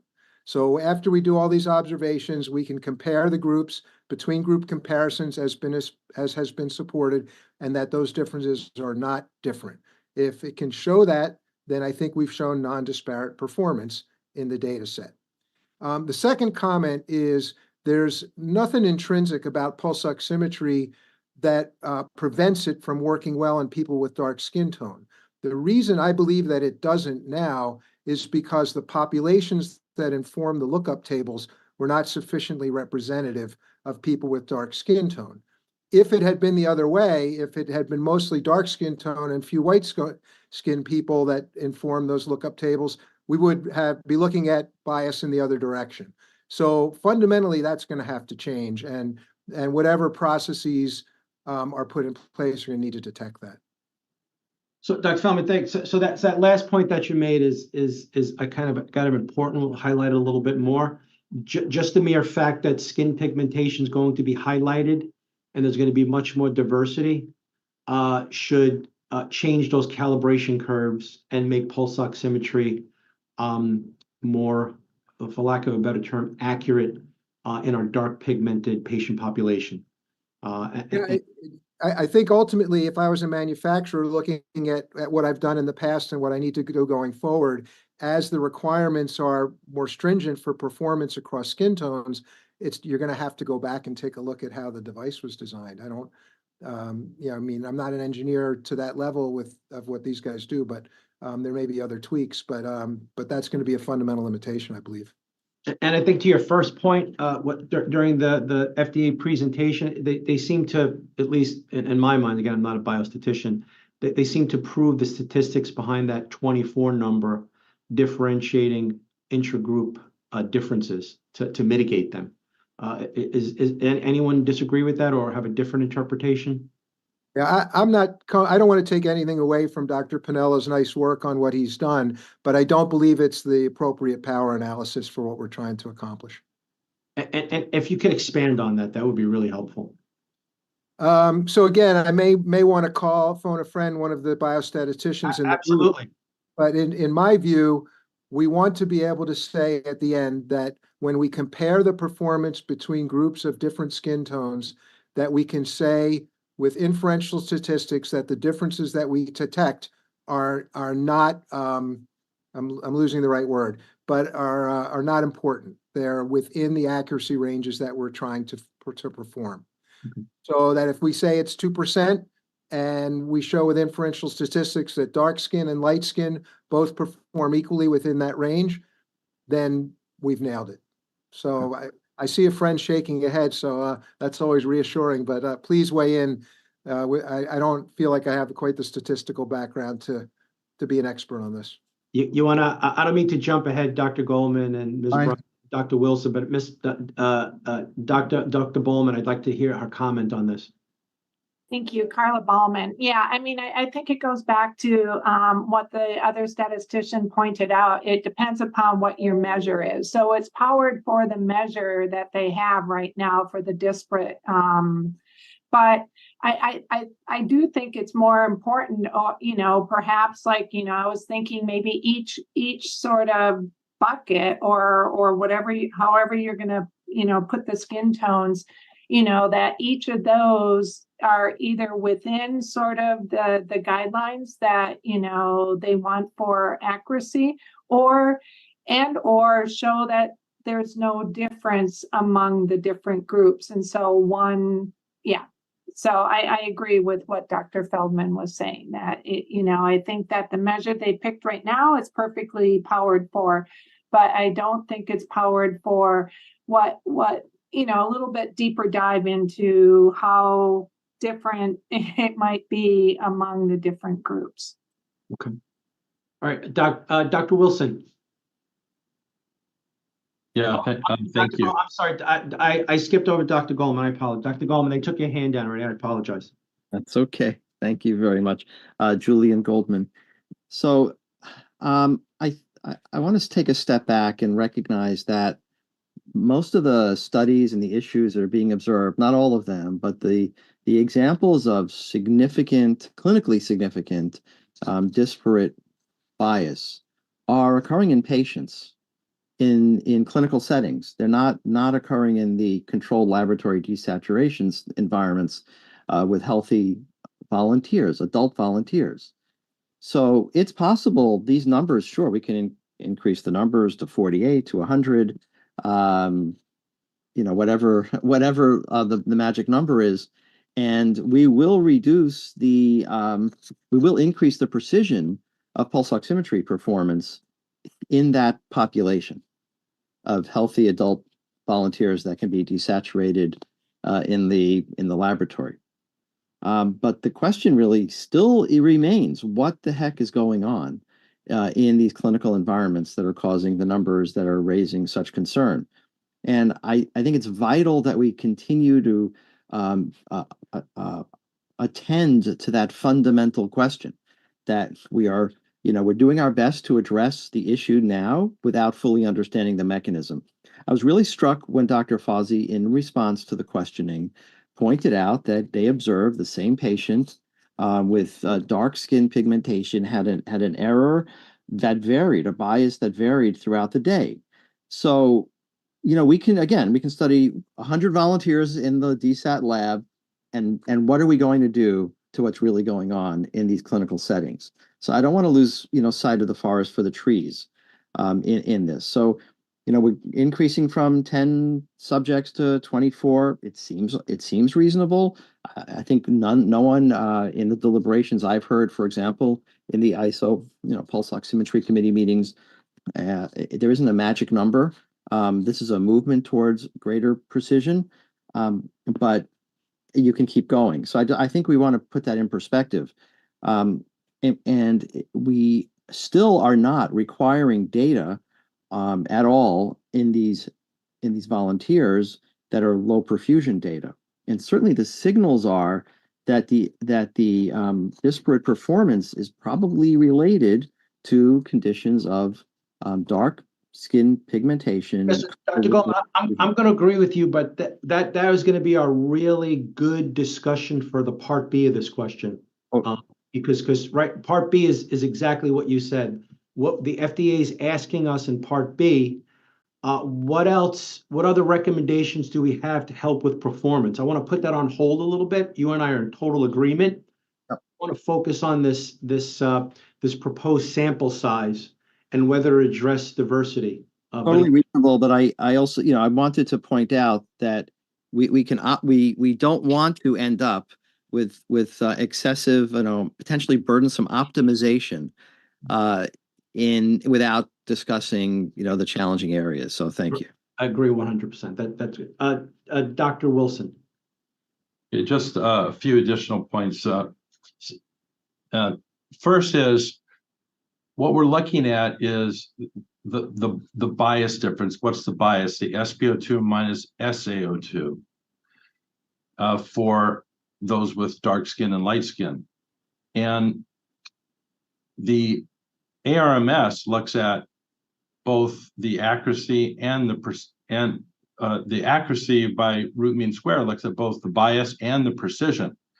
If we have a very large sample, but we don't narrow the ARMS, then you may not necessarily be doing very much good. So we do need to make sure that that's being addressed, one way or the other. The second point is, and let me just answer one question that came up, which is how much do these studies cost? And if we expand to 24, then the basic cost will be somewhere in the range of $250,000, about twice what it cost before. But that's okay because we need to make sure that we have representative samples. The most important factor here, from my perspective, is ensuring that we have almost equal number of dark skin and light skin, and that we cover the full spectrum of individuals, and that is being addressed by the agency. Those factors will markedly improve where the data, but we also need to narrow the difference in bias. So we need to decrease that ARMS one way or another. I don't know if it needs to go to 2% or somewhere in that range, but the agency should consider that. Great, thank you. Ms. Bremer. Just for Rachel Bremer here. So just for perspective, there are 46 participants in this meeting.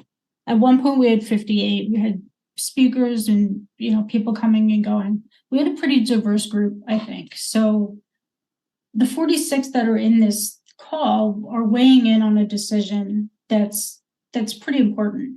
So using that is kind of like a visual to what point I'm trying to make is that 24 is half of that, and there's 46 of us making an important decision. So honestly, I think doubling the sample size would be a benefit. I think 24 is just the bare minimum, and I think we have a responsibility as panel to get as much information as we can, and I think we can accomplish that by at least doubling it. So I guess if I could add on to that, these proposed 24 patients for a device that's probably going to be used on thousands and thousands of patients.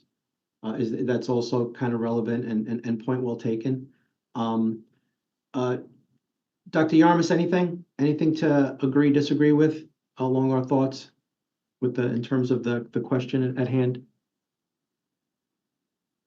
Lonnie Yarmus, no disagreement. I completely understand the sort of optics of the sample size. But and this is probably a little bit later, but I think this all again comes down to what the study is, right? So if it's just a validation of an existing technology, that's very different than what we've been talking about, which is a full spectrum of individuals. And if that continues to move that way, then yeah, maybe it's 24 patients or 48 patients, whatever it is, in each cohort, right? And that'll exponentially grow, which will have its own issues, but seems to be indicated.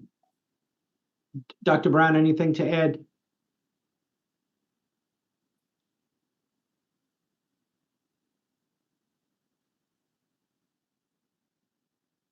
I really, regarding the sample size, I like the idea of enriching for the darker skin tones where there's more uncertainty and there may be less clear association between the MST and the ITA.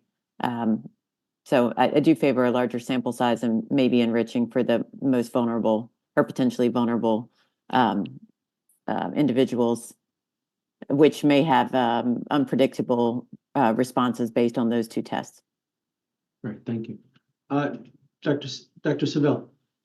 Yeah, Ben Seville. I just wanted to kind of circle back. I'm hearing a lot of comments that are kind of echoing what I was thinking and what I was trying to express.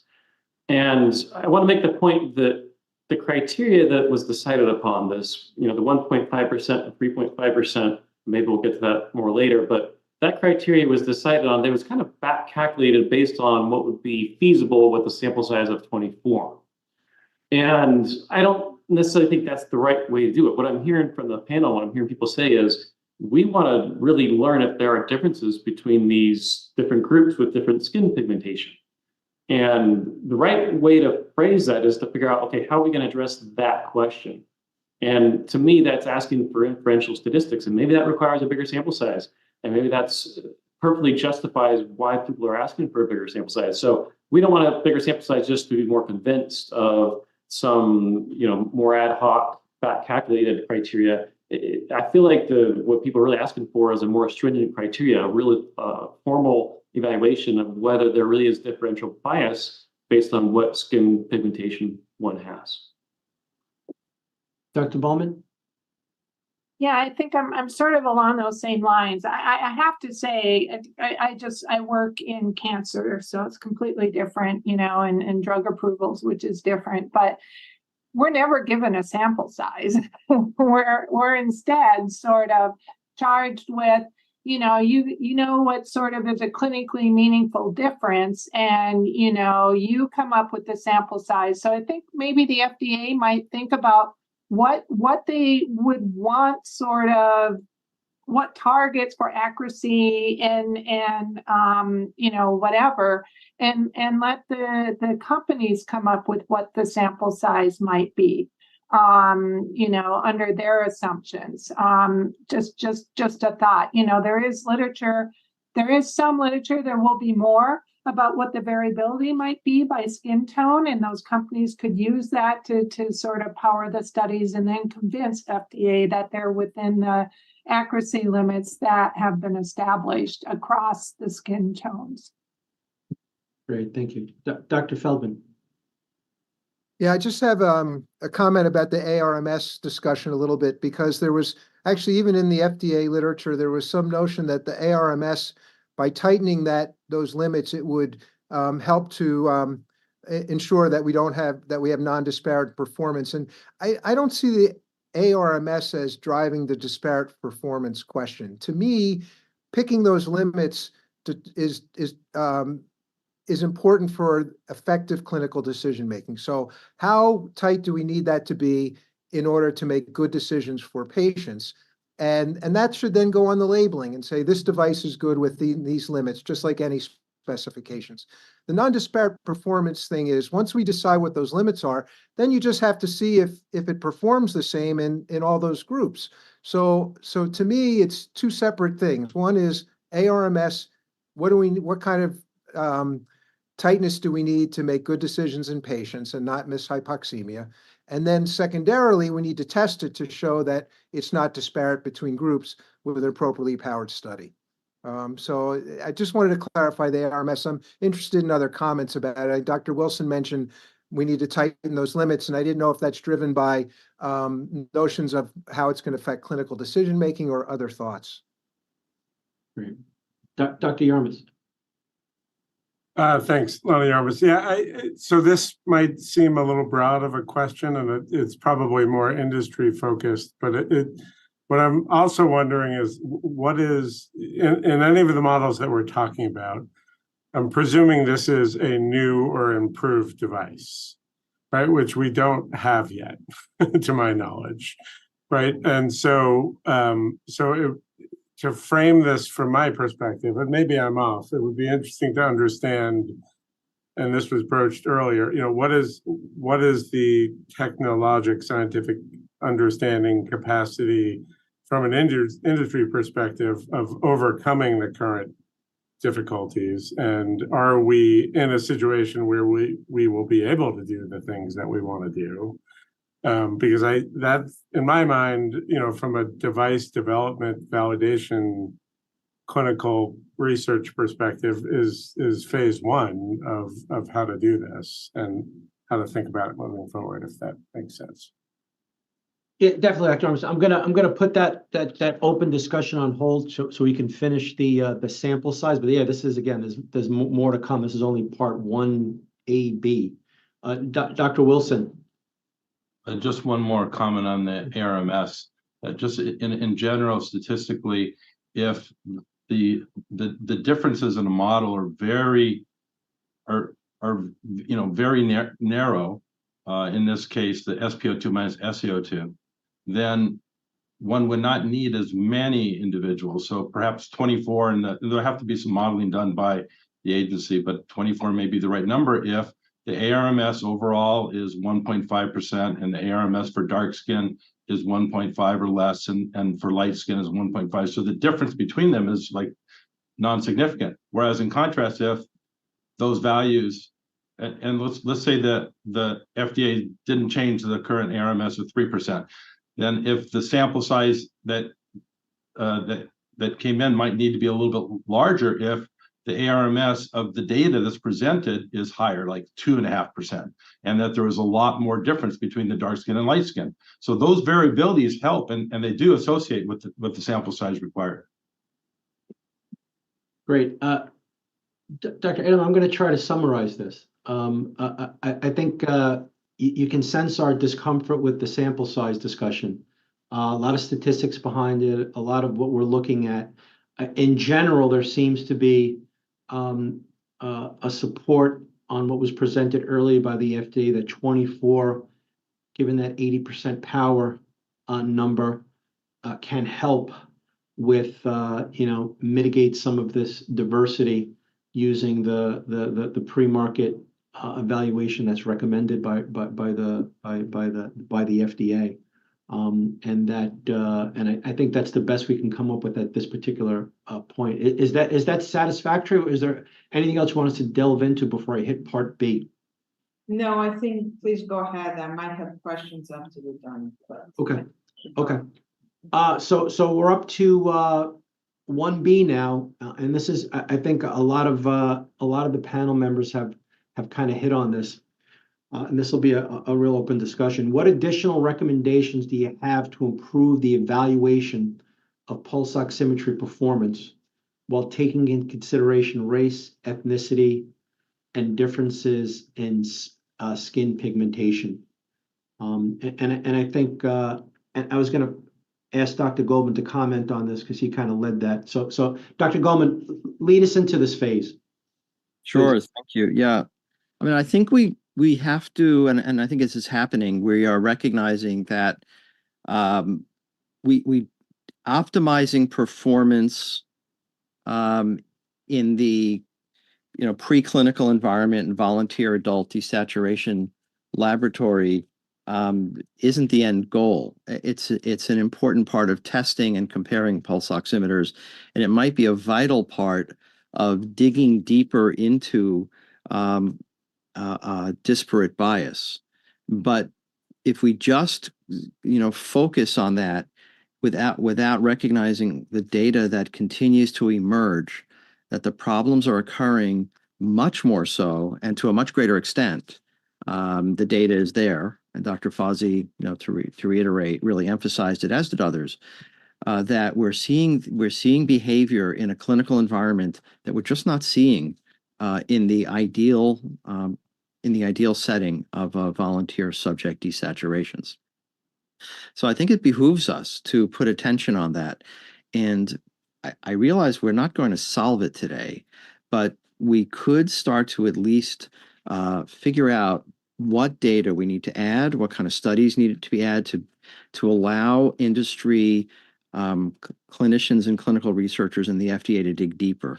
And so towards that, I think that there's enough data to support that low perfusion, especially with darker skin pigmentation, seems to be something that is causing these inaccuracies in the bias.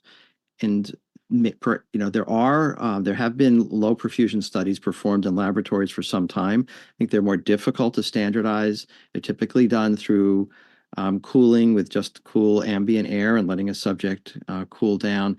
We don't want to get into that here now, I'm sure, but I think we want to look into that and better understand whether some of the testing at a lower perfusion state, is one area. So that's one area. The other is, we've touched on higher quality real-world evidence and the challenges with using studies with patients that have indwelling arterial catheters for sampling. Part of the problem has to do with the data quality. What kind of sensor was used? Should we have photos to indicate whether it's been applied correctly or too tight? Is the sensor on the same side as the arterial catheter if it's a radial artery catheter and a digital sensor? Was there movement of the hand at the time that the blood draw was being made? What was the averaging time setting of the pulse oximeter module that was used, or the standalone instrument? Could manufacturers help to improve data collection in real-world environments with facilitating the access to real-time waveforms? That was discussed in the presentations. Do we know something about the gain setting of the device? If it's trying to amplify a very weak signal, that could indicate something, for example, about the optical density of the digit.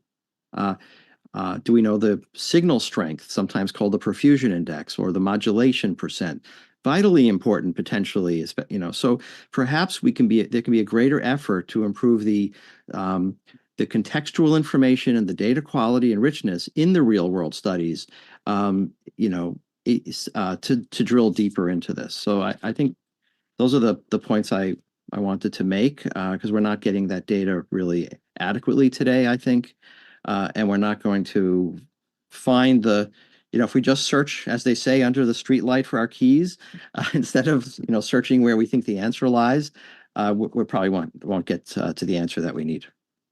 Right. Thanks, Taco. So basically, we could change the requirements in pre-market testing and still have the clinical poor outcomes in real-world environment and not solve anything. It's quite possible based on the data that we're seeing today. Yeah. Great. Dr. Lazafram. Yes, Ray Lanzafame. Yeah, I agree with everything that was said, and I would respectfully suggest that there are a couple of things that can be done in terms of collection of the data, beyond skin phototype, things like body habitus, the size of the appendage being measured among the other items that were already mentioned, and I think one of the other questions, really for the group, but also from the perspective of the agency, is at what level of proof does one need to have to be able to market a device? And then what is the agency's perspective on post-release surveillance studies in the real world? And I think the post-surveillance study provides an opportunity to gather some of the real world information that we've all been talking about. Great in addition to the other thing. Yeah, no, great points. You make it through the first hoop, and then in 3 to 6 months, you need to prove in the real world that the device is performing according to specifications. Dr. Lewis. Thank you. This is Tamara Lewis. As a neonatologist, I think it's really important to center the patient experience and voice. And so I want to circle back to the 2 patient representatives that we heard from today. I think a lot of the published literature brings up this issue of disparity in SaO2 versus SpO2, but I think today we heard 2 other examples of pulse ox performance that are very important to patients. And so we're talking about the question, what additional recommendations could improve the evaluation of pulse ox devices in the pre-market testing arena? And I bring to the panel the option of adding potentially a few more secondary outcomes, such as time from placement of device to an accurate reading, steady, accurate reading, because one of the patients worried that his skin pigmentation might be complicating his ability to quickly obtain a steady, accurate reading. And then the second secondary outcome we might discuss is, over a certain time interval, we can talk about, is that 2 hours, is that 4 hours? What is the percent of time that you have an unreliable waveform? And how does that differ by MST categories? And these are questions that I know haven't been, I don't believe that they have been queried in the research literature, but I think we heard loud and clear from our patient representatives today that these are consumer concerns. And so if it's not too onerous to add these to the new recommendations, I think it's something we should consider. Okay. Dr. Lazafram. Yes, hi. I want to applaud the last speaker's comments. They were to some degree what I was trying to address earlier this morning when I was talking about things like red shift. The patient representative with 2 children, if you recall, said that in order to basically cure the problem in the real world, she had to turn the device off, aka the device overheated, oversaturated, did whatever. She then had to turn it off for a period of time in order to reset it. The other individual was having difficulty with the read, and I think in both instances, part of the issue is we've come to expect instant on and instant function, and many of these electronic devices do have a burn-in period until they reach a steady state, and then they also have a period of time when you exceed that, and either the sensor oversaturates or the LED on either end of that overheats and changes the dynamics. So those are very important considerations that also will weigh into the equation. Great. Ms. Brummer?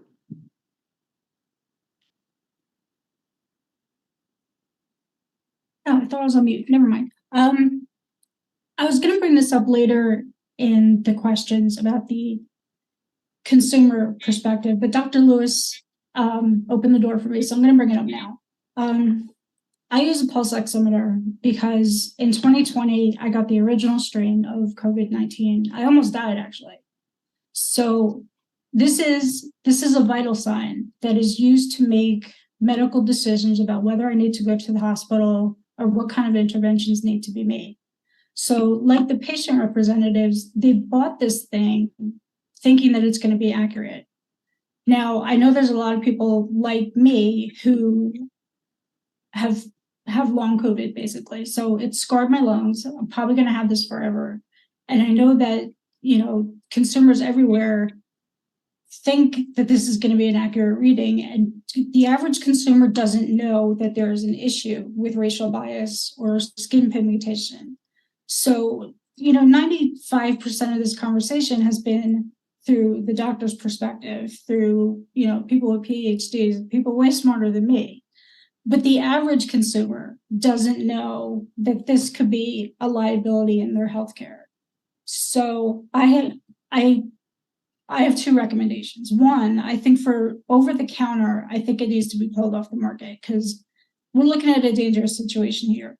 Or we should put this behind the counter where a pharmacist can adequately explain what the issues are with this, and then the consumer can make an informed decision about it.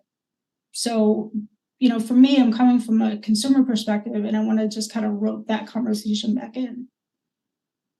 Thank you. Dr. Feldman. Yeah, I want to come back to this comment about post-market surveillance versus what we require pre-market. I don't want to lose sight of the fact that this device is extremely beneficial to patient care on a day-to-day basis and has been for decades. So there will be an inevitable tension between the cost and complexity of new pre-market requirements and the impact on access to the device, either by cost or whatever factors would happen. So I think we need to be mindful of that. The metaphor I'm thinking about is the miles per gallon assessment in cars. It's never what the car is done shows in government testing, and it's because they can't control for the way the driver drives it, how inflated the tires are, all the factors that ultimately. So it's not only probable that there will be a difference in the pre-market results, it's virtually guaranteed when we compare it to real world experience. So, I think the FDA needs to come up with credible techniques, methods that address the disparity based on skin tone, and then introduce post-market surveillance requirements to ensure that whatever those performance requirements are shown actually play out in the real world. It's going to be very difficult to guarantee that real world performance in pre-market studies. So, any other comments? Dr. Taylor, anything along this line you wanted to add? Dr. Wiswell? Yeah, just a quick comment. I'm still, Dr. Falsey's bringing up the variation that he had in really dark-skinned individuals and their study at Hopkins. That concerns me, and I just think whether it's oversampling in the same dark-skinned individuals that are a part of this study group, the pre-marketing study group, or expanding the sample size somehow, I personally, I think those should be considered. Great. Dr. Seville. Yeah, Ben Seville, I just wanted to say that I agree 100% with Dr. Feldman that the idea that you have these studies done in controlled settings and healthy volunteers, and now we're going to use them in the real world. This is the perfect situation in which you have some criteria for pre-market for pre-market for approval, and then you have a very rigorous post-marketing requirements that allow assessment of whether this actually applies in the real world setting. So I agree 100% with what he said. Great. Dr. Gooden, any additional comments about how they can improve this pre-market evaluation? I would say I pretty much echo what has been said. I do believe, and I agree with one of the earlier panelists who said that looking at more of the darker spectrum of patients, I think more focus has to be put on that. So certainly I think overall increasing the size of the patient population that we look at is necessary. And even if it means going into certain areas where we can get those patients, I think that's something that also has to be considered. Thank you. Dr. Brown, any additional comments? Agree, disagree, anything? Agree, no additional comments. Okay. I'm gonna, Dr. Adam, I'm gonna try to summarize, any additional items for these pre-market studies. It seems a lot of us, obviously, it's been going on for a while, are really focused on this perfusion issue. If there's any way to study that as a part of the pre-market approval process, there are ways of checking perfusion in healthy volunteers, whether it's negative lower pressure devices, whether it's a whole host of things. That was one consideration to help uncover that, the disparities in pulse oximetry with dark pigmented patients and low perfusion. That's one thing. Second thing that I think the committee came up with was the mention of, again, maybe skewing the other way in terms of having favoring more dark pigmented individuals in these studies, pre-market studies, to assure that we have no disparity.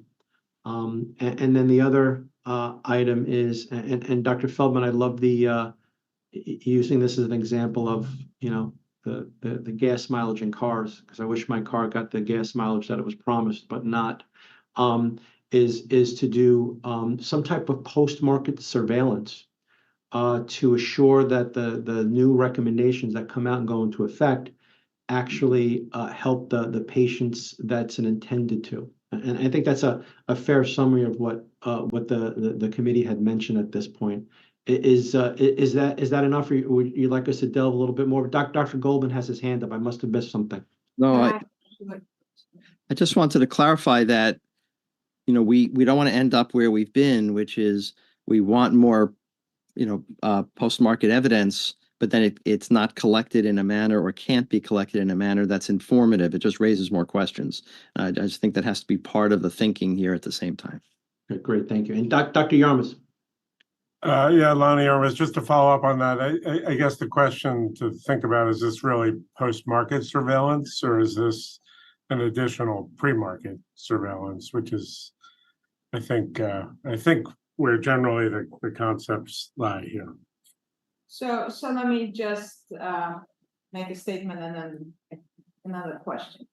So I think that there is a little bit perhaps of confusion between the terminology. I think what I heard clearly is a desire from a number of panel members to see real world data or the data in real world use. So versus post-market surveillance, which implies each particular device. So my question, if you don't mind, especially in light of Dr. Goldman's and Dr. Feldman's comments, just to combine them. Can you envision some kind of a real world evidence study that can address some cross-cutting issues and that will then minimize the need for each manufacturer to potentially do a post-market surveillance study? Yeah, should I respond? Sure, yeah, Dr. Goldman, please.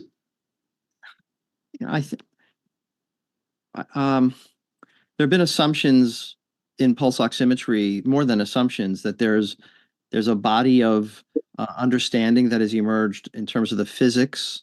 There's advances that have been understood in terms of the different components and how they absorb, the different absorbers.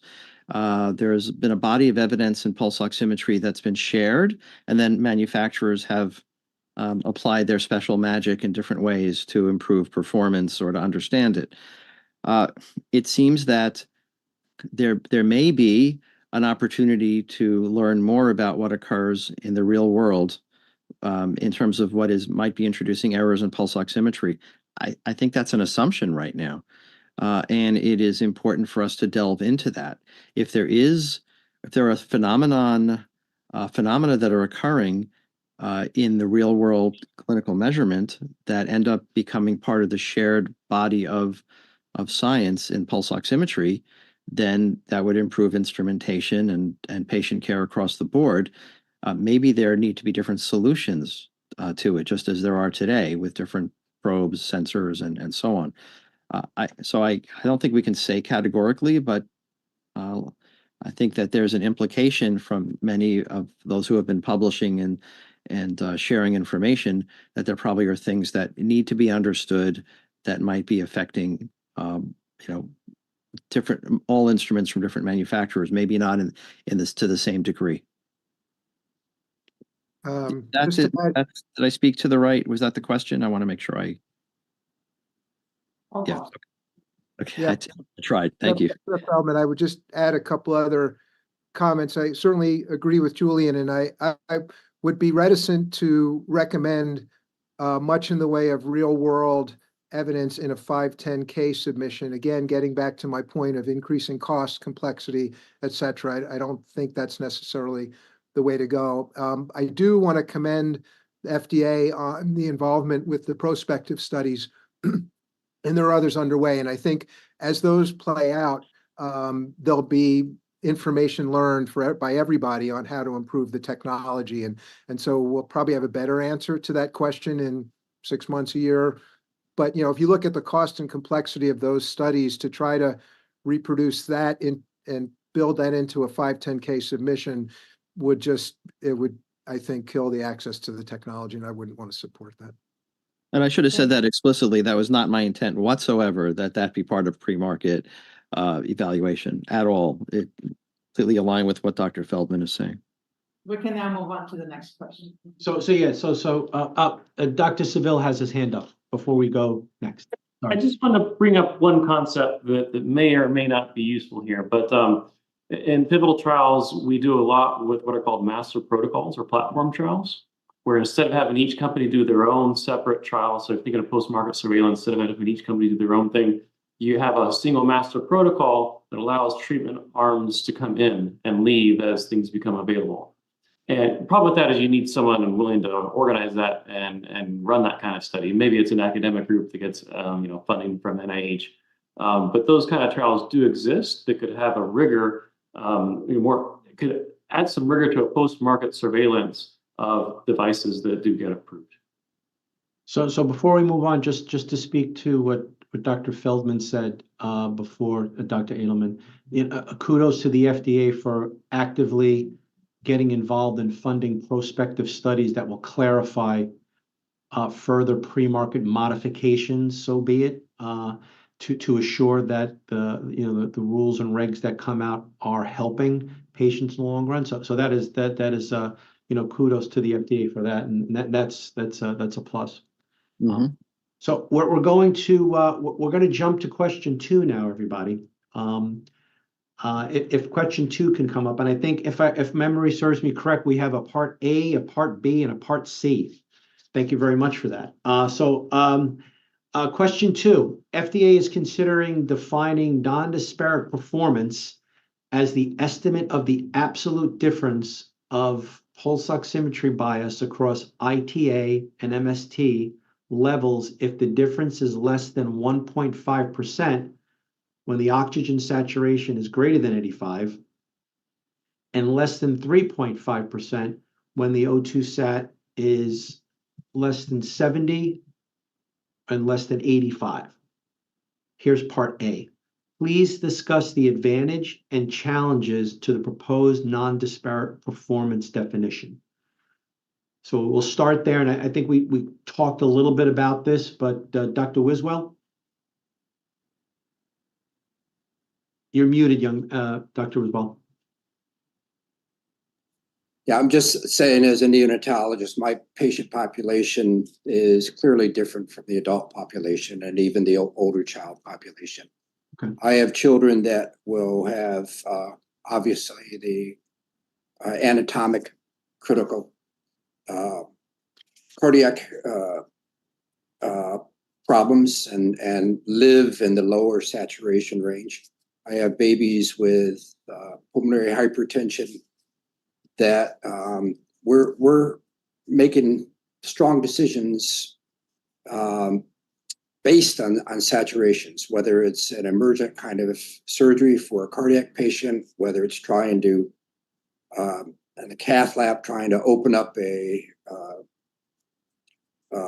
big hole between your atria to try and get some shunting, or if I have a bad pulmonary hypertension patient, whether it's to go on ECMO, heart-lung bypass. And so the saturation absolute difference just seems too wide for me if it's less than 3.5% and the lower saturation range, because I have patients that are not infrequently in the 70% to 85% range, and sometimes have wide variations in the saturations that I am measuring with blood samples and what I'm reading with pulse oximeters.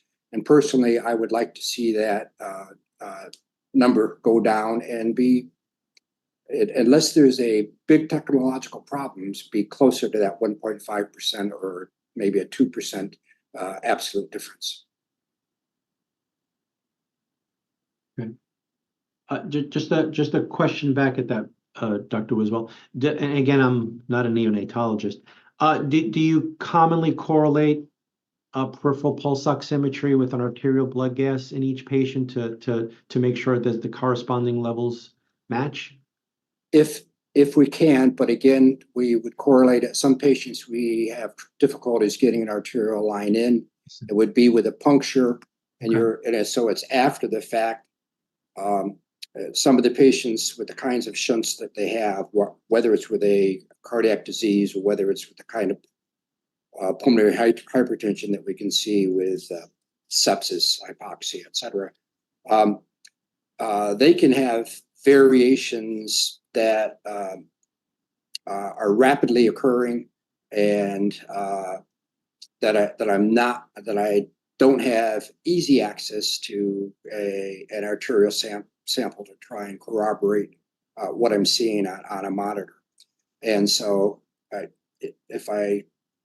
because I have those patients in that range, I want to make sure that I'm a little bit closer than and have as much comfort that I do if their saturations are at 85 to 100% range. So your patient population, you would like that to be tighter, just like our sleep apnea colleagues mentioned that before, that you'd feel comfortable with that 3.5 seems a little too high.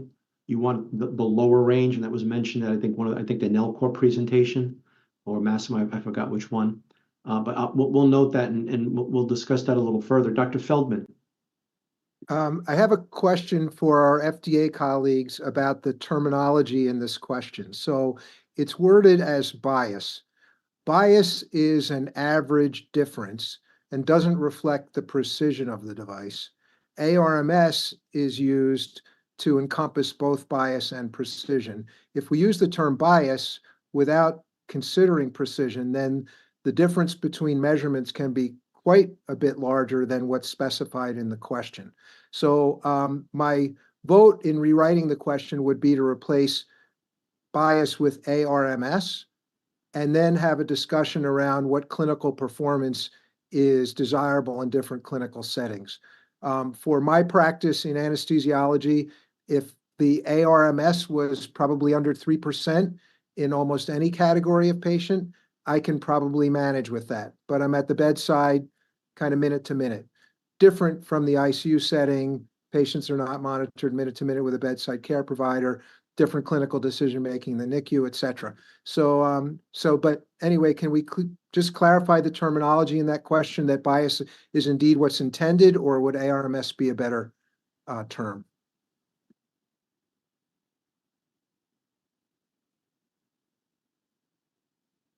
Sorry, I was. Yeah, Dr. Adam, any comment on that? 'Cause I don't remember reading bias in that question, or did I miss it? Project the question again. Bias is what was intended, and I'm gonna ask Dr. Pinello to come on camera and explain, please. Dr. Yeah, this is Gene Pinello. So for that question, yeah, it's bias is what was intended there. And I want to clarify that there's co-primary objectives that both have to be met. One is the overall ARMS, less than 3% with statistical significance. And the second primary objective is to show non-disparate performance in terms of bias, in terms of the difference in bias between skin color levels as measured by ITA or MST. Dr. Pinella, can you just educate me if the bias requirement is larger than the ARMS requirement? That doesn't seem consistent to me, or what am I missing? So there may be some confusion. The goal here is to show that the differential bias is no bigger than 3.5. So in that particular SaO2 intervals, for example, you may have the bias may be 2%, plus 2% in darker skin tone, and it might be negative 1.5% in lighter skin tone for a difference of 3.5. Now both of those biases in absolute value are 3%. It's just the difference in bias is 2 minus 1.5. That's 3.5. So that's fairly large, and that's exactly the performance goal there. Now, you may wish to have a different criteria than the difference in bias. You may want to, suggest that the absolute bias has to be less than some goal all across the board of all skin color values. But perhaps Dr. Hendricks can add a little more on this, as well as on the IFU and the fact that it is not for any specific clinical indication at the moment. Sure, I can attempt to answer this as how I understand it as a clinician, Dr. Feldman. So knowing that SpO2 bias is the mean difference between SpO2 and SaO2, what we're looking for, the difference of differences, is really about the SpO2 difference between those who have the highest maximum difference, two sets of population. So when we're looking at ITA, we said between maximum and minimum. And what we're really looking at is the SpO2 difference, the mean SpO2 difference between whichever population that happens to measure maximally or minimally. We have seen data where it's not always the darkest and always the lightest who are at those extreme ends. Sometimes it's those with middle tones who have a very positive bias. So that is why we crafted it across ITA as a continuum. Hopefully that answers the question. Thank you. You're muted, Dr. Feldman. Feel free, Dr. Sear, to terminate this conversation if you think it's going on. No, not at all. This is exactly the conversation they want and need. And I think the fact that Dr. Seville has his hands up tells us we're on the right track. But so let me just make one more point about it. And what I think about is the Bland-Altman plots, where the bias is the average of the difference and the precision reflects the statistical deviation of the measurements in the population that you've studied. So there's bias, as you've described it, which is a mean difference. But when you study a population of patients, a lot of patients, based on whatever the precision is, are going to be beyond that bias. And so that's why I'm trying to get some clarity around this particular question, because as a clinician, I would like to know that 2 to 3% is what I'm going to get out of the device, not 2 to 3% on average, but in some patients, it's going to be 6 or 7% because it's imprecise. And so that's what I'm getting at.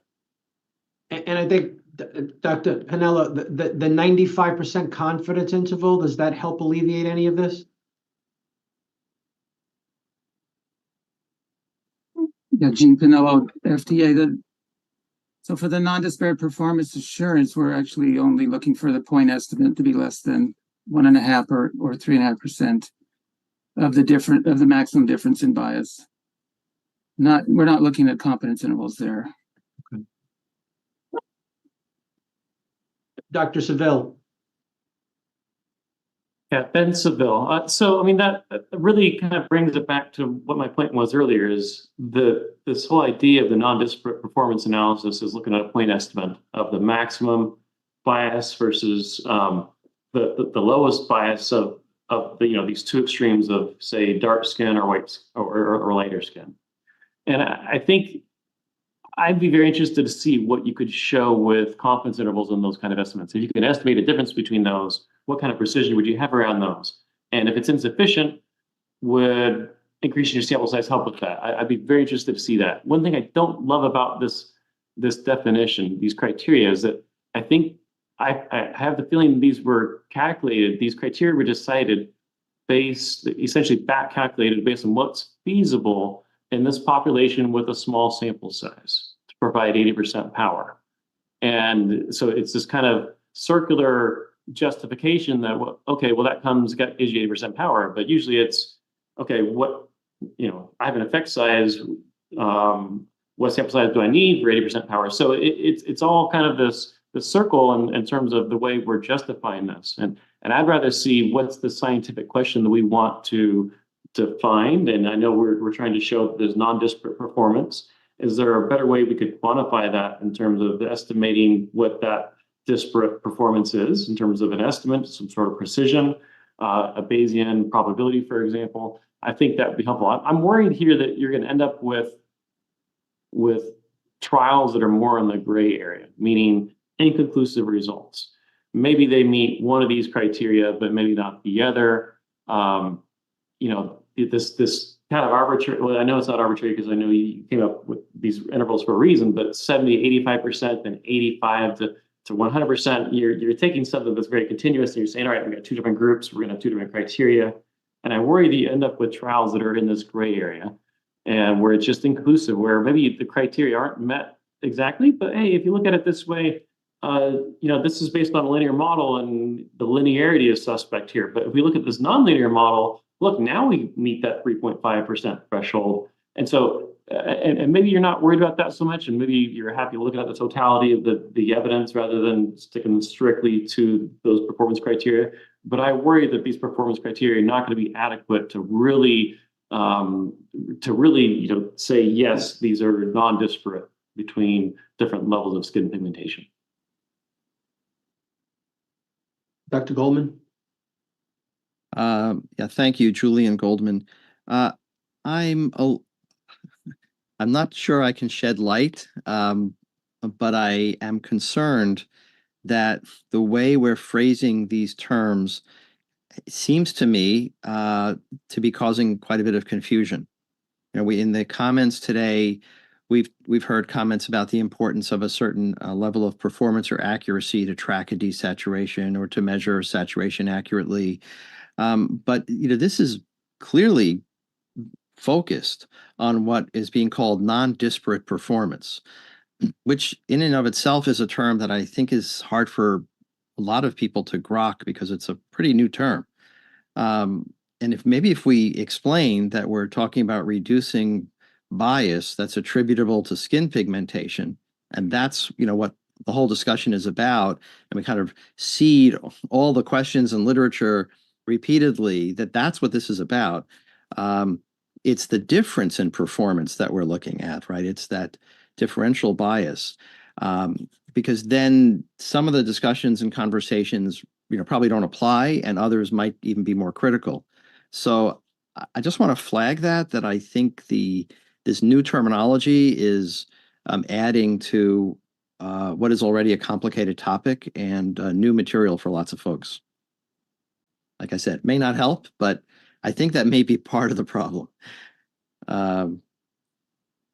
Non-disparate performance, right? People see performance, now we're thinking about performance of the pulse oximeter overall, as opposed to the difference in performance across a full range of skin pigmentation. That's it.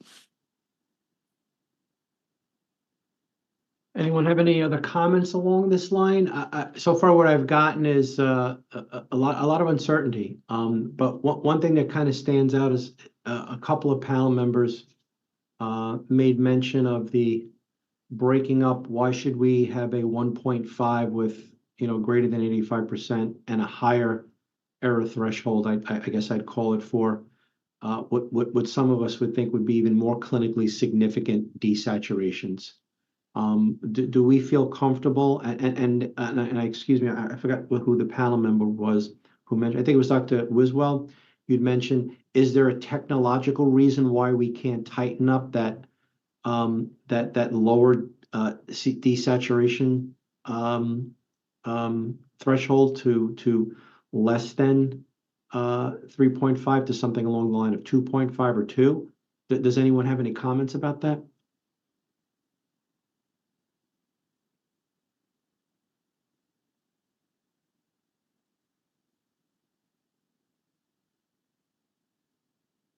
So in terms of please discuss the advantages and challenges to the proposed non-disparate performance definition, I think I'm not sure if we had a satisfactory discussion for the FDA on this. Dr. Edelman, you want to weigh in on what your thoughts are?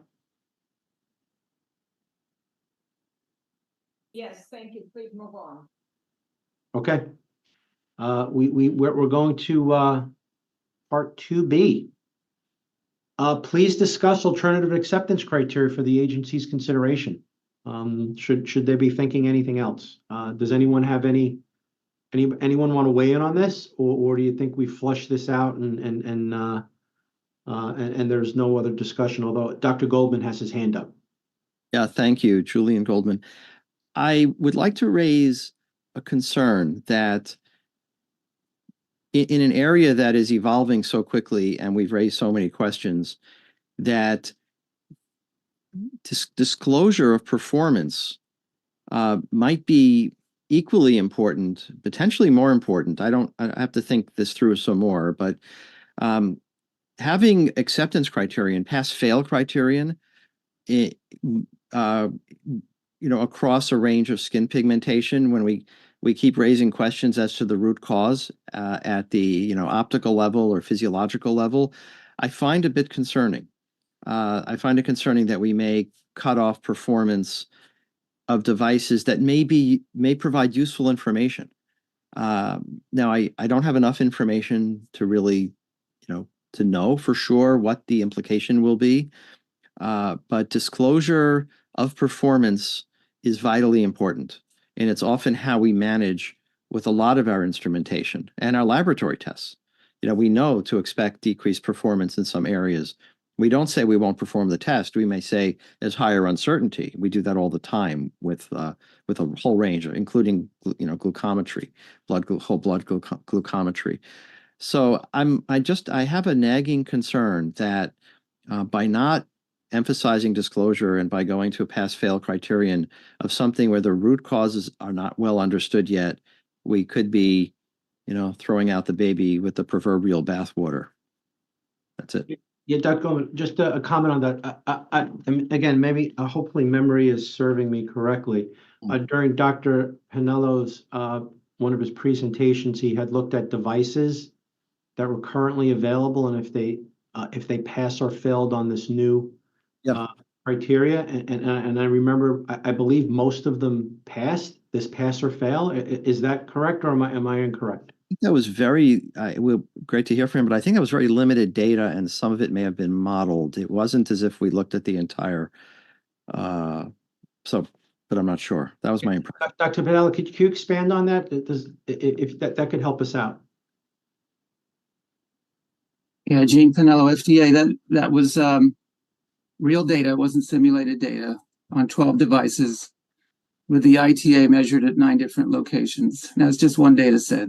But that was one analysis that seemed to show that if you had an ARMS that's fairly low in the 2.0 to 2.4 range, you're likely to meet the non-disparate performance goals at most of the locations. Does that help out any, Dr. Goldman, or no? Can you clarify locations? I'm not sure what's being referred to. Unfortunately, I don't know. These were the different locations at which ITA was measured. So it could have been forehead or inner arm, or the digits of the finger and at particular locations. But unfortunately, with that data set, I don't know those 9 locations where exactly they were.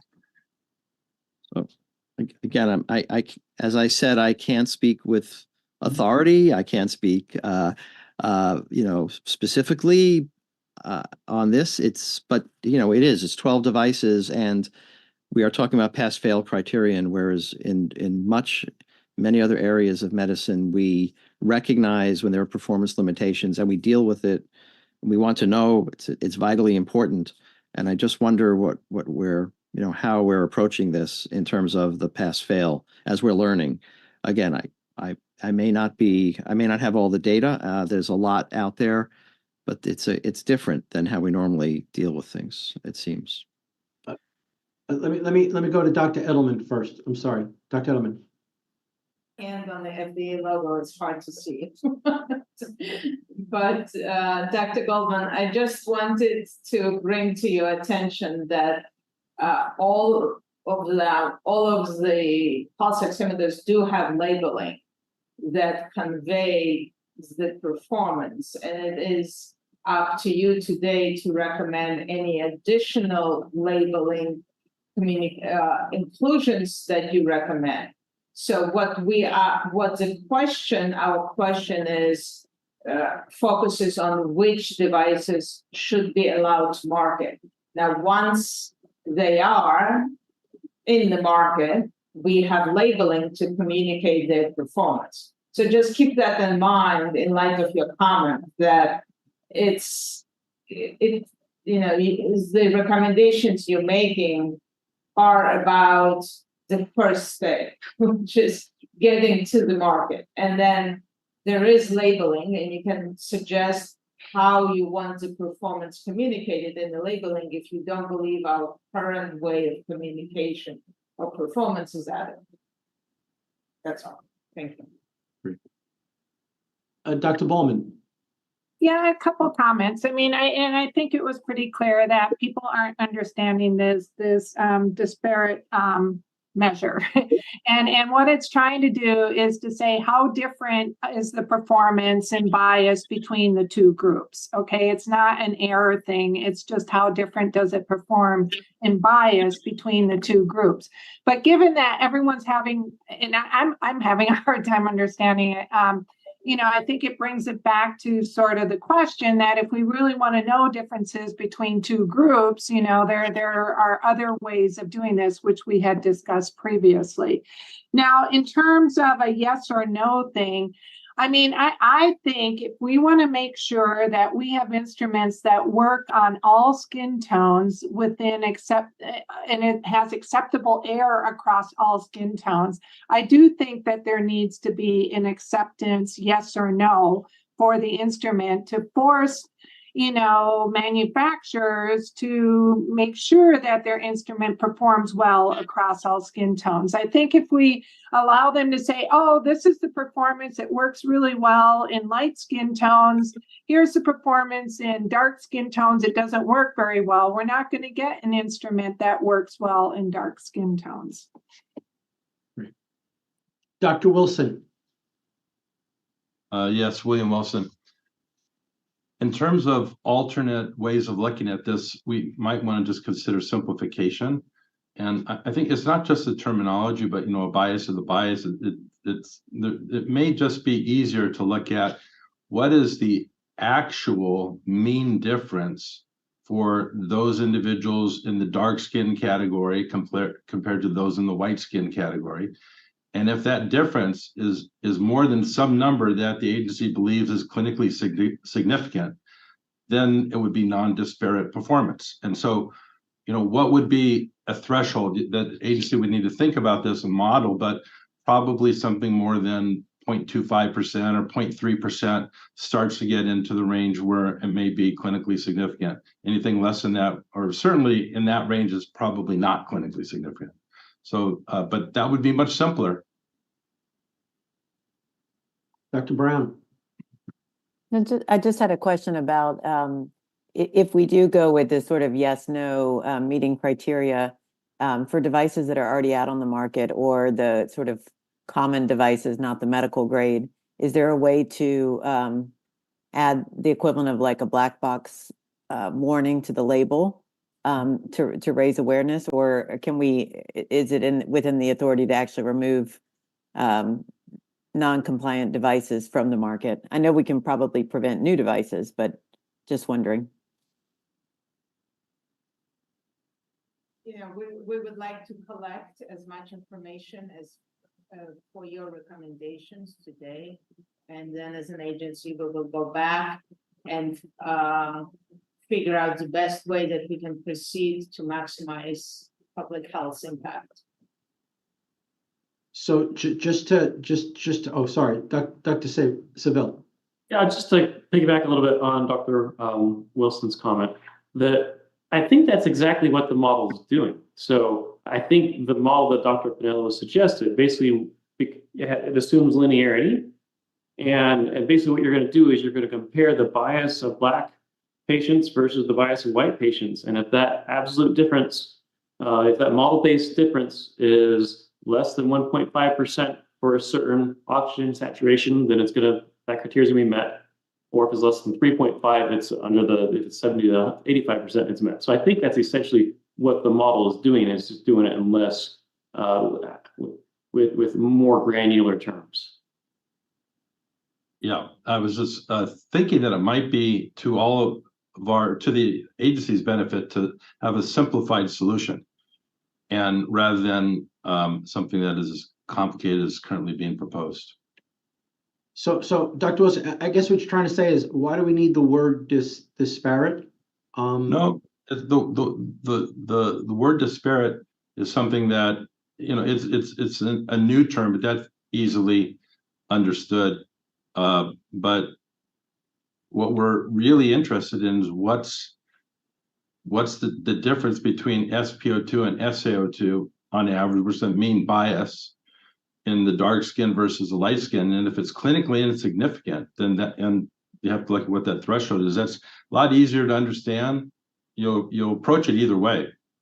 But I guess what I'm getting at is these criteria need to be met for every skin tone. So why put in that it's going to be disparate when the expectation is in every category it needs to meet these criteria?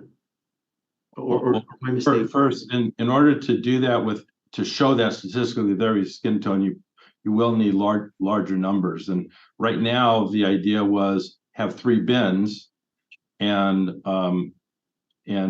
ensure that there's non-disparate between those 3 bins.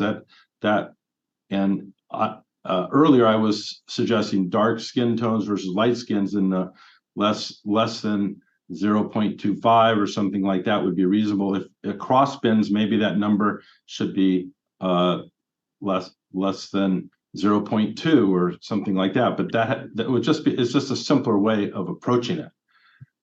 I'll just add real quick to that, if you don't mind, but the model right now is not saying, hey, we're going to take this bin versus this bin. It's a model. Okay, ITA is continuous. It's an ordinal value along the x-axis, and you have this linear model. Here's the bias for high values of ITA. Here's the bias. I'm sorry, low values of ITA. Here's the bias for high values of ITA, and let's look at the difference between those two things. And so it's not explicitly saying here's the difference between these two groups. It's saying here's the model-based estimate, which has more power, certainly in terms, we're not looking at precision here, but the model is going to have better estimation properties than trying to get a single estimate within each bin by itself. So that's my comment. Ms. Brummett?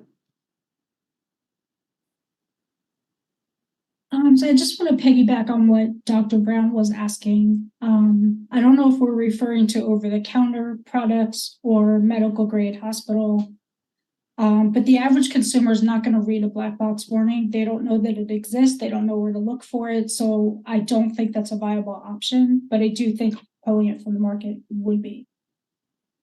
Yes, a great point. So question 3 is going to focus on the over-the-counter, and we're going to really, maybe delve into that. But yeah, points well taken. These are for my understanding is the medical grade that need to do pre-market approving to the FDA. So I'm going to go around a little bit again. Dr. Gooden, anything else to add to this, or you're satisfied with what everyone's talking about, or agree or disagree? I pretty much would say I agree with what has been said. Okay, great. Nothing I'd add at this point. And Dr. Taylor? I agree. No further comments. Dr. Lewis? I agree. Dr. Brown? Dr. Wiswell? I agree. Dr. Feldman? Yes, I agree, but my only reticence is I'm still a little bit confused in our conversation in that at the end of the day, when the clinician puts the device on the patient and the device has gone through this process, you should have some understanding of what the measurement is, how good an estimate, not measurement, how good an estimate that is of what's really going on with the patient. And so I come back to a little bit what we were talking about before, that I'd like to know that estimate is pretty likely within 2 to 3% of the actual SaO2, regardless of skin tone. So however we arrive at that determination, I think is important, thinking about what's going to happen at the bedside after this device is approved. Dr. Yamas, I see you gave us the thumbs up. Yep, nothing new to add here. Dr. Lesfam? Agree. Okay.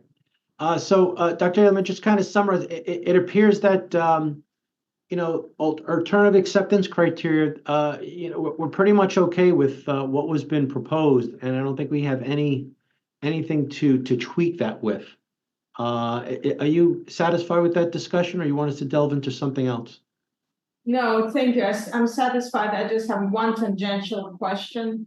I heard the recommendation of binning, and I was wondering what would be the delta between the bins. I heard some numbers being thrown around. Is there a consensus of what would be the performance between the bins in that, if we were to think about that approach, which is obviously not what was proposed currently, but.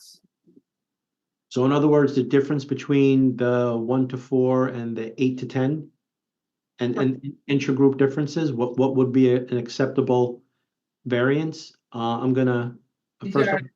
I mean, I don't want to spend too much time, but if the panel members have as recommendation, I'd be interested to hear. I'm gonna lean on Dr. Ballman and Dr. Seville for this to start out. Well, I think it's more of a clinical question. I mean, so if you know the mean bias in the light skin is, some number, and the mean bias in a different bin, a darker skin, is a different bias, and they differ by, I don't know, some number. What number would have you concerned? That's throwing it right back at us. Okay. Well, because it's more of a clinical question than it is a statistical. We can do the stats around whatever number you give us, but All right, and I agree with that in the sense that if your dark skin is, a +2% bias and the white skin's a -2%, that's a 4% difference. Do we care? Well, they're both within 2% of the bias. How important is the conclusion that, hey, there's something different between the dark skin and the white skin? And is that relevant for, they're both off by the same amount, just different directions. right, but the direction might matter in terms of making clinical decisions. So, yeah. Dr. Lazafam? Yeah, I think that's really the concern that, you can demonstrate that there's the statistical difference between two populations, but, where the rubber meets the road is at what point does that difference become clinically relevant to both of those groups? And those are really two very different drivers in terms of, so is it relevant? At what level is it meaningful? Dr. Feldman? I think the question needs to be asked a little bit differently. So in my view, it's not demonstrating that the difference between the groups is acceptable. I would like to know that for any non-disparate to me means that for any given patient, irrespective of their skin tone, I will get a performance within limits that are clinically acceptable. So we define what the clinically acceptable limits are, we study the populations, and then we compare the dark and the light skin, and we prove statistically that the differences are not important within the range that we're trying to test. So they may be wider, perhaps, in the dark skin, but still within clinically acceptable limits, narrower in the white skin, perhaps, but still within, but the performance across those groups is non-disparate for what we want the device to do at the bedside. That to me is the important question, not whether the absolute difference between the groups is within a certain margin. Dr. Brown? I was just going to throw out 2% as the clinically meaningful difference not between the groups, but between the real value and what's being reported on the device, just as a starting point.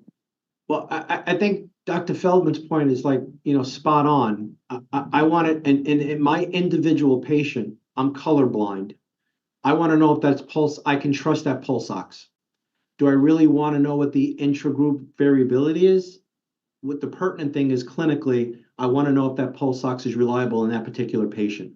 And looking at different skin tones and following the criteria that the FDA has, will put that on the table as answering yes, hopefully. Does that help, Dr. Edelman? Yes, thank you very much. And Dr. Feldman, basically, you are proposing the same approach that we proposed originally, just the only difference is with binning. So thank you. Yes, please move on. Well, binning and also comparing performance between the groups, because I didn't see that in the statistical proposal earlier. Thank you. All right, so this brings us to 2C. If we could have the question up there again, that would be great. Okay, so part C is please discuss if there are specific SaO2 thresholds for which the accuracy of the pulse oximeter for detecting hypoxemia should be analyzed. Who would like to start us off? Dr. Lewis. I'll just share an important example within neonatology. In the New England Journal of Medicine in 2010, a big NICHD study called the SUPPORT trial was published, and they randomized 1,300 preterm neonates to lower SAT goals and higher SAT goals, 85 to 89% versus 91 to 95%. And what they found is that infants randomized to the lower SAT goals had increased mortality, which was really a surprising finding. And so I think this speaks to the importance of, that critical sort of 87 to 93 range, especially in the NICU, where we are on mechanical ventilators, we're titrating FiO2 continuously to keep these smallest patients in very tight SAT goal ranges. So especially in neonatology, I think that range of the SATs is a place where we need especially important focus. Great, Doctor. I'm in agreement. So I'm going to take it back further to the 1990 study in chest by Martin Tobin that looked at patients who had an O2 SAT of 92%. If you were white, 92% of those patients had a PO2 of greater than 60. If you were dark-skinned with the same O2 SAT, only 50% of those patients had a PO2 of 60. And I raised that because, again, clinically, we're all kind of trained, that the oxygen dissociation curve falls drastically after 90%. So my number when I saw this was talking about the 90% threshold to look at, how many percentage of patients with any skin tone have a PO2 that's an acceptable level at that threshold. And I just throw it out there for discussion. And again, it kind of steps off of what, the whole argument, conservative versus liberal oxygen delivery, I think is kind of settled at this point, at least in adults. And I think maybe it's true for peds and neonates now that having liberal oxygen doesn't seem to harm. So that 90% is really important to keep your PO2 above 60 millimeters of mercury. And I guess what the FDA is asking, should we have a threshold involved where they look at that, as well? Anyone want to discuss that? Dr. Wilson. Just in terms of liberal oxygenation, and particularly in the neonatal population, although low targets increase the rate of mortality and necrotizing enterocolitis, the high levels tend to increase retinopathy, prematurity, and BPD. The BPD may be a little more complicated, may be related to their problem, has positive pressure and so forth, but nonetheless, that's what data there is. And there may be problems with high oxygen concentrations in adults that we're not as aware of, other than patients with bleomycin. So I think having, just for the discussion point, we don't want to have excessively high partial pressures of oxygen, anything higher than necessary to keep the patient in an adequate range.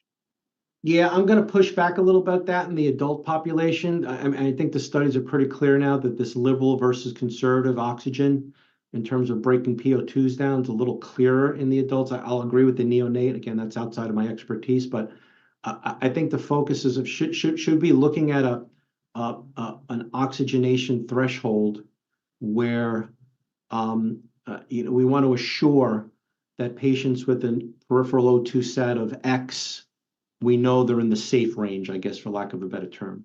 Dr. Feldman? Yeah, I think the conundrum for the FDA here is we're talking about different patient populations and different clinical needs. If you look in the ICUs, if you look in the operating rooms, it's hard to find patients under 90% because we're actively managing them above that level. You go to the pediatric cardiac ICU or the NICU, you got a whole different range of saturations now that you're managing too and trying to detect. So the question is, do you come up with a performance standard that hits all populations?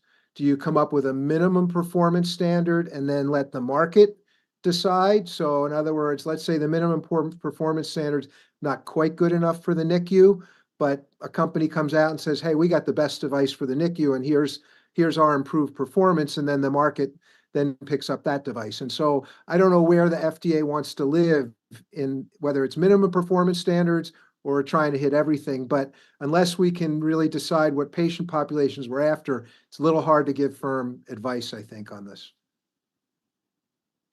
Anyone else?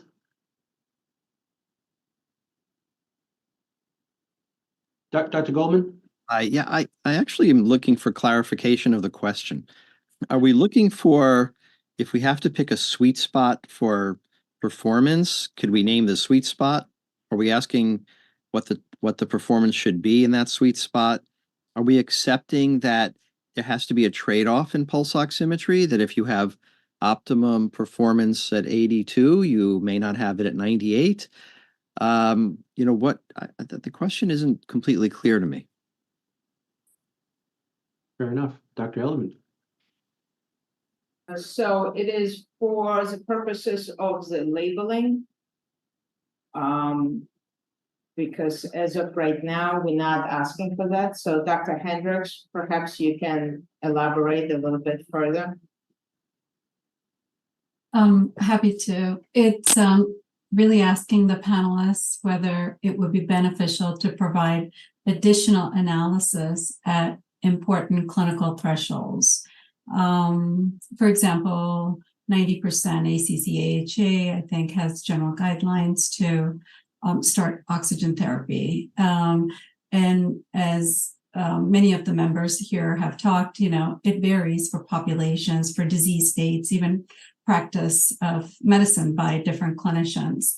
So we are garnering information from you today, whether we should ask for additional analysis at important specific clinical thresholds and what they would be, and knowing that they may differ for pediatrics versus adults. I hope this has helped. So the label, almost there. So what might be an example, make up some numbers, but what might be an example of what that label would state, just for clarity?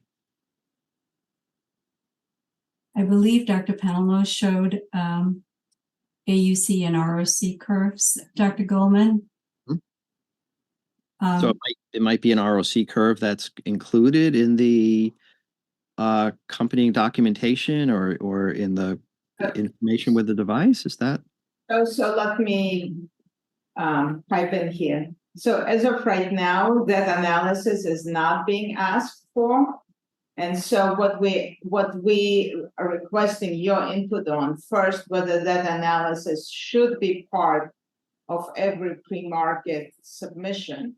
Okay. And yes, how should then the results of that analysis be communicated in the label? Okay, thank you. Now I understand exactly what you're looking for. Okay. Before I pick on Dr. Feldman, so like an example would be like a rule in, rule out for hypoxemia threshold with an ROC curve. So again, right now, that analysis is not required or not being performed as a routine part of the submission. So what we're asking is, given its clinical implications, should this be an additional analysis that we ask for? And if yes, how should the results of that analysis be communicated in the labeling so it's easily understood? And I saw your hesitance about presenting graphs in the labeling. So how should it be then communicated so that the average clinician can easily understand what it says? Well, I was about to say, should they put in positive and negative predictive values of hypoxemia, but I don't think the average clinician would grasp that. But I'm gonna ask Dr. Feldman he has a hand up to ask. Yeah, thank you, Jeffrey Feldman. I'll try to answer the question directly. So I personally think it's much more important to have a performance standard based upon a range, bias, precision, ARMS, whatever we pick, than it is to have a threshold that we focus on. And the primary reason that I say that is I don't believe clinical decision-making should be based upon a single point estimate of a pulse oximeter data. So if I'm getting a saturation of 90%, what I do with that is going to be very context dependent, and it gets to some of the comments that we heard earlier. So I don't think you need to focus on particular thresholds more so than accuracy. That said, you're raising the question of ROC curves, and I do think there is value to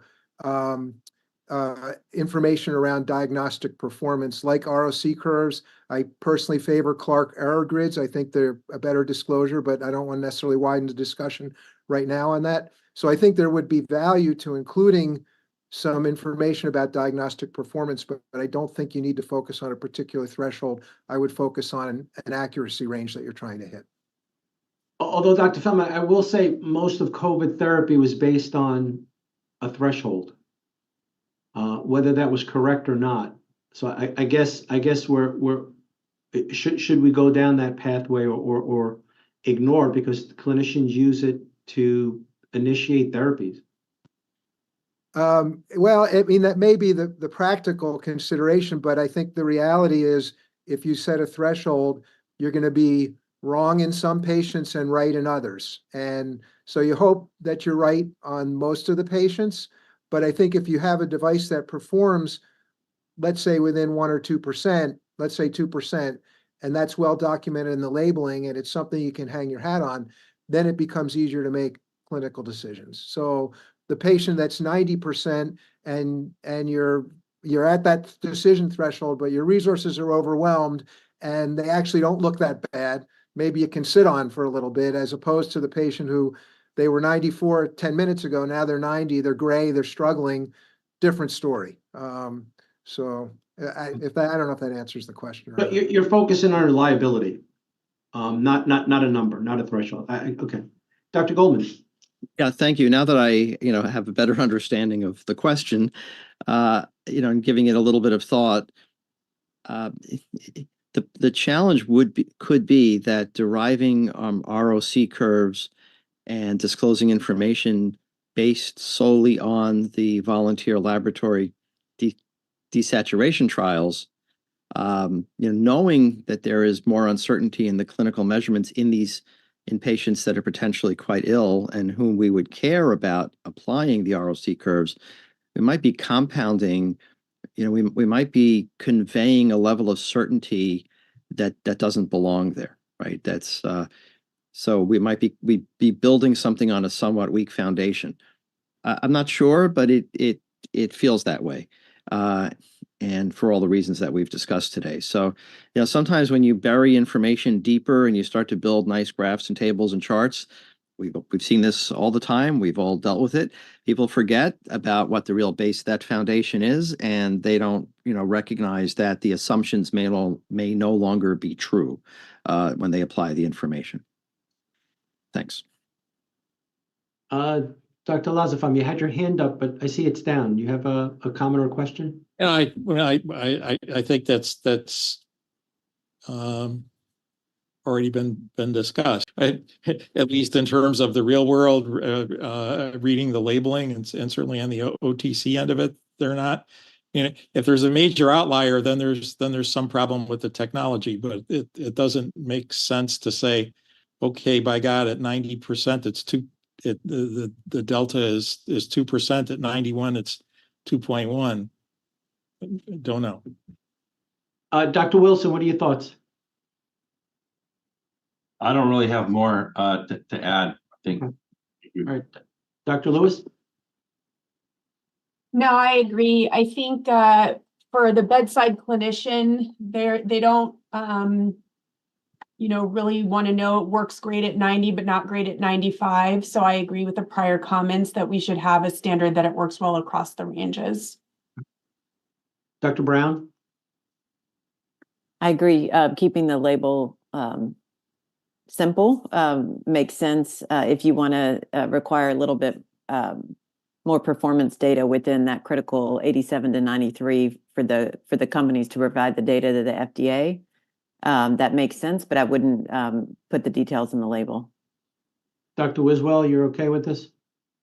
Yeah, I wouldn't put the details in the label. I wouldn't come up with our own threshold for hypoxia.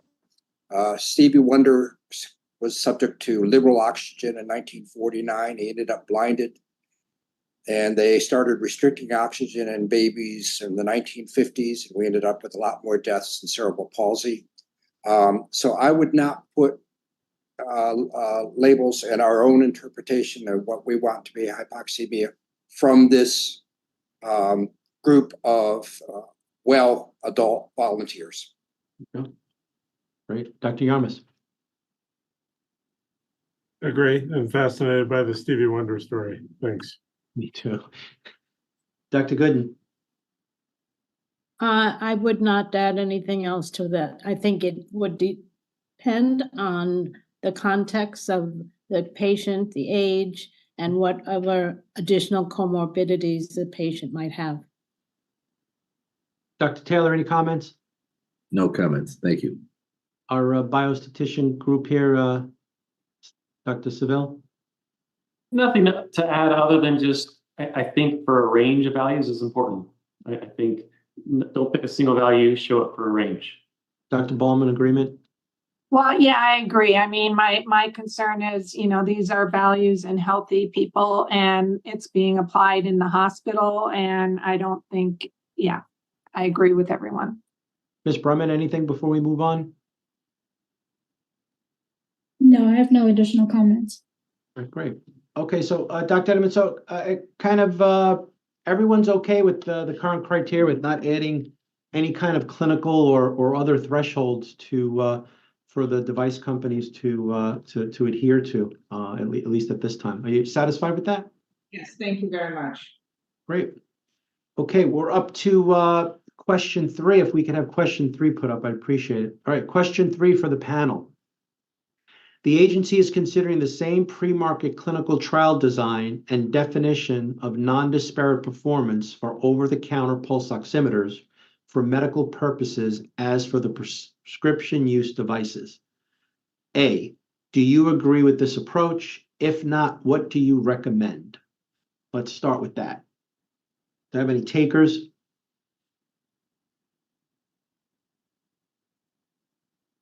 So I'm just gonna ask a clarifying question. So if this over-the-counter pulse oximeter is going to be used for quote unquote medical purposes, it's going to be separate from if I just walk into the pharmacy and pick a pulse ox on that I'm going to use on my treadmill. Is that the intent of this question?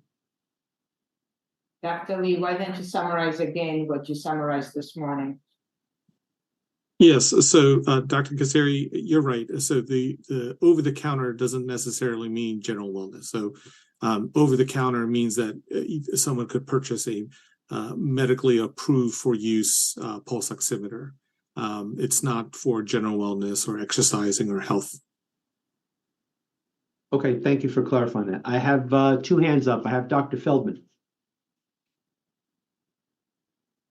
Yeah, so I don't see why you would have a different criteria for performance evaluation if it's going to be for medical purposes.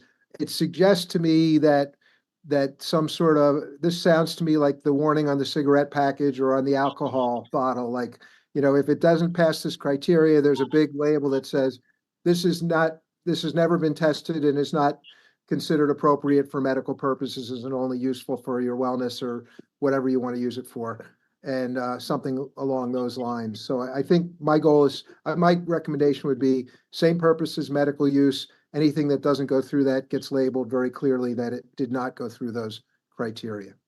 Great. Dr. Wilson. Yeah, I agree. If it's used for medical decision-making, it should meet the same criteria. And in terms of the labeling, you might even be a little bit more severe in the labeling that does not meet, criteria, something where they would be warned that it's not at the same level. Great. Dr. Goldman. Thank you, Julian Goldman. Once again, I really would just want to ask a clarifying question. What in the world is this device? Is this are these things that exist today in the market? What can just clarify, what are we talking about in terms of an OTC pulse oximeter? Maybe James Lee could clarify that, or is it the same exact product that just has different labeling to help someone who is not a medical professional use it? Just maybe clarify the intent. Thank you, Dr. Goldman. It's James Lee, FDA. So yes, there are over-the-counter indications for some wearables that are for medical use. And so that's where, and certainly we're thinking of the future as well, for when devices become over-the-counter and more common, and therefore medical purposes, what type of criteria that you would recommend. So in my closest analogy that I think about are non-invasive blood pressure monitors or sphygmomanometers that are widely available over the counter. And when I take out a microscope and I read the little packages, they state that they're the same, they have the equivalent performance, that they've passed standards and that they're FDA cleared. So, but they're just available, at the corner store and online. So Could you help clarify? Is that the same idea here? It's the same device, but available more broadly and has clearer instructions? Thank you. One of the things I think that we've been soliciting today too is, what type of instructions and labeling should a particular device have? So that's based on intended use, how a firm or medical device manufacturer intends to market the device. And certainly, as we've discussed, pretty thoroughly today, the interpretation of the number of that saturation number has to be within context, and lay users may not have that full breadth of medical knowledge. And so we're looking for, some feedback on not just what the performance criteria could be. I heard in the slide before, we were having discussions about, how devices could possibly perform differently in different care theaters, like the ICU, like at a doctor's office or at home. And so I think that's what we're looking for. If you find that a one-size-fits-all, high quality type of device design would be the way to go, or is there flexibility based on particular intended use, including over-the-counter, which could be used for a layperson for spot checking at home, for instance? Well, I understand the focus today is on disparate performance, of course, but I think we did hear some useful messages from two of the speakers that described their own experience with pulse oximeters. The question of the need to stabilize and how long a measurement requires to be taken, things that potentially could either be disclosed or performance requirements. Those were pretty good examples. And, is the intended use, or will it support monitoring, your daughter for 24/7, or is it intended for a spot check and can't be kept on, and and so on. And we heard some good examples. I'm sure you've heard many, many more at the FDA. Those would seem to be useful inputs, but they don't, of course, relate to disparate performance. Yeah, thank you. Dr. Brown. Yes, thank you. I think the same standards should be upheld because, as the speaker pointed out earlier, pulse ox in the medical setting is one variable taken into consideration, in concert with the rest of the clinical picture. But for people at home with a heavy reliance on pulse ox, that may be their single factor in making decisions like, do I go to the ER? So I feel like the standard should be the same. And then along those same lines, there's increasing, being forward thinking, there's increasing remote monitoring happening from the home, streamlining information to care teams, or allowing patients to self-monitor and manage their health. And so I think these need to be held to the same standard. Ms. Brummett? I agree with Dr. Brown. I think the same standard for medical grade needs to be for over-the-counter. I don't know what it is for medical grade or use in the hospitals. I don't have knowledge about that. But I mean, again, I'm a pulse ox user. I just got this at my local CVS, and I use this as a vital sign to determine whether I need to go to the hospital. And I'm sure that's the way it is for a lot of consumers. So I think there needs to be the same standard for both situations. Dr. Lasifan? Yeah, I agree that there needs to be the same standard. I also want to underscore the fact that the labeling has to be explicit. I think both on the quote medical grade OTC product and the general wellness product, in terms of when do I need to call someone or do something, or can the end user, the common man, distinguish how to use one or the other properly, or what's an improper use? I think those are critically important considerations beyond the performance issues. Dr. Taylor? Yeah, I agree that ideally they should be the same. I guess two questions. One for the non-cognoscenti.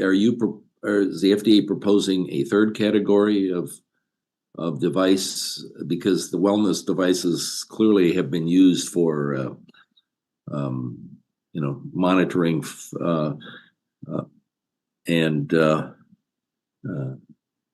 would this also put the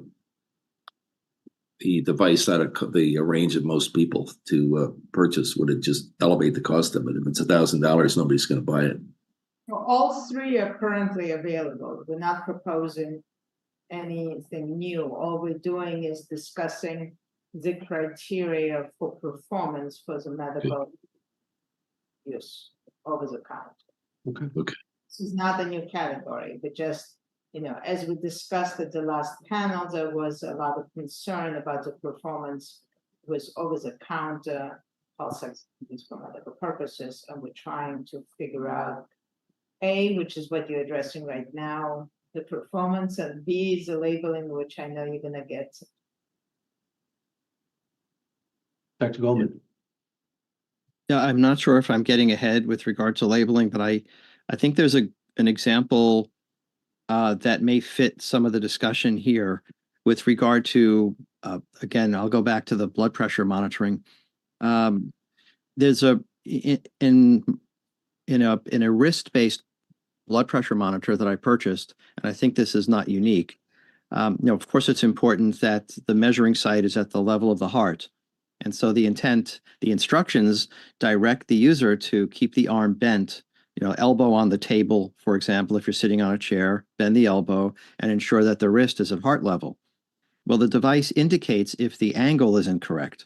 It also, when it transmits the data to your smartphone, it also indicates if there was an error in the angle of your arm relative so that it's no longer at your heart level.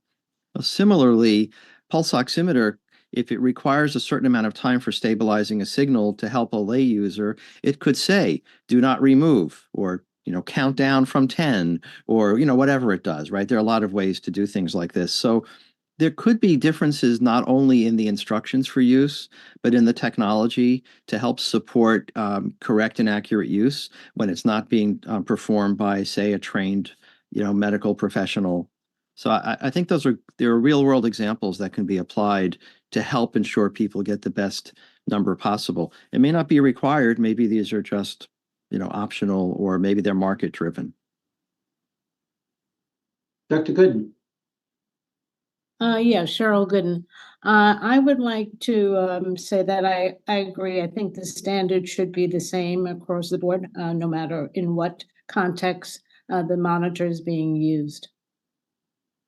Great. Dr. Yarmus. Yeah. Sorry, Lonnie Yarmus. Just maybe FDA clarification for me, and I see some other comments. So I go into the pharmacy, CVS. What is the criteria for segregating a over-the-counter medical device from a health device?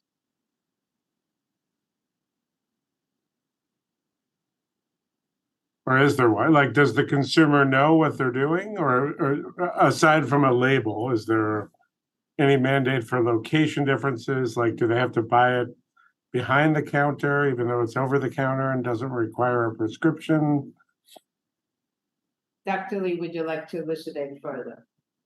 Well, thank you, Dr. Yarmus. So that's actually the basis of our question. So right now, devices that if you're buying, let's say, most of the time you're buying something on Amazon or any other online company, or you're going to the counter, they're often, if you look closely, caveats about what the device is.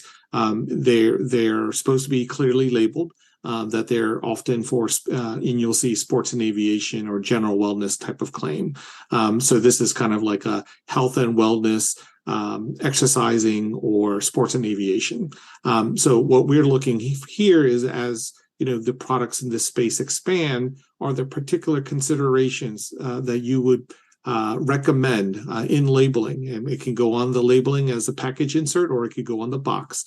about specifications or instructions for use about the device, particularly if, let's say, something is for spot checking versus a continuous use. So as technology goes forward, as innovation happens, we're looking forward to considering updating labeling and recommendations as we work with sponsors in the future. Dr. Feldman. Yeah, I don't necessarily have an answer to this, but I think there's been some nice points made about the cost and accessibility of the devices to people, particularly folks at home that have chronic medical conditions who may have a lot of durable medical equipment costs that they're having to bear. And so I don't know if there was a minimum performance requirement that was different from what we're talking about and whether that would translate into a more accessible device. But if it did, I think it would be worth considering. And then any device that didn't go through any kind of evaluation certainly should be labeled as such. But I think there is an accessibility issue for patients here that's worth considering in deciding what the criteria might or might not be. I can imagine some less stringent criteria that would still be medically useful for patients in their homes. And if that was less expensive, then that'd be great. I did a quick Amazon search. You can buy a pulse oximeter for $15. That was the lowest cost one that I found. And I suspect that would have a hard time meeting the criteria we've talked about. And whether or not it would be unsafe for a patient or not, I don't know. But I think it's something that's worth investigating.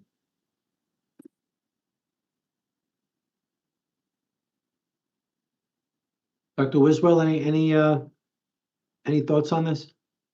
Yeah, I did the same thing on Amazon, and I found one for $12.59, so that's the one I'm buying.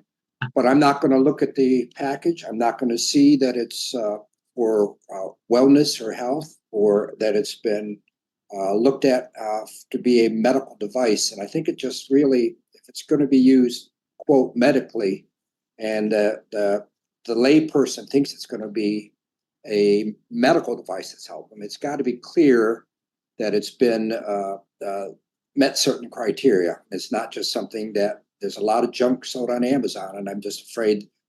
I've got a 40-year-old daughter who has got long COVID too, and I don't want her to buy something that's not going to be that helpful. Ms. Brummett.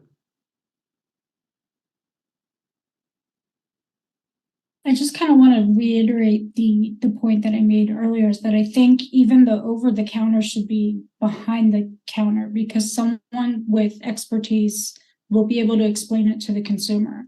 A consumer is just going to walk into a CVS or just walk into some sort of pharmacy, buy it on Amazon. They're not going to read the labeling. They just know that this is something they could put on their finger and they're going to get some sort of result from that. So I don't know about labeling, but I do think that there needs to be an extra layer of protection for over the counter use by having it behind the counter, so to speak. So that, these issues can be explained, or, what the uses are. Someone can ask their pharmacist, is this the right product for me? And if not, what do I need to look into? So I just kind of wanted to throw that back in there. Great. Dr. Goldman? Yeah, thank you. Julian Goldman, I'd like to support the importance of thinking about availability and cost in the, I'll just say, lower end pulse oximeters. I don't want to provide a designation.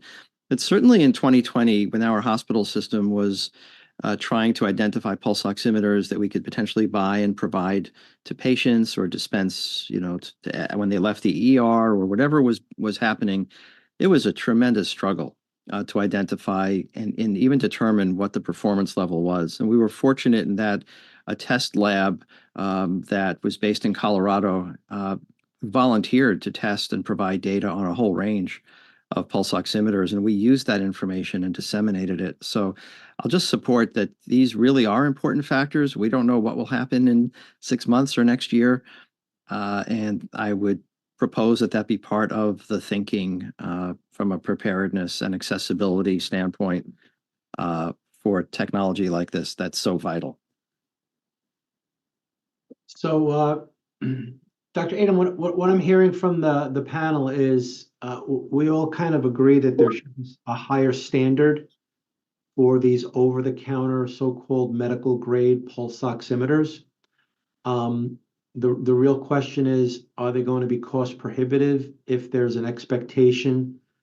Again, I think it was Dr. Wilson mentioned it's going to cost $250,000 to do these studies if the new regulations come into effect, and how's that going to translate into over-the-counter pulse oximeter prices if there's an expectation to meet the exact same criteria as the hospital grade.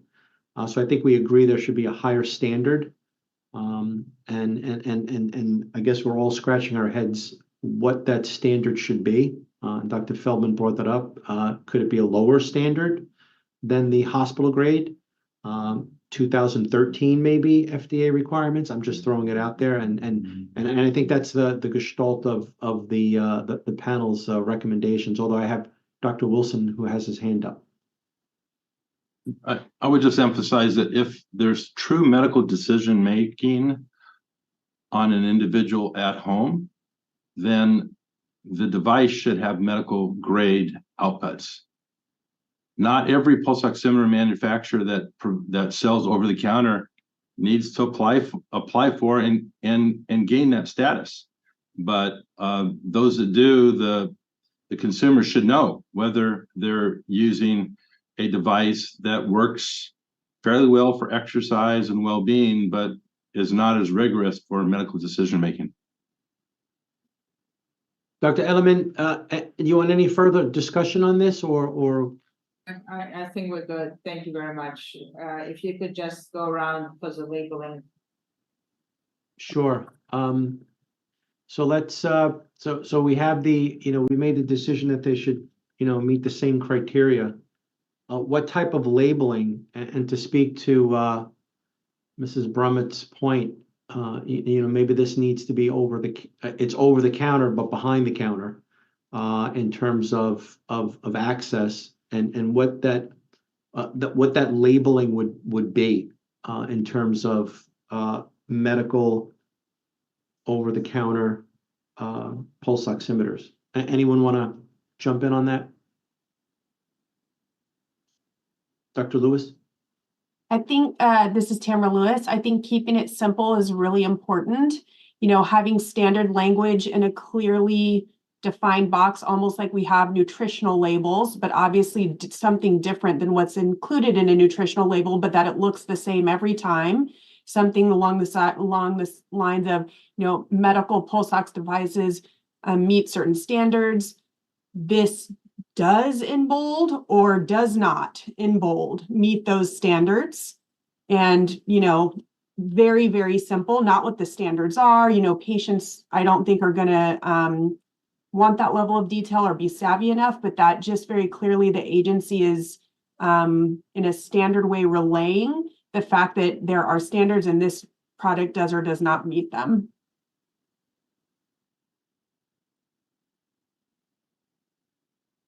Any other comments on this? Dr. Taylor? Jim Taylor, I just pulled the pulse oximeter that I bought during COVID. Fortunately, I didn't have to use it, but the material that came with it basically is 8 pages, 7 of which are basically full of very fine print. So labeling, if you're going to label something, it's really got to be that you want people to look at. It's got to be highlighted or colored or something. But I don't know if this is standard for these devices or not. This is an over the OTC one. Thanks. Dr. Feldman? Yeah, Jeff Feldman. I have a question about what's within the FDA's authority around labeling. In particular, I'm concerned about those devices that will never get submitted for FDA approval. So clearly we're in a world where people can make very low cost pulse oximeters, box them up, put them on a shelf, and people are going to buy them. So you can't buy a pack of cigarettes, you can't buy a bottle of alcohol without a consumer warning on it in this country. Is that within the purview of the FDA to require for those devices that do not go through the approval process, or is that some other legislative process that would have to take place in order to get them labeled that way? Dr. Lee, why don't you start? Thank you, Dr. Feldman. So that is correct, actually. So for devices, foods, drugs that the agency regulates, there is a clause that that there needs to be an exhibit of truthfulness in labeling, and that's under our Code of Federal Regulations, and we govern that the labeling supplied for product that within our purview is truthful and accurate. And so, that's why often, we do label reviews. That's part of our review process on the pre-market side. And that's why we're kind of posing the question we're looking for a little bit of guidance, goalpost, or, criteria that you find important. And certainly clear labeling, accurate labeling, labeling that's useful is something that we do support. But we're looking for anything from the panel about anything specific that you've seen, in particular, it be it prescription, or in this case, if it's direct to patient. So every device that goes through the regulatory process gets a nice little pink lung icon on the device printed somewhere that's visible. Every device that doesn't and is marketed as a pulse oximeter gets a dark lung with an X through it printed on the device. So when you put it on your finger, it's obvious that something's not right about this thing. Just a quick suggestion. Dr. Goldman? Yeah, thank you, Julian Goldman. I'd like to comment on aspects of accessibility of both information and of the devices. So I see the intent and value of keeping something behind the counter or ensuring that you provide guidance when someone buys something. But I'm also concerned that someone may go shopping and doesn't speak the local language. And, again, it's at the surge of respiratory disease in the community. And I won't comment which pharmacy I normally go to, that it's, the line is so long just to pick up something pretty typical that there really is no one to speak to most of the time because of the way things are staffed. So I just would recommend that we consider balancing those facets of, accessibility of equipment. And then related to that is accessibility or understanding the information and needing to take out a microscope to read the 8 pages of instructions. A number of years ago, the Anesthesia Patient Safety Foundation in a workshop pointed to the value of using QR codes at the point of care to access relevant information. And all of us have now used QR codes in our daily lives. The FDA has, to the best of my knowledge, now supported the use of QR codes on several devices, including on a ventilator that displays pertinent information when someone scans it. So, that's a technology that's certainly quite mature, has come of age, and could allow users of all different kinds to access information in their language. I don't want to, not recommending being prescriptive, of course, in a venue like this, just pointing out that there are good ways that exist to get very useful information at the point of care, including potentially videos and animations, instructions in the language that is needed. And if that's the focus for over the counter, it's really helping to explain to people what to do, how to use it, signs of problems, and when to go to the hospital or get medical help. That could all be part, that can be conveyed even more clearly, potentially. Great. Dr. Yarmus? Yeah, thanks, Lonnie Yarmus. So at the risk of creating more debate at 6:10, I'm just going to do this. But why? So should we not be thinking of this in the realm of a medication? And if I am an interstitial lung disease expert physician and want outpatient monitoring of my patient, can I prescribe them an adequate pulse oximeter to use? I mean, that's really what we're talking about. This is going to be physician recommended care monitoring in an outpatient setting, which the analogy of a prescriptive medication is probably the closest thing. And why should we not consider that bucket? So if I can just interject here, again, I'm going to ask Dr. Lee to comment further, but I think there's a little bit of confusion. We're talking about OTC, over the counter, not prescription use right now. And do those, and I suppose I should know this, does that exist currently? Can I prescribe a pulse oximeter? Yes. Go ahead, James. Yeah, Dr. Yarmus, are you asking, can you order a prescription use pulse oximeter for a patient? The answer is yes. And so why would we separate these two types of devices in this discussion if that's already out there? Well, the second thing is that if patients are able to access on their own a pulse oximeter because either their doctor may have not prescribed one or they're monitoring a chronic disorder and they're interested in advocating for their own health condition and they're able to get a over the counter, they may not have direct conversations with their physician in a regularly scheduled kind of paradigm, or they may be on their own. And so what we're asking here is, are there any particular considerations considering a patient may be having to advocate or self-treat or self-monitor themselves? Are there any recommendations that the panel would like to have in such a labeling for a patient direct product? If I can just suggest, I know it's 6:11, but Dr. Yarmus, if I can just suggest an analogy of reading glasses. You can go and buy reading glasses over the counter without a prescription. Now, you can also have an optometrist and ophthalmologist give you a prescription. That would be a different way of obtaining those glasses. Also, over the counter, we at FDA, are involved in whether something is over the counter or not. But again, I just wanted to go back to Ms. Brummert's comment about whether it's behind the counter or not. That is not usually, FDA does not usually get involved in that level. That's more of a state discretion. So, but the question back to 6:12, we have 12 minutes. So back to our question at hand.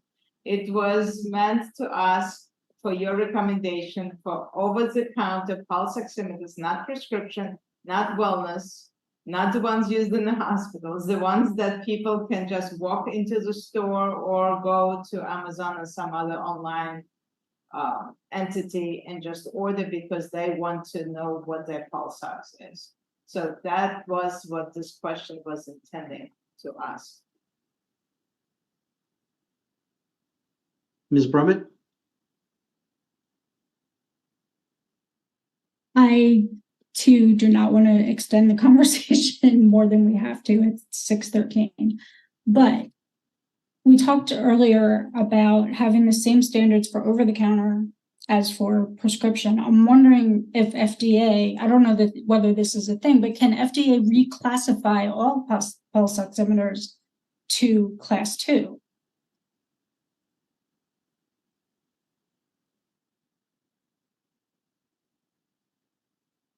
I didn't realize I was muted. Sorry, James, I was trying to get you to speak again that they are, so all pulse oximeters are class 2. It has nothing to do with classification. But within the class 2 pulse oximetry rate, we have different types. So sorry if I'm not going to ask IT folks to bring up the slide, but Dr. Lee did have that slide, what seems like many hours ago. Dr. Wiswell, I think you're going to be the last commenter on this very uncomfortable subject. Can't there just be a label that's really in bold on the outside of the box, not going through the 8 pages of microscopic labeling, but just saying this is not a medical device and it has not undergone scrutiny like medical grade oximeters, just something like that, but something that's going to grab their attention. And I like Dr. Feldman's description, have black lungs on there with a line through them or something like that. Yeah, jokingly, but we should be able to make it obvious to the whole population, because there's a lot of unsophisticated people that don't read labeling that's in papers on the inside, and they're just going to grab the thing that's the cheapest. So, Dr. Adelman, I know this may be not totally satisfactory, but are you comfortable with the panel's discussion on the last part of this question 3? Yes, thank you very much. Okay, great. At this time, I'd like to ask our representatives, Ms. Brummett, our consumer representative, and Dr. Wilson, our industry representative, if they have any additional comments. Mrs. Brummett?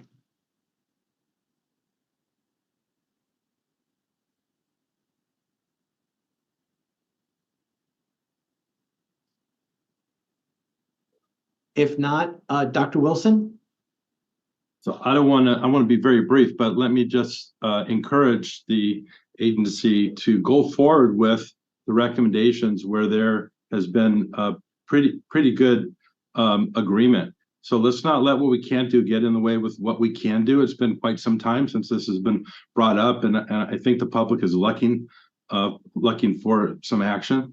So applaud the FDA, and I would move forward in the areas where there's pretty good agreement.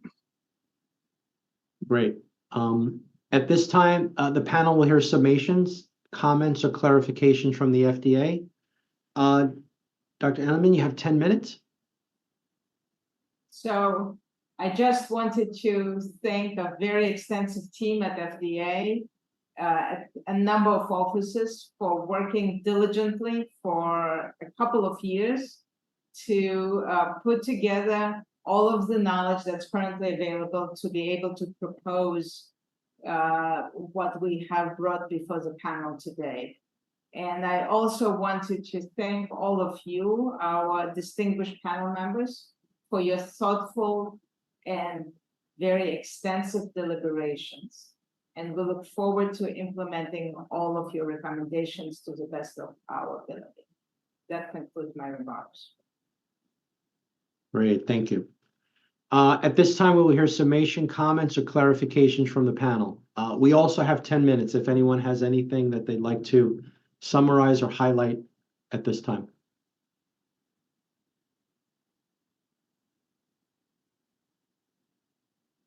Going once, going twice, sold. Okay. I'd like to thank the panel, the FDA, the invited speakers, and all of the open public hearing speakers for their contribution to today's panel meeting. The meeting of the Anesthesiology and Respiratory Therapy Devices panel is now adjourned. Thank you.